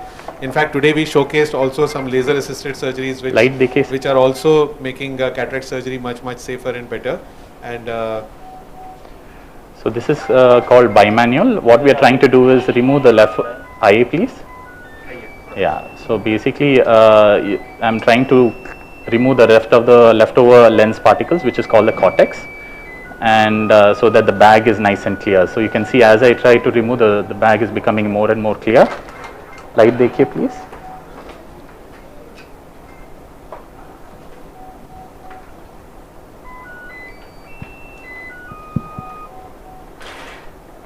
So this is a slide. Initially the nucleus was removed. After that, remnants of the nucleus, we call them cortical matter, they are also removed. Yes. Now this has become a bag of cataractus lens had a bag inside this bag we will fit in the plastic lens, which will be folded.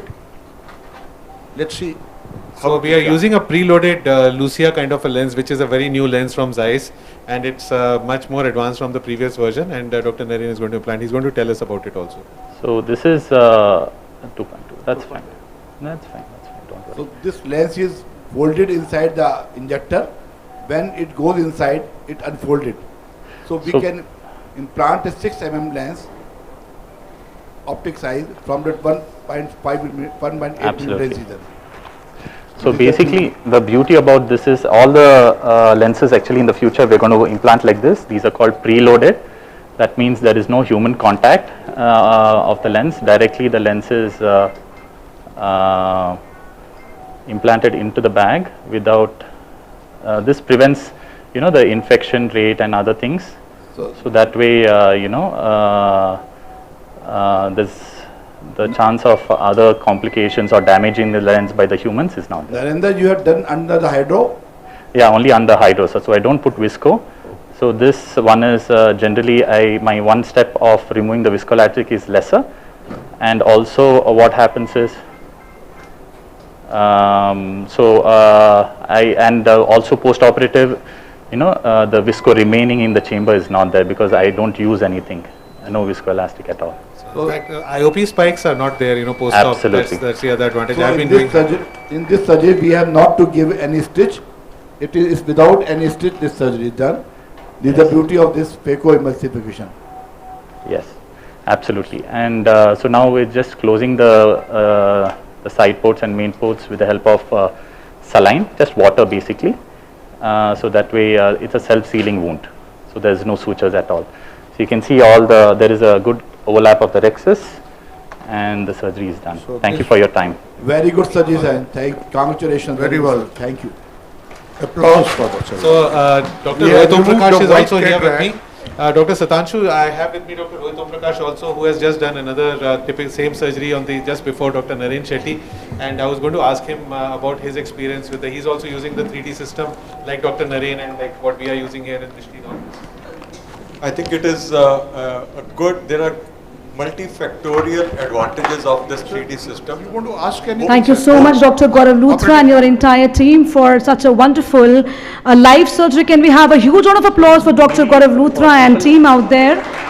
So just a small thing, see now basically if you look at the patient, this is how it looks like finally, you know. It looks like a regular, can we have the camera on the face and make the patient to sit down?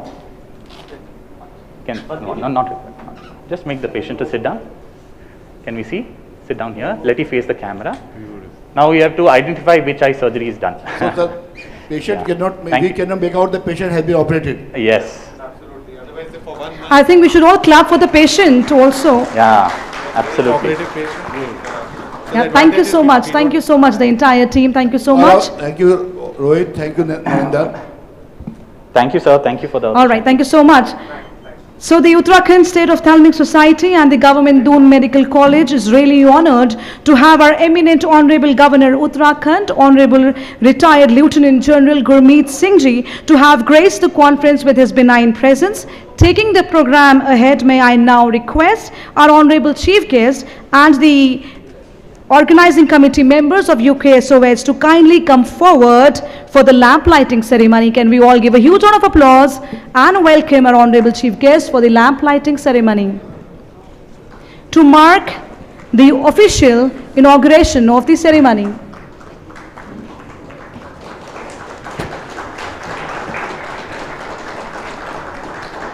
Shubham Karoti Kalyanam.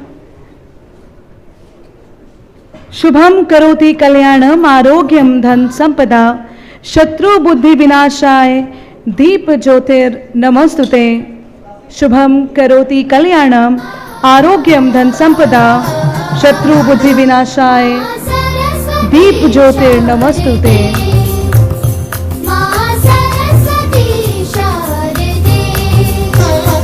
Can we have a huge round of applause for our eminent chief guest? Honorable Governor Uttarakhand, Honorable Retired Lieutenant General Gurmeet Singh Ji, to have graced the conference with his benign presence.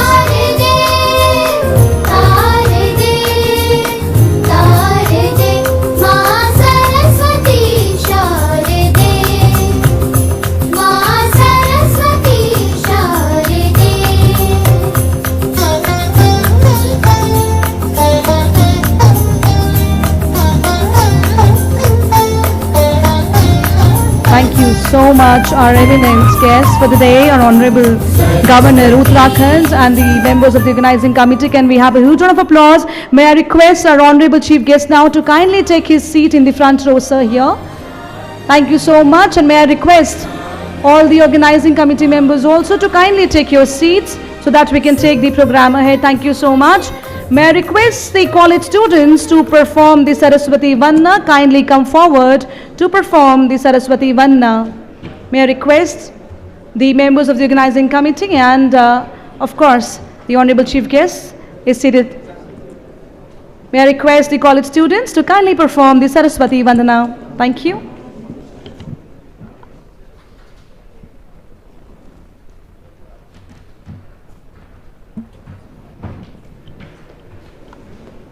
I would request you to kindly come closer to the dais.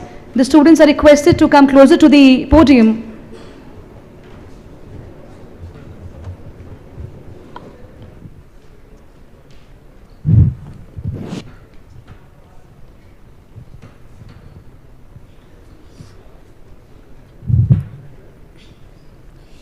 जयति जय जय मा सरस्वती जयति वीणावादिनी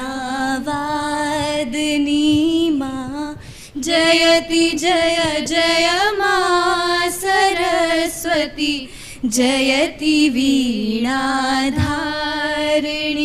मा जयति जय जय मा सरस्वती जयति वीणाधारिणी मा जयति जय पद्मासन माता जयति शुभ वरदायनी माँ जयति जय पद्मासन माता जयति शुभ वरदायनी माँ जगत का कल्याण कर दो तुम हो वीणावादिनी माँ जगत का कल्याण कर दो तुम हो वीणावादिनी माँ जयति जय जय माँ सरस्वती जयति वीणाधारिणी माँ जयति जय जय माँ सरस्वती जयति वीणाधारिणी माँ कमल आसन छोड़ कर आ देख मेरी दुर्दशा माँ कमल आसन छोड़ कर आ देख मेरी दुर्दशा माँ ज्ञान का दरिया बहा दे हे सकल जगतारणी माँ ज्ञान का दरिया बहा दे हे सकल जगतारणी माँ जयति जय जय माँ सरस्वती जयति वीणावादिनी माँ जयति जय जय माँ सरस्वती जयति वीणाधारिणी माँ. Thank you so much for your wonderful performance. We are really delighted, as I mentioned before, that an epitome of knowledge and an inspiration to many, Honorable Governor Uttarakhand, Honorable Retired Lieutenant General Gurmeet Singh Ji, proudly holds Param Vishisht Seva Medal, Uttam Youth Seva Medal, Ati Vishisht Seva Medal and Vishisht Seva Medal. And we are really, really honored and delighted to have you here with us. Can we have a huge round of applause for our Honorable Chief Guest?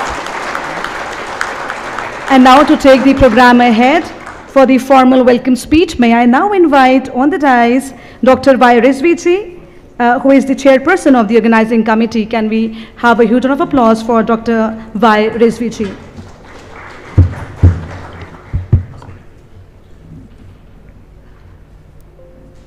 Respected President of the Uttarakhand State Ophthalmological Society, Dr. Harsh Bahadur,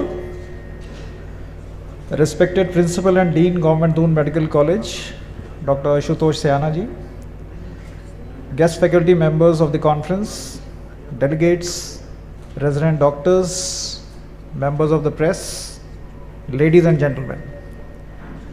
It is my proud privilege to welcome Lieutenant General Gurmeet Singh, PVSM, UVSM, AVSM, VSM, the Honorable Governor of Uttarakhand as the chief guest of the 18th State Annual Conference of Uttarakhand State Ophthalmological Society. On behalf of the society and as the chairman of the organizing committee, I extend a very warm welcome to you, sir, and express our gratitude for consenting to grace the occasion, especially at such a short notice. It is my personal honor as well to welcome the Honorable Governor, sir, since I have happened to serve under him in the armed forces at one point of time. Sir has always been a visionary, an epitome of strength, and a charismatic commander who never demanded but commanded respect. We are highly indebted to you, sir.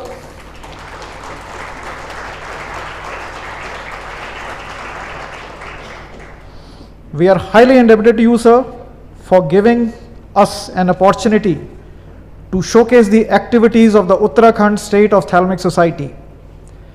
Sir, as you know, ophthalmology or the science of vision is the cornerstone of health of an individual.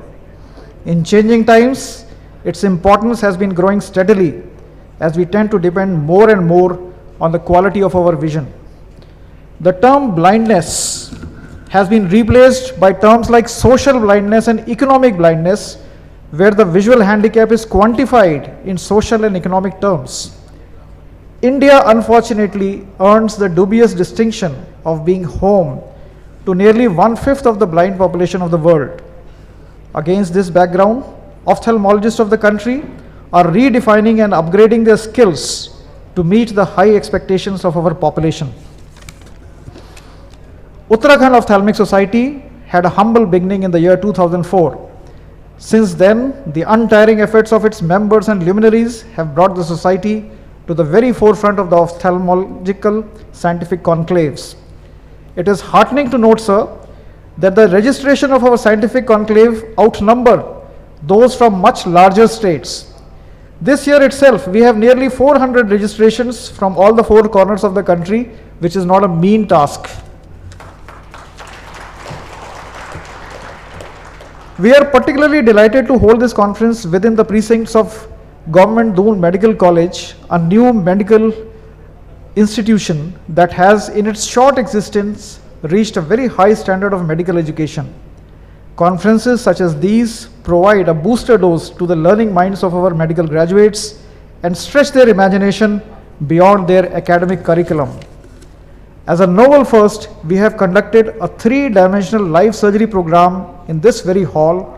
We have endeavored to provide a multitude of surgeries live conducted by a galaxy of eye surgeons, each being an expert in his own field. I would like to inform you that almost 32 different surgeries have been done and multiple surgeons have been involved. Bridging the time and distance, we have arranged even for surgical demonstrations from as far as Chennai to add to the veracity of this conclave. I am sure, sir, that your very presence in this small gathering of eye surgeons has lifted the morale of our scientific community and lauded them to perform better and aim higher. On behalf of all my colleagues, I once again thank you, sir, for inaugurating our program. I am sure that under your guidance, the ophthalmologists of Uttarakhand shall be second to none. Jai Hind. Thank you, Dr. Rizviji. Now, I'm honored to request the Honorable Retired Lieutenant General Gurmeet Singh, GP, VSM, AVSM, VSM, to kindly come forward for your kind blessings, sir. I would request you to kindly bless us all. Can we all have a huge round of applause for our Honorable Chief Guest, sir?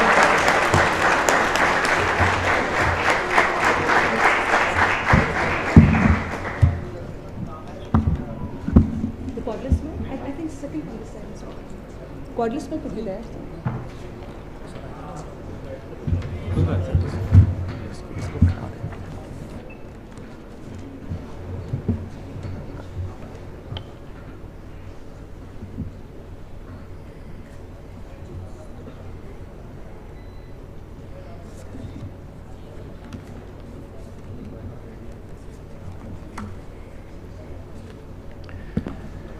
Jai Hind.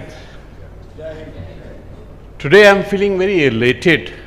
I'm feeling as if I've gone through self-education and confirmation that we are in really a pursuit of excellence. As a child, I used to find it a little difficult pronouncing this word ophthalmologist. This was a tongue twister for me. And so I had to change this word into a little Punjabi undulation in the speech. I'm very happy to share that, such moments are moments of thrills where you see research and technology giving an effect, impact and result in front of you. I am so impressed with Dr. Narayan Shetty ji, who conducted this operation. I'm also with Gaurav Dutt ji, who went through this surgery. And what thrilled me that this is the first 3D surgery which has been done. To view it with that special glasses and to see the depth of it. Actually, no amount of reading can replace what experience of seeing this operation was. We saw the cataract, we saw him with the foot paddle controlling the entire thing with precision and doing it so beautifully. In fact, I am so thrilled the last 3 days you together have जो आपने मंथन किया है research और technology के ऊपर में, जिस प्रकार से आपने अपना ही एक बेंचमार्क को क्रॉस किया है, that gives me thrill as a leader, as a citizen. In fact, I would say that such landmarks and such benchmark are the one जो हमारे को अपने संकोच से, एक hesitation से, एक it helps us to put a mark that we've done it. It's a thrill which I like to share with everybody in the nation, especially with Uttarakhand, that we have this capability. To combine 3 places, Chennai, Bangalore and out here in Luthras, and conduct this surgery, I think my big clap to each one of you. I think let's join up and give a big clap.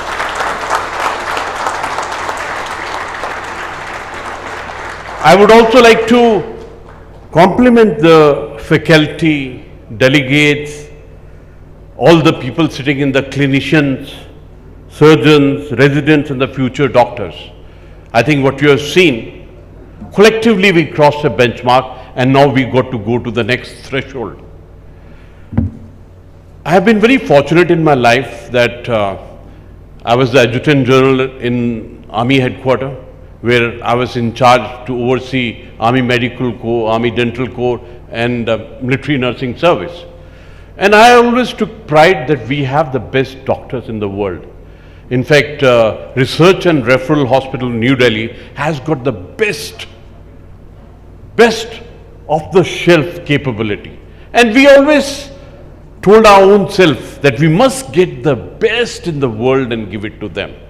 In fact, what I saw today, the thrill is that you respected technology. The thrill is that you respected research. And I'm definite about it, one who respects research and technology. And more sweetest part of the game is you have done the extension of that capability to a common citizen. The Gaurav Dutt ji who was undergoing the operation. And it was so thrilling that in the split minutes that he went through the surgery, and after that he's just looking so normal. In fact, I think this video of conduct of this operation must be shared with everyone. This will give confidence to those who are in the art of ophthalmologists. This will give a thrill to the technicians who are supporting you. This will give the thrill to the patients, because I find we have too many challenges. In fact, 1/5 of the world population, when we count into the blinds, they are in India. In fact, when you meet them, you feel, what can I do for him? In fact, this is what you can do for him. So this must be shared with entire masses. In fact, we have far too many challenges: cataract, glaucoma, diabetic retinopathy, macular degeneration, corneal blindness, corneal transplantation. In fact, my best friend out of the doctors in Delhi were either the cardiac guys or the one dealing in the ophthalmologists. And today, some of them, the head of the department of the research and referral, Brigadier Sanjay, I find he's committed, absolutely committed. I find such brand of doctors and ophthalmologists. Whenever I give him a ring, he's got a tune with the Bhakti Wali tune, you know. For him, every operation that he does, it's a prayer, archana, ek vandana, ek ardas. So I find not only that you are a doctor, you are a scientist, but you are so divinely into your whole perspective. The firmness and the precision and absolutely focused job that Dr. Narayan Shetty has done today, that shows the stability of his personality, stability of what he knows. It honestly gives me a big thrill. I think it is important that we involve all citizens into this pursuit of excellence and the challenges in front of us. I think we got to get everybody into the poisedness of how to meet this challenge of blindness and the sight or the vision problems that we've got. I think we got to collectively talk about eye donation, eye bank, and have more of such conferences. If a conference is producing a benchmark of this level, then I think it is really worth doing a conference, because at the end of it, you scored such a historical feat for yourself. I think most important is that 70% of the problems can be arrested, can be taken care of if we put them on the awareness. Biggest problem is the neglect that most of the people do to their eyes. They don't take care. Whenever they start having problems, they don't come to the doctor. They want to take, I would say, a cheap step to overcome the problem. If we can put this education to them, raise the awareness level, we would have arrested 70% of the problem. In fact, I'm happy that as a nation, the National Program for the Control of Blindness came up in 1976. And WHO 99, I'm told that right to sight declaration and the Vision 2020. And India is signatory to that oath which is there. I'm very happy that this 18th annual conference has produced such a result. And I think in this era of social media, mass media, we must do prasar and prachar of what you've done. This will give confidence to everybody. I want you to spend effort on telling the world what you've done. I would like to appreciate Uttarakhand State Ophthalmologist Society that they targeted this achievement and achieved it. I think that is what is important. That's what Guru Gobind Singh Ji says, Nishchay kar apni jeet karo. You must do nishchay. You must go in for a determination, a commitment and conviction that I am going to do it, and thereafter achieve. I'm also very happy that government Doon Medical College has anchored this 3 days and a collective, I would say, determination to achieve the higher scales as far as the care and concern is concerned. Dr. Yusuf Rizvi organizing chairman, my heartiest compliments to you. In fact, having known him before, having known his commitment, focusedness, determination, my compliments to you and the entire team for achieving this mark for yourself.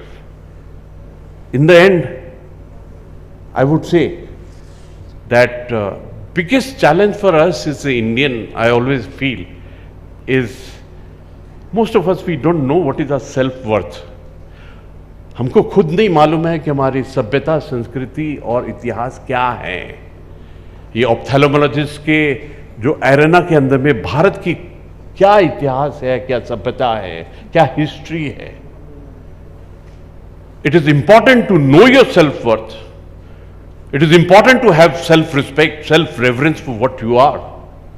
I think our doctors are the best, and especially those dealing with the sight and the vision are the absolutely best which I have seen for myself. I feel very proud that the first cataract surgery was done in India itself. I believe that Sushruta was the forefather of this medicine. In fact, we must tell the world where we are as far as the medical sciences are concerned. I would say that this challenge of eyes is every day going up, with every mother telling the child, "Itna mobile mat dekho." Everybody telling another guy, "Don't spend so much of on-screen time."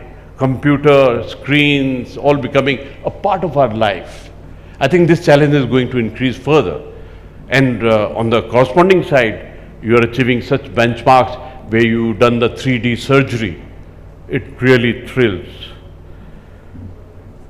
आखिर में मैं आपको एक बार फिर तहे दिल से, आत्मा से और हर एक भारतीय की तरफ से, हर एक उत्तराखंडी की तरफ से धन्यवाद देना चाहता हूं कि आप अपने इस क्षेत्र के अंदर में इतने पैशन से, इतनी रिसर्च और टेक्नोलॉजी से आप ऐसे काम, ऐसे बेंचमार्क हासिल कर रहे हैं जिससे हर एक भारतवासी को कॉन्फिडेंस होता है।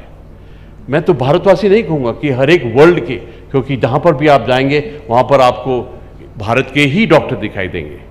And at times you wonder this word like vision, insight, word like mission, they will be useless if you are not able to see anything. In fact, two words which so beautifully you coined and you said, social blindness and economic blindness. I think one has got to look deeply into these beautiful words what you said. आखिर में मैं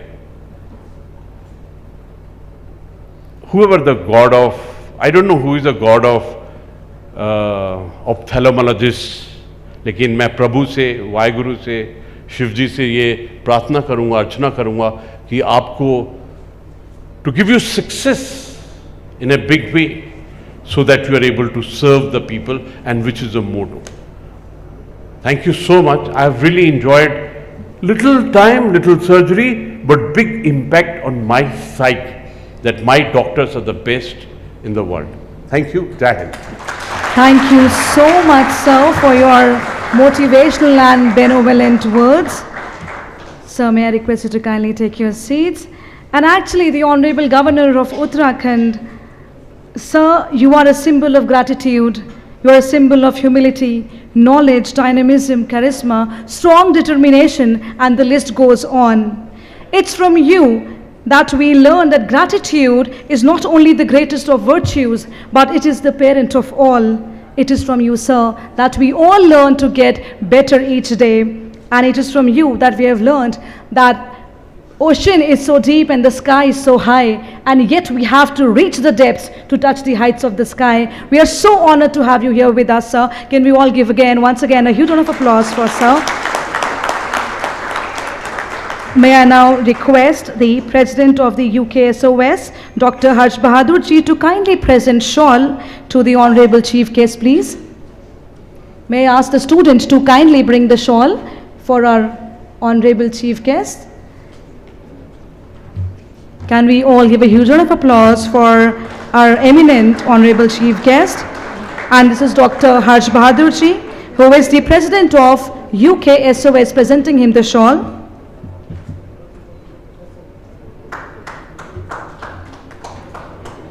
A huge round of applause for our eminent chief guest.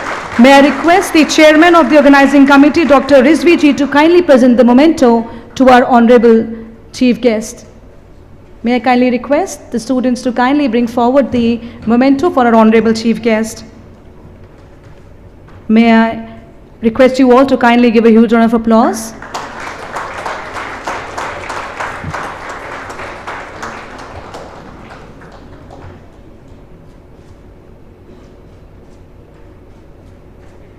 Thank you so much, our eminent guests.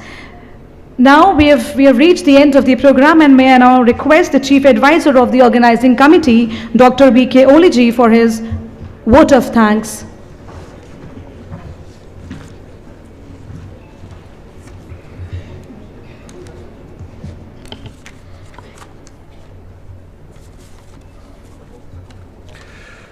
His Excellency, Lieutenant General Gurmeet Singh Ji, we are thankful to you for accepting our invitation in such a short notice, sir.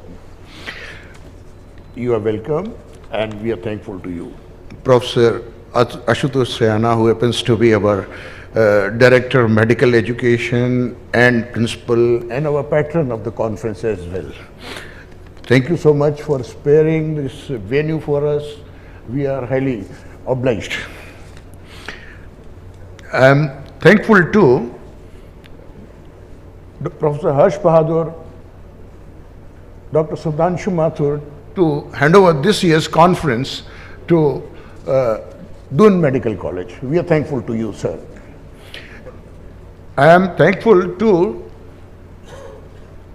Professor Rizvi, Professor Yusuf Rizvi, who is chairman of the conference, organizing secretary of the chairman, Dr. Sushil Oja, Professor Shanti Pandey, additional organizing secretary, conference treasurer, Dr. Neeraj Saraswat.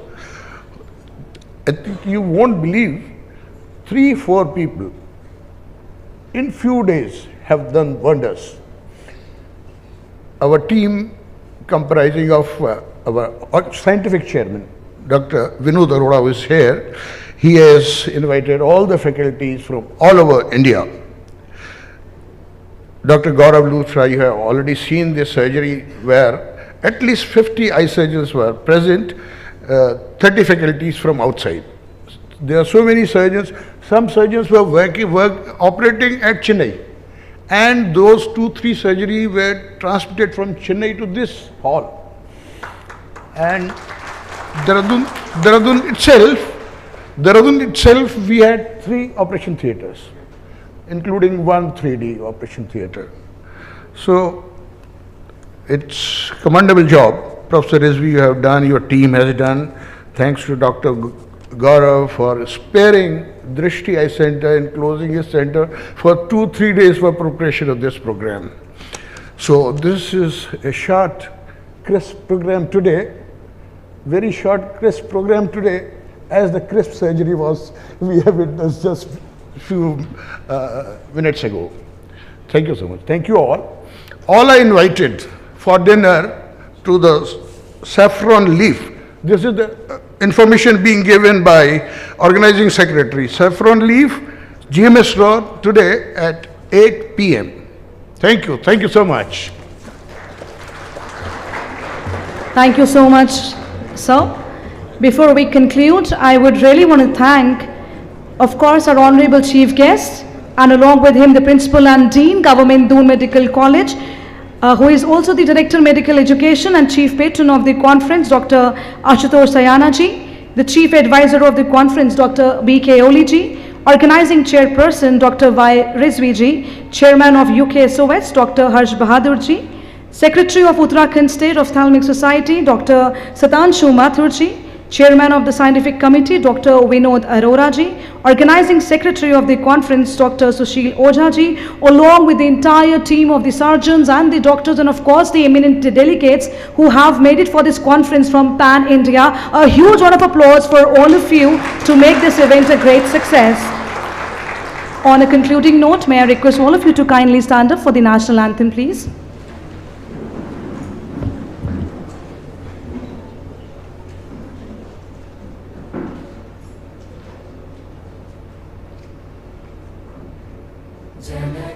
मन अधिनायक जय हे भारत भाग्य विधाता पंजाब सिंध गुजरात मराठा द्राविड़ उत्कल बंगा विंध्य हिमाचल यमुना गंगा उच्चल जलधि तरंगा तव शुभ नामे जागे तब शुभ आशीष मांगे गाए तब जय गाथा जन गण मंगल दायक जय हे भारत भाग्य विधाता जय हे जय हे जय हे जय जय जय जय हे.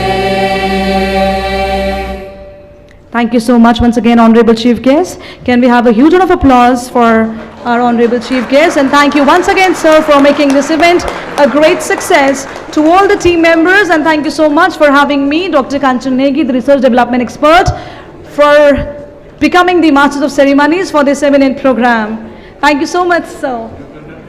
Thank you so much. Thank you very much. Coming from you, it matters. Thank you so much, sir. So thank you so much. You can proceed with the program. Thank you and take care.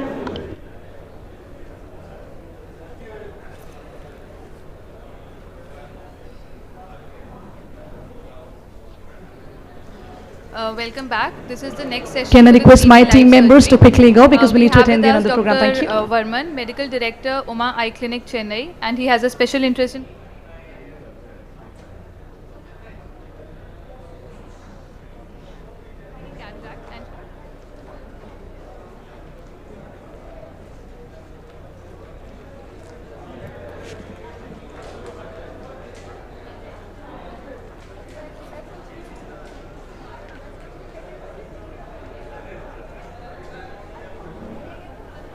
And we have with us Dr. Arulmozhi Varman, who's flown in all the way from Chennai. He's a brilliant surgeon, cataract and refractive surgeon, and has so many innovations that he can share with us. And he's going to show us on the, he's operating on the 3D system today and on the Cotera machine, which is a very amazing phaco machine, and sir takes over from me now. I've done a side port already. I'm doing the second side port.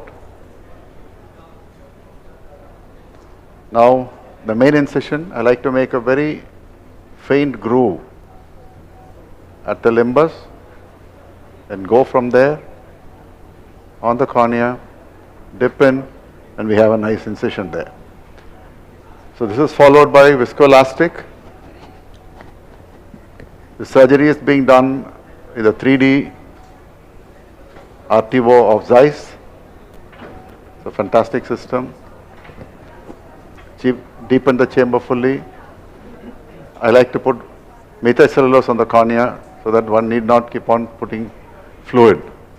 Can I have my forceps? I like to use the forceps to study the eye. I prefer using a cystitome. I cut from the center downwards, then turn. The trick to get a good rexus is to get this flap flat.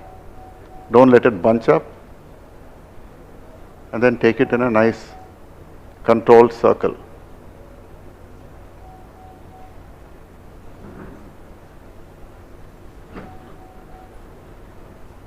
If you keep this flap flat, your work becomes very easy. You let the flap bunch up, then things start to go a little haywire. So that's very important. So you got a fairly good, fairly well-sized rexus. Very well sized, round, and very smooth and controlled.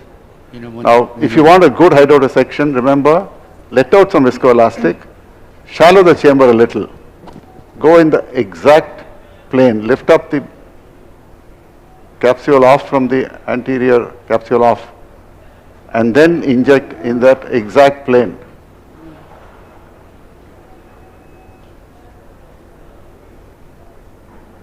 You will get, you're not able to get a good fluid wave. For some reason, it's just not going through. There it is. Now it's done. Now you can put in some more viscoelastic just to deepen the chamber so that your endothelium is a little more guarded. Now we're ready to use. I'm using the Zeiss Quattro phacoemulsification system. It's a unique machine. It doesn't have, it has a very patented new technology as pump. The pump is neither a peristaltic nor a venturi. It's a patented pump technology which has got phenomenally high rate of response. It's called a Quattro pump. The chamber stays flat. I like to remove the soft epinucleus from the surface and clear it up. I prefer to use a medium-sized chopper. Keep the chopper ready, go in, hold, bring the chopper in, and then separate.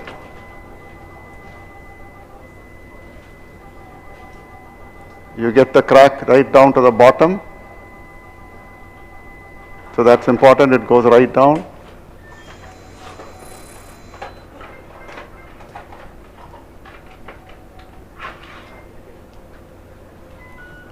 Turn it around, hold here, and do the second chop.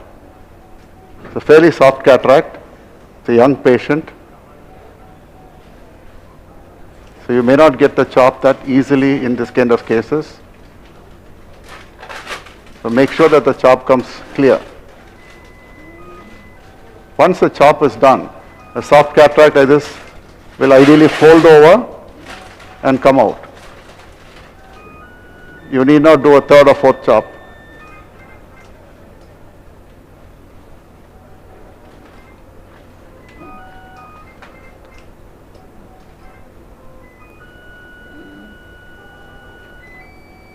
So in a very soft cataract, you need not waste too much time doing chopping maneuvers. The cataract will fold and come over. Make sure that you've loosened it completely from all the capsular attachments. The vacuum that I'm using is 600 millimeters of mercury. Flow rate, what is the flow rate?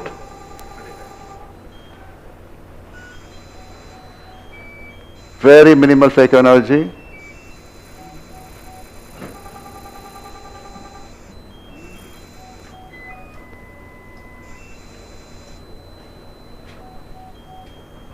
So you have now very small amounts of cortex left over because look straight at the light, please. Could somebody ask her to look at the light straight?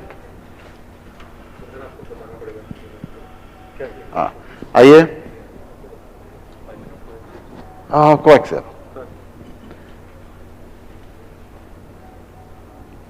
बाजी light में देखते रहिए.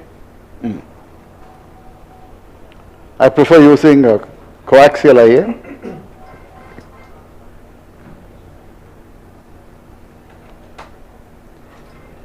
The beauty of doing a good hydrodissection is that your IA becomes very, very controlled.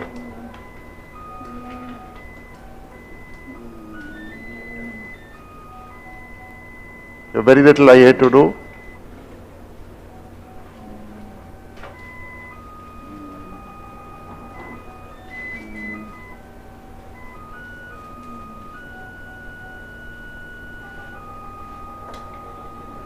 See the beauty of this machine, it's so controlled. I can go hold, come out, and very safely take out the cortex completely. The bag is completely empty. See the dekho. खत्म हो गया माजी, lens लगा रहे हैं, 2 minute और लगेंगे. Can I have viscoelastic, please? Very good. All that is left is to fill up with viscoelastic and inject the lens in.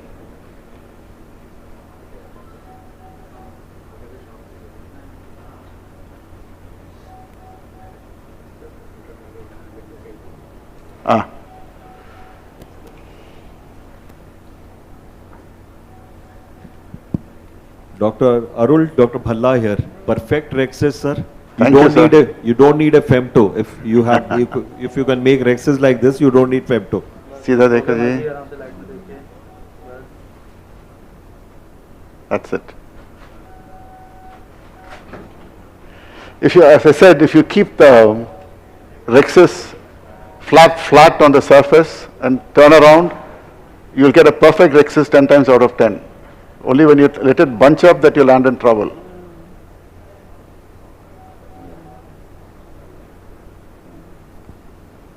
Inject the lens in comfortably into the bag because the bag is well inflated.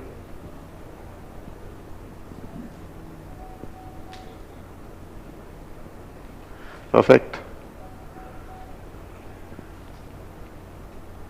You extended the incision slightly, sir? Yes, I did, because the incision was 2.2, the lens goes into 2.4. Okay. You can do a incision supported implantation. assisted. Yeah. I'm not a fan of that. I feel it kind of stretches the wound. So I'd rather have a slightly larger wound than a stretched wound. I think, yeah, it's better to enlarge it uniformly rather than to stretch it irregularly.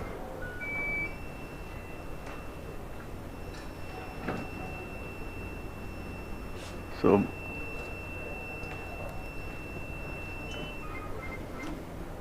don't strain, ma. Don't hold your breath. So that's good. Viscoelastic is out. Look straight, please. Sida dekho ji. Beautiful. Now, hydrate the wound and we are through.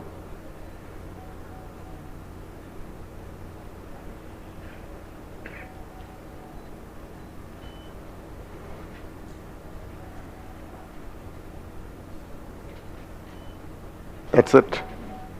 For my perfect centration, everything is great. I think there's a perfect surgery. I think each step was executed to perfection, right from the beginning till end.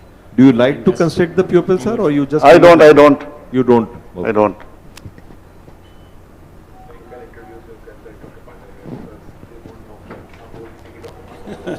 Hello. Hi. Hello, everyone. I'm Dr. Pandav, and thank you. I think excellent surgery, sir. You managed Yes, to chop fantastic. such a soft nucleus also so beautifully. It was really wonderful, sir. Thank you so much. Yeah. I think chopping soft nucleus is a bit difficult, but I think this was done very nicely. Absolutely. I think your AC was absolutely stable all the time. Yeah, the machine was It's fantastic. perfect. Fantastic machine.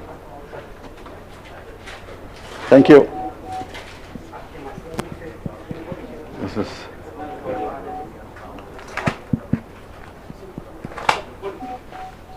Hello, Dr. Pandav, sir. Hello.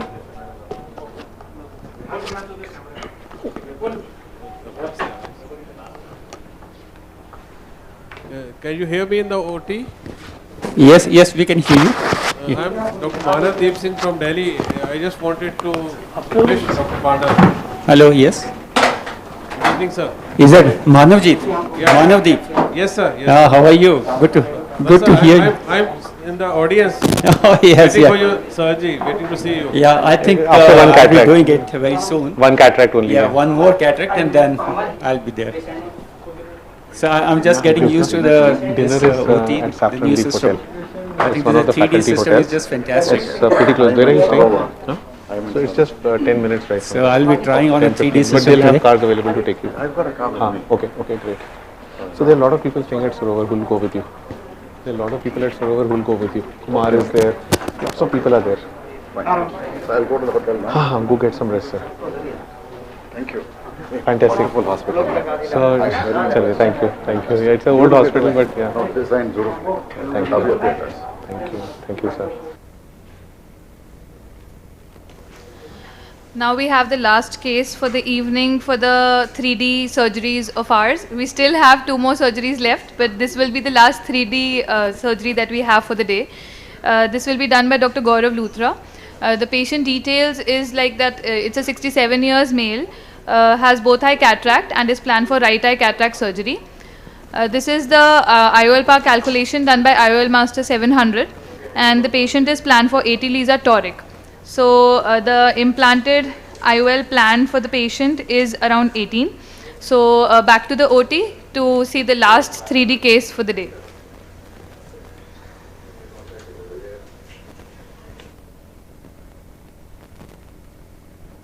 Already I have to do a cataract in the no, yeah, I'm going to do a cataract. Then I have to go OT now is on table and is being prepared for surgery. I have to do an 80 Lisa trifocus.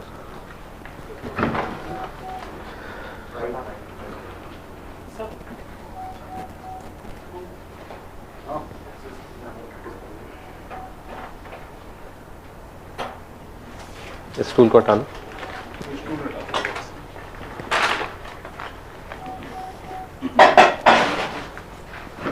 अब आपको आराम से लेटना है, clean drip कर लो।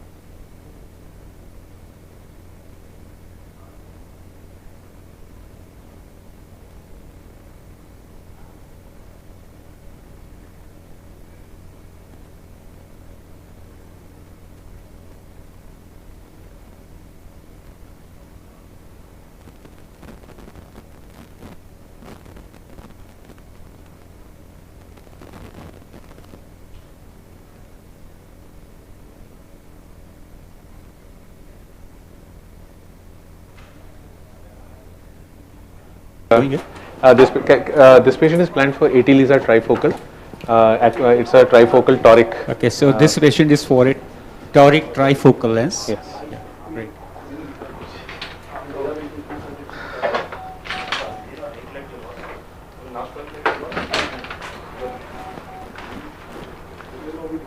Clean drip कर लेते हैं। लो मैं कर लो। कौन सी है? आपकी दाहिनी आंख बनेगी वहाँ से? बंद कर लीजिए।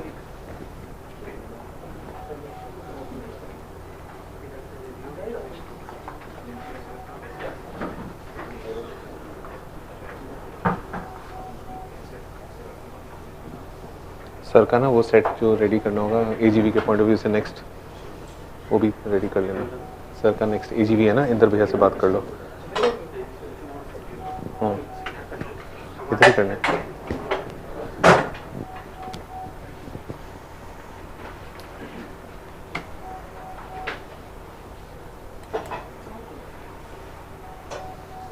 अब आपको ऑपरेशन के दौरान ना हिलना नहीं है, लाइट में देखना होगा। ऊपर एक माइक्रोस्कोप की लाइट दिखेगी, आप बस उसके बीच में देखते रहना, ठीक है?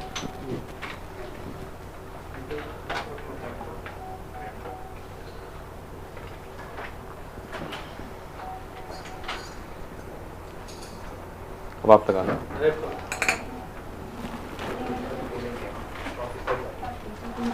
No, 3D after this.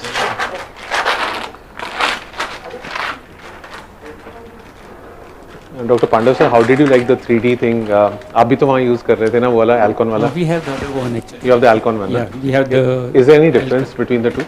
I think it's the same. Very similar. We have most of the posterior segment. Right. And this is for both. Yes. So the advantage in this, I've used that one also. What I realize is that we use that for a month or so here, about 2-3 years back. Here, you know, you can switch. Like there are certain times when you don't want to see 3D and you want to see this. So you don't have to wait for it to be switched, you know. You just have a small button, you flick it, and then you can start using. I think that's a very big advantage. It's a big advantage, sir. With this machine. And also, I believe there's a little bit of lag. Lag in this is much less. I use the Alcon system also. With that system that we're using, because that's basically designed for posterior segment. Yes, yes. And for anterior segment, I think that lag, absolutely, sometimes you feel that. Yes. So it slows you down a little bit. You have to be slow, deliberately go slow. So all UKSF members, whether executive or no executive, for Janna body, reach 7:30 in Saffron Leaf. And all faculty here, they are also invited for dinner and Saffron Leaf. 8 p.m. 8 p.m.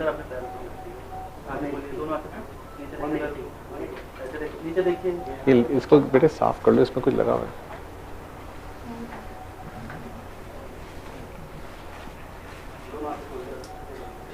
है ना? Or is it on my glasses? मेरी glasses में तो नहीं है. उसमें ही है. Sure. चलो आप उसको कर दो, मेरा तो अभी मुझे नहीं दिख रहा खास. Can you hear me from the hall? Sure, ठीक. Dr. Gaurav, can you hear me? Yeah, can you hear me? Yeah. So we were cleaning and draping this patient because this is also for 3D. Yeah, I can see that, but we are not getting the 3D transmission. Okay, we are just going to switch it on. We'll take a moment, huh? Okay. We can see you and we saw the cleaning and draping, but can't see the. So we are just. We'll be with you in a moment.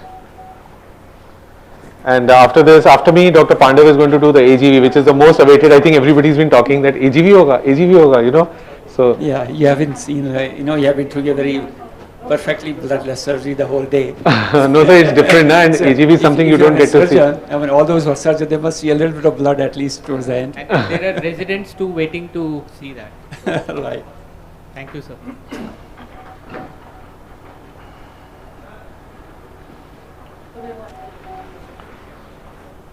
इसको down कर लो, थोड़ा सा इसको down कर लो,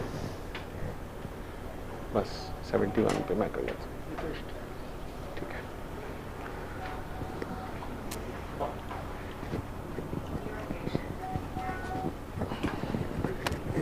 हाँ, grade 2.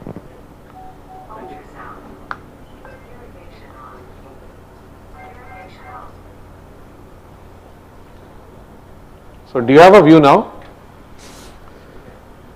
Yeah, we can see your screen, yes.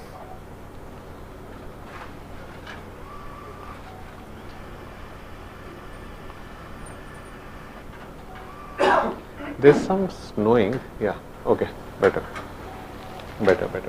आपको light में देखना है. Registration. We are going to do a trifocal, 80 Lisa trifocal from Zeiss, and we are using the Callisto system for which is a markless system which integrates with the ILMaster 700. So while the ILMaster 700 lies in the OPD, it sends data directly to the OT, to the microscope, and this data actually now comes to 3 machines. It comes to the RTO system on the microscope, it also comes to our phaco machine and onto this screen which I am seeing on. So this the Cortera which we are using, it has a screen which is getting a feed. Can you show the machine? So this is a Cortera machine which is on my right, and if you can see, this is a phaco machine, but it has a display and it also gets the video feed.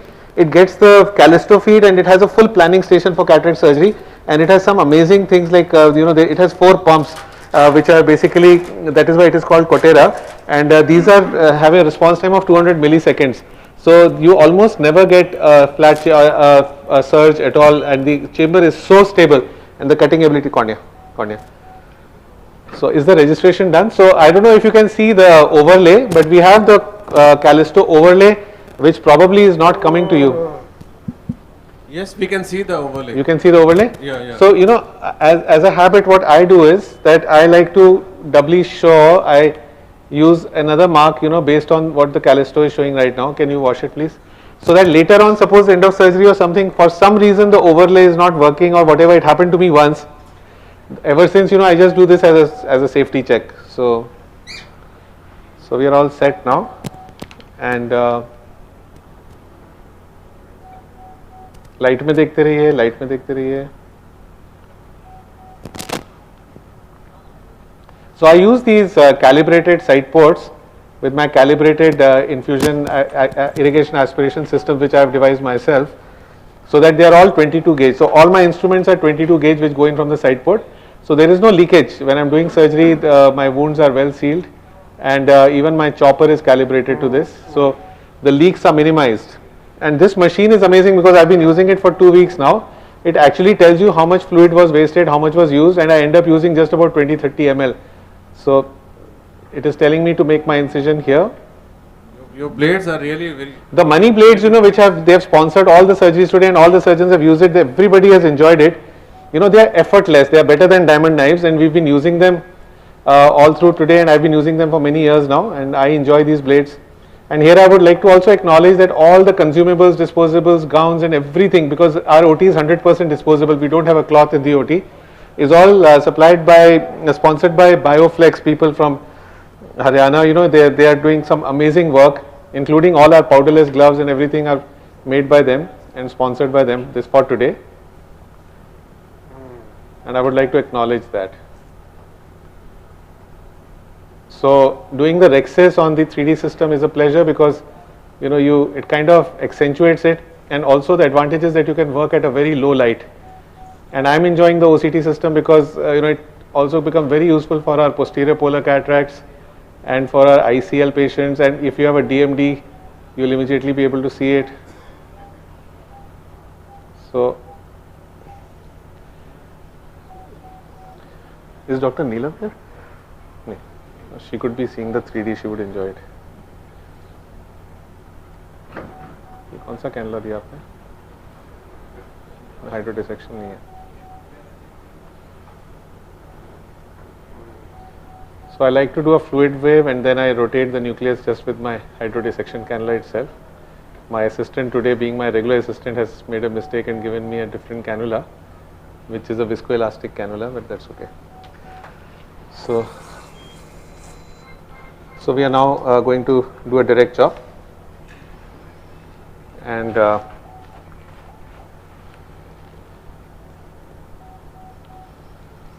I'm hoping that the Cotera will work as I want it to.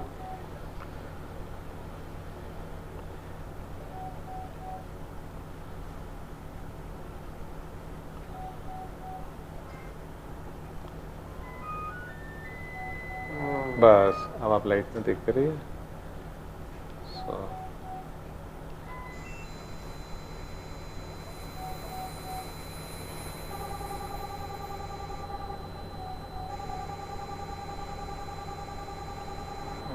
बस जी, सब थोड़ा सा सब्र रखिएगा sir. हाँ,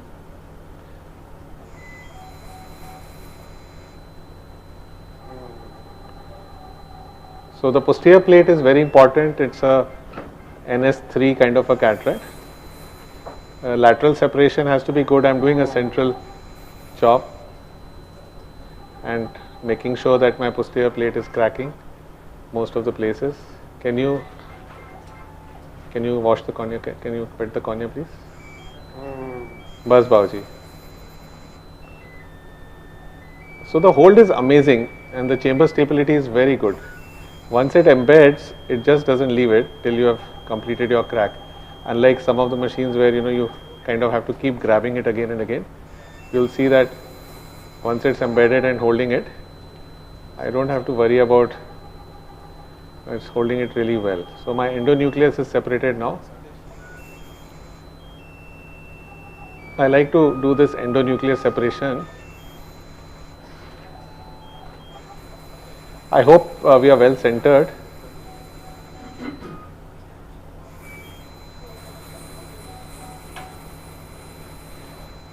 So the Cotera is living up to its name, and the 4 pumps, they work actively to ensure that you don't get a surge at any point.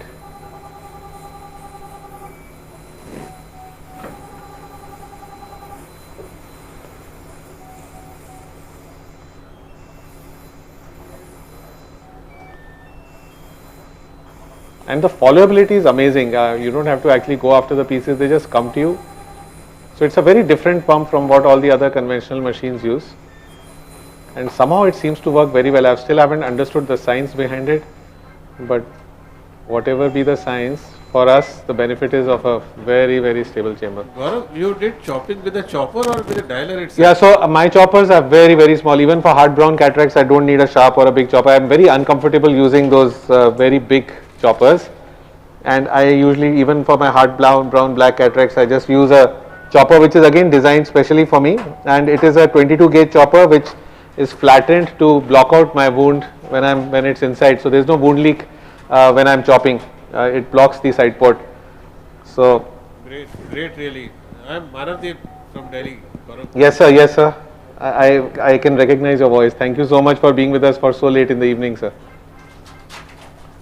it requires some stamina to sit in the hall till so late. ये मैं सतांशु को दे रहा हूँ. Gaurav, I am just to show you that I am present here. So you should not get angry with me. So I am sitting here. I won't get I angry. never sit in the hall for so long time, but because of you, I am sitting. Afraid of you. And Dr. This is really fantastic. 3D experience in Gaurav is really very, you say, curiosity for all of us. The governor has a big praise for the 3D surgery. Okay. And special for our young surgeon, Narendra Shetty. Yes. Narendra is here, there? No, he has just left. He's gone to the hall. Yeah. So he was remembering Narendra name repeatedly said four or five times. And he was remember the patient name also, Bhattji. So amazed. you can see that the cortex was gone in a few moments, and now I'm going to do a hydroimplantation. Dynamic surgery. Dr. Tanshu, you're looking you're sounding very relaxed today. I think. So inauguration is over. It looks like. Yeah, it is over. First inauguration is over. Second inauguration is tomorrow. अच्छा, ये और भी होना है क्या? Gaurav, you routinely do hydroimplantation? Yeah, 100% hydroimplantation. So you are doing it without visco? Without visco, yes. So any problem you face without visco? Not really, but right now I'm facing a problem because the chamber is not very deep. Not in the chamber, but in the cartridge. No, I don't face any problem. You have injected visco in cartridge? Maybe one drop is there because without that, Yeah, actually, there I saw it injected by the IOC. That is without the visco. So there's practically no visco, sir. Actually, they just kind of put a drop so that. Yeah. But see, if you notice, there's no visco which came out. Normally, if you put visco in the cartridge, some visco will come out. So this lens is amazing. I've been using a lot of toric lenses from Zeiss also, and many people think that they are hydrophilic and they will not be good. But I have had a great experience. The centration and the positioning is very good because it's a 4-point haptic, and the PCO rates are negligible. Even with these 80 Lisa hydrophilic lenses, which I'm using the trifocals, I have not seen PCO. I've been using big numbers over the last 2-3 years. Most of my cases are now 3 years old or even longer. So this is a magic of 3D that more than 50 people are still sitting in the hall. And they are enjoying your surgery, Gaurav. Surgery, Gaurav. Yeah. Thank you, sir. So Gaurav, I think it's very nice to have calibrated incision because there is hardly any wound leak from. Yeah, there's almost no wound leak and the chamber remains very stable, sir. Chamber is, I think that is one of the trick of your hydroimplantation. Yeah, see, my wound is so tight that it's actually difficult to bring in the instrument and bring it out. So, so I'm going to now seal the incisions. And for toric, especially, doing hydroimplantation is good because the lens remains where you leave it. If you have to wash out visco, many times the lens will rotate a little bit, sir. But do you find it difficult or easy to put it in the right axis? Under infusion, no problem at all because my chamber is filled, sir. It's a deep chamber, so there is no difficulty in rotation. In fact, it's easier than doing it under visco, sir. Because chamber is so big and it's kind of distended. In fact, I remember using Callisto for the first time almost 10 years back in a live surgery in PGI. Yeah, I'd come for a live surgery event. Light में देख के बहुत very useful. Second OT चालू नहीं है? Sir यहाँ पे 3D में ही करना है ना AGV actually, तो अब इसके बाद सर का ही केस लग रहा है. That's the last case for the day and sir has been very patient. He's here for 2.5 hours. Okay. So I'm giving over to the OT to sir. Dr. Panda sir, So one thing which I feel very particular about is intracameral moxifloxacin, and I've been requesting everybody today who's operating here to please use, especially in a live surgery setting, we must use. So whenever there's a high risk situation, I use it for 100% of my patients. But for those who don't like to use it for 100%, at least for those instances where, and almost for 5 years now I've been using intracameral moxi. Gaurav, I agree with you. I have also used 100% moxi nowadays after RPR in this research history. So there is no harm in injecting, then why we should not use it? Yes, sir. So I think now I'm going to, it'll take us 10 minutes to set up sir's patient. Sir is going to scrub. Okay, thank you very much. Sir is scrubbing and I think Dr. Neelam is standing by to help us. Dr. Panda, welcome sir. Thank you. Last but not least. I'm going for smile. Huh?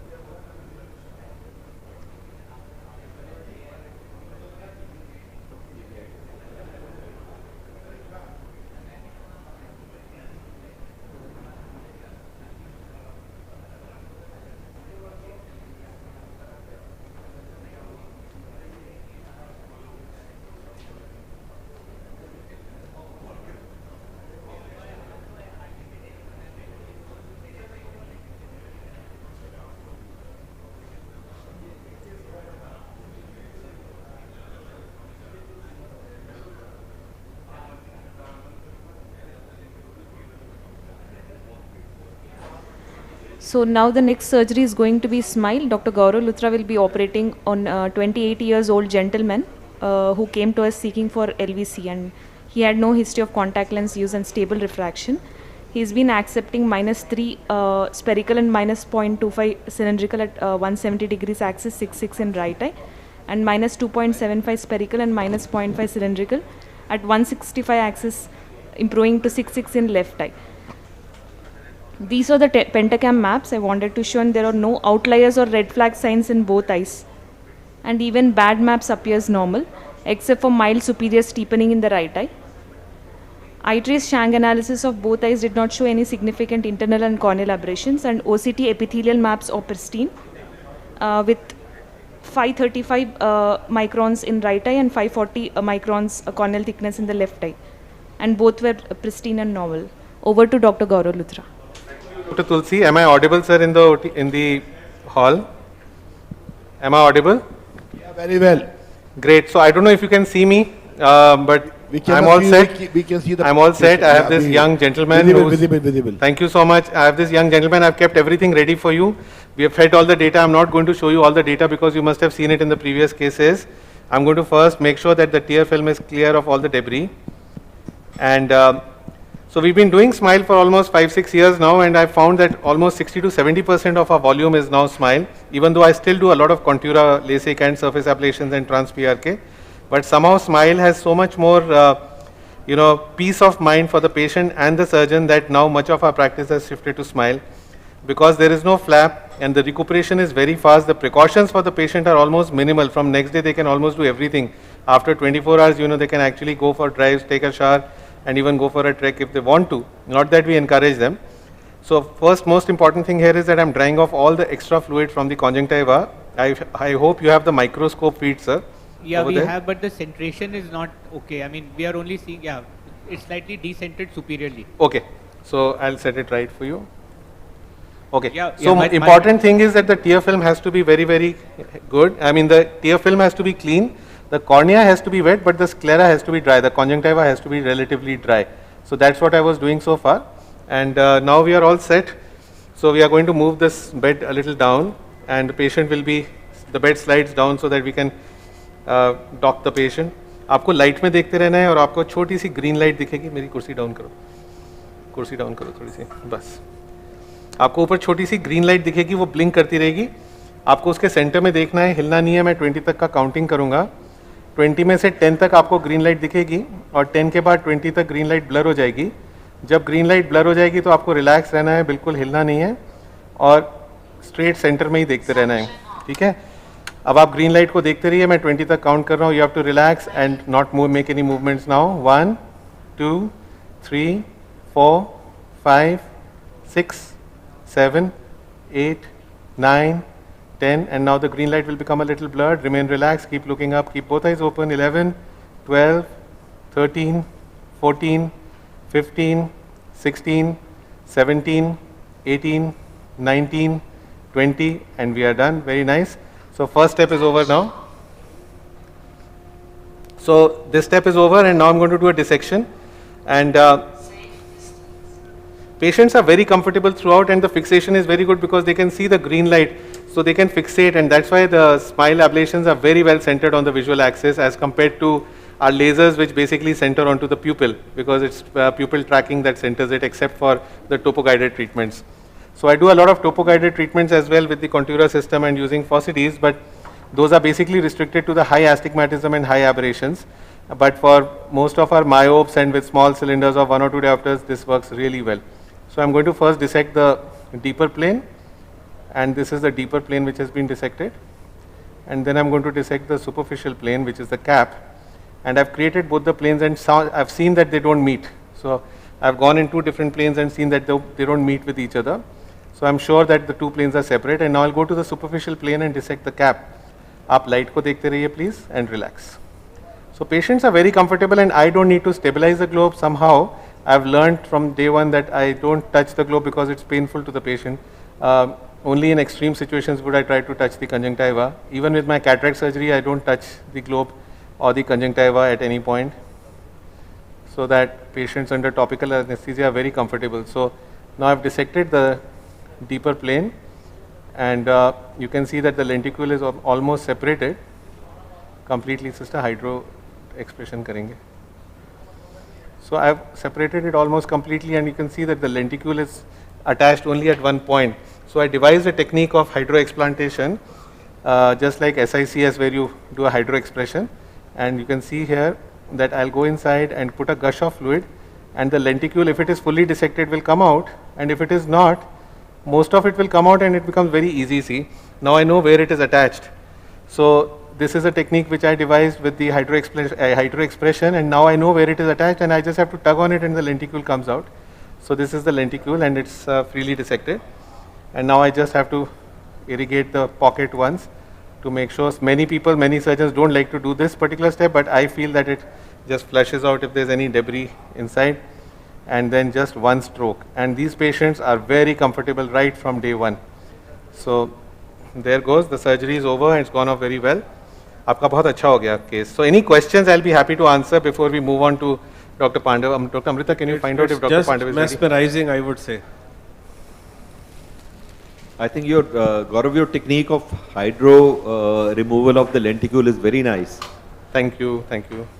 Because most of the people do manual removal of the lenticule. Yes, so I don't go inside the eye, because when you do a manual removal with the forceps, the risk of doing a cap tear is very high. So I don't like to do that at all, and this hydro expression is very controlled and atraumatic, and also if the lenticule is still attached somewhere, you can identify it very easily. So then it becomes very easy for us to, just tug on it, and most of it has come out, and it's just like, a small area which is attached, and then you can just pull on it and it comes out. So the second eye I'm not going to show you unless Dr. Pandav is not ready. If he is not ready, I will continue to show till sir takes over from me, because he was just scrubbing and getting the patient ready. We have the feed from the 3D OT, so and we can see the eye, Great. prepped eye. So I think they are ready. Great, great. So you can transfer the transmission to the 3D OT now. I'm good with this. I'm doing just second eye without transmission. Okay. Dr. Neelam, can you start the session on your side?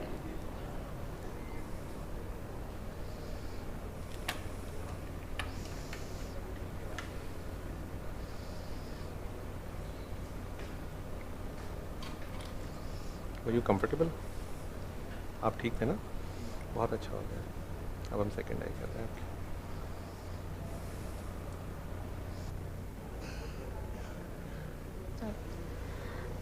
So our next surgery is going to be anti-glaucoma valve implant by Dr. S.S. Pandav. Dr. S.S. Pandav is professor and head of Advanced Eye Center, Postgraduate Institute, Chandigarh.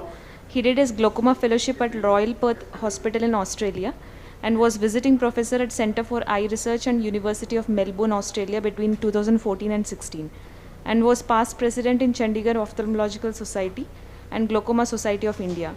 He was awarded gold medal by Bombay Academy of Ophthalmology for contributions to ophthalmology in 2019, and also has gold medal to his credit for best publication in IJO in 2020. And now he will be operating on right eye of 64-year-old gentleman who is pseudophakic in the right eye and has primary open angle glaucoma in both eyes and early cataract in left eye. Vision in both eyes is improving to 6/6, but both eyes has pseudo-exfoliation and has open angles noted on gonioscopy. His cup disc ratio is 0.7 in right eye with mild disc pallor and 0.5 in left eye. Presently, IOP is under control with multiple AGMs with Lacoma T and Simbrinza Netalo eye drops in right eye and Latanoprost eye drops in left eye, but has progressive visual field defects with early involvement of inferior hemifield in right eye and edge defects in left eye. Over to Dr. Pandav. Okay, thank you. And I'm still getting used to the new 3D system.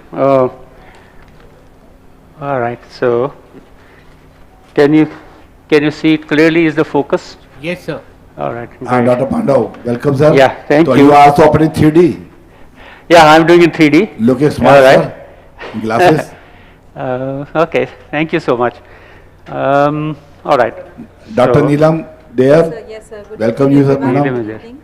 So we are going to do an AGV for this. You have already heard the clinical profile of this patient. This is basically secondary open angle glaucoma, pseudophakia, and pseudoexfoliation, and the pressure is not controlled with multiple drugs. In fact, I think he is on 4 drugs including Dimox, So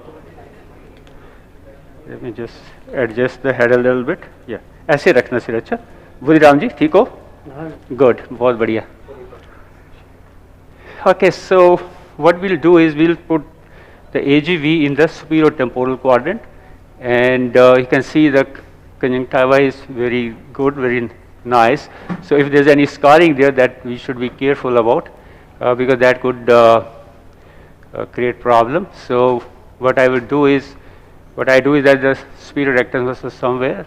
So that's the superior rectus. You can see that muscle here, insertion. So I'll make a radial incision right up to there, then go along the limbus and then make a radial incision there, so that I'll lift this as a flap.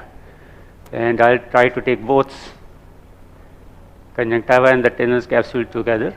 So for that you need to take a little thicker bite. And this is a ठीक है.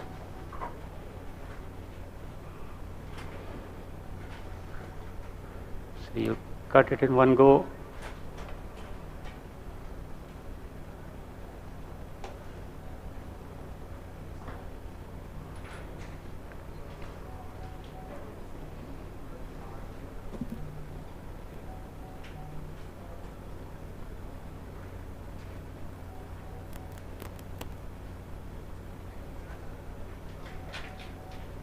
Okay, so just undermine this a little bit.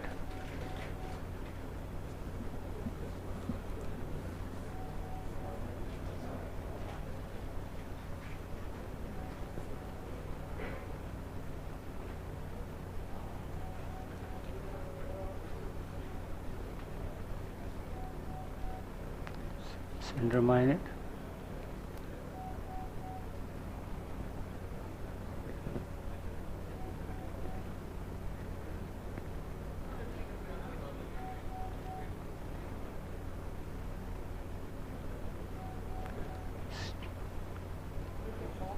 Mop कर दें थोड़ा सा.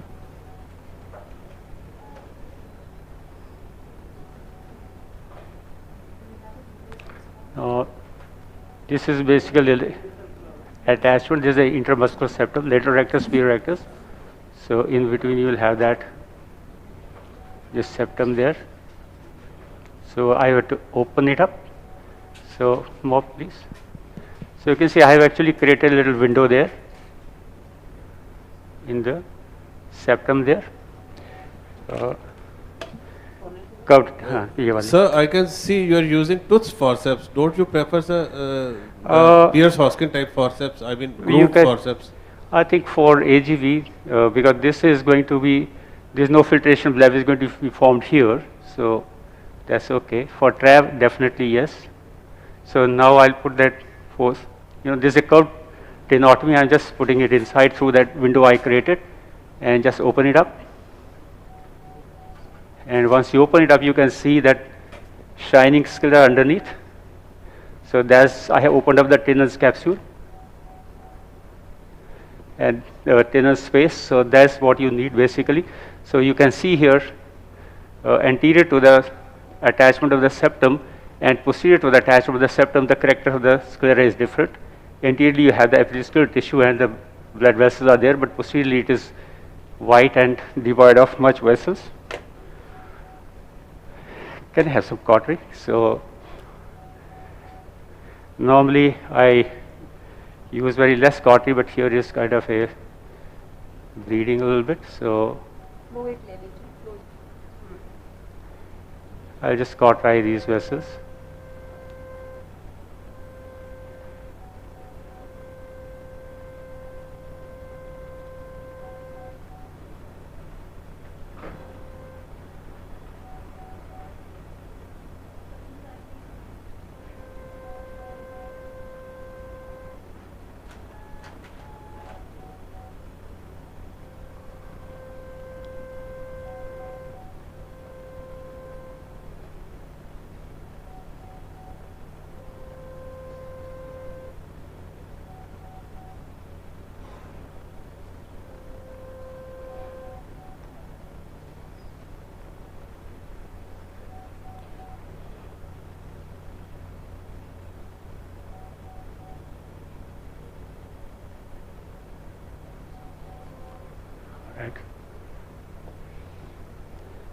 So you can get another tooth forceps.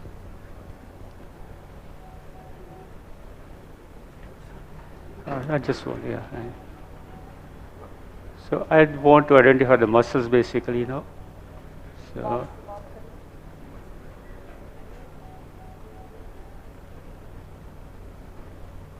so that is the lateral rectus muscle there, right? And that should be the superior rectus muscle. Okay. So I'm still getting used to the 3D.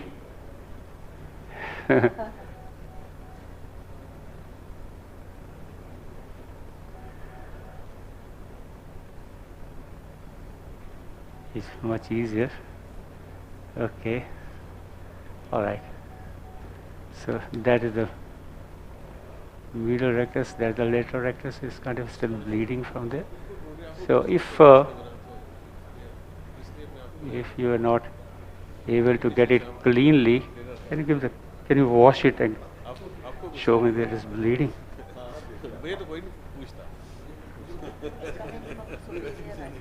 Yeah, okay.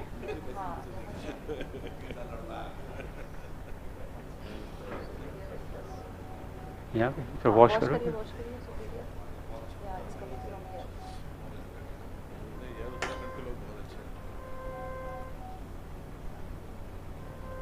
Keep washing, keep washing.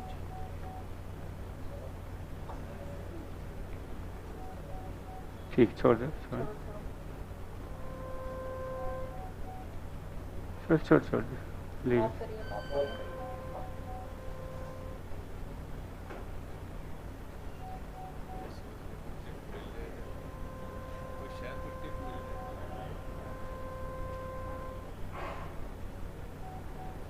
All right. Can we muscle? So if there is a difficulty in kind of knowing where the muscle is, you can always put a hook there and hook it up. So that will also put a little bit pressure on the muscle to stop the bleeding. Yeah. So now what I'd like you to do is, इसको थोड़ा सा dry mop रखना है और थोड़ा सा, and then I'll put the sutures first. ठीक है? So you'll give me the sutures. Will you be able to hold this? इसको पकड़ के रख लेना आपने. Just hold it that way. Just keep it there. So that will also stop the bleeding. That round suture there.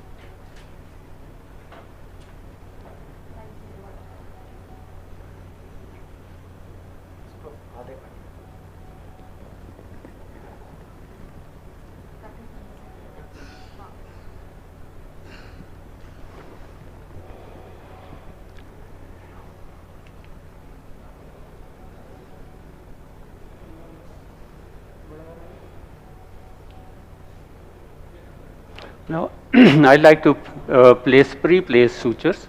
So you could, at this point of time, actually insert the AGV and then suture it, or you can have pre-placed sutures. I prefer to have pre-placed sutures because that exactly give you, so you can plan your better. So that's the. So you keep the so there's the lateral rectus muscle insertion. So I'll go a little, little behind it. So that's the landmark.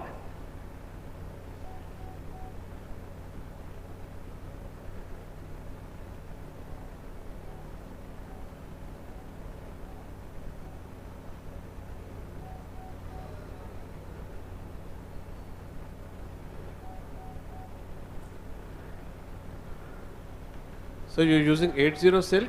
Now this is a 6050 Dacron. So this suture is actually used by retina people to put buckles. I like this because the needle. I think suture won't matter. You can use 90. Some people use 80 or 90. Either basically, just hold it. Just suture has to be applied. So what is special about this needle? This is spatulated side cutting. So this will reduces the chances of scleral perforation. Okay, so retina people use it all the time. So if you use some reverse cutting or pointed needle, that can perforate. So that tends to go deeper. Sir, 50 suture, will it not be very thick? Yeah, it is thick, but you know, because in this area, this suture is all right, because you see all the buckles are sutured with this. Okay, and the advantage is that this is non-absorbent, it's going to stay there. The smaller suture can break. So this and this, they should be kind of in line with the limbus. So okay, it's parallel to the limbus and about 6 millimeters apart. So इसको थोड़ा traction करना. So do they really need to be radial essentially, or can they be? There are different ways of suturing it actually. Also. Yeah, so you could suture it other way also. Yeah, you can pass a horizontal. You can do horizontally also. You can just do once, you know, don't have to put it twice. Okay, but I like it this way. Okay, so my sutures are now placed basically, so now I'm ready to implant. Now probably we can remove this one because the bleeding has now stopped. So now I'll take the implant for cornea wet कर देना. Cornea ठीक कर देना. So now we take out the AGV. Scissors. So advantage of using pre-placed suture is because if you have opened the AGV already and if there's something goes wrong at that point of time, if you perforate or something, then you can't avoid your surgery. So this is the AGB, and I reduced it. I'll need something to flush it. 27G cannula, saline or BSS, and yeah, that's it. And I'll need a plain forceps. आपका suture जब McPherson's दे दो. Okay. So basically, I need to.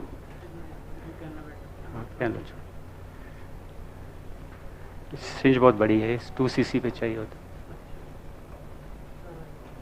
So I need to cannulate this tube.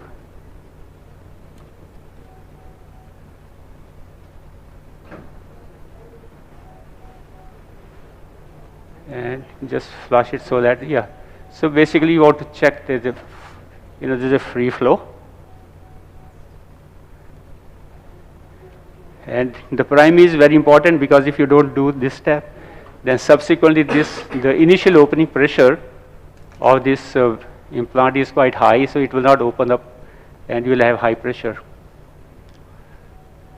So now I need to push it into the pocket that we have created, but be careful not to drag the sutures along. So I have a question here. What is the difference between the ADI valve and the AGV, sir? In the ADI is actually non-valve device, and this is a bit bigger, much bigger than this. So you need a little more dissection. We need to isolate the muscles, and you actually want to create under the muscles for ADI. Here you need not do that. The important thing here is that we don't want to fiddle with that area, so that there is casing has to be not to be touched because it has the area where the there's a valve is. Okay, so this is less invasive. That means you. This is less invasive. So what we have now is that this is the eyelet and the suture here. So what I'm going to do is, so this is the anterior part of the anterior side of the suture. So I'll take the anterior side of the suture.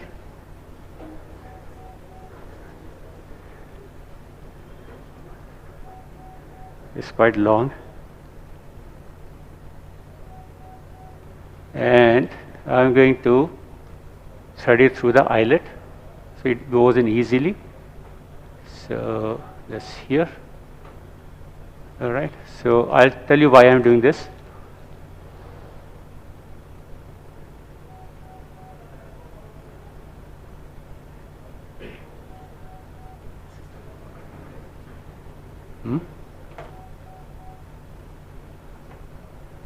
You'll have to hold यहाँ पे थोड़ा सा.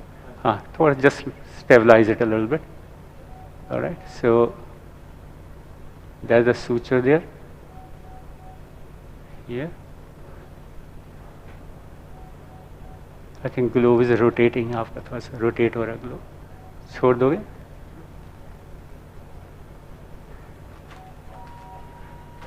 Okay, probably. Sir, I could see your forceps itself going through the holes. Yeah, it goes through. So is it a specialized forceps or? No, just a normal neck forceps. Okay. So it goes in the. Yeah, it goes easily. Okay.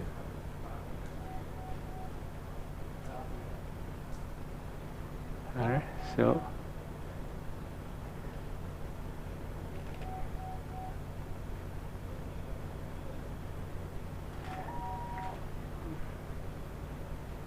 I'm getting a little stuck somewhere.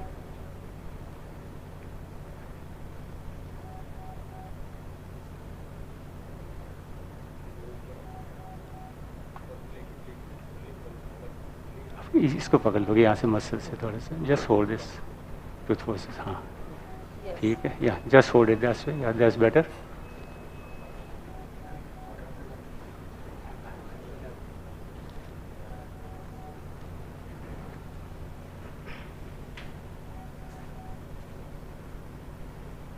यहाँ पे आएगा. ठीक है. So now I need to, actually this was a loop, so I need to cut that suture. Scissors. Just hold it there.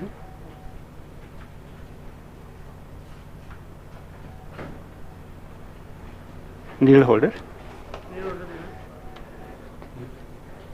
ठीक ठीक ठीक.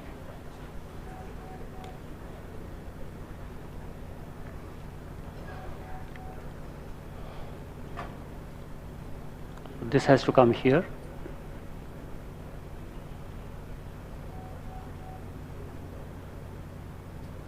थोड़ा इसको कुछ xylocaine रख लेना उसमें. So sir has passed from above down so that this knot remains buried. So this knot is it because the suture is thick, so the knot is also going to be thick. So eventually this knot will go inside the plate. So this will remain hidden inside the plate, so it will not erode the conjunctiva, the tenon capsule over it. Scissors, please.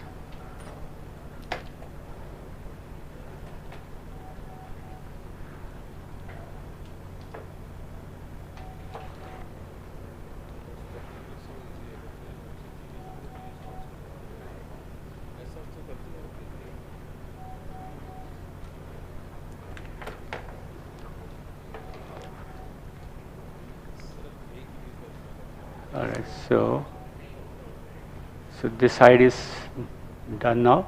So similarly, I do from the other side. So I'll take the anterior edge of the suture. This is the anterior limb, and I'll pass it through the eyelet. As you can see, it goes in easily. Oops.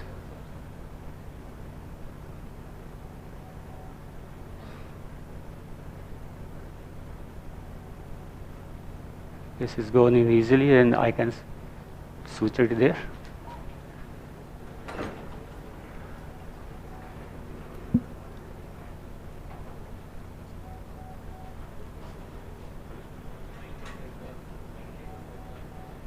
थोड़ा ढीला छोड़ दें, थोड़ा. हाँ, just don't pull too much, and just gentle, just keep it stable there. That's it.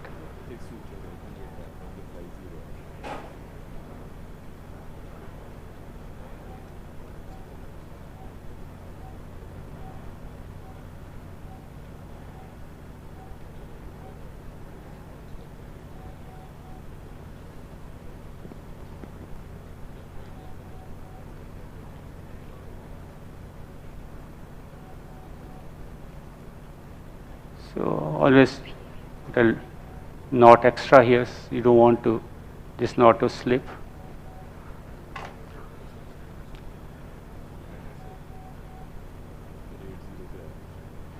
Needle has been संभाल के रख.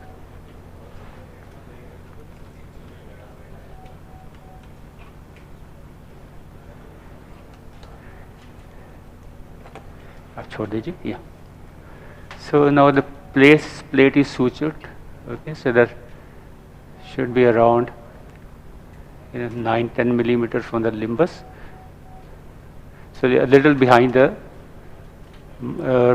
line of insertion of the muscle, so that it remains in that clear part of the sclera, not on the interior vascularized part of the sclera. So that's kind of a good indicator. So once the plate is sutured, cornea wet कर दो, wash कर दोगे.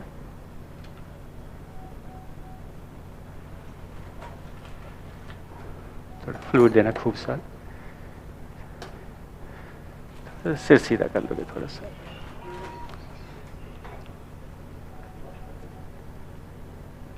हाँ, अच्छे से wash कर दो, remove all that debris there.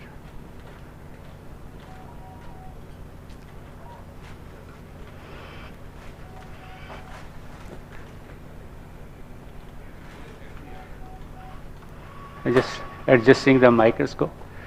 All right, so let me see now how the suture, the tube has to go in.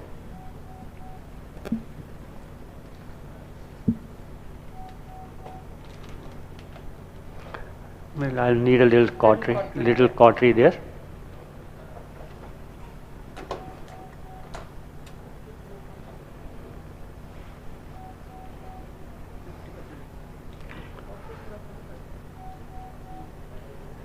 कम कर देना cord, just light cord.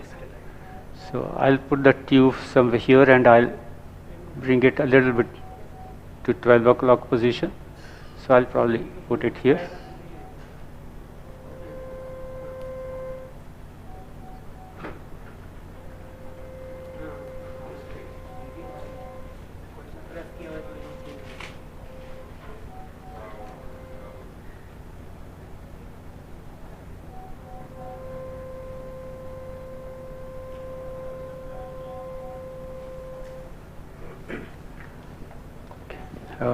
I need 1S scissors.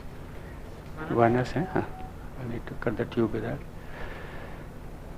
Now I'll have to trim this tube so that is about 2.5 to 3 millimeter in the anterior chamber when it's finally put in. So for that, the good indicator is that if you do it about 2 millimeters somewhere here, so if I bevel it up, because I'm going to put in the anterior chamber, so it's going to be beveled up. The AC is quite deep, so it should not be a problem.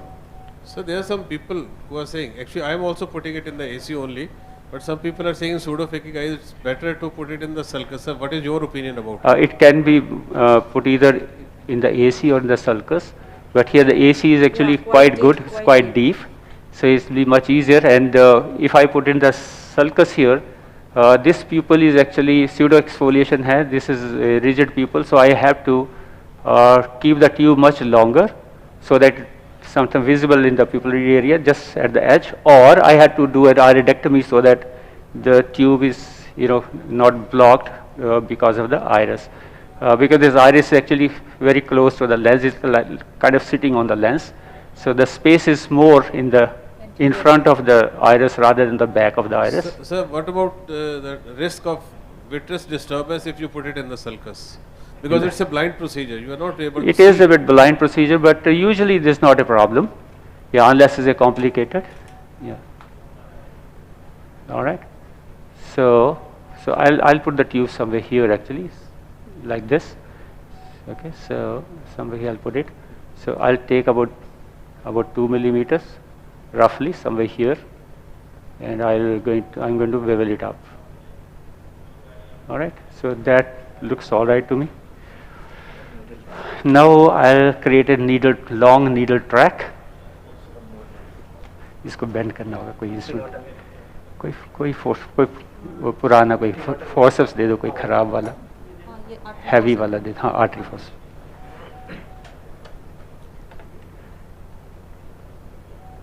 So I am basically going to bend the tube somewhere there, and you can bend it to the desired angle. थोड़ा सा I have bent it a bit longer actually. So दूसरा दे देना, थोड़ा सा angle ठीक नहीं है. You have another one? नहीं है, कोई बात नहीं है. नहीं नहीं नीडल है दूसरा, कोई बात नहीं, नहीं है. So I need basically a good grip now because the needle has to be 23G needle, sharp. Yeah, this is 23G.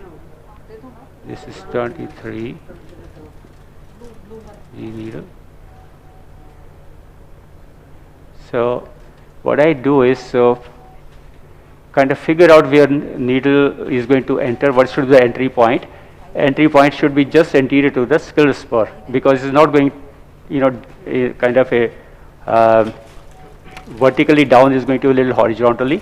So if you plan at the just at the skull spur, it will actually enter in front of the skull spur.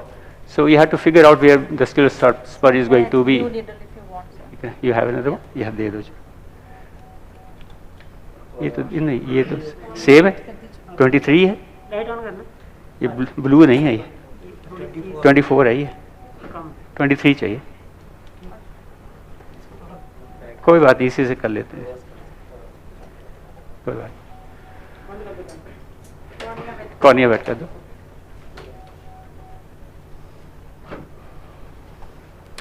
All right.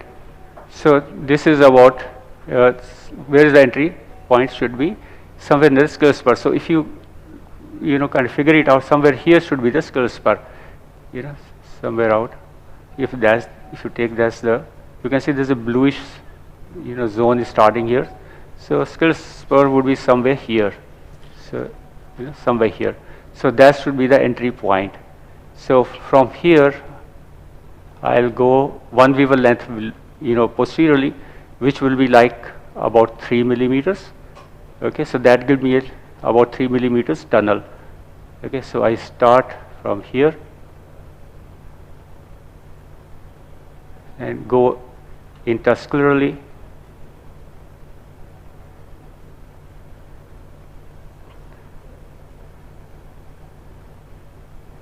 So I'm going intermuscularly till I about to reach that point, and now I start changing the direction a little bit, made it a little horizontal,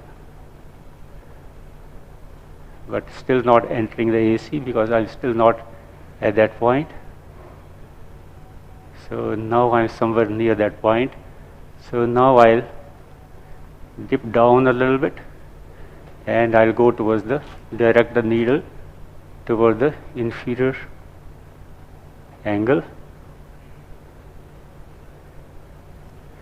and gently you pull it, and now you can see it in the AC, right? So that should be all right. So when you come out, give a little side nick, back persons. I think this is the most crucial step in this surgery. Yeah, so that is the net. Now it should go in. Sometimes it gets stuck also. In that case, you will have to do another one. Yeah, it's visible, sir. So now you can see. So make sure this is not too close to the cornea and not touching with the iris. So it's kind of a nicely placed there.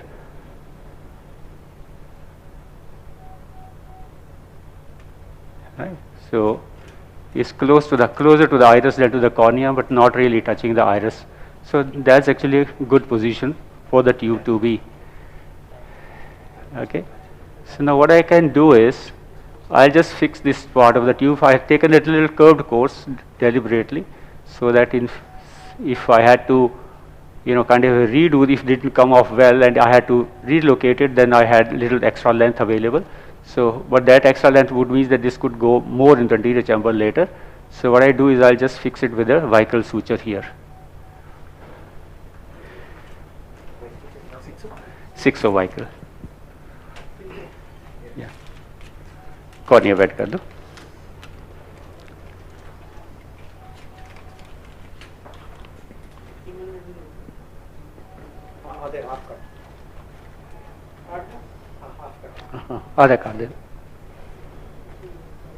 So you notice that I haven't injected anything in the anterior chamber.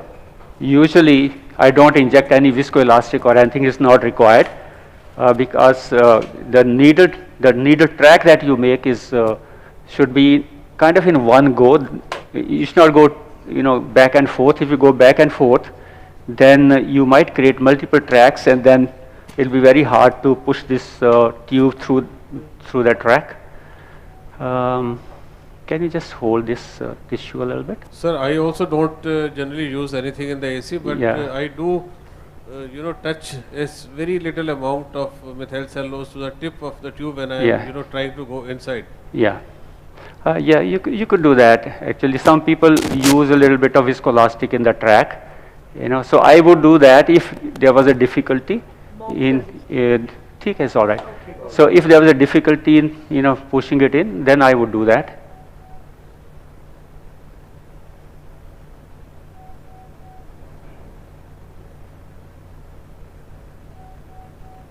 So I'm just, I'll just make sure that tube kind of stays in position here, maintains a little curved path, and also it will keep the tube touching to the skeletal board lift up, so that way, it will not cause erosion above it. So don't you prefer silk right here also for this tube fixation? Just because you could use any suture actually, because this is going to get absorbed. You will have fibrosis around it, and then it is not going to move. So mostly people use I think A090 nylon suture to fix the plate, and the same suture can be used here also. I use 80 silk for both. Actually, nylon for both can cut through. Yeah, it cuts the through partial thickness of sclera. That I don't like nylon. So nylon is not the suture to be used as far as I feel personally. Yeah, I also don't like it actually. So that's why I don't use it. Now the question is, should we put a patch or we don't want to put a patch? How old is this patient? Because we have a long tunnel, if you see, so we, the tissue, this tissue is quite healthy. You can see there's a quite thick tunnels there, and we have a long tunnel there. So normally when you put a patch, you put here, you basically want to preserve this area, but this area is already covered, and we can actually leave this without a patch as well. You just cover it, and you'll have. So you're not covering it with sclera or cornea? No, we have an option here to do it or not to do it, right? Okay. So and sir, what are you this is how, Will you be covering right now? now? I'll be covering it, of course. I like to cover it. Okay. So, but now trend towards this, trend is now basically that you could actually leave, because I have a very good long tunnel there. So I'll need the patch graft.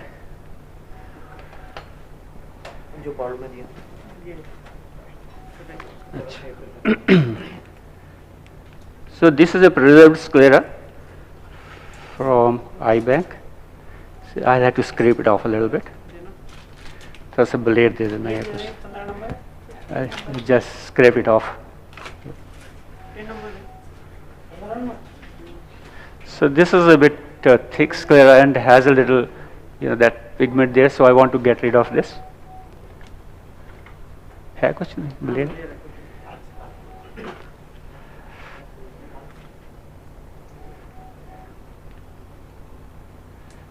इस पे हो जाएगा, किस पे रखोगे?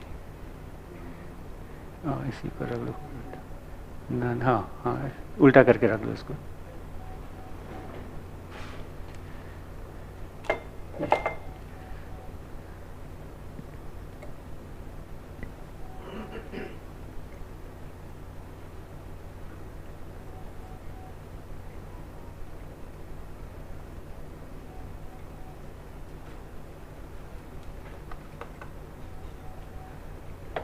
scissor, मोटा वाला straight.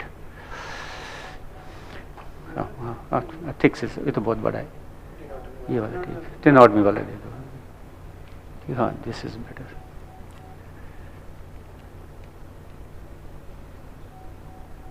Just पकड़ो, just hold it.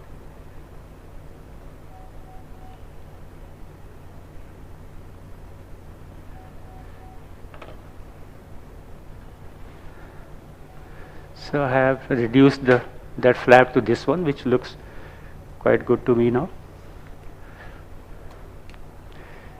थोड़ा छोटा वाला ही दे दो, ये वाला, हाँ, scissors.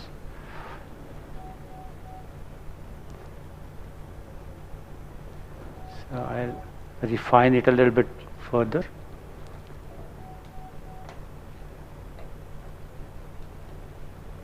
And to cut it, नहीं कोई नहीं, हो जाएगा मुझे लगता है वैसे. हाँ, थोड़ा सा होल्ड कर लो.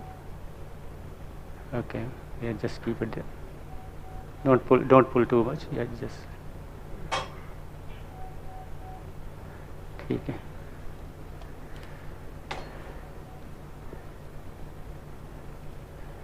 So we have now the patch grafter ready, and I'll put it 10-0 nylon there. All right.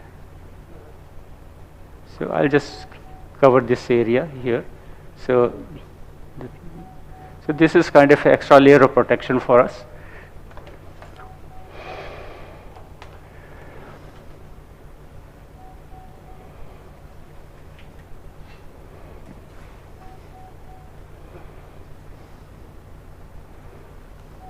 Tooth.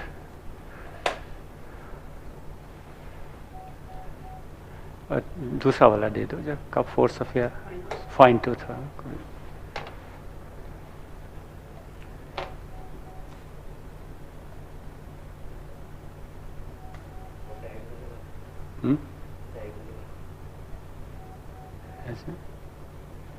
So this will come here.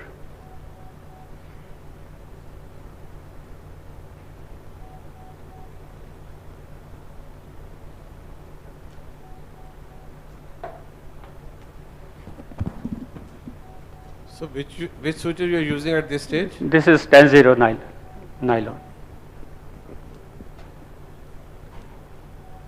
This is closer to the cornea, so we want to have a finer suture there.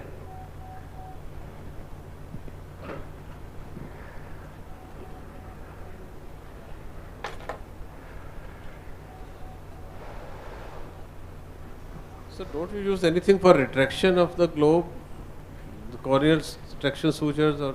I didn't use it for. I usually don't use it. One can use it. I kind of after the anesthesia, I see if the globe is nicely mobile. Sometime after anesthesia, your globe becomes a little, orbit becomes a little tight. So in that case, I will use it. But generally, I don't use it. Oh, that's very interesting, because you need lot of space, and doing it without traction is, I think, a very high level of skill, I would call it. I think you get used to basically your technique. So what I do is use it sometimes. It's not that I don't use it, but that's kind of if your exposure is not good, then I'll use it. But if the exposure is already good, then we don't use it.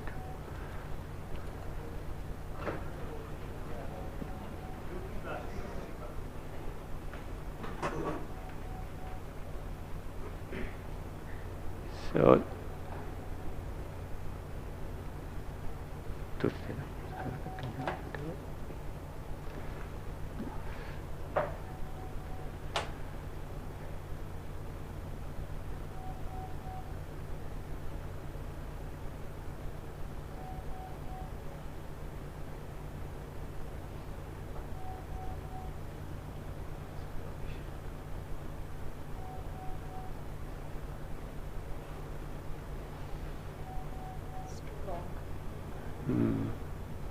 ठीक है, long होता ही है.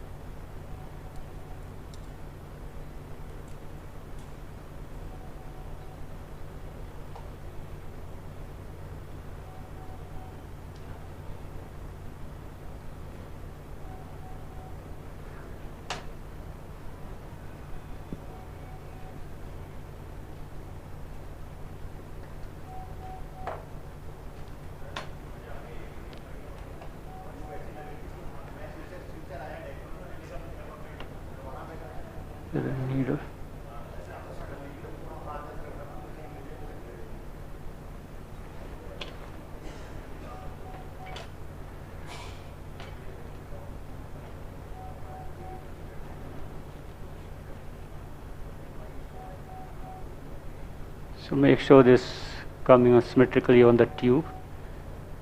थोड़ा सा mop कर दो, यहाँ से मॉप कर देना हल्का सा, बस ठीक, thank you.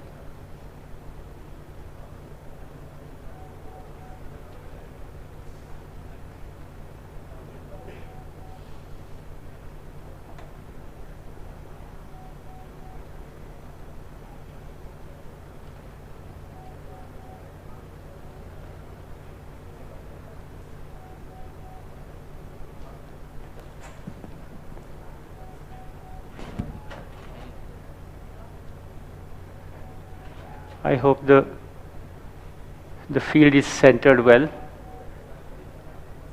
Dr. Manavdeep? Yes, sir. Manavdeep sir just left. We can appreciate very well nicely placed wall and scleral patch So graft over the it is well centered for you? Yes, sir. Okay.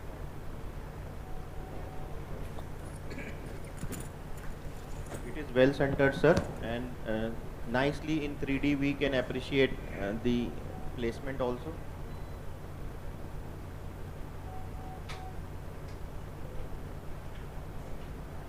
Thank you. Thank you so much for this master class, and I think all of us who are here, it's been worth the while to wait till the very end. Actually, I want to use this 3D system. This I'm using for the first time. This was not much different from what we have, but normally we do with the 2D only. Yeah, maybe because of this 3D effect, the things are very.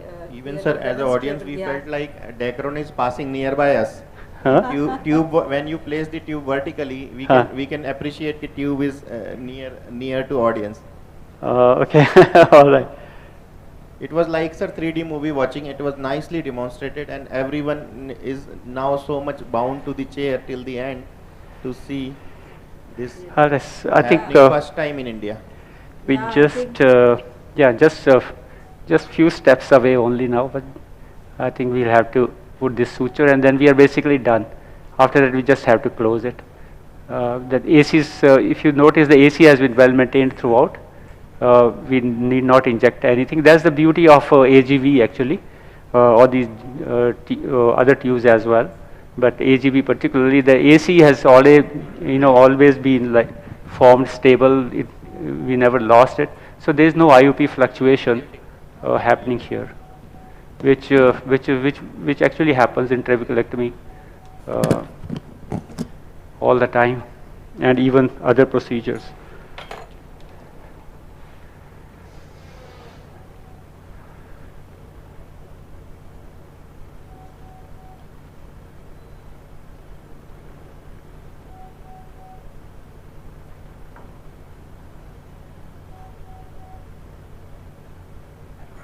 Getting this.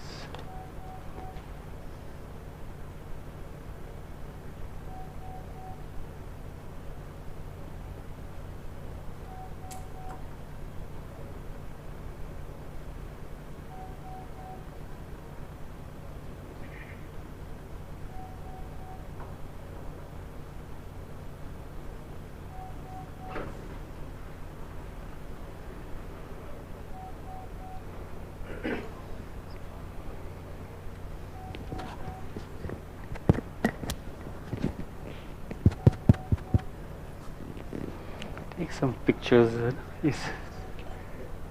Just with the. All right, so the tube is in place. Graft is covering the tube well, so we are kind of secure as far as the implant and is concerned.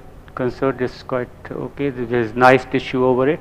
So we will suture it there now, to put everything back. I'll do with the Vicryl, A0 Vicryl. So let me see how it is going to be placed. So it will come like that. लंबा होता है थोड़ा वो भी.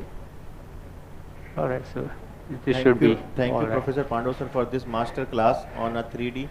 First time wash कर दो for the थोड़ा. audience. अच्छे से कॉर्निया wash कर देना अच्छे से. All right, so Hope you can see the tube in place now. Yes, sir. Very well appreciated. Nicely placed.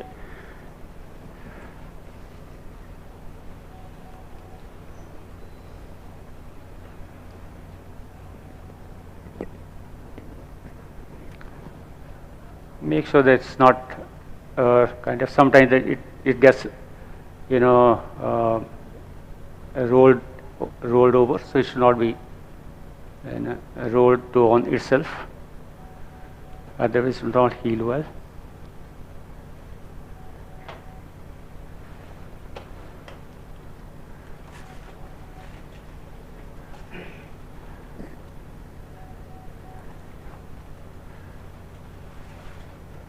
And this foot switch is a bit slippery. कोई बात नहीं, वो पॉलीथीन की वजह से है actually.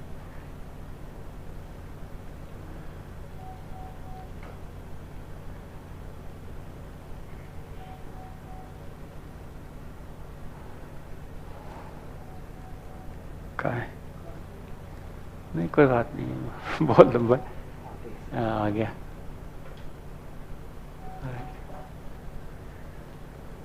Sir, you prefer intermittent or continuous? Intermittent here. Yes, sir. Yeah.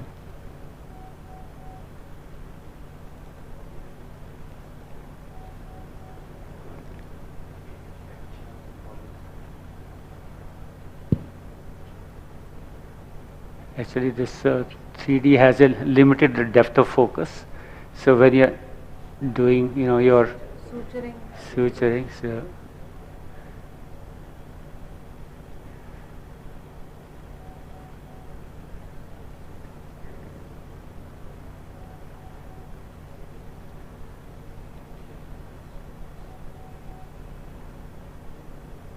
ठीक है. ये क्या है, यहाँ से आगे cut it off.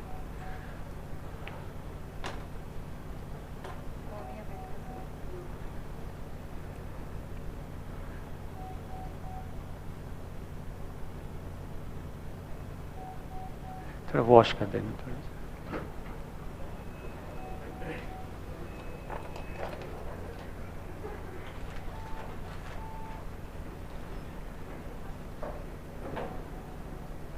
Sir, when do you expect wall to start maximum effect of the IOP lowering?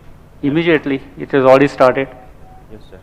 Yeah, pressure is, see the pressure is low actually. Yes, sir. Right now the pressure will be lower because there would be some loss when we were making the tunnels and all. Okay.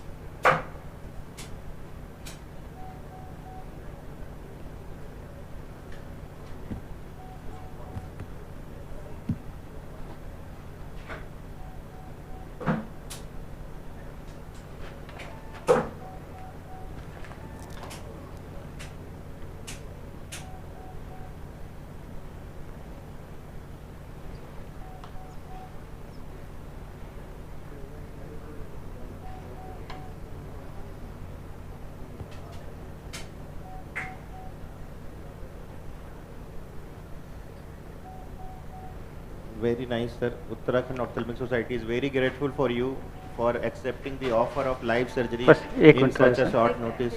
बस थोड़ा सा वो डाल दोगे बारे में. We have Thank you for the invitation and for the opportunity to, you know, being here and operating with this new 3D system.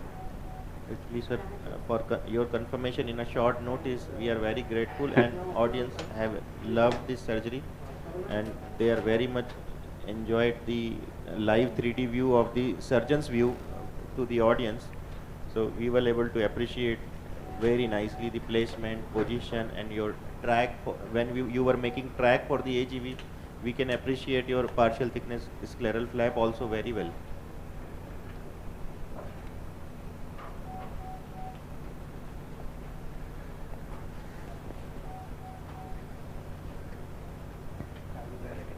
हिलो मत बाबा जी, हिलना नहीं बस हो गया. बुद्धिराम जी, दर्द तो नहीं हो रही? हो रहा थोड़ा सा, चलेगा. थोड़ा दवाई डाल देते हैं थोड़ा सा.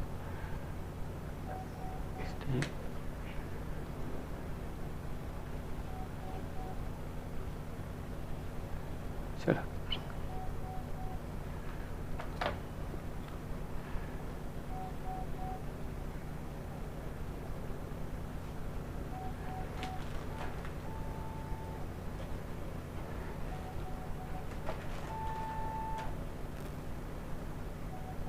just a couple of more sutures.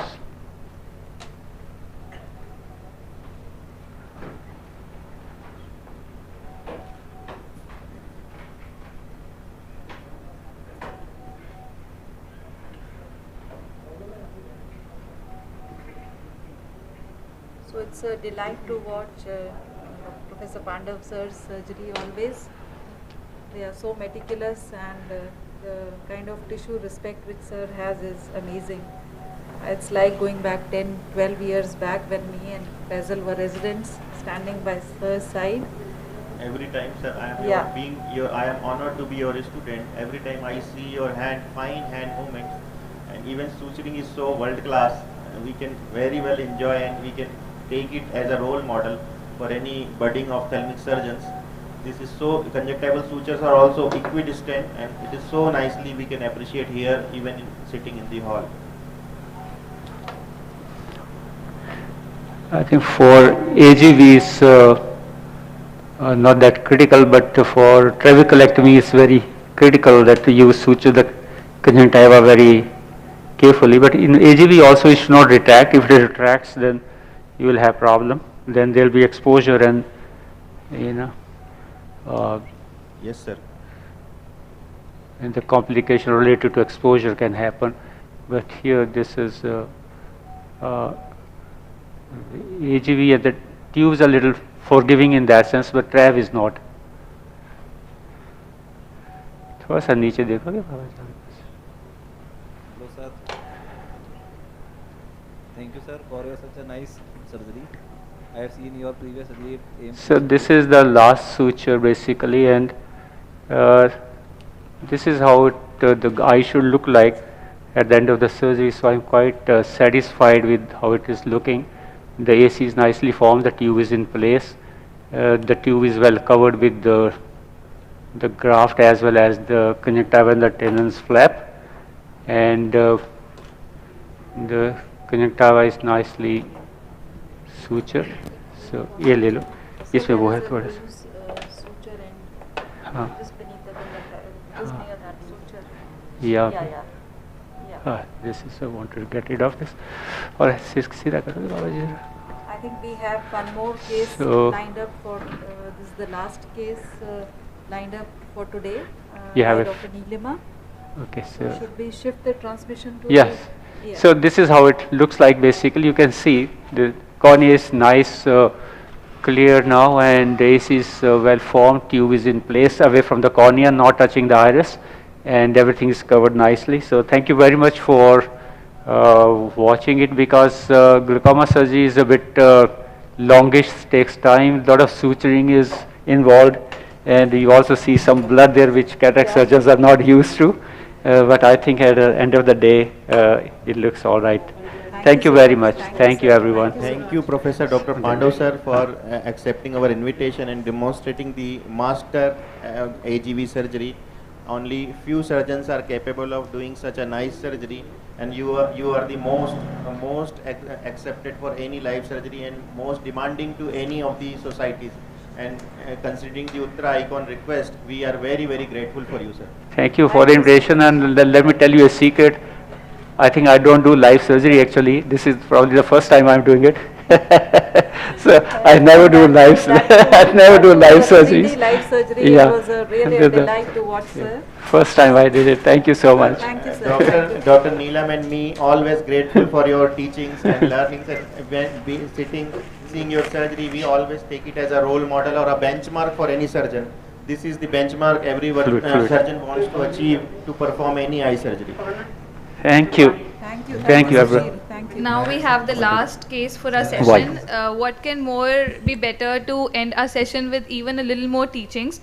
So here we have with us Dr. Neelima Mehrotra, Dean and Professor Head SRMS Bareilly. So we've already started with the surgery here. She's performing a cataract surgery for a 57-year female, left eye, and the patient is planned for Hoya Vivinex with a 23 diopter lens. So ma'am has already proceeded to chop. So let's just go to her surgical site and see what she's been explaining.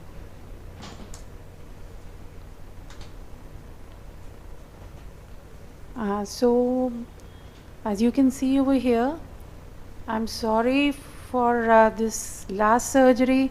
I'm sure the hall must be nearly empty, but thank you very much Uttaranchal Society for having me here for live surgery. The cataract was of a hard grade, and as you can see, the nucleus is almost half I have already taken away. It was difficult to trench and even rotate because this patient has not only some zonular weakness, the whole cataract is moving along with the bag, but also very hard grade of cataract and very dense posterior, fibrous posterior subcapsular cataract. These cataracts are the difficult ones. Also, there is a pupillary meiosis also is there. Yes, I could make the cleavage. You can see the machine is very good, and you can see how it is eating up the nucleus. But sometimes finding a hold onto the nucleus is also not very easy.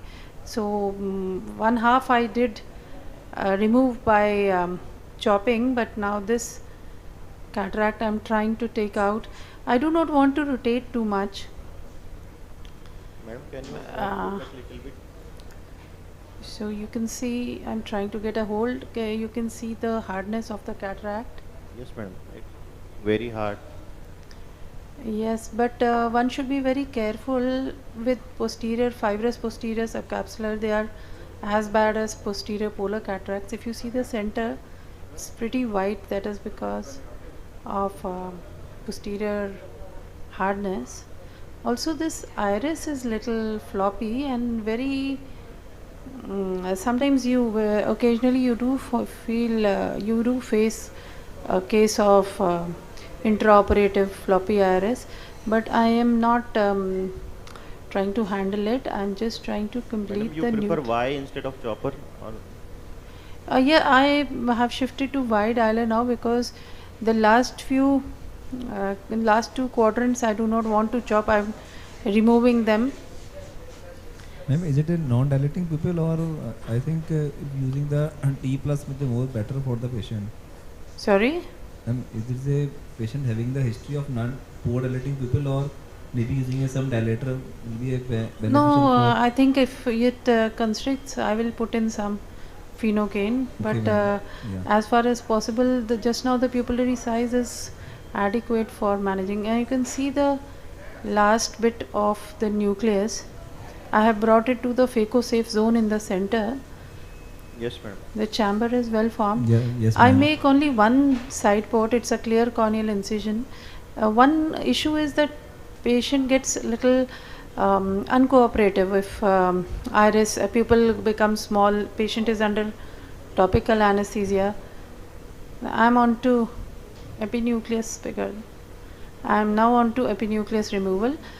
I had noticed that the patient had very dense cortical spikes at one end, and sometimes during and because of fibrous PSC I did not do much of hydrodissection, so sometimes they are very adherent to the capsule. So I will just show you. See, can you see the cortex at the periphery, the very wide cortex? So this is sometimes very adherent to the capsule, and since I was feeling that there might be some zonular weakness, so I'm doing slow motion phaco here to assess any. A good idea is to look at the margin of the rhexis. So you can see the margin of the rhexis is not coming towards the center. Yes, ma'am. Using electroillumination will be better in these cases.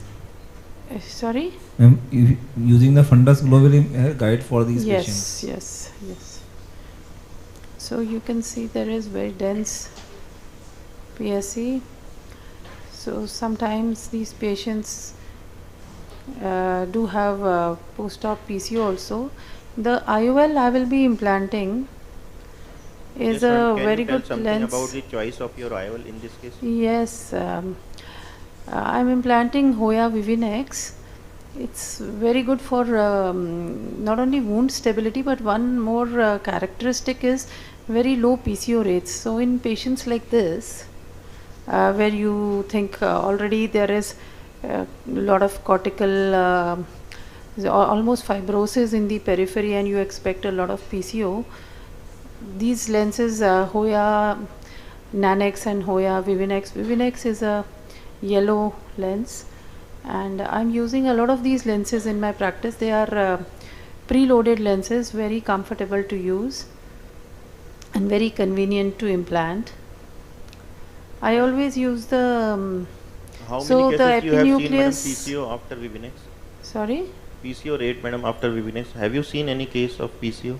As of now, I don't think we've had any need for. Yes. I have to do IA. I prefer. Madam, you prefer bimanual or coaxial? Bimanual is good because so I have bimanual with me, is more handy. As you can see, I only make one side port, and I will use my irrigation in through the main port, and wash off the cortex.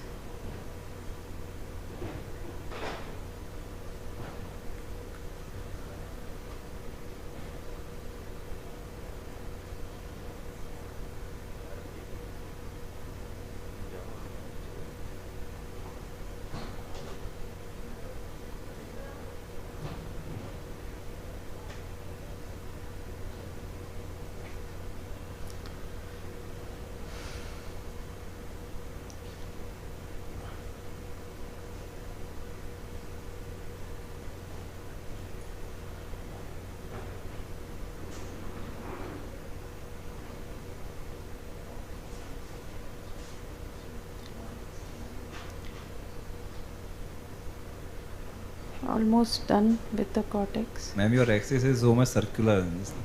Yes, madam. Looks like femtosecond axis. Very nice, round, circular. Thank you very much. Capsular polish.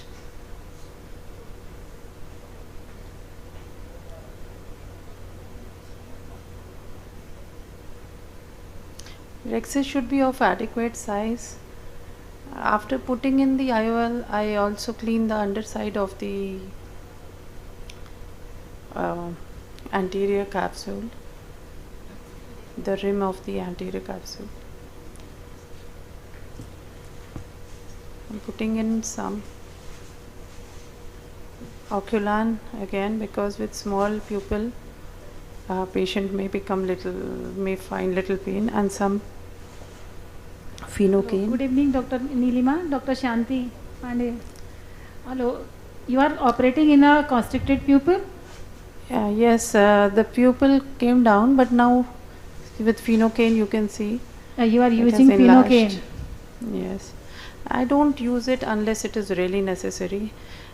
I would have put the IOL under hydroimplantation. See, this is the Vivinex Hoya lens. I am very fond of these lenses. So I put visco from the opening, just putting a little more to check. I removed the lock and lifted it from its case.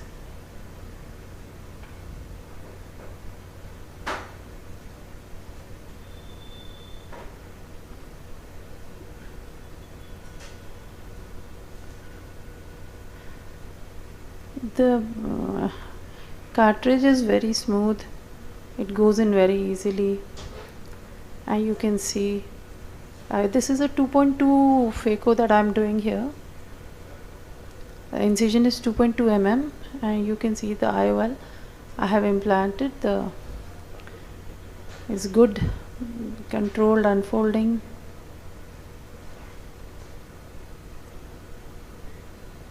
Dr. Shanti, you still there? Yeah, I am watching your surgery. Very nice. Thank you.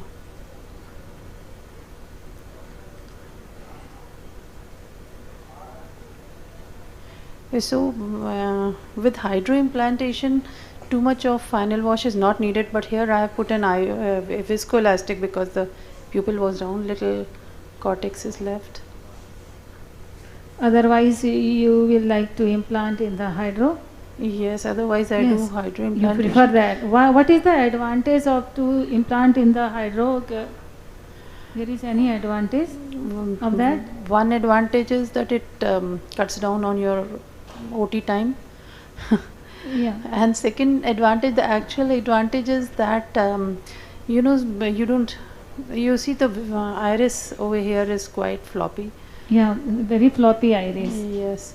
Another advantage of hydroimplantation of intraocular lenses is that visco removal at the end, you know, doesn't have to be so thorough, and especially you don't have any visco behind the intraocular lens.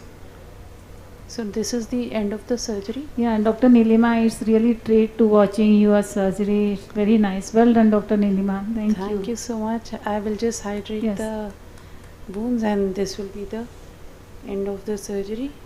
Yeah, well done, Dr. Nilima. Thank you so much. Well done, ma'am. Thank Very you. nice surgery.